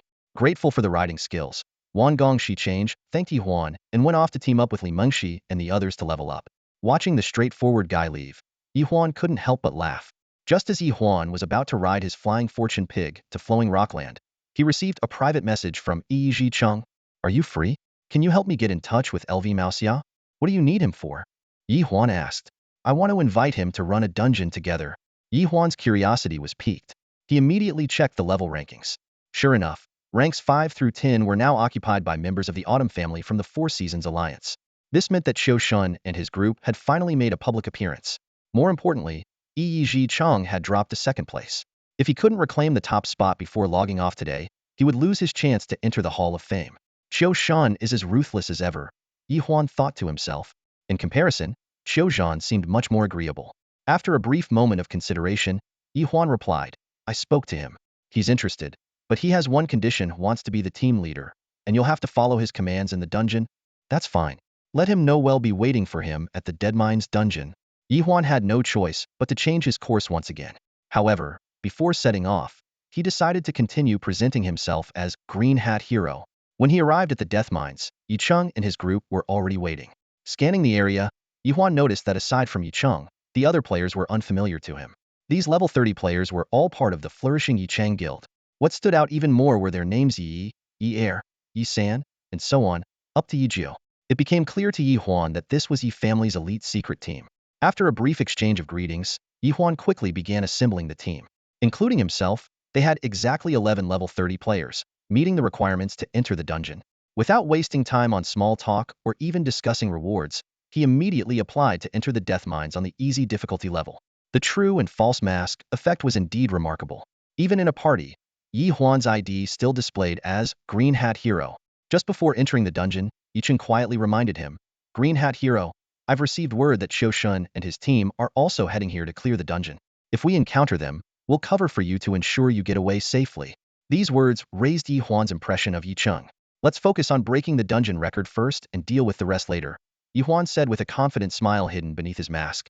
Shortly after they entered the dungeon, Qiu Shun and his Qiu Shin guard arrived at the Death Mines. Looks like Yi Cheng got here first. We need to clear the dungeon quickly and ensure they don't hold the record, Qiu Shin said before leading his team into the easy level dungeon. Ye Huan's team worked with incredible efficiency. After completing the easy level dungeon, they immediately applied to enter the hard level dungeon. It had to be said Yi Cheng was truly exceptional. Not only did he step back and allow Ye Huan to take the lead, but the other Yi family elites were also well trained, following orders with precision. Combined with Ye Huan's gold toss technique, which instantly defeated the dungeon boss, the entire run was seamless. They effortlessly broke the perfect record and earned double rewards. When Qiu Shan's team emerged from the easy level dungeon and checked the announcement board, their expressions darkened. It had taken them 19 minutes to clear the dungeon, whereas Yi Cheng's team had completed it in just over 8 minutes. Green Hat Hero, it's you again. Qiu Shun's eyes flashed with anger as he recognized the familiar name in Yi Cheng's team. He immediately urged his team to enter the hard-level dungeon. Give it your all, we must beat their record. In the game, dungeon rewards decrease with the number of completions but increase with faster clear times. A perfect completion grants double rewards. For this reason, the rewards Qiu Shun's team earned from the easy-level dungeon were far inferior to those of Ye Huan's team. News of this rivalry quickly spread across various factions. While managing their own affairs, the major players kept a close eye on the system announcements. If Qiu Shin emerged victorious, Yi Cheng's place in the Hall of Fame would be jeopardized. On the other hand, if Yi Cheng's team prevailed, flourishing Yi Cheng would surpass both Four Seasons Alliance and Divine Wind Cloud to claim the third spot among the guilds. The outcome hung in the balance, with everyone waiting to see whose name would appear on the system announcement. Ye Huan and his team had just emerged from the challenging level death mine and wasted no time applying for the hell level dungeon. Nearby, Yi Cheng wore a worried expression, but upon seeing Ye Huan's calm and composed demeanor, he found this mysterious figure even more unfathomable. How much experience do you need to level up? Ye Huan turned and asked. Just 10 more to reach level 31. Yi Cheng replied. That's more than enough, Ye Huan said confidently. Once we clear the hell level dungeon, combined with the experience from killing monsters and your double EXP card, surpassing Qiu Shun will be no problem. Earlier, under Ye Huan's suggestion, Yi Cheng had exchanged some reputation points for a double EXP card. With the rewards from 2 perfect dungeon runs, the experience points of not only Yi Cheng but the entire team, including Ye Huan, were rapidly increasing. Ye Huan himself was only 2 away from reaching level 31. Thank you, Yi Cheng said sincerely. Don't thank me yet, Ye Huan replied bluntly. First, transfer me 500,000 gold coins as my fee. Without hesitation, Yi Cheng completed the transfer. For Ye Huan, this sum of gold coins wasn't just payment. It was a necessity for tackling the hell level dungeon. To him, money equaled the ability to quickly eliminate monsters, his golden rule for success. Shortly after Ye Huan's team entered the hell level dungeon, Qiu Shan and his group completed their run of the challenging level dungeon. When Qiu Shan saw the leaderboard announcement, his face turned ashen. How could they be this fast? Boss, should we keep chasing? They've already entered the hell level dungeon, one of his subordinates asked. Of course, we're chasing. I want to see just how fast they can be in the hell level dungeon. The hell level death mine was filled with the stench of rotting corpses. The dim environment was teeming with hordes of zombies. At the entrance were densely packed ordinary zombies, the midsection was guarded by elite zombies, and at the end stood a level 40 mutated boss. Ye Huan stuck to his usual strategy, dividing the team into 2 groups, one to clear the ordinary zombies at the entrance and the other to handle the elite monsters. Meanwhile, he himself, with his exceptional defense, charged straight toward the final boss. When he encountered the mutated corpse king, reeking of decay, he wasted no time activating his ultimate skill, 10,000 gold strike. With 2 consecutive skill attacks, the level 40 boss, boasting 150,000 health points, collapsed instantly. The system promptly displayed a notification. Congratulations, you've reached level 31. Ye Huan quickly collected the loot from the ground. By this time, Yi Cheng and the others had completed their respective tasks. In order to save time, Ye Huan didn't even bother checking the rewards and immediately prepared to lead the team into the next round of challenges. At this moment, his backpack was crammed with all sorts of items, likely containing a number of rare equipment and materials. Just then, a striking system announcement shattered the calm of the game world. Players Green Hat Man, Yi Zhicheng, and Yi Tiyijiu have successfully set a new record for the Hell Level Death Mine Dungeon. Completion time, 10 minutes 0 seconds. As this is their 3rd consecutive perfect record, they are awarded 1 level per player, 2,000 reputation. We encourage other players to take on the challenge. This long-awaited announcement instantly caused an uproar among players. Regular players flooded the public chat. 10 minutes to clear the Hell Level Death Mine? Green Hat Man is a legend. Yi Zhicheng really nailed it by teaming up with Green Hat Man. What a genius move. 2,000 reputation points, wow. I wish I could get a reward like that. Even the guild leaders couldn't stay calm. Mu Sisi quietly felt relieved that he hadn't tried to break the record yet. Xing Tian begrudgingly admitted that Yi Cheng had chosen the right ally. Jack Yun was already plotting ways to recruit Green Hat Man. Meng Wuya marveled at the abundance of talent in N-World, while Zissou curiously speculated about Qiushin's reaction at the moment. Meanwhile, Qiushin was leading his team in the Hell Level Death Mine, preparing to face the mutated Corpse King. The sudden system announcement popped up, and his expression darkened immediately. How is this possible? How did they manage that? One of his subordinates cautiously reminded him to check the level leaderboard.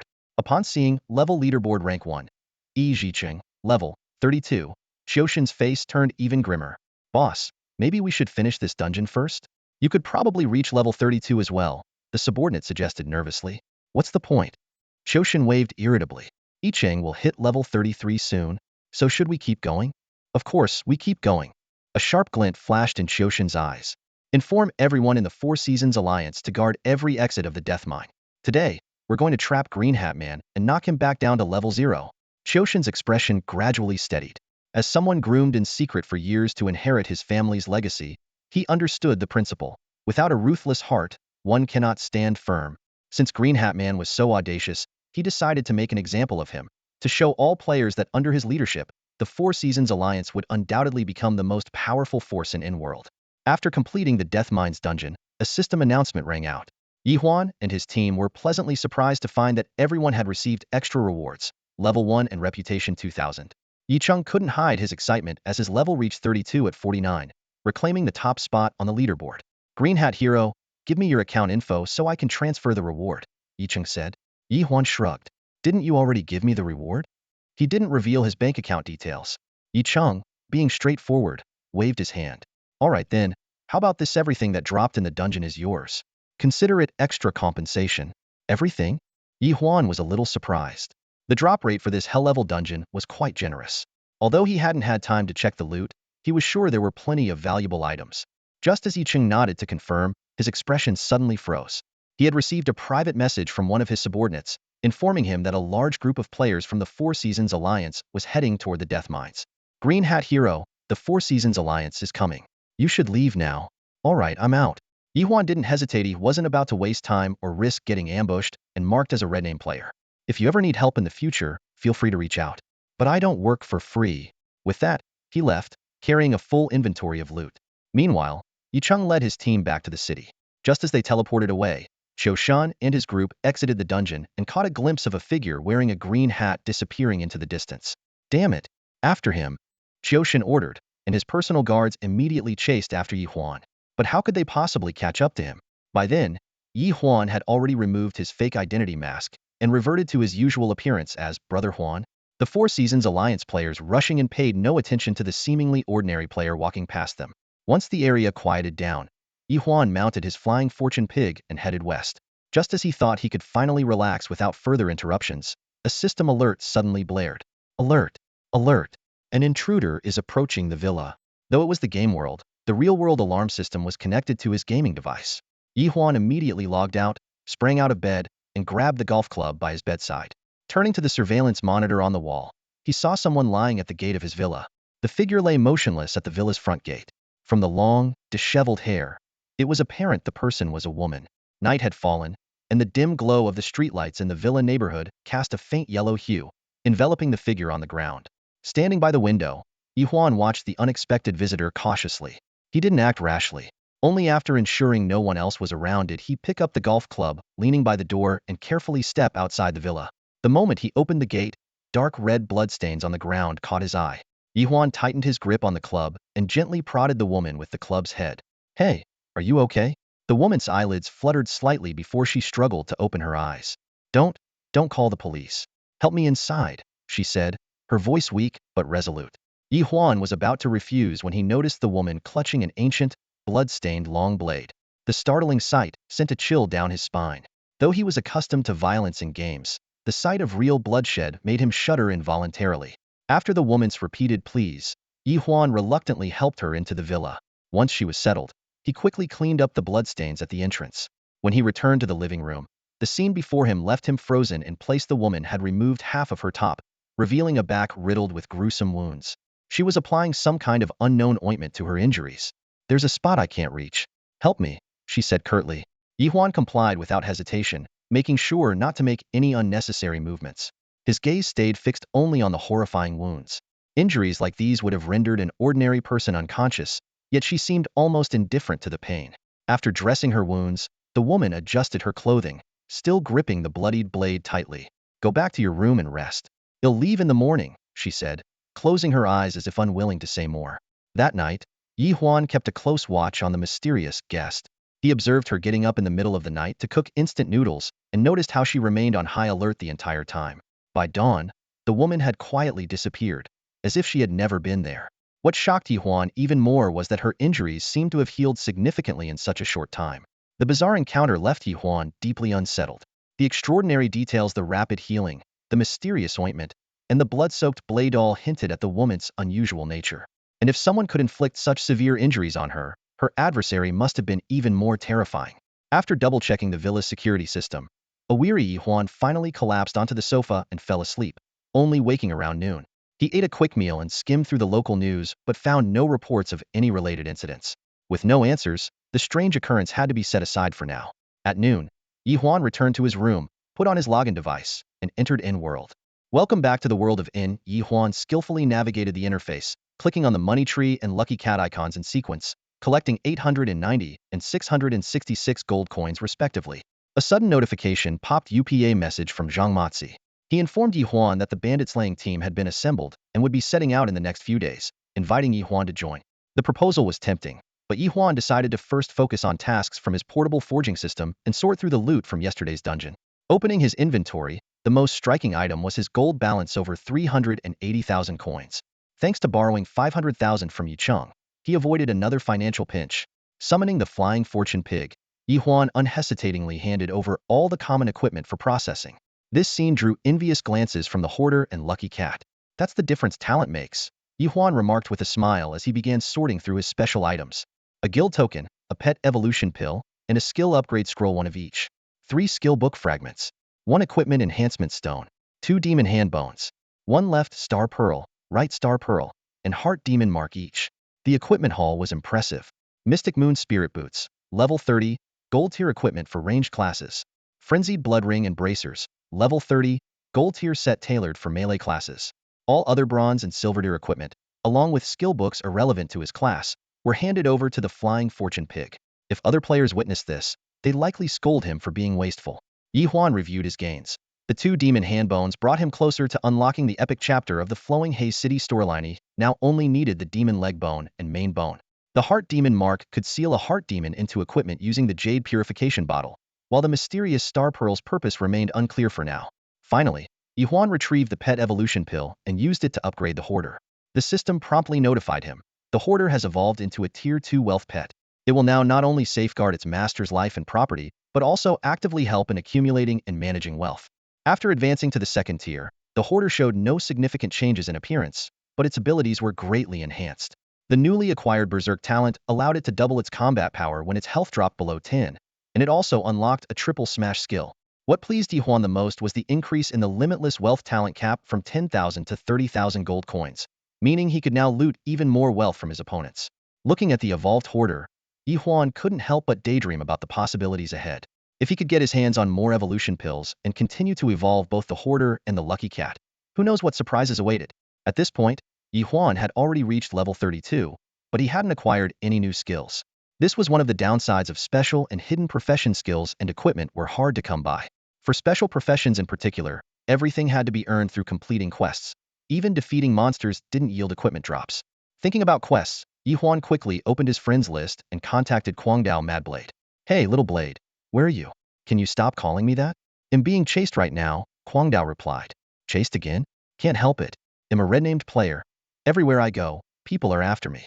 Through their conversation, Ye Huan learned that Kwang Dao was currently with some players from the Red Name Village, helping a big shot with a quest. The Red Name Village was a unique player organization within the in-world, consisting of battle-hungry PK enthusiasts. These players were often in a renamed status, restricted to staying in the wild since entering towns would result in being captured by guards. After contacting Kwang Dao, Ye Huan checked in with his other friends. Li Mengxi and Nan Ran were grinding levels, Xia Mo was offline. And Wan Gong Shi Change Bao aimed at Change, sent a message saying he was being chased by Change again, probably because he had provoked her once more. After organizing his inventory, Ye Huan mounted his flying fortune pig and set off. This time, he arrived smoothly at the flowing rocklands. As soon as he entered the area, the intense heat hit him, making him break into a sweat. To his astonishment, the extreme heat even started draining his health. This level of realism in the in-world left Ye Huan in awe. He guessed that in icy regions, players might lose health due to the bitter cold as well. The lava rocklands are not only home to numerous fire elemental creatures, but also host a unique entity known as fire seeds. These drifting fire seeds require players to guide them with a torch in order to capture them. For Ye Huan, this task was a breeze. He quickly attracted a cluster of fire seeds with his torch. Just as he put away the fire seeds, his lucky cat let out a soft cry and leapt off his shoulder, dashing ahead. Ye Huan's heart stirred. Could there be a boss or a treasure site up ahead? Without hesitation, he followed. As he ventured deeper into the lava rocklands, the surrounding temperature soared, and the rising heat from the ground became increasingly intense. It wasn't long before the lucky cat began struggling with the extreme heat. It lacked Ye Huan's high defense and health points. Left with no choice, Ye Huan recalled both the lucky cat and the flying fortune pig, continuing alone in the direction indicated by the lucky cat. The deeper he went, the more damage numbers floated above his head. Soon, monsters began to appear. Level 40 lava scorpions. These scorpions, mutated from consuming lava rocks over time, were not only highly venomous but could also enter a burning state, doubling their attack power. They inflicted 44 points of damage on Ye Huan. Die! Ye Huan grumbled, too impatient to summon his hoarder companion. He used a fortune toss to instantly crush the scorpion. The monster dropped 36 gold coins, a level 35 plain piece of equipment, and a lava crystal. As Ye Huan pressed on, the surrounding heat waves thickened to the point of obstructing his vision. Though tempted to turn back, he gritted his teeth and pushed forward, recalling the lucky cat's earlier unusual behavior. Suddenly, a level 40 lava sand eagle ambushed him from the scorching sands. This creature, also mutated from consuming lava rocks, ignited into a fiery eagle when burning. Ye Huan once again unleashed a fortune toss, claiming similar Luda level 35 plain piece of equipment and another lava crystal. By now, Ye Huan was fully committed. Despite the steep cost of 10,000 gold coins per use of fortune toss, he resolved to see this through. He decided to keep advancing until he depleted all his gold. If he still came up empty-handed by then, he would give up entirely and return to town to turn in his quest. Perhaps this was the essence of a man's stubborn resolve, whether battling himself or his foes. Driven by this unyielding determination, Ye Huan hurled a fortune toss at every monster he encountered. The golden coin greatsword swept through the flowing rocklands with reckless abandon, each strike precisely claiming the lives of the monsters in its path. Ye Huan, like a meticulous scavenger, eagerly collected every item dropped by the monsters, especially the mysterious, flowing rock crystals. Though their purpose remained unclear, he had amassed a significant number of them along the way. As he ventured deeper, the damage from the intense heat climbed into double digits. Ye Huan had to constantly monitor his health, taking a sip of the eternal healing water every minute to stay alive. However, this exploration was taking a toll on his wallet. His initial wealth of 380,000 gold coins had dwindled to just 110,000, a staggering expenditure of 270,000 coins. If other players found out about this level of extravagance, he'd likely be mobbed on the spot. But Ye Huan had no time to worry about such matters. The oppressive heat was already testing his patience, and the peculiar reaction of his lucky cat earlier convinced him that something significant lay ahead. His determination to uncover the truth drove him forward. Under the scorching sun, a small volcanic mound about 20 meters high gradually came into view. The summit constantly emitted waves of searing volcanic energy, marking this as the core of the flowing rocklands. Wiping the sweat from his brow, Ye Huan gritted his teeth and began ascending the slope. The moment he stepped into the mountain's range, the damage numbers above his head surged wildly, threatening to break into triple digits. His heart raced as he quickly downed another sip of healing water, restoring his health to 70. When he finally reached the top of what felt like a massive steam oven, the sight before him left him utterly stunned. It wasn't a mountain at all, but a colossal altar buried beneath layers of scorching sand and stone. As Ye Huan stepped onto the altar, the system notification chimed. A legendary quest materialized before him. Unlock the path to the ancient ruins of Vermilion Bird Island. The quest required collecting the life essences of the 7 major star spirits under the Vermilion Bird constellation to summon the power of the Vermilion Bird once more. Even more thrilling, the quest had no level, participant, or time restrictions. Ye Huan triple-checked the quest notification before he could believe his luck. Vermilion Bird Island, the 7 star spirits, the ancient class known as the Demon Seer. These words alone were enough to make his blood race with excitement. Though the specifics of the ancient class remained shrouded in mystery, its title alone was enticing. And with the added allure of the Vermilion Bird's power, this was undoubtedly an opportunity of extraordinary value. Just as Ye Huan was reveling in his discovery, the system chimed again, notifying him that, due to his quest trigger rate surpassing 99.99 of players, he had qualified to participate in the Hall of Fame challenge. Ye Huan froze in disbelief, stunned by the Hall of Fame notification. Could someone with a quest trigger rate exceeding 99.99 actually qualify for the Hall of Fame? He almost laughed out loud and, without hesitation, clicked Accept Challenge. The system immediately chimed with a series of crisp notification sounds, and the server-wide announcement flooded the screen. Player Huangu has initiated the Hall of Fame challenge. If no one surpasses their quest trigger rate within 48 hours, they will officially join the Hall of Fame. It was then that Ye Huan realized one critical detail: the system announcement this time couldn't be hidden or have his name altered. He shook his head and quickly accepted the reality.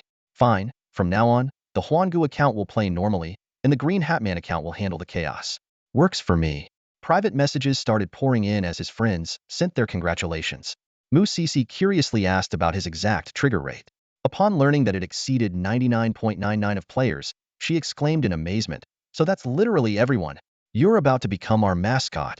Kwang Dao, Mu Dudu, and others also sent their best wishes, while Xing Tian went as far as to offer assistance if needed. Yi Cheng kept it simple. "Congrats. They'll see you in the Hall of Fame." Ye Huan initially wanted to ask about the specific benefits of the Hall of Fame, but decided instead to maintain an air of mystery and wait for the surprise. What he hadn't anticipated was how quickly the nickname mascot would spread across the server. Guild leaders from all over began extending olive branches, hoping the king of trigger rates would join their ranks. But Ye Huan had already made up his mind to go solo and politely declined all invitations. While the entire server was still buzzing about the challenge, Ye Huan's attention was drawn to the scene before him. As he prepared to leave the altar, he noticed the surface was covered with uniquely shaped holes that bore a striking resemblance to the Florok crystals he had collected.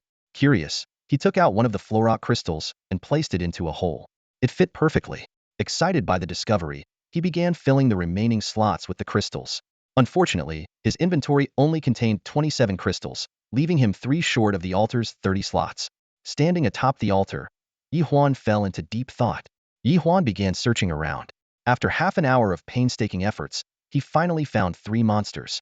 He spent 30,000 gold coins to instantly kill them, and each monster dropped a piece of flowing rock crystal. 28 pieces. 29 pieces. Ye Huan's hands trembled slightly with excitement. While he wasn't sure what would happen after collecting 30 pieces, his instincts told him this was no coincidence. It had to be some kind of special game mechanic. His first thought was that the mysterious altar must be connected to the legendary quest he had just triggered. With a mix of anticipation and anxiety, Ye Huan carefully placed the 30th flowing rock crystal into the small slot. In the next moment, the entire altar lit up with a dazzling light and began to tremble violently. Ye Huan quickly leaped off the altar and turned to look. The sand and stones covering the altar fell away, revealing its ancient and mysterious form. The altar slowly cracked open, and from the fissure emerged a menacing serpent head. Its vertical pupils emitted a chilling glow. With a thunderous roar, the altar exploded entirely, unveiling a massive serpent creature engulfed in flames, with wings sprouting from its back, standing before Ye Huan. For a moment, Ye Huan was utterly stunned. It was the first time he had experienced such intense fear in the game. Using his Money Seer skill, he identified the monster, a level 50 special monster, containing the sealed soul of the winged fire serpent, one of the 7-star spirits under the vermilion bird. It possessed the ability to incinerate everything in its path. What is a special monster? Ye Huan was filled with confusion. He had never encountered a special monster before, and there was no official information about them in Inworld. There was no time to dwell on it. Ye Huan immediately unleashed his money toss skill on the flaming winged serpent. However, an ineffective status floated above the serpent's head. 3 consecutive attempts yielded the same result, leaving Ye Huan in a state of panic. His prideful skill couldn't even penetrate the serpent's defenses. At that moment, the system finally provided a clue. Special monsters are immune to all skill-based attacks. To defeat them, you must find a specific countering item. What item? Ye Huan felt like he was on the verge of collapse.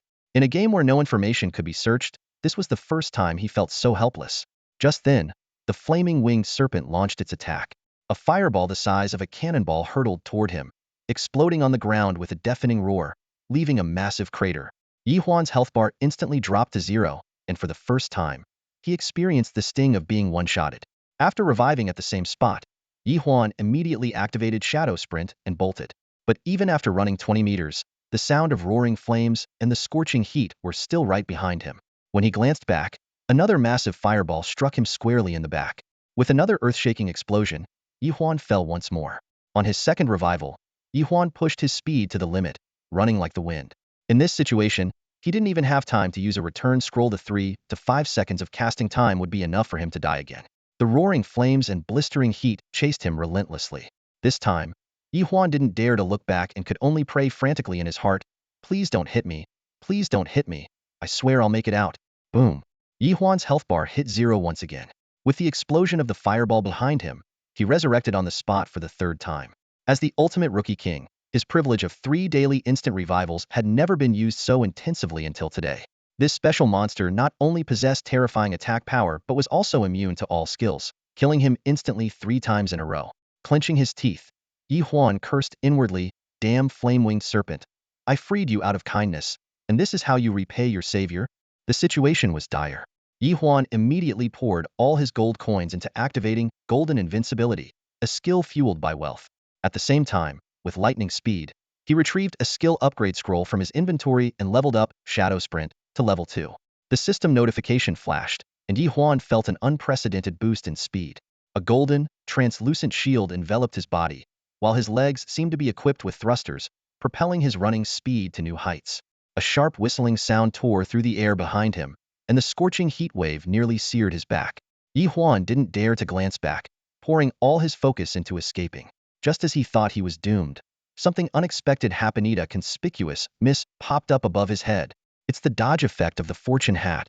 Overjoyed, Ye Huan mustered his last ounce of strength and sprinted out of the central area of the lava plains. To his surprise, the flame-winged serpent stopped its pursuit. Exhausted, Ye Huan collapsed onto the blistering sand, gasping for air. His heart raced as he reflected that if this catastrophic monster had reached Leosia City, even the NPCs there wouldn't have been able to fend it off. After resting for a moment, Ye Huan struggled to his feet and pulled out a healing potion to recover his stamina. Gazing at the rising waves of heat and mist behind him, he shook his head and took out a teleport scroll. In a flash of white light, he found himself at the teleportation point in Leosia City. Now completely broke, Ye Huan quickly made up his mind would first head to the auction house to list the guild token and then visit the blacksmith to submit the fire essence.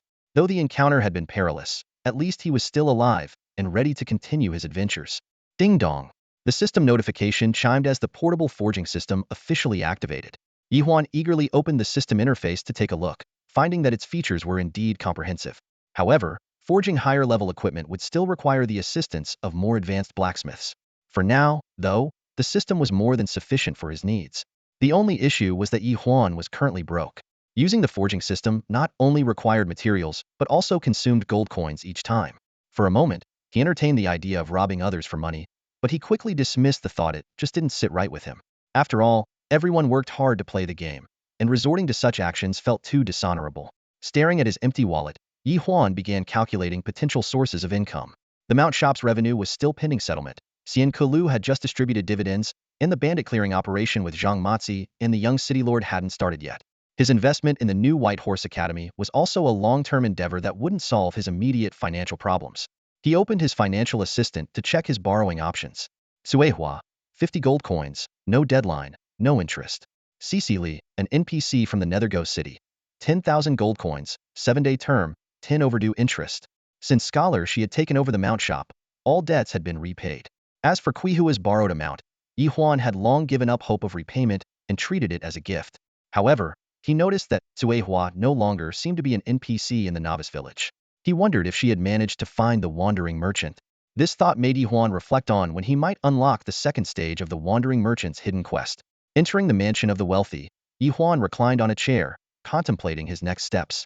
There was no rush regarding his dual-class plan, but he had already set his sights on the ancient demon warrior class as his second profession. For now, his priority lay in completing 2 high-difficulty quests, collecting demon bones to unlock the epic chapter of Leosia City and tackling that legendary quest. With this in mind, Ye Huan sent out messages to his friends, specifically inviting Mu Dudu, Zhang Ai Sanxiao, and Juan Xiong, as they all had shares in the bandit clearing investment. Aside from Wan Gong Shi Chang'e, who was currently being chased by Chang'e, and Kwang Dao, who was busy leveling up, the others all confirmed they could join him. Using his last few gold coins, Ye Huan teleported to Fian City, planning to deliver equipment to Kwang Dao. From a distance, he saw a group of red-named players grinding levels and killing monsters. Nearby players kept their distance, wary of the group. As soon as Ye Huan arrived, Kwang Dao led the red-named players to greet him. Without a word, Ye Huan handed over the 2-piece, Frenzied Blood, set to Kwang Dao. When Kwang Dao showcased the equipment's attributes, the surrounding red-named players couldn't help but exclaim in awe. At that moment, Ye Huan's attention was drawn to a female red-named player standing at the back of the crowd. Among the group of red-named players, Ye Huan's attention was immediately drawn to 3 or 4 female players, especially a mysterious woman wearing a mask. Using his skilled keen insight, he scanned the others and could easily access their information, but this particular player's level and class were completely obscured. There were only 3 possible explanations for this. Either her level far surpassed Ye Huan's, she was equipped with a special item that hid her information, or she possessed a unique class. Considering the current stage of the game, it was highly unlikely for her level to be significantly higher than his. Thus, the latter two possibilities seemed more plausible. The system forcibly displayed the red-named player's ID, a Shang. Perhaps sensing Ye Huan's gaze, she lifted her head, and their eyes met in midair. In that fleeting moment, an inexplicable sense of familiarity surged within Ye Huan, as if he had seen those eyes somewhere before. Just then, a red-named player with the assassin class came running over, shouting, "Bosses, they're coming again." The group immediately prepared to relocate. Before leaving, Kwang Dao Madblade approached Ye Huan to express his gratitude. "Thanks, brother. No problem, but at least cover my travel expenses," Ye Huan said with a helpless shrug. "I'm out of gold coins." A system notification popped up. Player Kwang Dao requests a trade. Accept? After Ye Huan accepted, he was surprised to receive 200,000 gold coins, a sum that left him stunned. "Kwang Dao, when did you get so rich?" he asked. "Picked up a few assassination contracts recently." "Huanga, you're doing pretty well yourself." "Not bad, I guess. You all better get moving. The pursuers are almost here." Kwang Dao turned to leave. Although Ye Huan wanted to ask about a Shang, he ultimately decided to save the questions for another time. The shouts of the pursuing players were already echoing in the distance. "There they are. After them. Don't let them escape this time. Kill the Reds and loot their gear." After Kwang Dao and his group had left, Ye Huan used a teleport scroll to return to the city. On the way, he decided to visit the Joyful Mount shop. To his delight, the shop, run by Shishiotsai, was thriving. It was bustling with customers, and the variety of mounts on display had significantly increased. "Boss, you're here." Shishiotsai put down what he was working on and greeted him enthusiastically. "Not bad. Business seems to be booming," Ye Huan remarked. "It's all thanks to you, boss. With the funds you provided, we've expanded and formed several beast capturing teams. Now, the shop offers over 20 types of mounts." Ye Huan strolled around the shop and saw that Shishiotsai wasn't exaggerating. The shop indeed had over 20 varieties of mounts, many of which were of excellent quality. Ye Huan observed the current state of the Joyful Mount store and couldn't help but feel satisfied with the efficiency of the beast-catching team organized by Shishiotsai. What surprised him even more was that the store was now selling riding skills. Upon inquiring, he learned that these skills were provided by Shurjith hidden class player who had once sold him riding skills. Back then, Ye Huan had casually invited Shurjia to visit the store, never expecting that they would end up collaborating. This further convinced Ye Huan that entrusting the mount store to Shishiotsai was indeed a wise decision. After handling these matters, Ye Huan returned to Leosia City and regrouped with everyone in front of his estate. Apart from the absent Kwang Dao, Wangong Shichanga, and the uncontactable Xiamo, all the shareholders who had participated in the bandit suppression were present. Nan Ran, Mu Dudu, Jun Xiong, Meng Shishan, Zhang Ai Sanshao, Li Mengshi, and MOC. Ye Huan quickly formed a team with them, and the group of 10 set out for the City Lord's Manor with great momentum. In front of the City Lord's Manor, a squad of fully armed city guards stood in formation, waiting. As the gates opened, a knight clad in armor rode out on horseback. It was none other than the spirited young city lord. Beside him was a stern-faced general leading the horse, his face marked with pockmarks. It was Zhang Matzi. Seeing this well-equipped team, Ye Huan silently mused that his investment funds must have been spent on gearing them up. "Master Wealth, you're here." Both the young city lord and Zhang Matzi greeted Ye Huan warmly, with Zhang Matzi even breaking his stern demeanor to approach him with a smile. After exchanging a few pleasantries, they discussed the old city lord's condition. The young city lord even joked that his father was planning to regain his vigor by taking a concubine. Ye Huan's lively conversation with them left Nan Ran and the others envious. It was no wonder that Brother Huan's mission trigger rate was so high. Even the young city lord treated him with special regard. At the young city lord's command, the team began their march out of the city. Ye Huan quietly assessed the bandit suppression squad, about 50 people, all above level 40, with 4 personal guards even reaching level 45. It was evident that the old city lord placed great importance on this long-lost son of his.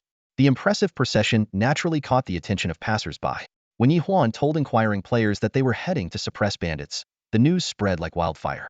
The lucky charm Brother Huan is going with the young city lord to suppress bandits. This news quickly circulated among players. Everyone knew that wherever Ye Huan went, there would be missions, so many flocked to join the team.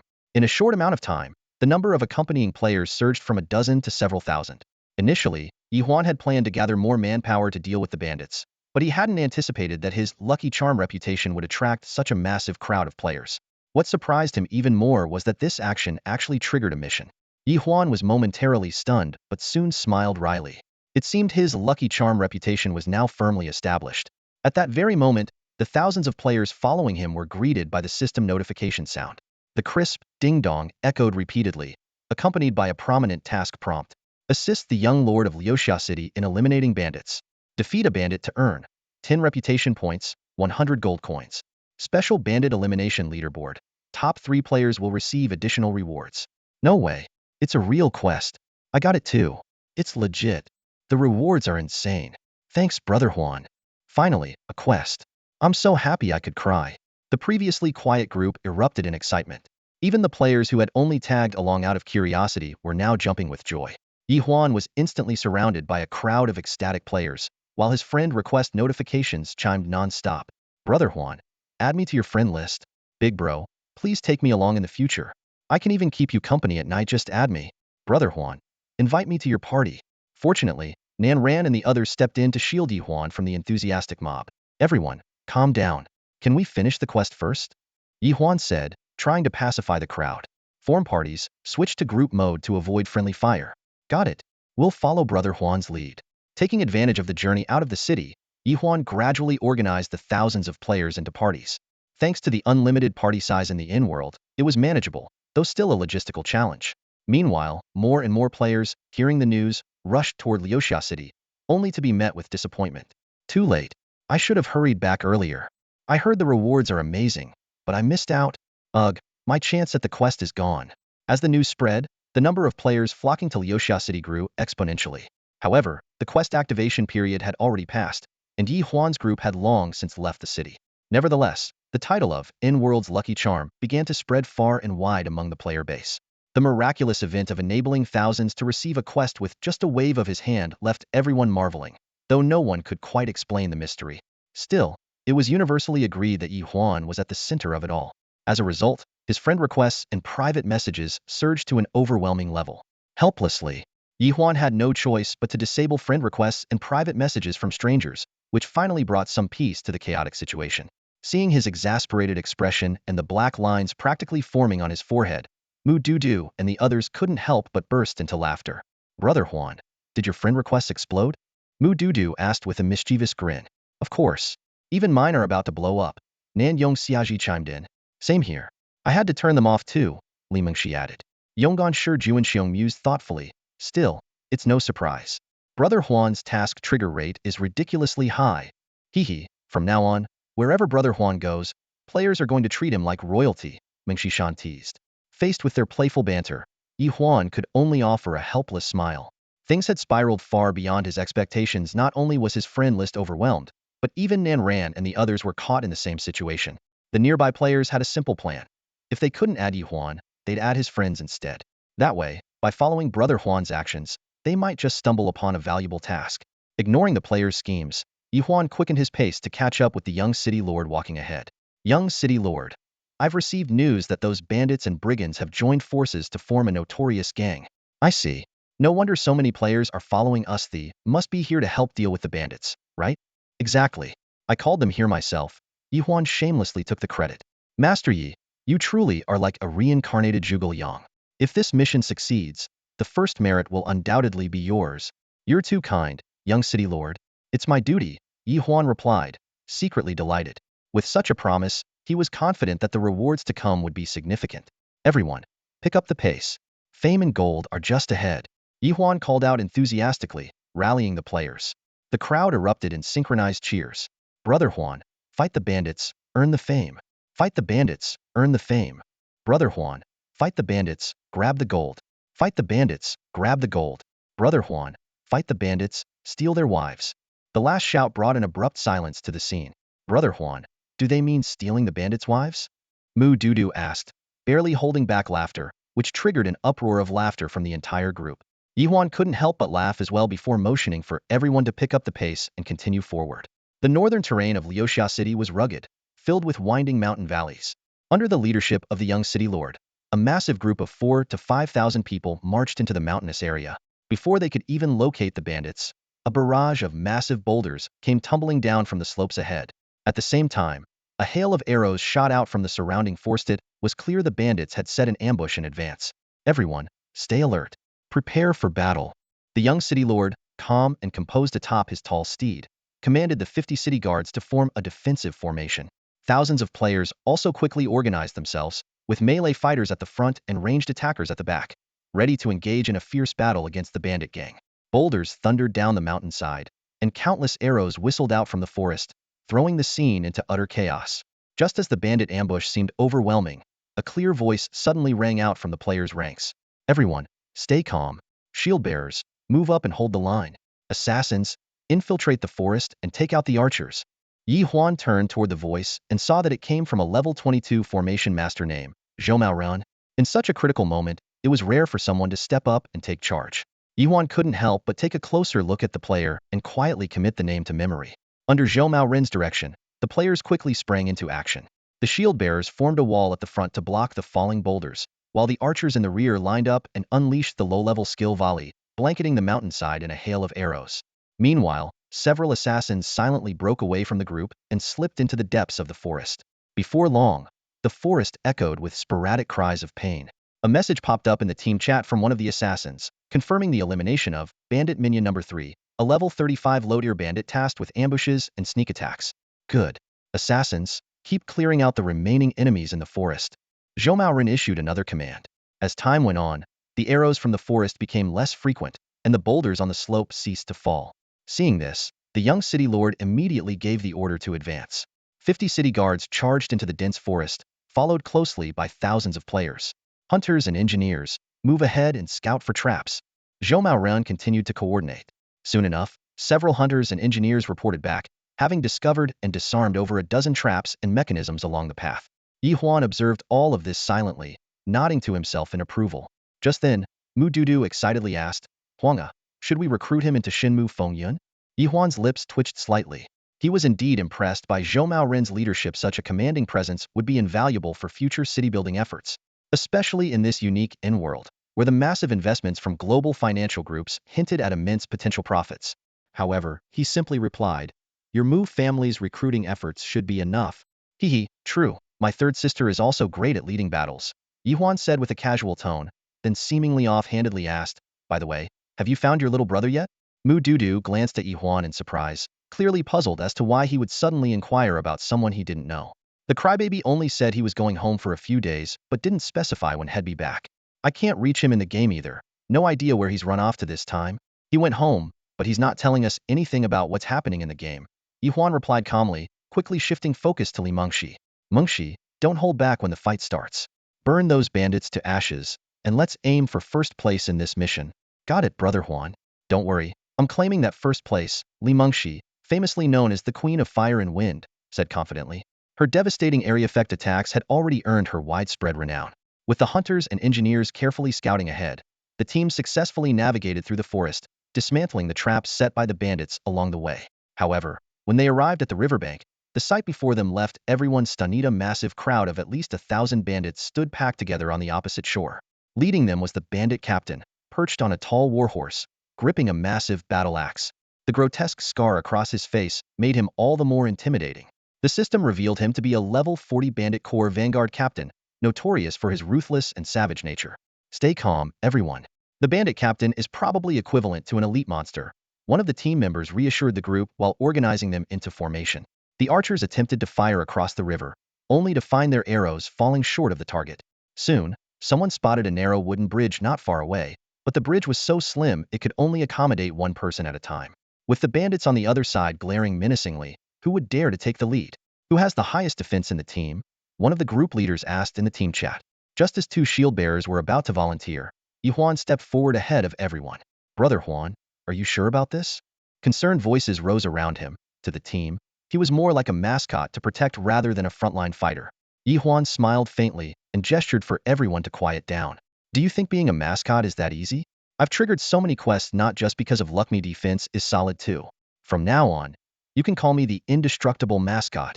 With that, he activated his invincible body, skill, and strode confidently onto the wooden bridge. The archers on the opposite bank immediately unleashed a barrage of arrows, raining down like a storm. But under the anxious gazes of his teammates, the only thing that appeared above Ye Huan's head was a string of missed notifications. As the players were worrying about Ye Huan, they froze in astonishment upon seeing the damage values floating above his head. Then, a chorus of exclamations erupted. Brother Huan is truly Brother Huan. No wonder he became our mascot. Player 5 exclaimed in admiration. Such high defense. Even I, a tank, feel ashamed in comparison, Player 7 remarked with a sigh. Brother Huan, you're my god. I want to give you little mascots. Player 33 shouted excitedly. Calm down, girl. With that look of yours, you'd better go tweak your character's face first. Player 10086 teased. Zhou, the first to regain his composure, was also awestruck by Ye Huan's defense but quickly began directing the team. Shields, follow behind Brother Huan. Let's push forward in one go. Take down the bandits and earn some reputation. Move it, move it. Brother Huan is crossing the bridge. Protect him at all costs.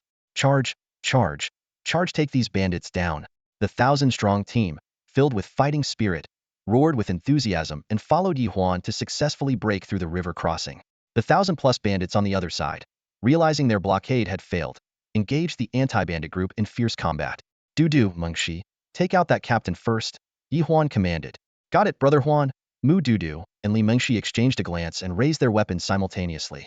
Energy Meteor Strike. Mu Dudu unleashed her level 30 skill, sending a massive energy ball streaking through the air like a meteor, aimed directly at the bandit leader, Scar. Windfire Explosive Orb. Li Mengshi simultaneously activated her most powerful single-target skill, a massive fireball wrapped in a whirlwind roaring toward the same target. With 2 deafening explosions, Scar's health bar dropped by half as 4-digit damage numbers floated above his head. Just as Scar raised his giant axe to counterattack, a dark shadow descended from the sky. Bam, bam, bam. The miser made his dramatic entrance, activating his new skill, Triple Smash. A heavy iron chest slammed down 3 times in succession, instantly depleting Scar's health bar to 0. Gold coins 30,000. Seeing the unexpected reward, Ye Huan immediately realized that the miser's money-hoarding talent also worked on bandits. Excited, he directed the miser to continue attacking the bandits. Each kill brought 10 reputation points, 100 gold coins, and an additional 1,000 to 30,000 bonus coins. This discovery made Ye Huan grin from ear to ear. Earning massive amounts of gold without lifting a finger, this was the life of a true tycoon. Driven by the promise of reputation and gold, the players fought fiercely, pushing the bandits back with growing momentum. The anti-bandit group grew more relentless in battle. Li Mengshi, in particular, became a one-woman wrecking crew during the skirmish. She continuously cast wind-fire walls, transforming into a true pyromaniac on the battlefield. From this battle onward, Li Mengshi showcased her upgraded and more formidable flame wall skill. Not only was the wall of fire more powerful than before, but its duration had also significantly increased. This fiery prowess earned her the new nickname, Heartthrob Arsonist. Under the burning coverage of her flame wall, the bandits' health rapidly plummeted, making them easy targets for other players to finish off. When the battle ended, the rankings on the bandit suppression leaderboard were revealed. Li Mengshi firmly held the top spot with 350 bandits defeated. Ye Huan came in second with 192, and MOC ranked third with 131. Although MOC's attack power wasn't particularly outstanding, his quick reflexes and unmatched ability to steal kills secured his position. His third-place ranking was largely thanks to the groundwork laid by Li Mengxi's flame wall. As for Ye Huan, his success was entirely due to the efforts of his companions, the Gold Hoarder and the Lucky Cat. The Lucky Cat's confusion skill turned bandits against each other, while the Gold Hoarder's damage output made it effortless for Ye Huan to claim second place. As the fighting subsided, Zhou called for everyone to rest on the spot, recover their stamina, and replenish their health while waiting for teammates to respawn and rejoin the group. Players gathered in small groups, enthusiastically discussing their achievements. Haha, I killed 15 bandits this time, I hit the jackpot. 150 reputation points and 1,500 gold coins. Only 15? You're such a rookie. I killed 51. Ugh, I'm so jealous. We support players didn't get many kills. What are you all bragging about? You only got those kills because you snagged them from the Flame Queen. Without her setting everything on fire, do you think you'd have had it so easy? Exactly. We should be thanking not just Brother Huan, but also the Flame Queen. After a brief rest, the group pressed on. They crossed a mountain and waded through a river before the landscape opened up before them. A massive compound came into view, surrounded by tall, sturdy walls reinforced with various mechanisms. Inside, the place teemed with people, their numbers easily in the thousands. This was clearly the bandit gang's main stronghold. Zhou was just about to warn everyone to proceed cautiously when dozens of impatient players broke away from the group and charged toward the fortress. He opened his mouth to speak, but ultimately said nothing. Now that the target had been located, it was only natural that these players wouldn't want to wait for further instructions. However, just as the charging players approached the stronghold, a sharp whistling sound suddenly echoed from within. Moments later, a massive iron ball hurtled through the air, flying straight toward them. Holy crap! They have catapults!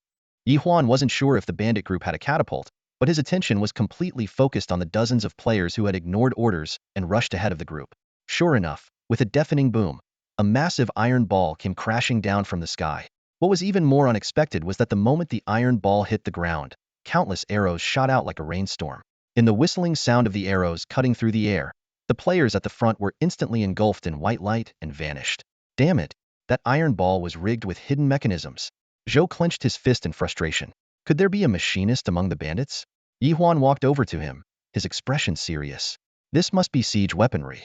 I just didn't expect a bandit group to have something like this. What should we do next, Brother Huan? Zhou asked anxiously. Don't rush, Ye Huan replied. They'll discuss it with the young lord first. Ye Huan quickly found the young lord and spoke directly.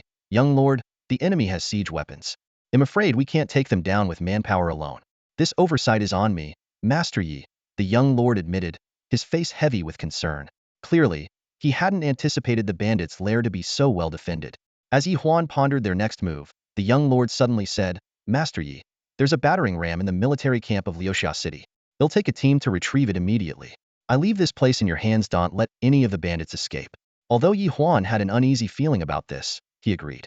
All right, young lord, please make haste. As the young lord led the city guards away, the surrounding players began to murmur amongst themselves. Why is the young lord leaving? Brother Huan, are we still continuing the mission? Ye Huan explained truthfully, the young lord has gone to retrieve a battering ram because the bandits have siege defenses, and charging in blindly isn't an option. However, we must hold our ground and make sure none of the bandits escape. Turning to Zhou, he added, if everyone trusts me, they'll hand over command to Zhou. Brother Huan. Zhou's eyes flashed with gratitude as he nodded firmly. I'll do my best to minimize casualties and complete the mission. With Ye Huan's authorization, Zhou officially took over as commander, and no one objected. After all, the fate of those who had recklessly rushed ahead earlier served as a stark warning. As time passed, activity began stirring within the bandit camp. At first, 1 or 2 bandits cautiously slipped out, followed by 4 or 5, and then more. It seemed they had realized the young lord had gone to retrieve siege equipment, and staying in the camp would only lead to their eventual demise. Zhou immediately issued orders. Everyone, listen up. Split into teams and take action. He divided the players into several groups to pursue the fleeing bandits while maintaining the encirclement of the camp. They neither approached recklessly nor launched an attack. As the minutes ticked by, the number of ruthless bandits slipping out of the village was growing. Some acted alone, while others moved in small groups of 3 to 5. Each time a bandit escaped, player squads would immediately follow in pursuit, determined to execute every fugitive on the spot. Just then, a player hurried over to report to Ye Huan, Brother Huan. The young city lord and his group have reached the other side of the river, but their war chariot can't cross the log bridge. They're building a wooden bridge to get across. Can't they just store the chariot in their inventory? Ye Huan wondered aloud, then quickly realized, maybe those things can't be stored, or perhaps NPCs don't have inventory space. As Ye Huan waited patiently, his attention was suddenly drawn to some movement near the small gate of the village. 3 figures, heavily cloaked to conceal their identities, were sneaking out. Despite their efforts to stay unnoticed, Ye Huan's skillful observation revealed their true information at a glance. One was the Doghead Strategist, a level 35 bandit known for his cunning and greed, as well as his lecherous nature, though he had virtually no combat skills. Another was the Bandit Chief's wife, a level 30 bandit who was once a courtesan from Leosia City but had been abducted by the bandit leader to serve as his wife. She was known for her promiscuous behavior and fondness for men. The third was a level 20 bandit who used to be the daughter of a wealthy landlord. After her family's downfall, she was kept as a maid for the bandit chief's wife and managed the accounts due to her financial expertise. Studying their profiles, Ye Huan fell into thought. Something about them seemed off. When other players prepared to intercept the trio, Ye Huan stepped forward and volunteered. Leave these 3 to me.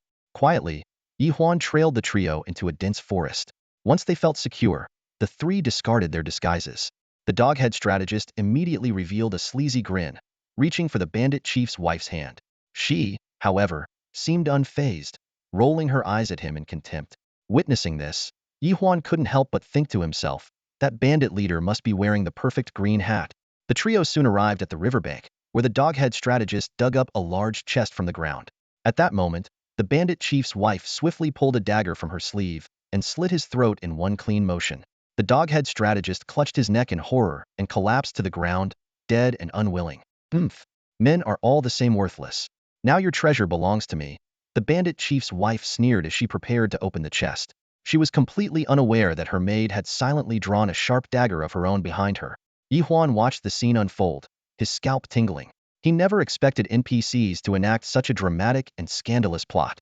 He couldn't help but feel exhilarated. This twist-filled storyline was more thrilling than a movie. Asyong, what are you doing? The bandit chief's wife suddenly turned around, but it was too late. A cold glint flashed, and the dagger in Asyong's hand plunged precisely into her neck. Asyong, you? The bandit chief's wife stared in disbelief, her eyes wide open. Me what? Asyong sneered, her eyes burning with hatred. All these years, I've been waiting for this moment. If it weren't for your advice to the chief back then, my family wouldn't have suffered such a tragic fate. Today, I finally have my chance for revenge. With that, she kicked the bandit chief's wife, sending her flying. The latter landed heavily on the ground, lifeless in mere moments. Not far away, Ye Huan witnessed everything. At first, he thought Asyong was after the strategist's treasure chest. However, she ignored the chest entirely. Instead, she knelt facing west, murmuring softly, "Father, Mother, your daughter has finally avenged you. Now that the soldiers are mobilized, and I've been branded as a notorious bandit, there's no way I can escape their pursuit. Rather than running, I might as well join you." Before her words faded, she slowly raised the blood-stained dagger, aiming it at her own neck. In that critical moment, 3 options suddenly appeared before Ye Huan. 1. Let Asyong take her own life and act as if you didn't see anything. 2. Save Asyong and escort her to safety. 3. Spend 100,000 gold coins to recruit Asyong as a maid. Without hesitation, Ye Huan chose the third option. After all, he had been planning to recruit NPCs to help manage his manor. Who's there? Asyong, sensing movement, turned around warily. I can help you change your identity. Ye Huan stepped out from the shadows. His appearance was rather striking. A fortune cat perched on his shoulder, a greedy miser and a defected bandit following behind him, and his attire screaming of a wealthy landlord, exuding an air of overbearing arrogance. You can really help me change my identity? Cut the nonsense. Ye Huan waved his hand. I'm recruiting you as a maid. Do you accept? After a brief hesitation, Asyong nodded. In an instant, a flash of white light swept over her, and the bandit label vanished from her identity. Thank you, master. Overjoyed, Asyong was about to kneel, but Ye Huan quickly stopped her. Just call me Lord Landlord from now on, Ye Huan said while opening the system interface to check the newly added maid profile. Asyong's stats caught his attention. Level 20, proficient in music, chess, calligraphy, painting, poetry, wine, tea, and finance, with exceptional learning abilities. She was practically tailor-made for managing his manor. Ye Huan's gaze shifted to the large chest on the ground. Asyong immediately understood. Lord Landlord, this is the treasure Zhao Si, the strategist, had hidden for years. It all belongs to you now. No, it belongs to us, Ye Huan said with a smile as he opened the chest. The system promptly displayed a notification. 50 gold card packs and 10 antique artworks collected. Ye Huan began tallying up his loot from this expedition. 13 sets of jewelry, 5 bottles of elixirs, a golden threaded inner armor, and a perplexing dog leash. Driven by curiosity, he first examined the leash's attributes. Special item can control all canine-type monsters. Ye Huan's eyes lit up, and he quickly stashed it away. His mind was already envisioning a future where he roamed freely with ferocious dogs under his command. Next, he inspected the golden threaded inner armor. Its attributes read, wearer becomes immune to blades and bullets, but unfortunately, it was restricted to NPC use. Rubbing his nose, Ye Huan felt a twinge of regret that he couldn't use it himself, but an idea quickly formed. This treasure would be perfect for making a trade with the young city lord. The most surprising find, however, was 50 gold coin cards, each worth 100,000 gold coins, totaling a staggering 5 million. Ye Huan couldn't help but marvel at the sheer wealth of this bandit lair, realizing that even a single dog-headed strategist had embezzled such an enormous fortune. Asyong, it's time for us to leave, Ye Huan said, glancing at the time. He estimated that the young city lord and his group had likely returned. When they neared the bandit stronghold, they indeed saw the young city lord leading a group of men, pushing an imposing siege engine toward the lair. While the players cast curious glances at Asyong, who was following Ye Huan, no one asked questions as the battle was imminent. Ye Huan approached the young city lord and respectfully presented the golden threaded inner armor with both hands. Young city lord, this treasure suits you best. The young city lord was overjoyed, nodding enthusiastically. Haha, such generosity from the esteemed Tycoon, how can I possibly repay you? If we take the stronghold, how about gifting me the siege equipment inside? Consider it done. The young city lord agreed without hesitation, secretly pleasing Ye Huan. Trading an inner armor he couldn't use for siege equipment was an incredibly lucrative deal. Donning the golden threaded inner armor, the young city lord exuded newfound confidence. He immediately commanded 50 city guards to operate the siege engine and launch an attack. A single shot from the giant crossbow blasted a large hole in the stronghold gate, eliciting screams from within. Moments later, the catapult hurled iron balls that completely shattered the gate. The defenders inside the stronghold fought back fiercely, launching a massive iron ball directly at the young city lord. However, they hadn't accounted for Ye Huan's intervention. Summoning his flying fortune pig, Ye Huan carried the young city lord into the air, effortlessly dodging the deadly projectile. Brothers, charge! Ye Huan's rallying cry ignited the passion of thousands of players. Kill! Attack! For glory! For gold! The players surged toward the damaged gate, their battle cries echoing relentlessly. The massive gates of the bandit stronghold collapsed with a thunderous crash under the relentless assault of the battering ram. 50 city guards and 2,000 players surged into the stronghold like a tidal wave, engaging in fierce combat with the thousands of bandits entrenched there. The shouts of battle and cries of agony intertwined, echoing across the entire mountain village. After ensuring the safety of the young city lord, Ye Huan immediately ascended into the air. He scanned his surroundings cautiously, as the bandit leader still hadn't appeared.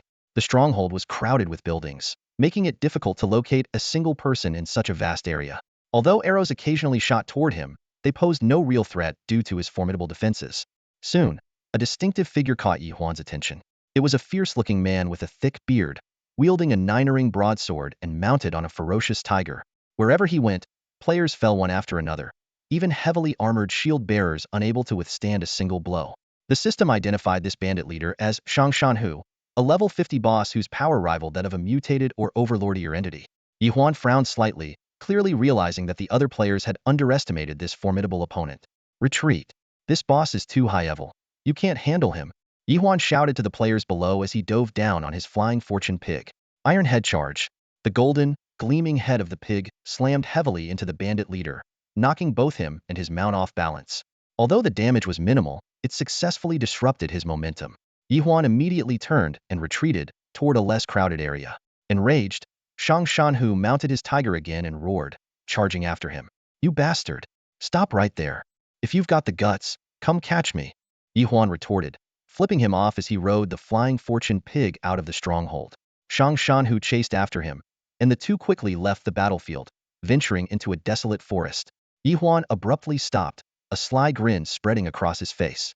He made a provocative gesture toward the pursuing Shanhu. Shanhu, you're nothing but a weakling. 10,000 gold slash. A dazzling beam of golden light surged into the sky, forming a massive golden blade that slashed directly at Shanhu. Though the attack didn't finish him off, Ye Huan followed up with 2 more identical strikes in quick succession. As Ye Huan had anticipated, the bandit leader's strength was somewhere between that of a level 50 mutated boss and an overlordier boss. Unlike the 4 uses of 10,000 gold slash it had taken to defeat the flowing mist lord previously, this time he only needed 3, consuming a total of 30,000 gold. Shanhu fell before he could even unleash his ultimate move. His tiger mount transformed into a token, dropping to the ground along with other loot. Ye Huan chuckled softly, then quickly stepped forward to start collecting the spoils of victory. The 9,000 gold coins gleamed temptingly in the sunlight, and the various pieces of equipment immediately caught his eye. A diamond, a 9-ring broadsword, a Blood Fury battle helm, a phantom cloak, a 1-star pearl, 3 bottles of super spirit potions, and a mount token for a wild tiger. He swiftly stashed all the loot into his inventory, suppressing the urge to inspect their attributes for now. Without delay, he mounted his flying fortune pig and hurried back to the bandit stronghold. By this time, the tide of the battlefield had completely turned. With Ye Huan successfully luring away the most dangerous bandit leader, the other players quickly regained their combat effectiveness. Coupled with the arrival of reinforcements and the seasoned command of Zhou Mao, the operation to eliminate the bandits proceeded remarkably smoothly. In just over an hour, the bandits in the fortress were utterly wiped out. Players began bustling around, cleaning up the battlefield, collecting equipment, and excitedly tallying their battle achievements. Meanwhile, Ye Huan had already slipped away to the siege machinery. Perhaps due to the promise made by the young lord, the siege equipment, which had been impossible to collect amidst the chaos earlier, was now effortlessly added to his inventory. A system notification promptly appeared. Special item acquired. Level 1 siege machinery usable only in bases and cities.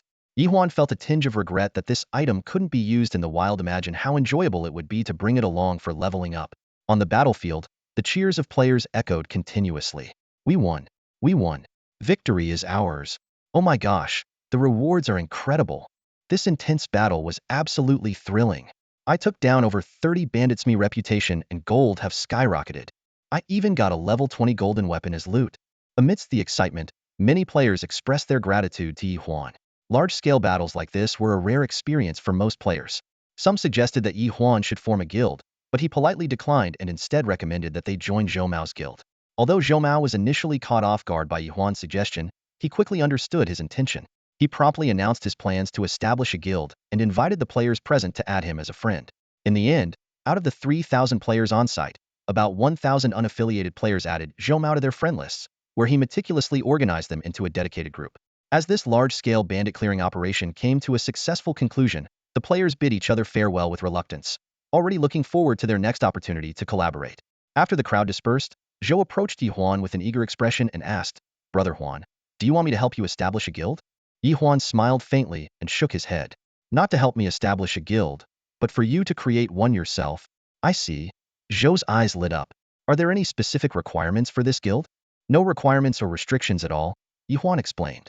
"Just gather those casual players together, so everyone can level up and complete quests as a group. They don't need to do anything special, and there won't be any salaries distributed." Zhou pondered for a moment before realization struck him. "I understand now, Brother Huan. This is truly a noble idea." "Haha, there's nothing noble about it." Ye Huan laughed and waved his hand. "I just want everyone to unite and enjoy the game together." As he spoke, he added Zhou as a friend. "Once I get the guild token, I'll reach out to you. You can decide on the guild name yourself. Just make sure to explain to the players that this guild is different from the others." "Understood. Good luck. I believe in you," Ye Huan said with a smile as he bid Zhou farewell.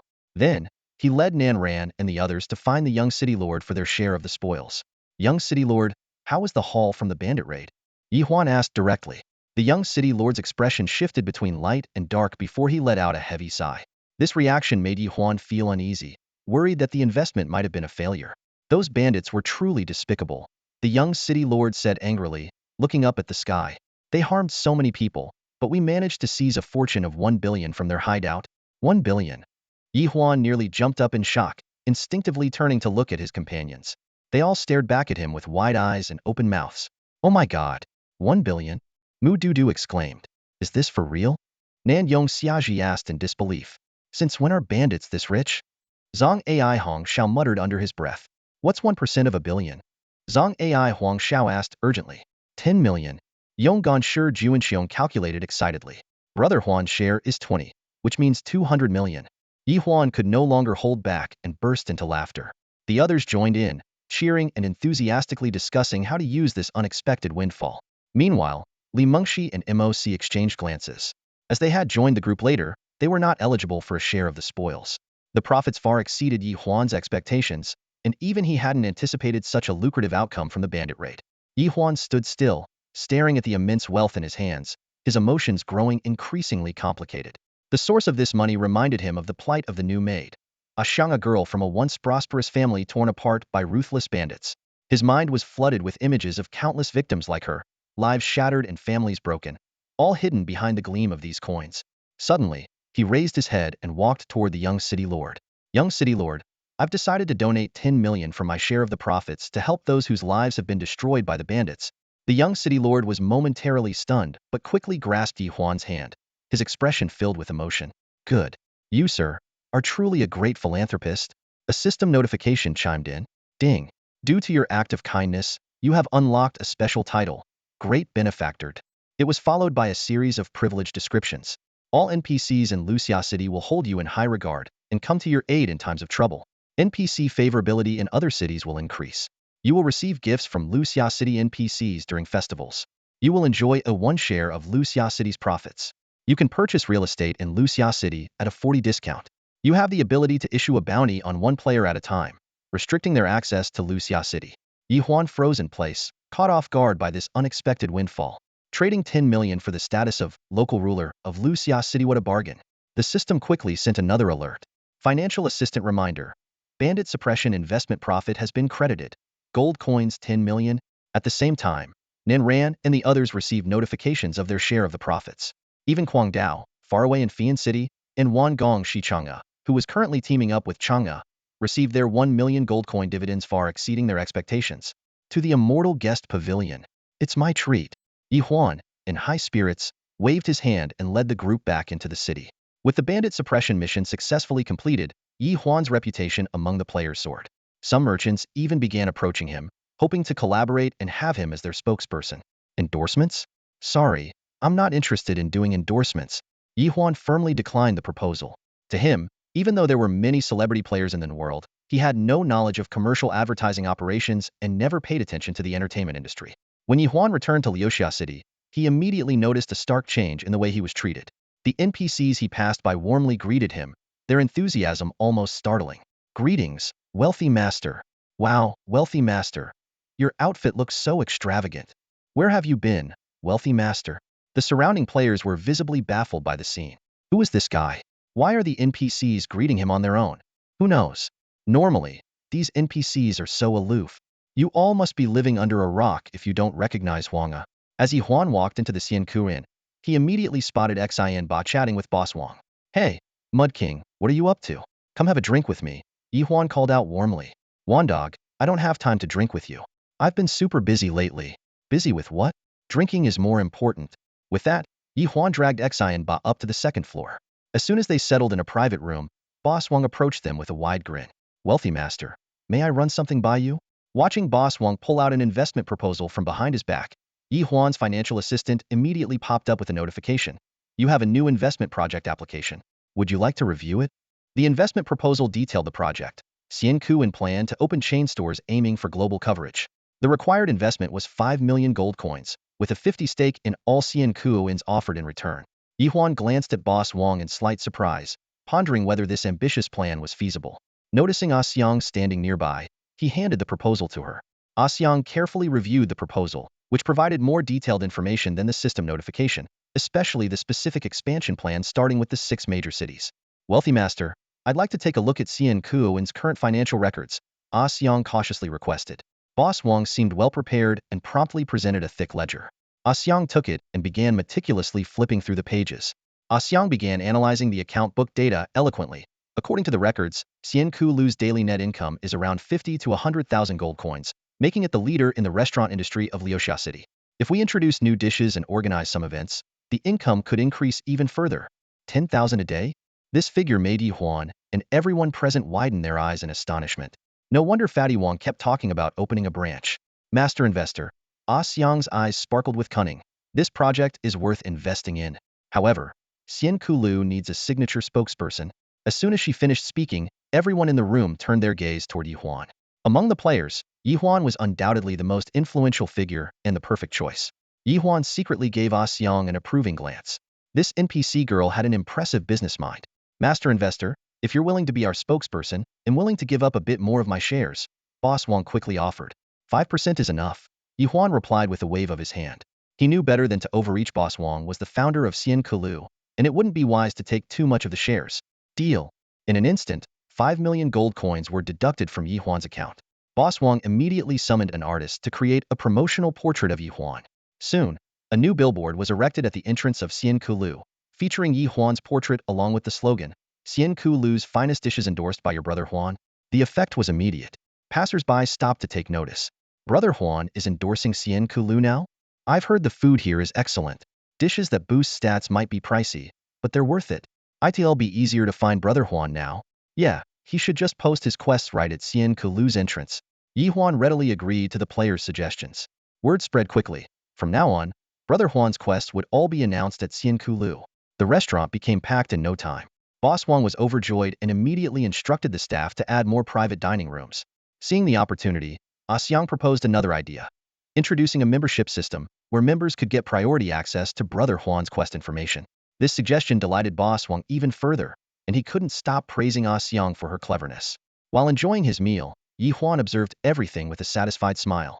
He thought to himself that this girl definitely shouldn't just be a housemaid, she was a natural business prodigy. Brother Huan, your maid is quite something, Zhang Ai Hong Shao teased with a wink. Ye Huan shot him a glare and promptly issued an eviction order. If you're done eating, go level up. I've got things to do. Zhang Ai and his group tactfully took their leave. The private room was left with only Ye Huan, Lao Ba, and Xiang, who was pouring wine for Ye Huan. Lao Ba, spill it. What's been bothering you? Ye Huan had already noticed something was weighing heavily on Lao Ba's mind. Lao Ba let out a sigh. Brother Huan, I feel like someone's targeting me. What's going on?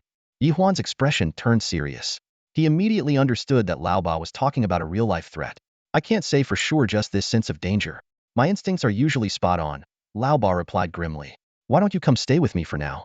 It's relatively safe here, Ye Huan suggested. Lao Ba nodded in agreement. All right, I'll come over once I've wrapped up some loose ends. Oh, and if you come across any rare ingredients, save them for me. With that, he stood up and left the restaurant, returning to his daily routine of gathering ingredients and experimenting with new recipes. After leaving the Shinka Tower, Ye Huan took Xiang back to the landlord's mansion. The spacious courtyard felt unusually empty, with only the sound of their footsteps echoing through the vast estate. Xiang, take this gold card and hire some servants, Ye Huan said, handing her a card worth 100,000 gold coins. Make sure to tidy up this residence. Though this was merely a dwelling in the game world, to Ye Huan, it had already become half a home. He then entrusted Xiang with all the antique paintings, gold, silver, and jewelry he had previously acquired. These items held little practical value for players at the moment. Xiang eagerly took the money and items and left. Left alone in the mansion, Ye Huan began to tally his wealth, 5.09 million gold coins and 49 gold cards, totaling roughly 10 million. Gazing at this impressive fortune, a plan began to take shape in Ye Huan's mind. There were still 5 level 50 overlord bosses in Fian City that had yet to be defeated. One of them was being farmed by the Shangshi Yi City Guild, much like how the Four Seasons Alliance operated. This farming strategy was a common practice among major guilds, where they would wait until they were strong enough to take down the boss. Currently, the Four Seasons Alliance was farming 4 level 50 overlord bosses, in addition to the unique Flamewing Serpent in the Flowing Rock territory. Unfortunately, Ye Huan still hadn't figured out a way to defeat the Flamewing Serpent. Taking advantage of this downtime, Ye Huan began sorting through the loot from today's bandit raid. Dog Chain, a special item that can control all canine-type monsters. Diamond, used for forging weapons. Nine-ringed broadsword, a mysterious weapon exclusive to renamed players, attributes unknown. Bloodrage Helm, part of the same series as the Bloodrage bracers and ring he had previously given to Kwang Dao. Phantom Cloak, level 30 gold tier equipment for ranged classes. 1-star Pearl, similar to the 3-star Pearl he had obtained earlier. Super Mana Potion, 3 bottles, more effective than the standard version. As he examined these items, an idea suddenly struck Ye Huan could turn Kwang Dao into the strongest renamed player in the world. Excited by the thought, he couldn't help but feel thrilled for his close friend. Kwang Dao, oh Kwang Dao, you're so lucky to have a brother like me, Ye Huan chuckled to himself. As always, long-range and support classes require spiritual energy to cast their skills, but this was of no concern to Ye Huan. Only needed gold coins to perform magic. When he examined the mount token, Furious Tiger, obtained from the bandit leader, he was immediately captivated by its attributes. Mount name Furious Tiger. Level 30. Rarity Rare. Talent 1 Killing Aura. Increases player momentum, doubling attack power. Talent 2 Counterstrike. The more severe the injuries, the stronger the counterattack. Mounted Combat Skill Tiger Roar Knockback. Ripping Effect. Mounted Combat attributes attack power doubles during mounted combat, with a 5 chance to ignore defense. Requirement level 30. Basic Riding Skill. This is practically tailor-made for Kwang Dao. Ye Huan thought in amazement, feeling even more confident about his plan to create a god of slaughter. He eagerly opened his friend list to contact Kwang Dao. Where are you? I've got something good for you. I received the gold coins, didn't expect it to be as much as 1 million. It's not about the money. I got something amazing to give you. Where are you? Better not come here. We're being hunted by several guilds working together. Right now, we're hiding in Eagle Ravine near Fian City, and the Four Seasons Alliance is involved too. Ye Huan was taken aback. Why is the Four Seasons Alliance after you? No idea. We've never provoked them. At that moment, private messages from Wan Gong, Shi Chang'e, and Nan Ran came in one after another, both saying they were being hunted by the Four Seasons Alliance. Nan Ran and her group were currently entangled with them outside Leosia City on 10 Mile Slope. Damn it. Ye Huan cursed and immediately replied that he was on his way to support them, also notifying Kwang Dao's group to hold on and telling Hoi to rendezvous at Leosia City. Just as he stepped out of the merchant lord's mansion, he received a warning from Mu Du. Brother Huan, be careful. My big sister said the Four Seasons Alliance is targeting you guys. I heard it's because they're planning to open a chain of taverns, and your endorsement of Shinka Tavern is blocking their profits. That Xiao Shan is a maniac who'll stop at nothing to get what he wants. Ye Huan's lips curled into a cold smile. So that's what this is about. If Xiao Shan wanted to play, Ye Huan didn't mind playing along. A maniac? Well, he specialized in taking down maniacs. Ye Huan quickly regrouped with Wan Gong Shi Change. Not only that, but Change and her small team of over a dozen members were also present. To be precise, they had all been killed by someone. Damn it. I've never been killed in the world before. They'll make sure to settle this score. Ye Huan silently vowed.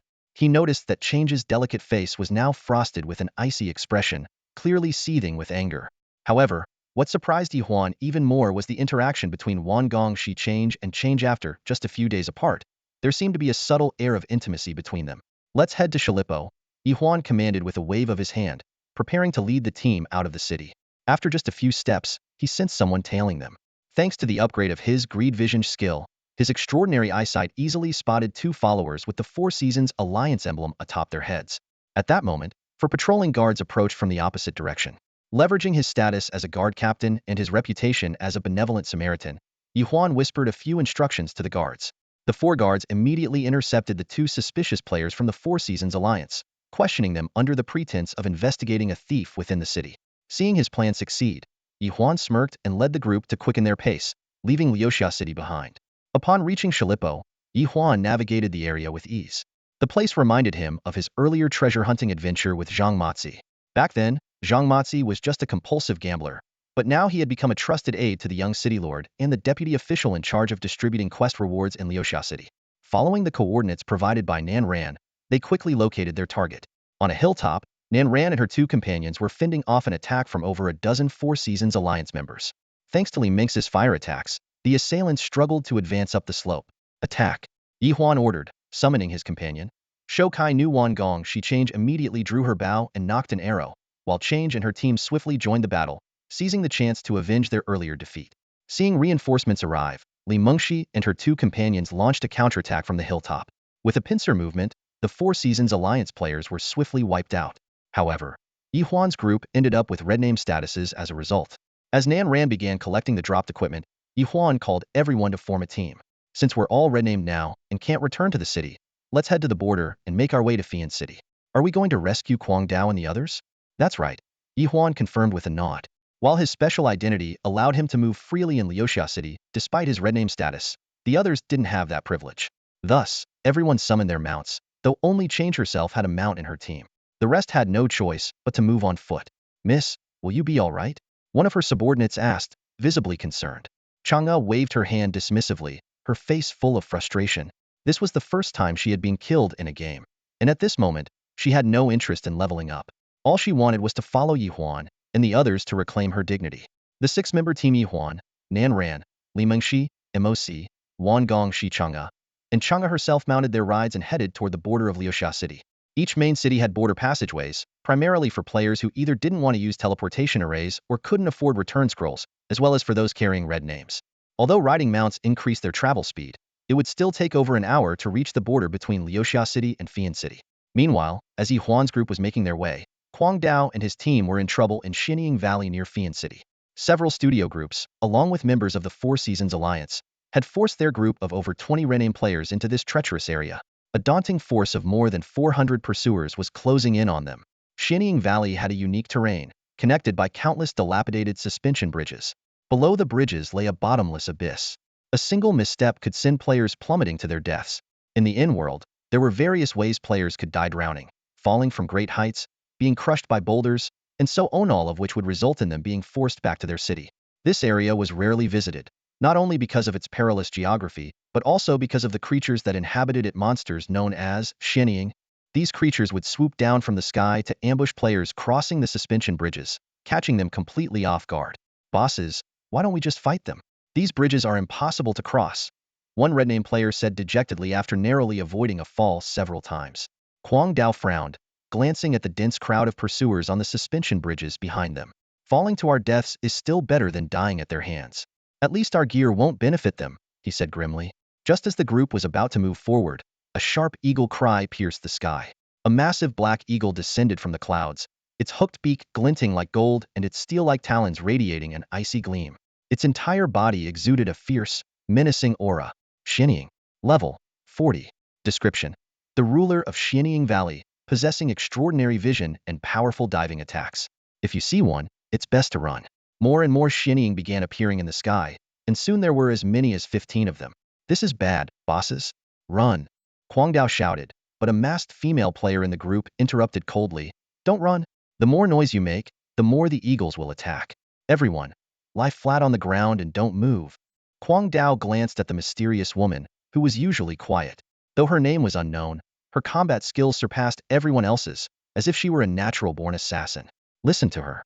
Well played, dead, Kwang Dao said, immediately dropping to the ground. The other 20-plus red-name players followed suit, disregarding their dignity. As they remained motionless, the swaying suspension bridges gradually stabilized. In stark contrast to the relentless pursuers, the group of players chasing Kwang Dao and his team found themselves in dire straits. Hundreds of them were crammed onto a swaying suspension bridge, and every movement caused the bridge to lurch violently. When the shadow of the hovering eagles appeared overhead, panic spread like wildfire. "Prepare your bows," someone shouted. "No way. The bridge is shaking too much, we can't aim properly. Everyone, stay still. Look, those red-named players are lying down. We should do the same." The chaos only worsened as the bridge swayed more violently. One by one, players lost their footing and plummeted into the abyss below. Their frantic movements, however, only served to draw the eagles' attention. Dozens of the predatory birds swooped down simultaneously, focusing entirely on the panicked group of pursuers. Seizing the opportunity, Kwang Dao and his team dashed across several suspension bridges, making their way toward the border between Fian City and Leosia City. The group was filled with gratitude for the masked woman's quick thinking. "Boss, that was genius. Playing dead was an absolute masterstroke. Not only did it deal with the eagles, but it also caused those guys massive losses. So satisfying." The masked woman replied casually, "It's nothing. I used to raise eagles when I was a kid." With that, she nimbly leapt onto the next suspension bridge. Kwang Dao followed closely behind, urging the rest of the group to pick up the pace. By the time they finally returned to solid ground, the melee behind them was nearing its end. Of the 400-player pursuit team, only a few dozen remained. The rest had either fallen victim to the eagle's talons or plunged into the deep ravine. Kwang Dao turned back and flipped off the remaining pursuers on the suspension bridge before leading his companions away from the edge of the cliff. As they reached the border, they encountered Ye Huan and his team, who had just arrived on their mounts. After exchanging updates on the situation, Ye Huan mounted his flying fortune pig and headed straight toward Eagle Gorge. The group was puzzled by his actions, but Kwang Dao, who knew him best, explained, "Of course, he's going to loot the gear." Seeing their continued confusion, he added, "And, knowing him, he's probably planning to take out the rest of those guys too." As an old friend from their days in the beginner village, Kwang Dao understood Ye Huan's personality well, generous to friends, ruthless to enemies. True to Kwang Dao's expectations, Ye Huan's intentions were twofold: scavenge the equipment dropped by the fallen players at the bottom of the cliff and finish off the remaining pursuers. When he arrived at Eagle Gorge atop his flying fortune pig, he spotted the last few dozen players inching cautiously across the suspension bridge, just moments away from reaching solid ground. "Rich Pig, charge." With Ye Huan's loud command, the flying Rich Pig let out a resounding grunt and lunged forward.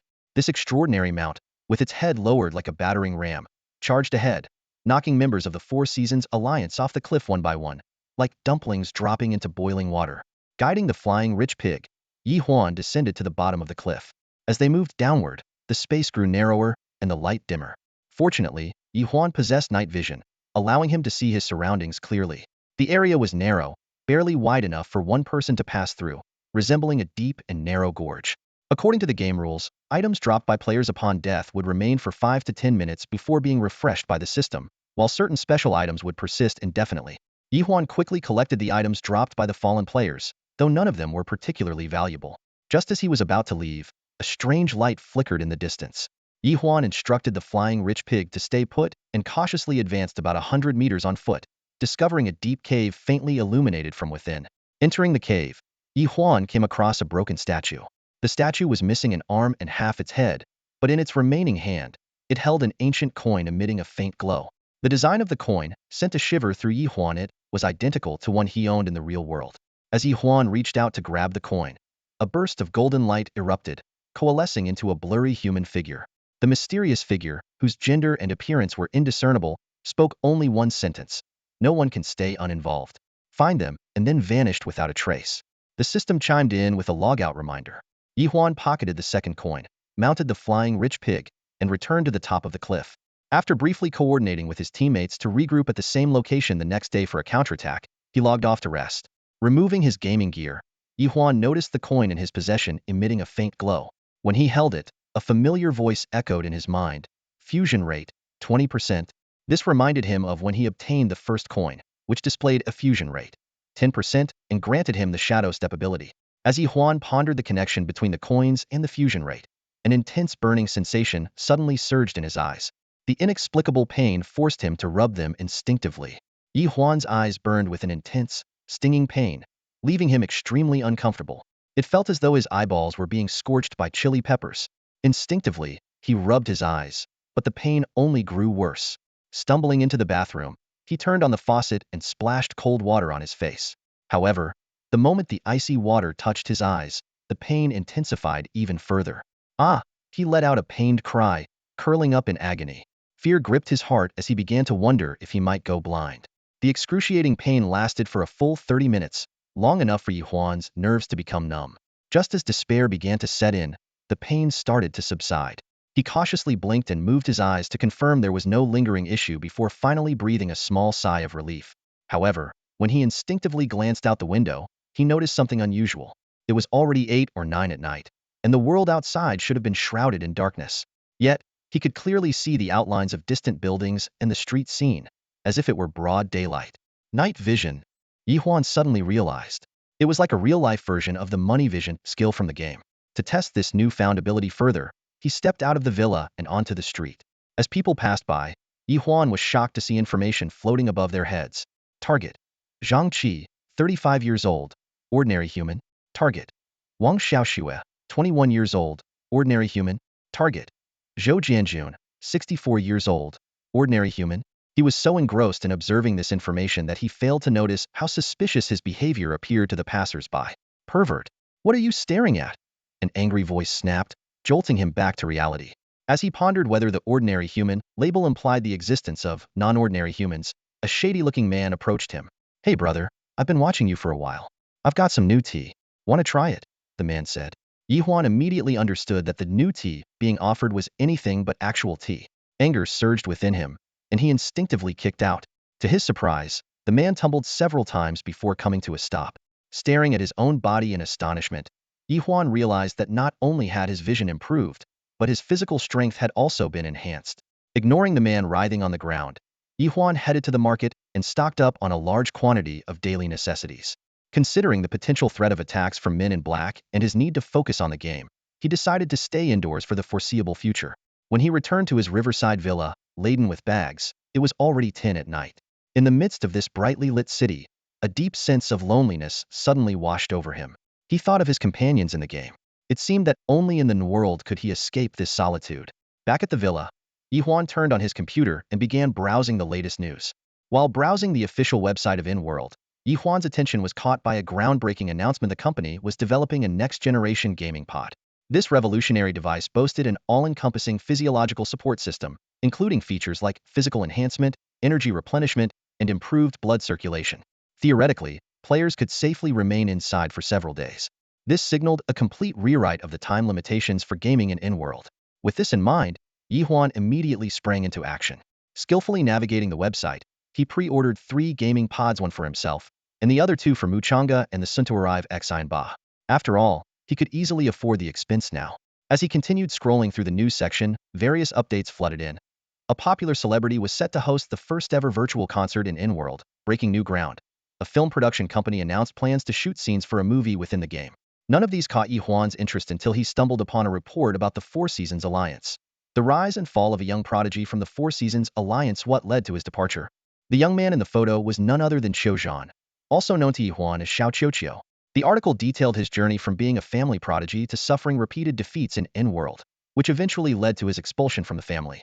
Even more shocking was the news that earlier that morning, Qiu Zhan not only announced his departure from the Four Seasons Alliance and the Qiu family, but also publicly broke up with his wealthy girlfriend. Instead, he confessed his love to his 15 years older housekeeper. Ye Huan scrutinized the image of the housekeeper in the article. While she wasn't stunningly beautiful, she exuded a gentle and graceful aura. Witnessing Qiu Zhan's fearless pursuit of true love despite societal judgment, Ye Huan couldn't help but give him a thumbs up. Xiao Qiuqiu, just for this courage of yours, I'll go easy on you in the game from now on. As Ye Huan mulled over these unexpected events and wondered why Xiaomo had been completely silent in recent days, his phone suddenly buzzed. A text message from an unknown number appeared on the screen. Ye Huan, I'm sorry, but we won't be able to meet for a while. My family is forcing me to marry Qiu Shan, and even my parents can't protect me. I have no choice but to leave the country. They'll be transferring my game character to an overseas server. Once cross-server play is available, they'll come back to find you all. The sudden message left Ye Huan stunned. Thinking about Qiu Shan's almost maniacal personality, He realized that Xia Mo's decision to flee was likely the best option. At least it would give her some temporary peace and a chance to find solace within the game. Take care, and I wish you safety, he replied. After sending the text, Ye Huan gazed out at the darkening night sky, a faint, bitter smile tugging at his lips. Ah, life. Welcome back to the in-world. Ye Huan's luck was particularly good today. When he used the money tree skill, it immediately triggered the god of wealth's blessing, earning him 66,666 gold coins. Following that, his financial pet waved its tiny paw and brought in another 788 gold coins. The next day, upon logging into the game, Ye Huan once again completed his daily routine of using the money tree and summoning the lucky cat. His luck remained strong, as he triggered the god of wealth's blessing once more, earning over 60,000 gold coins. Seeing that Kwang Dao and the others were not yet online, Ye Huan opened his personal panel to carefully review his status. Level 3285. Guild None. Titles: Ultimate Rookie King, Overlevel Challenger, Benevolent One. Wealth Aura: Lavish Wealth 15x Defense and Health. Wealth: 5.15 million gold coins, 49 gold coin cards. Assets: Wealth Mansion, 90 shares in the Mount Specialty Store, 50 shares in Immortal Guest Pavilion. Skills: Money Tree LV2, Keen Eye for Wealth LV2, Red Envelope LV2, Shadow Step LV2, Hidden Skill. Financial Pets: Lucky Cat Tier 2, Hoarder Tier 2. Mount: Flying Fortune Pig Rare. Reputation: 1350. Official position: Captain of the East Street Guard in Leosia City. Equipment: Golden Silk Robe, Daily Gold Hat, Gold Ring, Overflowing Wealth Belt. Quests: 1. Hidden Quest for the Wandering Merchant, Stage 2 not yet unlocked. 2. Collect Demon Bones to activate the epic chapter of Leosia City. 3. Gather the 7-star souls of the Vermilion Bird to open the portal to Vermilion Bird Island Legendary. After reviewing his attributes, Ye Huan frowned. He suddenly realized his skill count was far too low. Other classes typically had at least 10 skills by level 30, while he, excluding equipment-based skills and general movement abilities, only had 3. Where can I get skill books for the Wealth Master class? Ye Huan pondered as he debated whether to post a server-wide request to buy them. However, he quickly dismissed the idea. Doing so would essentially reveal his unique class to the entire server. As Ye Huan was deep in thought, flashes of light appeared around him as other players started logging in. It seemed they had coordinated their login times. Good morning, everyone. Morning, Brother Huan. Morning. What's the plan for today? Once everyone had gathered, Ye Huan got straight to the point. Wasn't it exhausting being hunted down by them yesterday? Well, today it's our turn. We're going to hunt them down. Oh, a counter hunt? I like the sound of that, Kwang Dao said with a gleam in his eye. Let's go. I can't wait any longer, Chang'e said eagerly. Ye Huan counted the players and added all 25 of them to the party. Aside from their small team, other red name players joined as well, including the masked woman Ashang, who had caught Ye Huan's attention. Before setting out, Ye Huan handed the prepared equipment over to Kwang Dao. After revising the content yesterday, due to the matter of the ancient coins, Ye Huan had indeed forgotten about these items.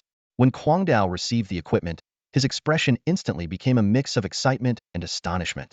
The Kwangshuhe battle helmet belonged to the same set as his current Kwangshuhe bracers and Kwangshuhe ring, causing Kwang Dao's eyes to light up.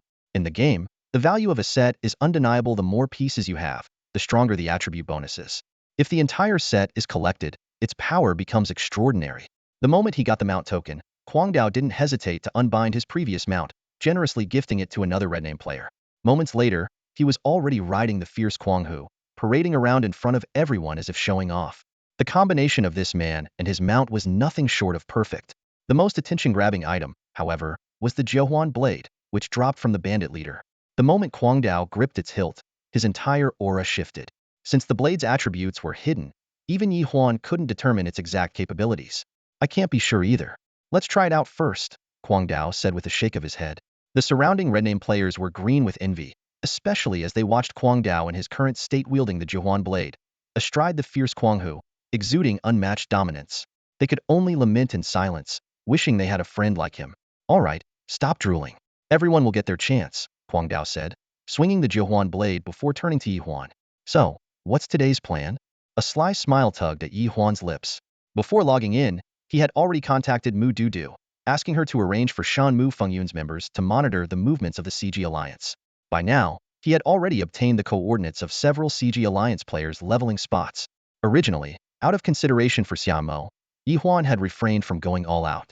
But since Xiamo had left for distant lands and severed ties with the CG Alliance, there was no longer any reason to hold back.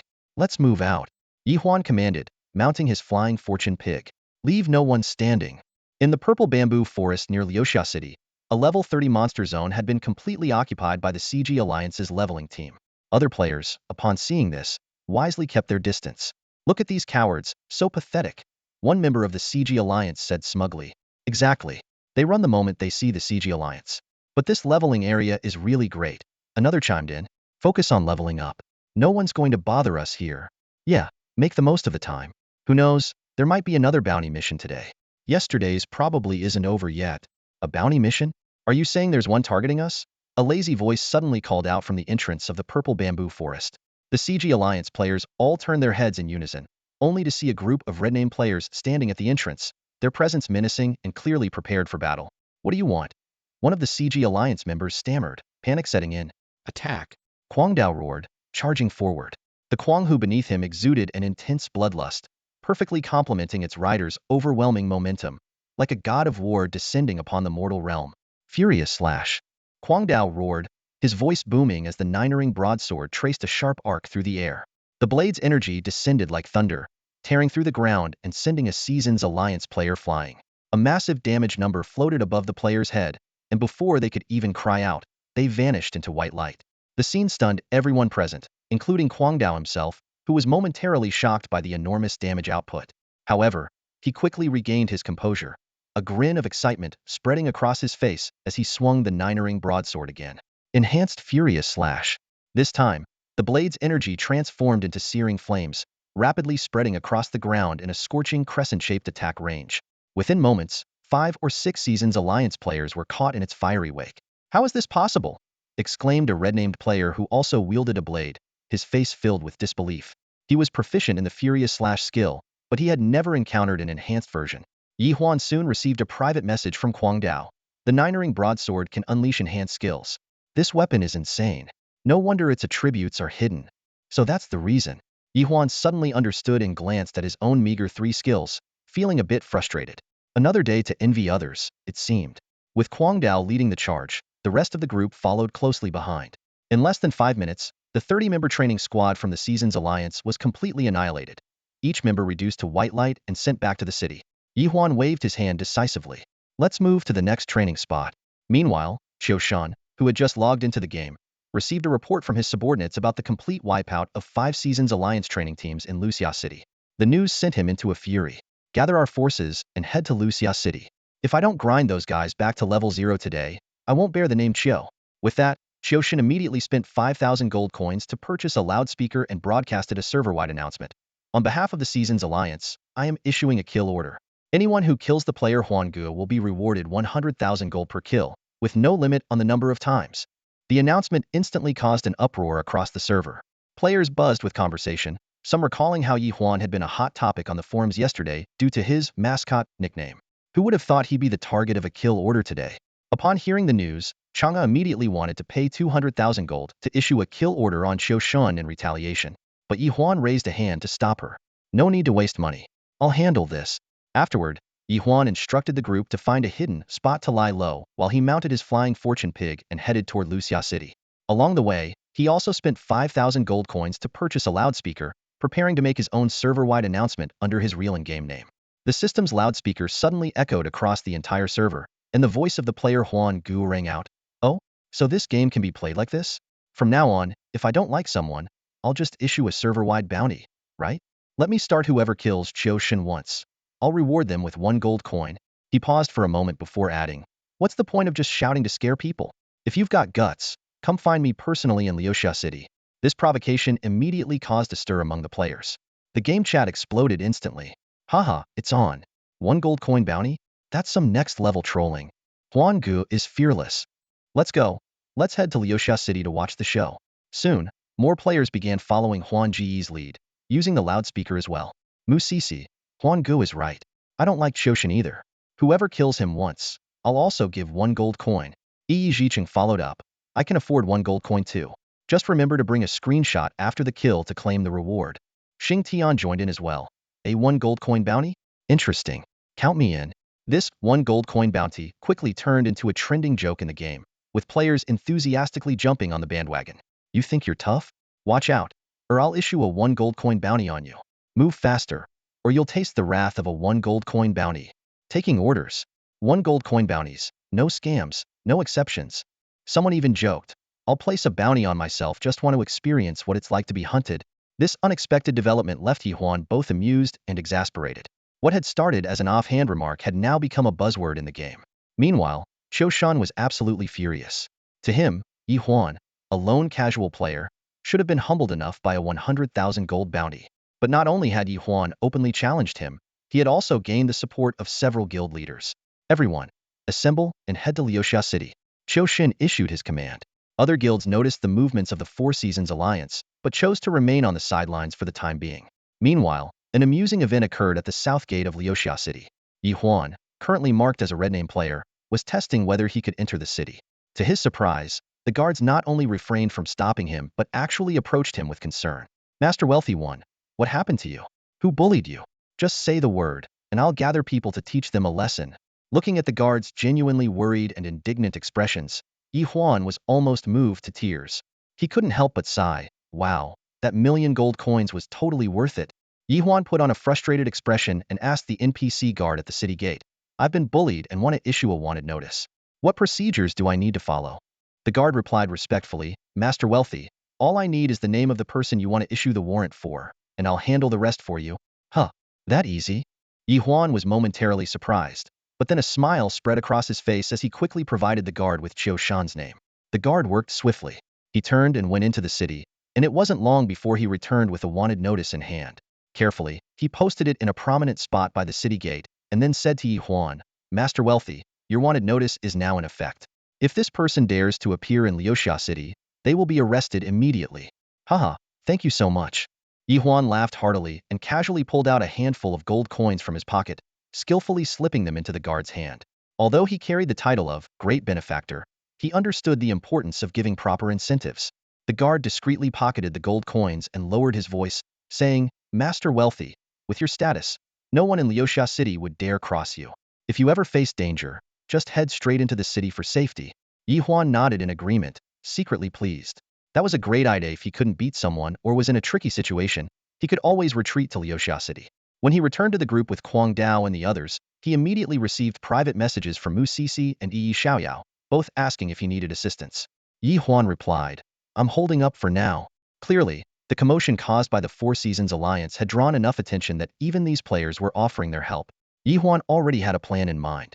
Can't beat them? Why fight Hedon? To the west of Leosia City lay a terrifying entity capable of wiping out even an allied army. He turned to Kwang Dao and the others and instructed, Brother Kwang Dao, you guys head west to the area near the Flowing Rock Lands. Remember, do not enter the Flowing Rock Lands, just set up an ambush outside. To prevent anyone from slipping through, it was necessary to prepare in advance. As Kwang Dao and his group made their way west, players from the Four Seasons Alliance began pouring into Leosia City via the teleportation arrays of major cities, including their leader, Qiu Shan. However, as soon as Qiu Shan materialized at the teleportation point, he was intercepted by several fully armed NPC guards. Without a word, they drew their weapons and subdued him on the spot. What are you doing? I don't even have a red name. Qiu Shan shouted angrily, his voice drawing a crowd of onlookers. One of the guards snorted coldly and waved the wanted notice in front of him. You are wanted in Leosia City. What? Qiu Shan was utterly dumbfounded. He rarely visited Leosia City. How could he suddenly be on a wanted list? Besides, he didn't even have a red name. Even after being thrown into the dark prison cell, Qiu Shan was still baffled as to why he was suddenly wanted. Enraged, he immediately logged off and contacted the in-world customer service to file a complaint about a possible bug in the game. However, the response he got was unexpectedly straightforward. In in-world, everything is possible. There are no bugs. The news of Qiu Shan being inexplicably taken away by the NPC guards of Leosia City spread quickly among players. Some curious players soon discovered a wanted notice for Qiu Shan in Leosia City, a crude poster, without a portrait or even a stated crime. At the same time, another piece of news caught the players' attention. Despite having a red name, Huan Gu could still move freely in and out of Leosia City. Connecting the two pieces of information, players quickly speculated. Huan Gu must have obtained some kind of special privilege, allowing him not only to roam Leosia City freely in a red name state, but also to issue wanted notices targeting Qiu Shan at will. Damn it! How the hell did he do that? Qiu Shan gritted his teeth as he spent gold to bail himself out and was teleported back to Mingyue City. However, he no longer dared to set foot in Leosia City. His current strength was no match for the main city's NPC guards. Unable to teleport, he had no choice but to take the border route.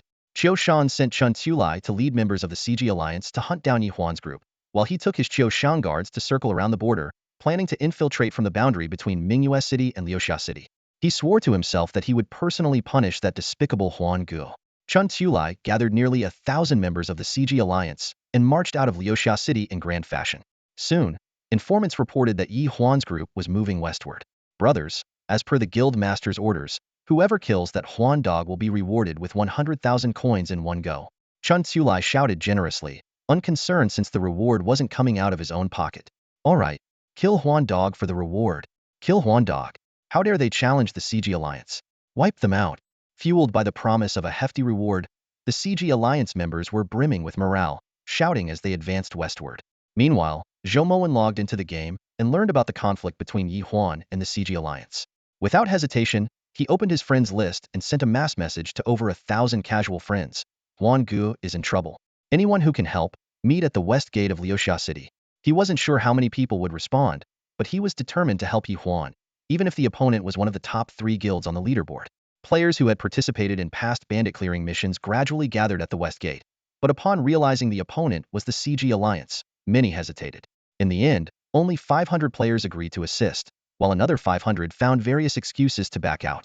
Zhou Mowen silently noted the names of those who fled and planned to delete them from his friends list later. If he ever formed a guild, he would make sure not to accept them. Let's move out, Zhou Mowen commanded, leading the 500 players in a grand march toward the battlefield. Ye Huan, on the other hand, was unaware that Zhou Mowen was bringing reinforcements. He continued to move westward, stopping occasionally to lure the 1,000-strong CG Alliance further along. He could even clearly hear the relentless shouts of "Kill Huan Dog" from behind. Heh, they actually guessed right, my nickname really is Huan Dog. But killing me won't be that easy. Let's see if you can handle the Flamewing Serpent's attacks. Ye Huan chuckled to himself and turned to face the pursuers, flipping them off. Come on, come fight your grandpa. Ye Huan's provocation completely enraged the players of the Four Seasons Alliance. They roared in anger and quickened their pace, but could only watch helplessly as Ye Huan leisurely ran ahead of them. This sight only fueled their fury further. Arrows rained down on Ye Huan, but they had little effect. As a savvy and successful player, Ye Huan fully understood the importance of self-preservation. His defense and health stats far exceeded those of ordinary players, making these attacks feel like mere tickles. With over 1,000 furious pursuers trailing behind him, he made his way to the entrance of the flowing rock land. Standing at the boundary, Ye Huan turned to face the chasing crowd. A mocking smile appeared on his lips as he raised his middle finger provocatively. Come on, if you've got the guts, keep chasing me. Chase? You bet we will. Who's afraid of you? The players of the Four Seasons Alliance yelled in unison, their anger surging. At that moment, an experienced player stepped forward to warn them. Be careful, everyone. This area causes constant health loss. His words made Chunkalai frown, prompting him to quickly seek instructions from Qiu Shan, their leader. Soon enough, Qiu Shan arrived on the scene with his elite guards, the Autumn Guards. Ye Huan, you are as devious as ever. That bounty posted in Leosia City was your doing, wasn't it? Ye Huan didn't bother to deny it. That's right, it was me. Qiu Shan, weren't you looking to kill me? Well then, come on. At the same time, he discreetly signaled Kwang Dao and the others to hold their positions for now. Qiu Shan sneered coldly. Huh, did you think I wouldn't figure out your plan? The high temperatures and flowing rockland caused continuous health loss, but we came prepared. He smugly revealed a batch of Ice Lotus, an expensive special potion that provided resistance to heat. Watching as the Four Seasons Alliance players consumed the Ice Lotus and charged aggressively into the flowing rockland, Ye Huan chuckled inwardly. They had fallen right into his trap. The high temperatures and health loss were not his true trump card. As he sprinted deeper into the flowing rockland, Ye Huan continued to taunt Qiu Shan. Hey, Qiu Shan, you should really consider changing your name to Qiu Shanjing, Autumn Neurotic. It suits you better. Still running your mouth when you're about to die. Oh no, Qiu Shanjing is angry. By the way, you offered 1 million per level for Green Hat Guy, but only 100,000 for me? What makes him worth more than me? Fuming with rage, Qiu Shan was momentarily speechless. Finally, he shouted, enough nonsense. Brothers, whoever kills this Ye dog gets 500,000. Hearing this, the players from the Four Seasons Alliance erupted in excitement. Charge! Take down Huan the dog, and the 500,000 reward is ours. Their shouts of greed and exhilaration filled the air. Ye Huan, while enduring the continuous damage that chipped away at his health, shook his head helplessly. These people had no idea what was about to come their way. As they got closer to the center of the flowing rockland, Ye Huan suddenly stopped in his tracks. This was the exact spot where he had been one-shot by the flame-winged serpent for the second time. Run. Why aren't you running anymore? Qiu approached with a sinister grin spreading across his face. Behind him, nearly 1,000 players from the Four Seasons Alliance looked elated, as if they could already see the 500,000 reward within their grasp. Ye Huan didn't respond. He needed someone to act as bait to lure the monster. Although the money hoarder was powerful, it wasn't fast enough. Left with no other choice, he assigned the task to the fortune cat. Meow, the fortune cat let out a pitiful cry before sprinting toward the center of the flowing rock land. How about I give you a chance? Qiu didn't attack immediately, but instead started a conversation with Ye Huan. This was exactly what Ye Huan had hoped for. A chance for what? Ye Huan asked. It's simple. Join the Four Seasons Alliance. Terminate your endorsement with Xian Kalu, and we can settle our differences once and for all. Settle everything? Ye Huan sneered inwardly, but kept his expression neutral. There was still no sign of movement behind him. He needed to stall for more time. If Qiu had your kind of foresight, he wouldn't have failed. Qiu? That loser? Don't compare me to him. Qiu scoffed disdainfully. By the way, I haven't seen Qiu around.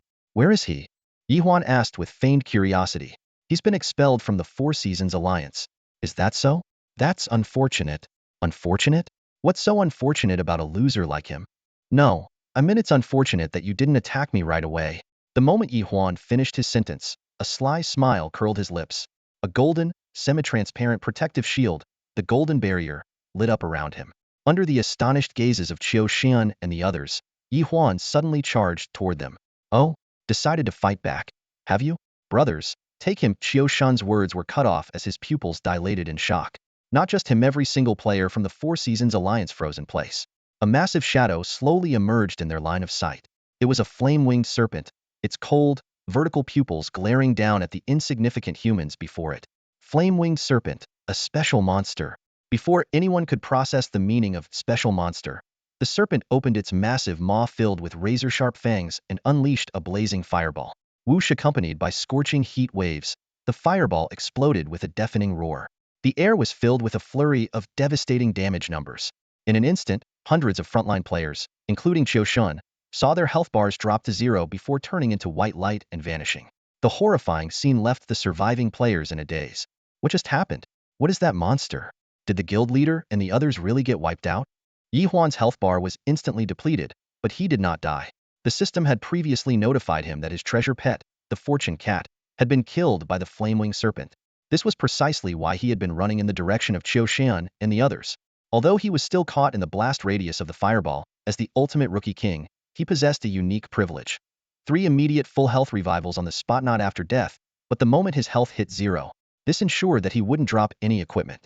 The scorching heat wave and the whooshing sound of fireballs behind him jolted Ye Huan from his thoughts. The players of the Four Seasons Alliance also reacted at this moment, their terrified shouts echoing one after another. This monster is insane. Run. Over 100,000 damage. How is this even humanly possible?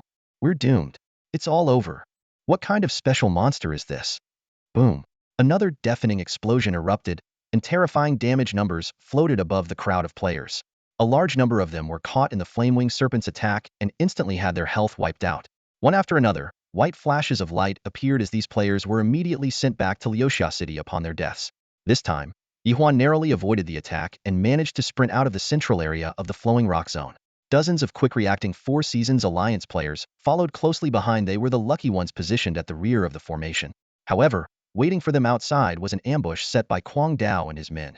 Further away, Zhou and his group of several hundred independent players were advancing rapidly. In the blink of an eye, the surviving Four Seasons Alliance players were completely wiped out. At that moment, Qiu was the most frustrated. After reviving in Leosia City, he was immediately stopped by NPC guards and thrown back into the small black room. Since this was his second arrest of the day, he would be detained for at least half an hour before he could pay a ransom to be released.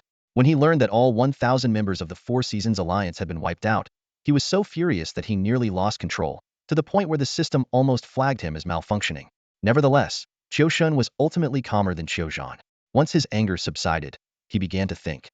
Why had they never heard of such a terrifying flame-winged serpent before? Connecting the dots between Ye Huan's mascot, nickname, and his exceptional task-triggering ability, Qiu gradually realized that Ye Huan must have triggered some large-scale mission related to the flame-winged serpent.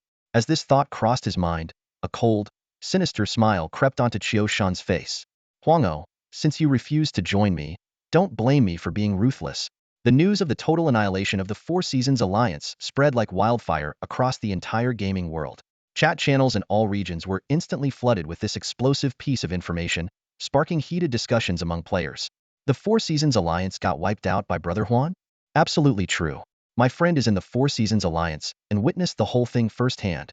Apparently, it wasn't Brother Huan who directly attacked them. He lured them to face a terrifying, special monster. Exactly. That monster wiped out hundreds of players in a single strike. It's even more frightening than a bot-level overlord. A special monster? Does this game even have something like that? The impact of the news went far beyond mere gossip. Leaders of major guilds, while inwardly mocking the downfall of the Four Seasons Alliance, became deeply intrigued by the mysterious flame-winged serpent. They began mobilizing their members to investigate. Meanwhile, in a secluded solo dungeon, silver-haired Yi Chang was clearing monsters while sending a message to Yi Xiaoyao, him temporarily stuck in the Hall of Fame dungeon. Take the team to Leosia City for now, and support Brother Huan if necessary. Soon, Shangshi Yicheng's team also started heading toward Leosia City. The teleportation point in Leosia City quickly became overcrowded as members of various guilds gathered. Guilds that typically clashed found themselves standing side by side, inevitably engaging in subtle rivalries. Onlookers, abandoning their usual grinding routines, flocked to witness the commotion. However, the instigator of this entire uproar, Ye Huan, had already quietly led his team away to the Eagle Cliff Valley. Brother Huan, you guys can grind here for now. The terrain is good, and it should be safe for a while, Kwang Dao suggested. What about you? Ye Huan smiled. I'm heading to Fian City to take care of something. I'll meet up with you all soon. With that, he rode off on his flying fortune pig. But his true destination wasn't Fian City, it was Mingyue City. His plan? To seize the 4 level 50 overlord bosses that the Four Seasons Alliance had painstakingly nurtured. This time, he intended to leave the Four Seasons Alliance completely empty-handed and teach Qiu Shen a lesson about the cost of crossing him. That's all for today. Thank you so much for watching. I hope you guys enjoyed. If you wish to have another part of this recap, please give us at least 1,000 likes. Please don't forget to comment and subscribe to our channel for more content like this. Until next time.